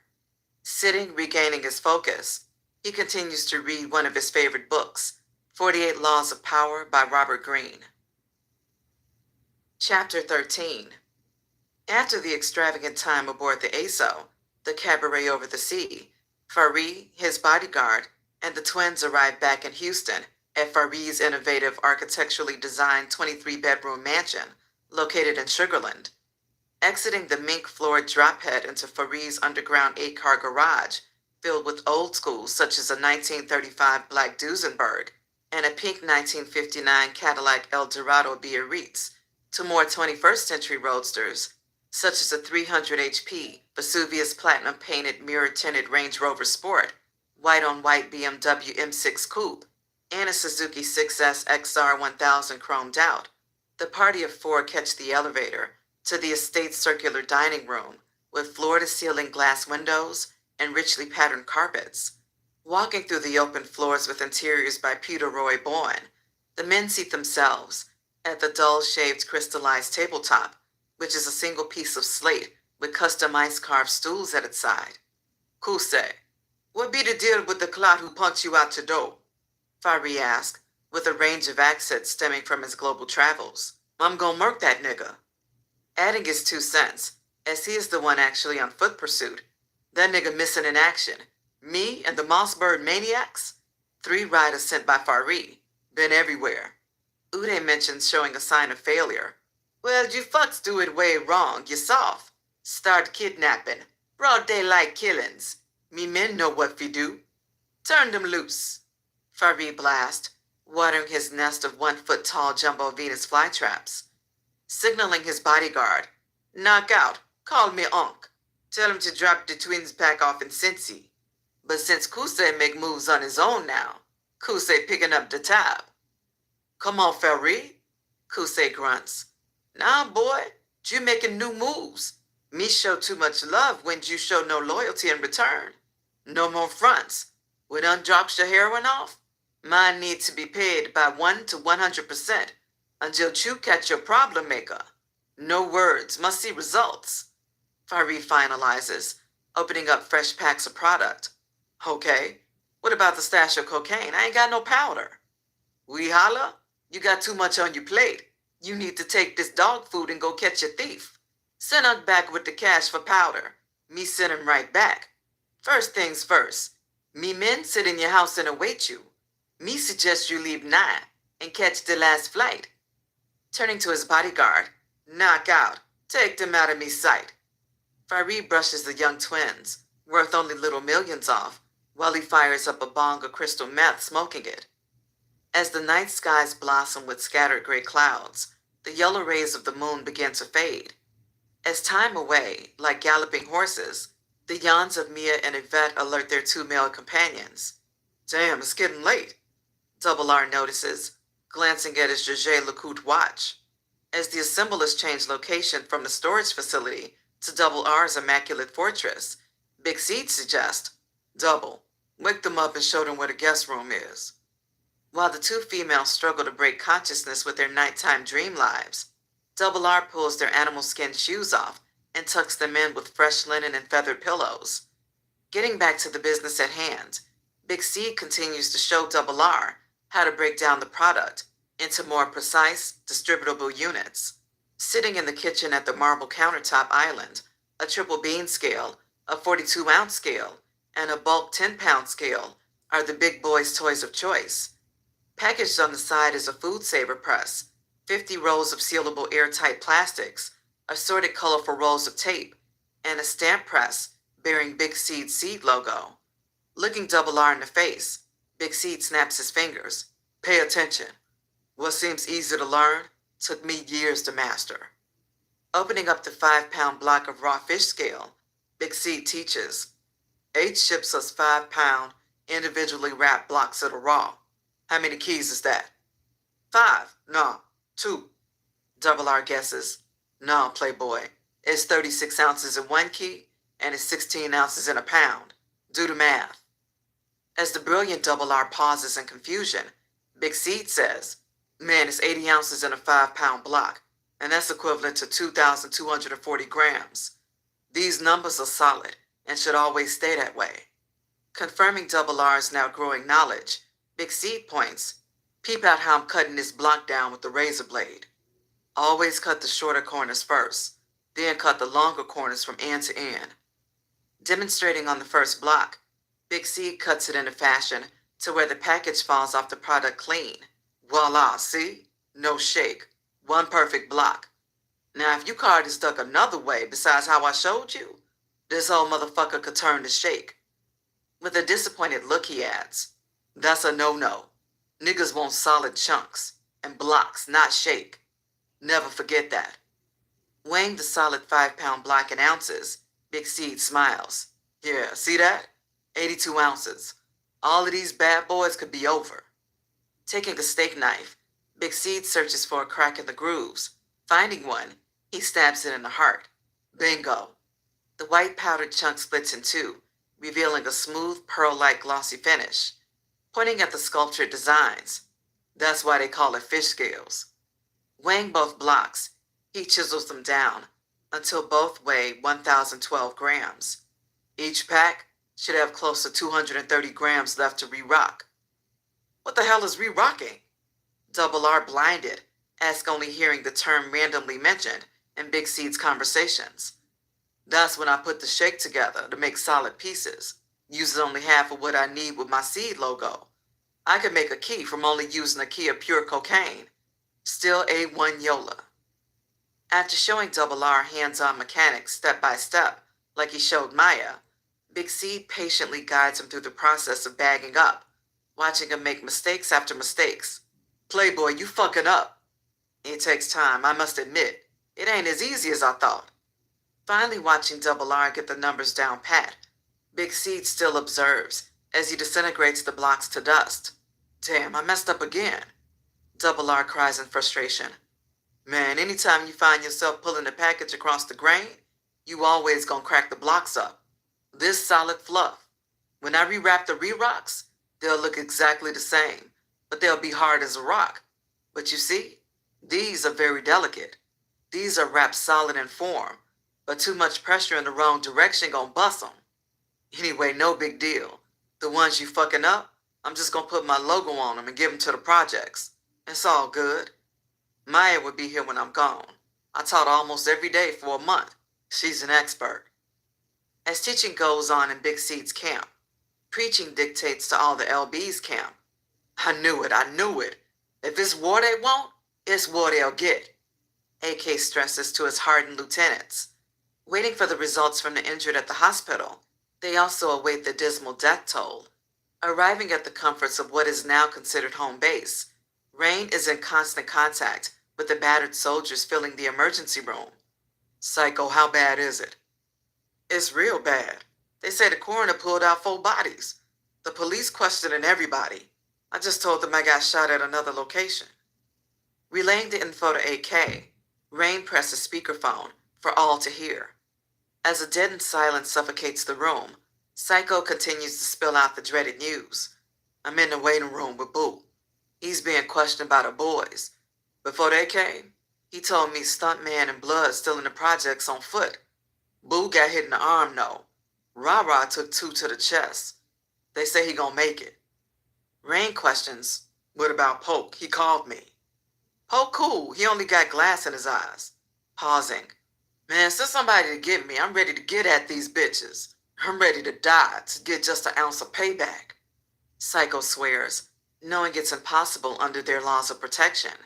Rain, looking at AK for an answer, receives a negative side-to-side head shake. Nah, Lord, you know the rules. I can't come. You got money. Call cabs for everyone. You in charge. We planning the next move now. Everything will work itself out. Understanding the pre-discussed situation, Psycho agrees. Alright, peeps. I got things under control on this end. Just keep a line open. I'll keep y'all posted. Hanging up the phone, Rain looks at AK, causing a domino effect with all the turning to AK for guidance and answers. Rubbing the frowns out of his face, AK melts in his leathered original African relic throne, assumed to be once possessed by a dominant leader of the murderous Zulu nation. Pulling out a clear vial of China white heroin, AK pours it across the hand-carved mahogany desk.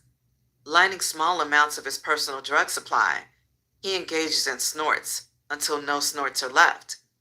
Looking up at the still staring eyes of his followers, he vows, 3 days from now, wear your faces of death.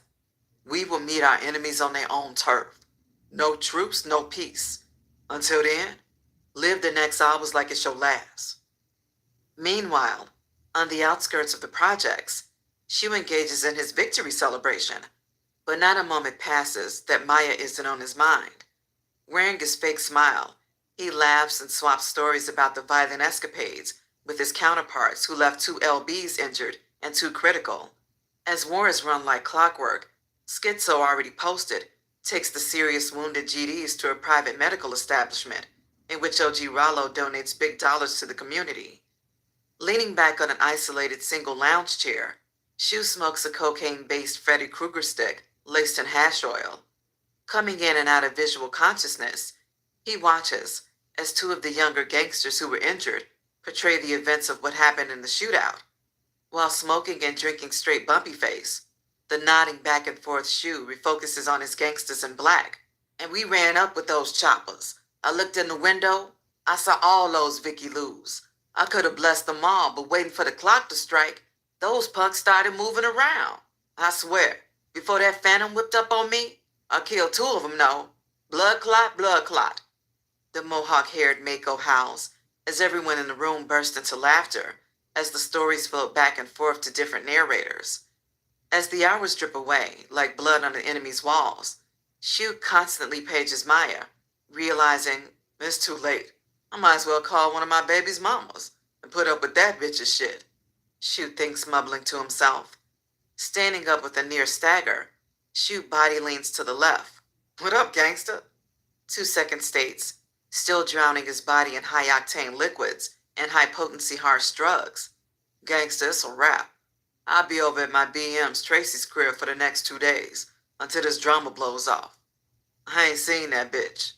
With a shocking feeling of loneliness, 2 seconds states in front of the rioters, Gangsta, you need to hide out over here with your muscle, gesturing with a squinting eye.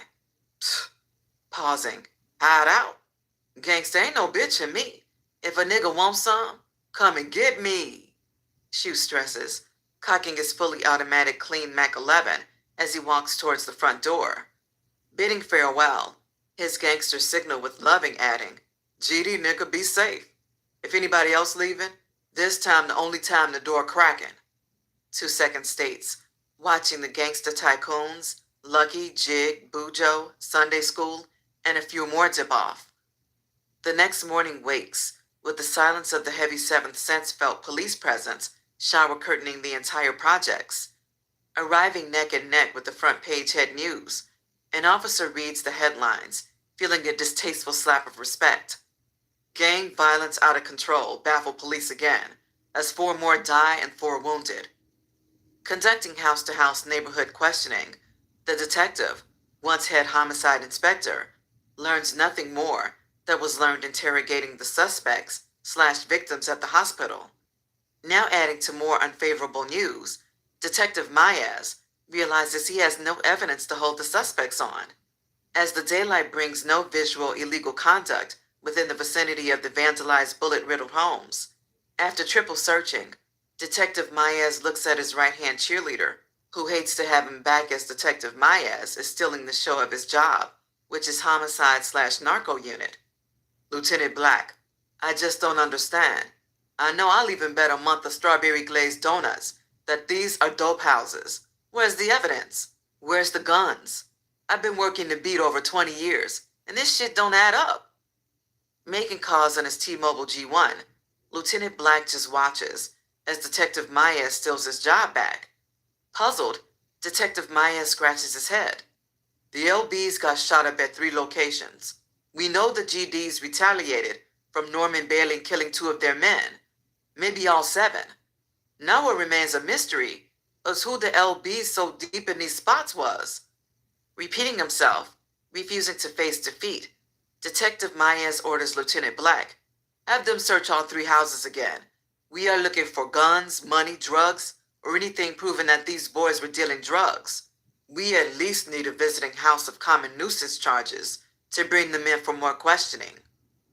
Not wanting to say nothing to disrespect the troublesome Detective Mayaz, Lieutenant Black plays along. Don't worry, I'll do it myself. I don't need anyone disturbing my crime scene, Lieutenant Black states while pressing numbers on his phone. Staying low and out of sight, Lucky curses at Hustler number 1. Man, get your motherfucking ass out the damn window. Gangsta on the G. It's about 50 squad cars out there, Hustler number 1 says happily. Yeah, and they going door to door asking questions, young fool ass nigga. Stay out the fucking window. Ain't nobody home. Lucky frowns, still smelling fresh corpses in the air. Releasing the window blinds, Hustler number 1 excitedly states, Gangsta, we shut the project down last night. Ooh, I was blazing that thing. Hustler number 1 gestures, like playing cops and robbers by itself. I'm so glad you happy about shutting the projects down. Now our money's shut down, Lucky says, hissing at his absent-minded assistant. Wiping sleep and pain out of his eyes, AK's phone privately rings with an unknown caller's tone. Who this? I see you stay in the bullshit, the undercover source asserts. Chuck, it's like I'm paying you for nothing. You ain't telling me nothing. My man been in jail, no word from you. Cut off by the aggressive authority figure. Hey, what you want me to do? They gotta sit 72 hours. Che already stopped the interrogations unless he's present. I've been told Rain to plead the 5th and I took care of him. They japping too much off at the mouth. You should teach your kids to listen and how to shut up. I'm really on the back burner since my ass showed up again trying to run the show, Chuck hates to say. Well, you better handle his ass, 'cause I already see your future pushing pins behind a desk, AK snaps. After a brush of silence, AK, you just stay clear. I don't need your lip. If it wasn't for me, the trap houses would have been hit a long time ago. I've still been keeping my ass harassing the GDs. Be fucking thankful somebody's got your interest at heart. Now after this scene in the emergency room and the headlines, it's gonna get hot. Do you? You damn right, I'm gonna handle my business. You better handle that bitch my ass. That's the only way you gonna become the next gardener of the Mayaz Gardens. I don't need you to tell me how to do my job. I'm fixing up your messes as we speak. AK, you getting too careless. I suggest you get your act together. Click. Chuck hangs the phone up, feeling the pinch from both sides. After hanging up the phone early that afternoon, a fiery AK later receives an accurate death toll and casualty report from Rain, who has been networking on the phone with all injured parties. Chico, El Rook, Shorty Locke, and Hussein didn't make it. Psycho at home, he got shot in the leg. Rah-Rah still in surgery. Boo just got released about an hour ago. He got shot in the arm. Hulk fucked up, he got glass in his face. Stuntman at his bitch crib waiting on the word. And blood ass trying to walk here.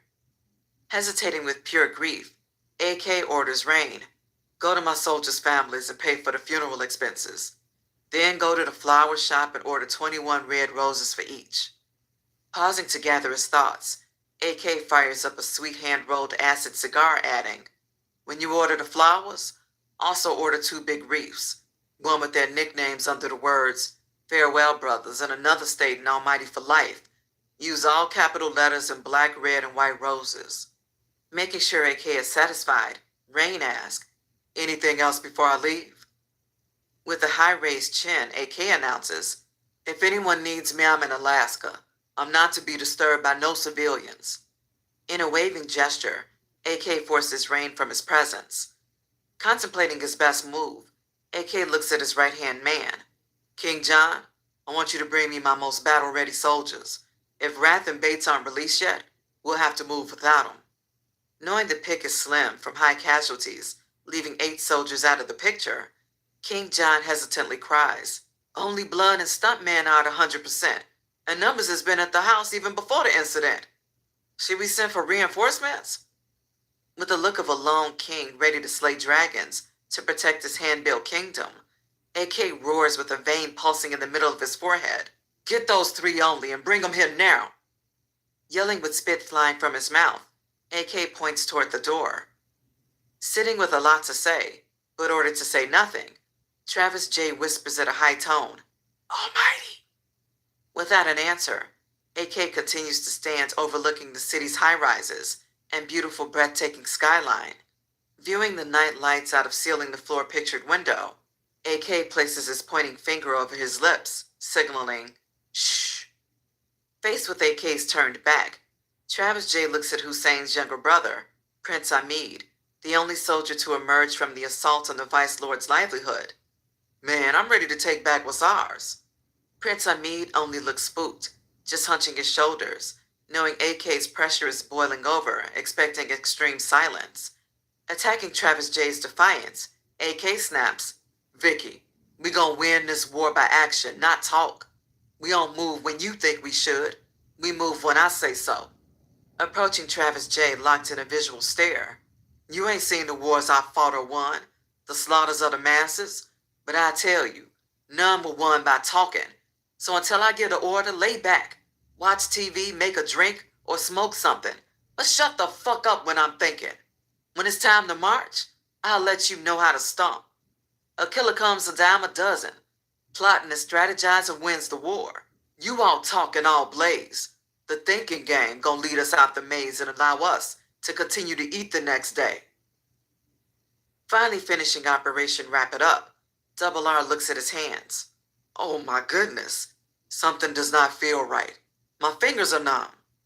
Big Seed answers, that lets your lazy ass know you've been doing something. Next time, wear gloves. Big Seed laughs, knowing the effects. Yeah, almost 20 hours of non-stop work. Big Seed sighs, as it costs to be the boss. Now it's time to drop these pigeons out the nest and let them fly. Looking at his soon-to-be, Big Seed grabs Maya, who was stretched out on the other end of the Neptune sofa. Pulling her closer, Big Seed announces, Baby, it's time for me to take flight. With a sad, weary-eyed expression, I knew the time was coming for you to leave me. Maya soars in exhalation. Yeah, Ma, the game is kicked in. In the afternoon, I need to report to my probation officer, and I gotta plant my seeds along the way. You've been there every step. You know exactly what needs to be done. I need you to help Double R put these packs together like I showed you. Okay? Big Seed ends with a long French kiss. Why didn't you wake me up sooner if you knew you were leaving me? Maya pouts, still very tired.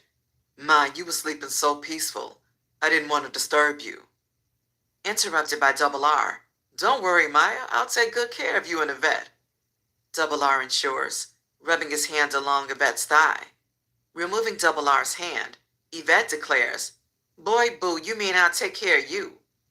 As laughter fades the sorrows temporarily, Maya asks, So, when is Slim Jim coming? I hope everything's okay. I know my uncle would have called and checked on us from all this time being gone. Relieving Maya's words with no more questions, Big Seed lies. Damn, Slim Jim called while y'all were asleep. Maya, being amped, pleads, Why you? Suddenly cut off by Big Seed. He didn't want to wake you. Besides, he wanted to keep it a secret, but I'll bring him back. Maya smiles the most inspirational grin ever, as Double R can't believe the bullshit falling from Big Seed's mouth.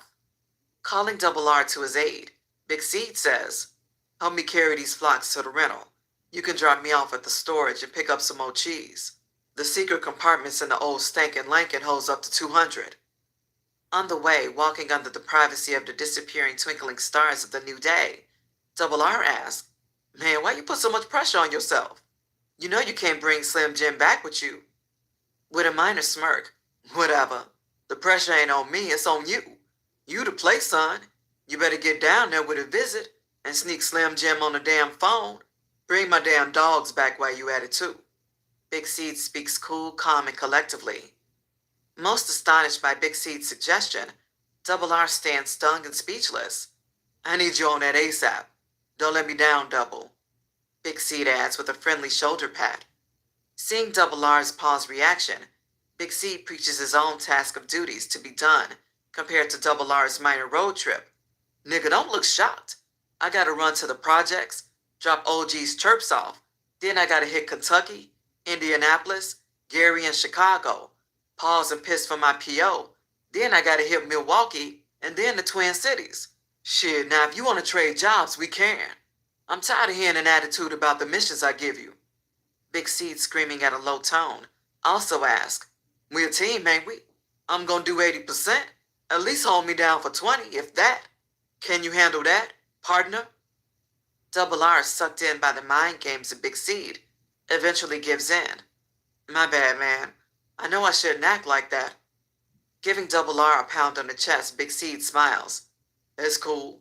Just hold shit down for us while I'm gone and have the party ready. I'm about to stop by the projects and drop these chirps off to OG Rollo. I'm gonna leave your number with him. When he ready, go get my money and keep restocking him. Making a circus clown expression, Big Seed adds, no pay, no play. Just keep me informed.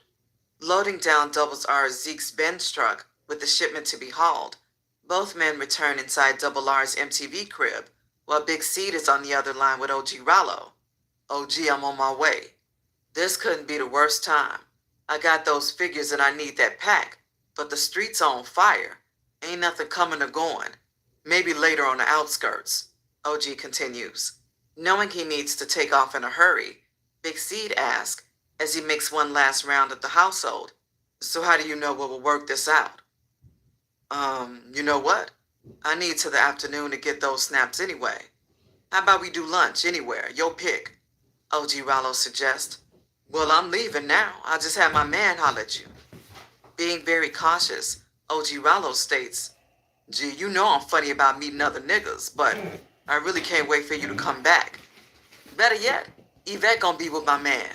Big Seed assures the factor of trust by the two being childhood friends and being brothers and sisters of the same creed. Yeah, I can work with Yvette. That's my road dog, OG Rollo says in comfort. As the previous night comes to a head, King John returns with numbers, stuntman, and blood, introducing the soldiers. Peeps, this is Vicky Lou. Some of you know he's on the run. As everyone knows the situation, all sit back relaxing until the mark for death. Continuing to listen to AK's words of destruction, our soldiers' funerals are off limits. They won't catch us there slipping, and we know the police will be there questioning. While everything is understood, the soldiers begin to go over all the items that were stolen from the trap houses, deciding who could have pulled the David Copperfield off. Chapter 14. Early the next morning, Norman Bates and Rath receive an unannounced visit. Being separated since their incarceration, both see each other for the first time. Entering into a room barely bigger than their tightly packed 3-man and 5x8 cells, both grin at each other, noticing their appearances. Sitting at a small table, the shackled men say a few words knowing, Lord, don't even say shit, you know they recording.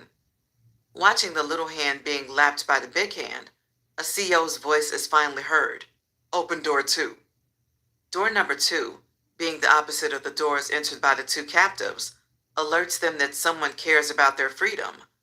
Hearing the latches unlock, door number 2 slides to the left. Seeing a 5-foot Jewish immigrant enter the freshly white-painted room, wearing an Emporio Armani suit with a black pair of Stacey Adams, carrying a Louis Vuitton black suitcase, Rath smiles. Iowa, here to save the day. Tossing his designer suitcase on the ragged iron and sudsy table, Iowa places one foot on an iron stool, then pulls his prescription gazelles off. Posing like a superhero, the small man brushes his shoulder off, like a deacon at service. Staring at the two men wearing black and white stripes, along with handcuffs, Iowa asks, So, who's treating me to dinner? My favorite spot is Ruth Chris's Steakhouse. Both rejoice in laughter as Iowa Che introduces himself to Norman Bates. Mr. Bailey, I've heard a lot about you. I'm your lawyer. Wrath, knowing Iowa from his brief brush with foreign captivity, says, When I saw you come through the door, I knew we was straight. Yeah, Mr. Curtis Rathner, you said a mouthful. Iowa responds after patting both men on the sides of their arms. Asking the million-dollar question, Norman Bates blurts, So what time we leaving? With all the paperwork to be processed, you'll be free within 24 hours. 24 hours? Norman Bates explodes with anger. Patience, Bates. At least we know we're about to be free, Wrath says, trying to calm Bates' nerves. Fuck that. I don't need patience. I need my weed, Bates cries with squinting burnt red eyes. Back at AK's condo, the Almighty King hangs up from talking to his attorney, Iowa. Damn, AK announces to all of his steadfast followers. They're not releasing Wrath and Bates until tomorrow morning. Signaling for his problem solver, Vicky, come holler at me. Embracing Travis J under his wing, AK stares out the pictured clear window at the backdrop of the city. In many words of low whispers, AK feeds Travis J's burning desires of revenge and collateral damage. As the 10-minute one-on-one conversation ends, AK asks, So, what do you need to wage war like an invisible angel of death? AK grills, wearing a horned bull resembling eyebrow. Staring into the black, cold eyes of his superior, Travis J states, I need 4 bulletproof vests, 2 MAC-10s with extra clips, both installed with beams, and I need 2 ninja suits and a fabric tailor. A fabric tailor? The curious AK exclaims. Yeah, Almighty. With the extra vest, I'll cut down into square, and with the extra suit, I'll use to make patches. Something like those bank robbers in Cali, a full body armored suit. With a smile of being impressed, AK states, Boy, if you knew what you were doing, you'd be dangerous. Walking off from the mentally deranged fugitive, AK gestures with the wave of his arm. Follow me. Walking through the spacious flats of the elegantly created haven, stepping over an 1.5-inch bone-colored single-knot wool rug imported from Istanbul, the 2 barefoot men parade through AK's flawless all-white custom upholstery-mastered bedroom, containing designs from themes of Avery Boardman. Entering through the double doors of his walk-in closet, 8-foot-tall white iron-cast safes stare back at them. Whoa, this some big boy shit. Travis J exhales, wondering what's behind door number 1, 2, 3, and 4. Spinning the first-size combinations of the first 2 vaults, AK punches in the digital combinations of the last 2. As you can see through the years, I've upgraded from manual to digital. Preparing Travis J's eyes for the article of war he has only dreamt about in his futuristic nightmares of violence. I warn you, you can see everything, but some items are off limits to you because I wouldn't trust no son of mine with the powers of an atomic bomb, knowing one mistake could change the tide of war. Humbling himself to all humanity, Travis J admits, You right, 'cause I often have thoughts of suicide, and I think one day I might blow my own self up. Opening all 4 doors, AK suggests with a shaking point finger, Don't touch, I'll get you what you need. Staring at the entire arsenal, Travis J sees the neatly stacked weapons plated in a variety of precious metal. With his eyeballs bursting out of their sockets, Travis J points with a thirsting lust. Street sweepers, vests, max, techs, gas masks, smoke bombs, night vision goggles. Man, you got shit I don't even know what it is. Well, if you don't know what it is, it's not for you. So what do you want? Lost in the moment, Travis J can't decide. You're the general. What do you think? Rubbing his chin in deep thought, AK fires up an acid cigar, which relaxes his state of mind. Reaching into door number 1. Okay, you say you want twins? I prefer 2 AK-47s over 2 MAC-10s. Pulling out the twin Glock-like black snub-nosed assault rifles with folding stocks. These have detachable stock with 2-inch barrels, 100-round drums with armor-piercing ammo. The 45 slugs of the MAC-10 can't compare in no way. Plus, these AKs are concealable. Reaching in door number 2, AK pulls out an all-black army fatigue. And all that cutting up a perfectly good vest is crazy. Welcome to the 21st century. This is a bodysuit. 3A grade Teflon with chest shock plate. 50 cal bullets can only penetrate the seams and break bones, but all organs are protected. Thighs, shins, knees, elbow, and shoulders too. Pausing to choke on the tainted cigar smoke. Protect your head. One tap, you be dead. Looking inside of door number 3, Travis J. asked, pointing, "What's up with the sealed metal boxes?" With a straight, sincere facial expression, AK confirms, "No." Shaking his head in a negative direction, "But you do need backup pistols," AK adds, reaching into door number 3. "These are my favorite two, the SIG 357 and the HK 45, the most dependable handguns they make." Slamming all the safe doors, AK reaches through his personal luggage. Finding a durable leather quadruple stitch garment bag, AK empties its contents, giving it to his subject. "Vicky, put your things in here." Congregating with the rest of the nation, AK groups the best 3 killers into one unit. "Vicky, Blood, and Stuntman, my 2 best guns will accompany you," AK declares moments from calling an airstrike. Known for being a man of his own right, Travis J. tilts his head like a problem child. "Don't take this the wrong way, but I work better by myself. Let my mistakes only penalize me. I'm truly on a kill or be killed mission. I'm suicidal," Travis J. expresses in a way only a certified nut would. Testifying highly in disagreement, King John questions, "Fuck that. How the fuck you plan on getting around? You don't know no motherfucker out there. If you forgot, all the trap houses and even the Bates Motel abandoned for now." "Don't worry about me." Tapping a finger to his forehead, "I got me a foxhole to crawl in, keys and all. If you forgot, I got a crib out there. When I murked those last assholes, 10 minutes later, I was receiving breakfast and head in bed. All that riding around is hot. I'd rather be on foot, camouflaged in the dark, skating through the gangways and backyards by myself," Travis J. choppily ends. Understanding the art of war, Rain agrees. "Let him go, he does have a point. He could be our eyes and ears in this way. Instead of 1 unit, we have 2. I'm pretty sure Blood and Stuntman don't feel comfortable working with a total stranger anyway." Blood, an original bloodthirst from the West Coast, gestures with his 2 cents. "I do whatever Almighty orders me, but if I had my own say-so, Rain's right. I'd rather roll dolo." Stuntman, a one-way vice lord from Gary, Indiana, agrees. "I ain't trying to roll with no suicidal motherfucker no way." As all beg to agree, the lone Travis J. snaps his finger, fiending. "Well, hell, I got my pack. I just need to be dropped off." Standing alone with no mention of Prince Hamid, the long-haired rebel without a pause growls, "What about me?" Being silenced by AK's opened hand. With the days passing, the surveillances of an ambushing party keenly focused on the day's routinely activities, the clockwork of an in-and-out reserved guest into limos and taxis, the lavish cars gathered by valet, and a glimpse inside of the stylish facade opening into its iconic lobby.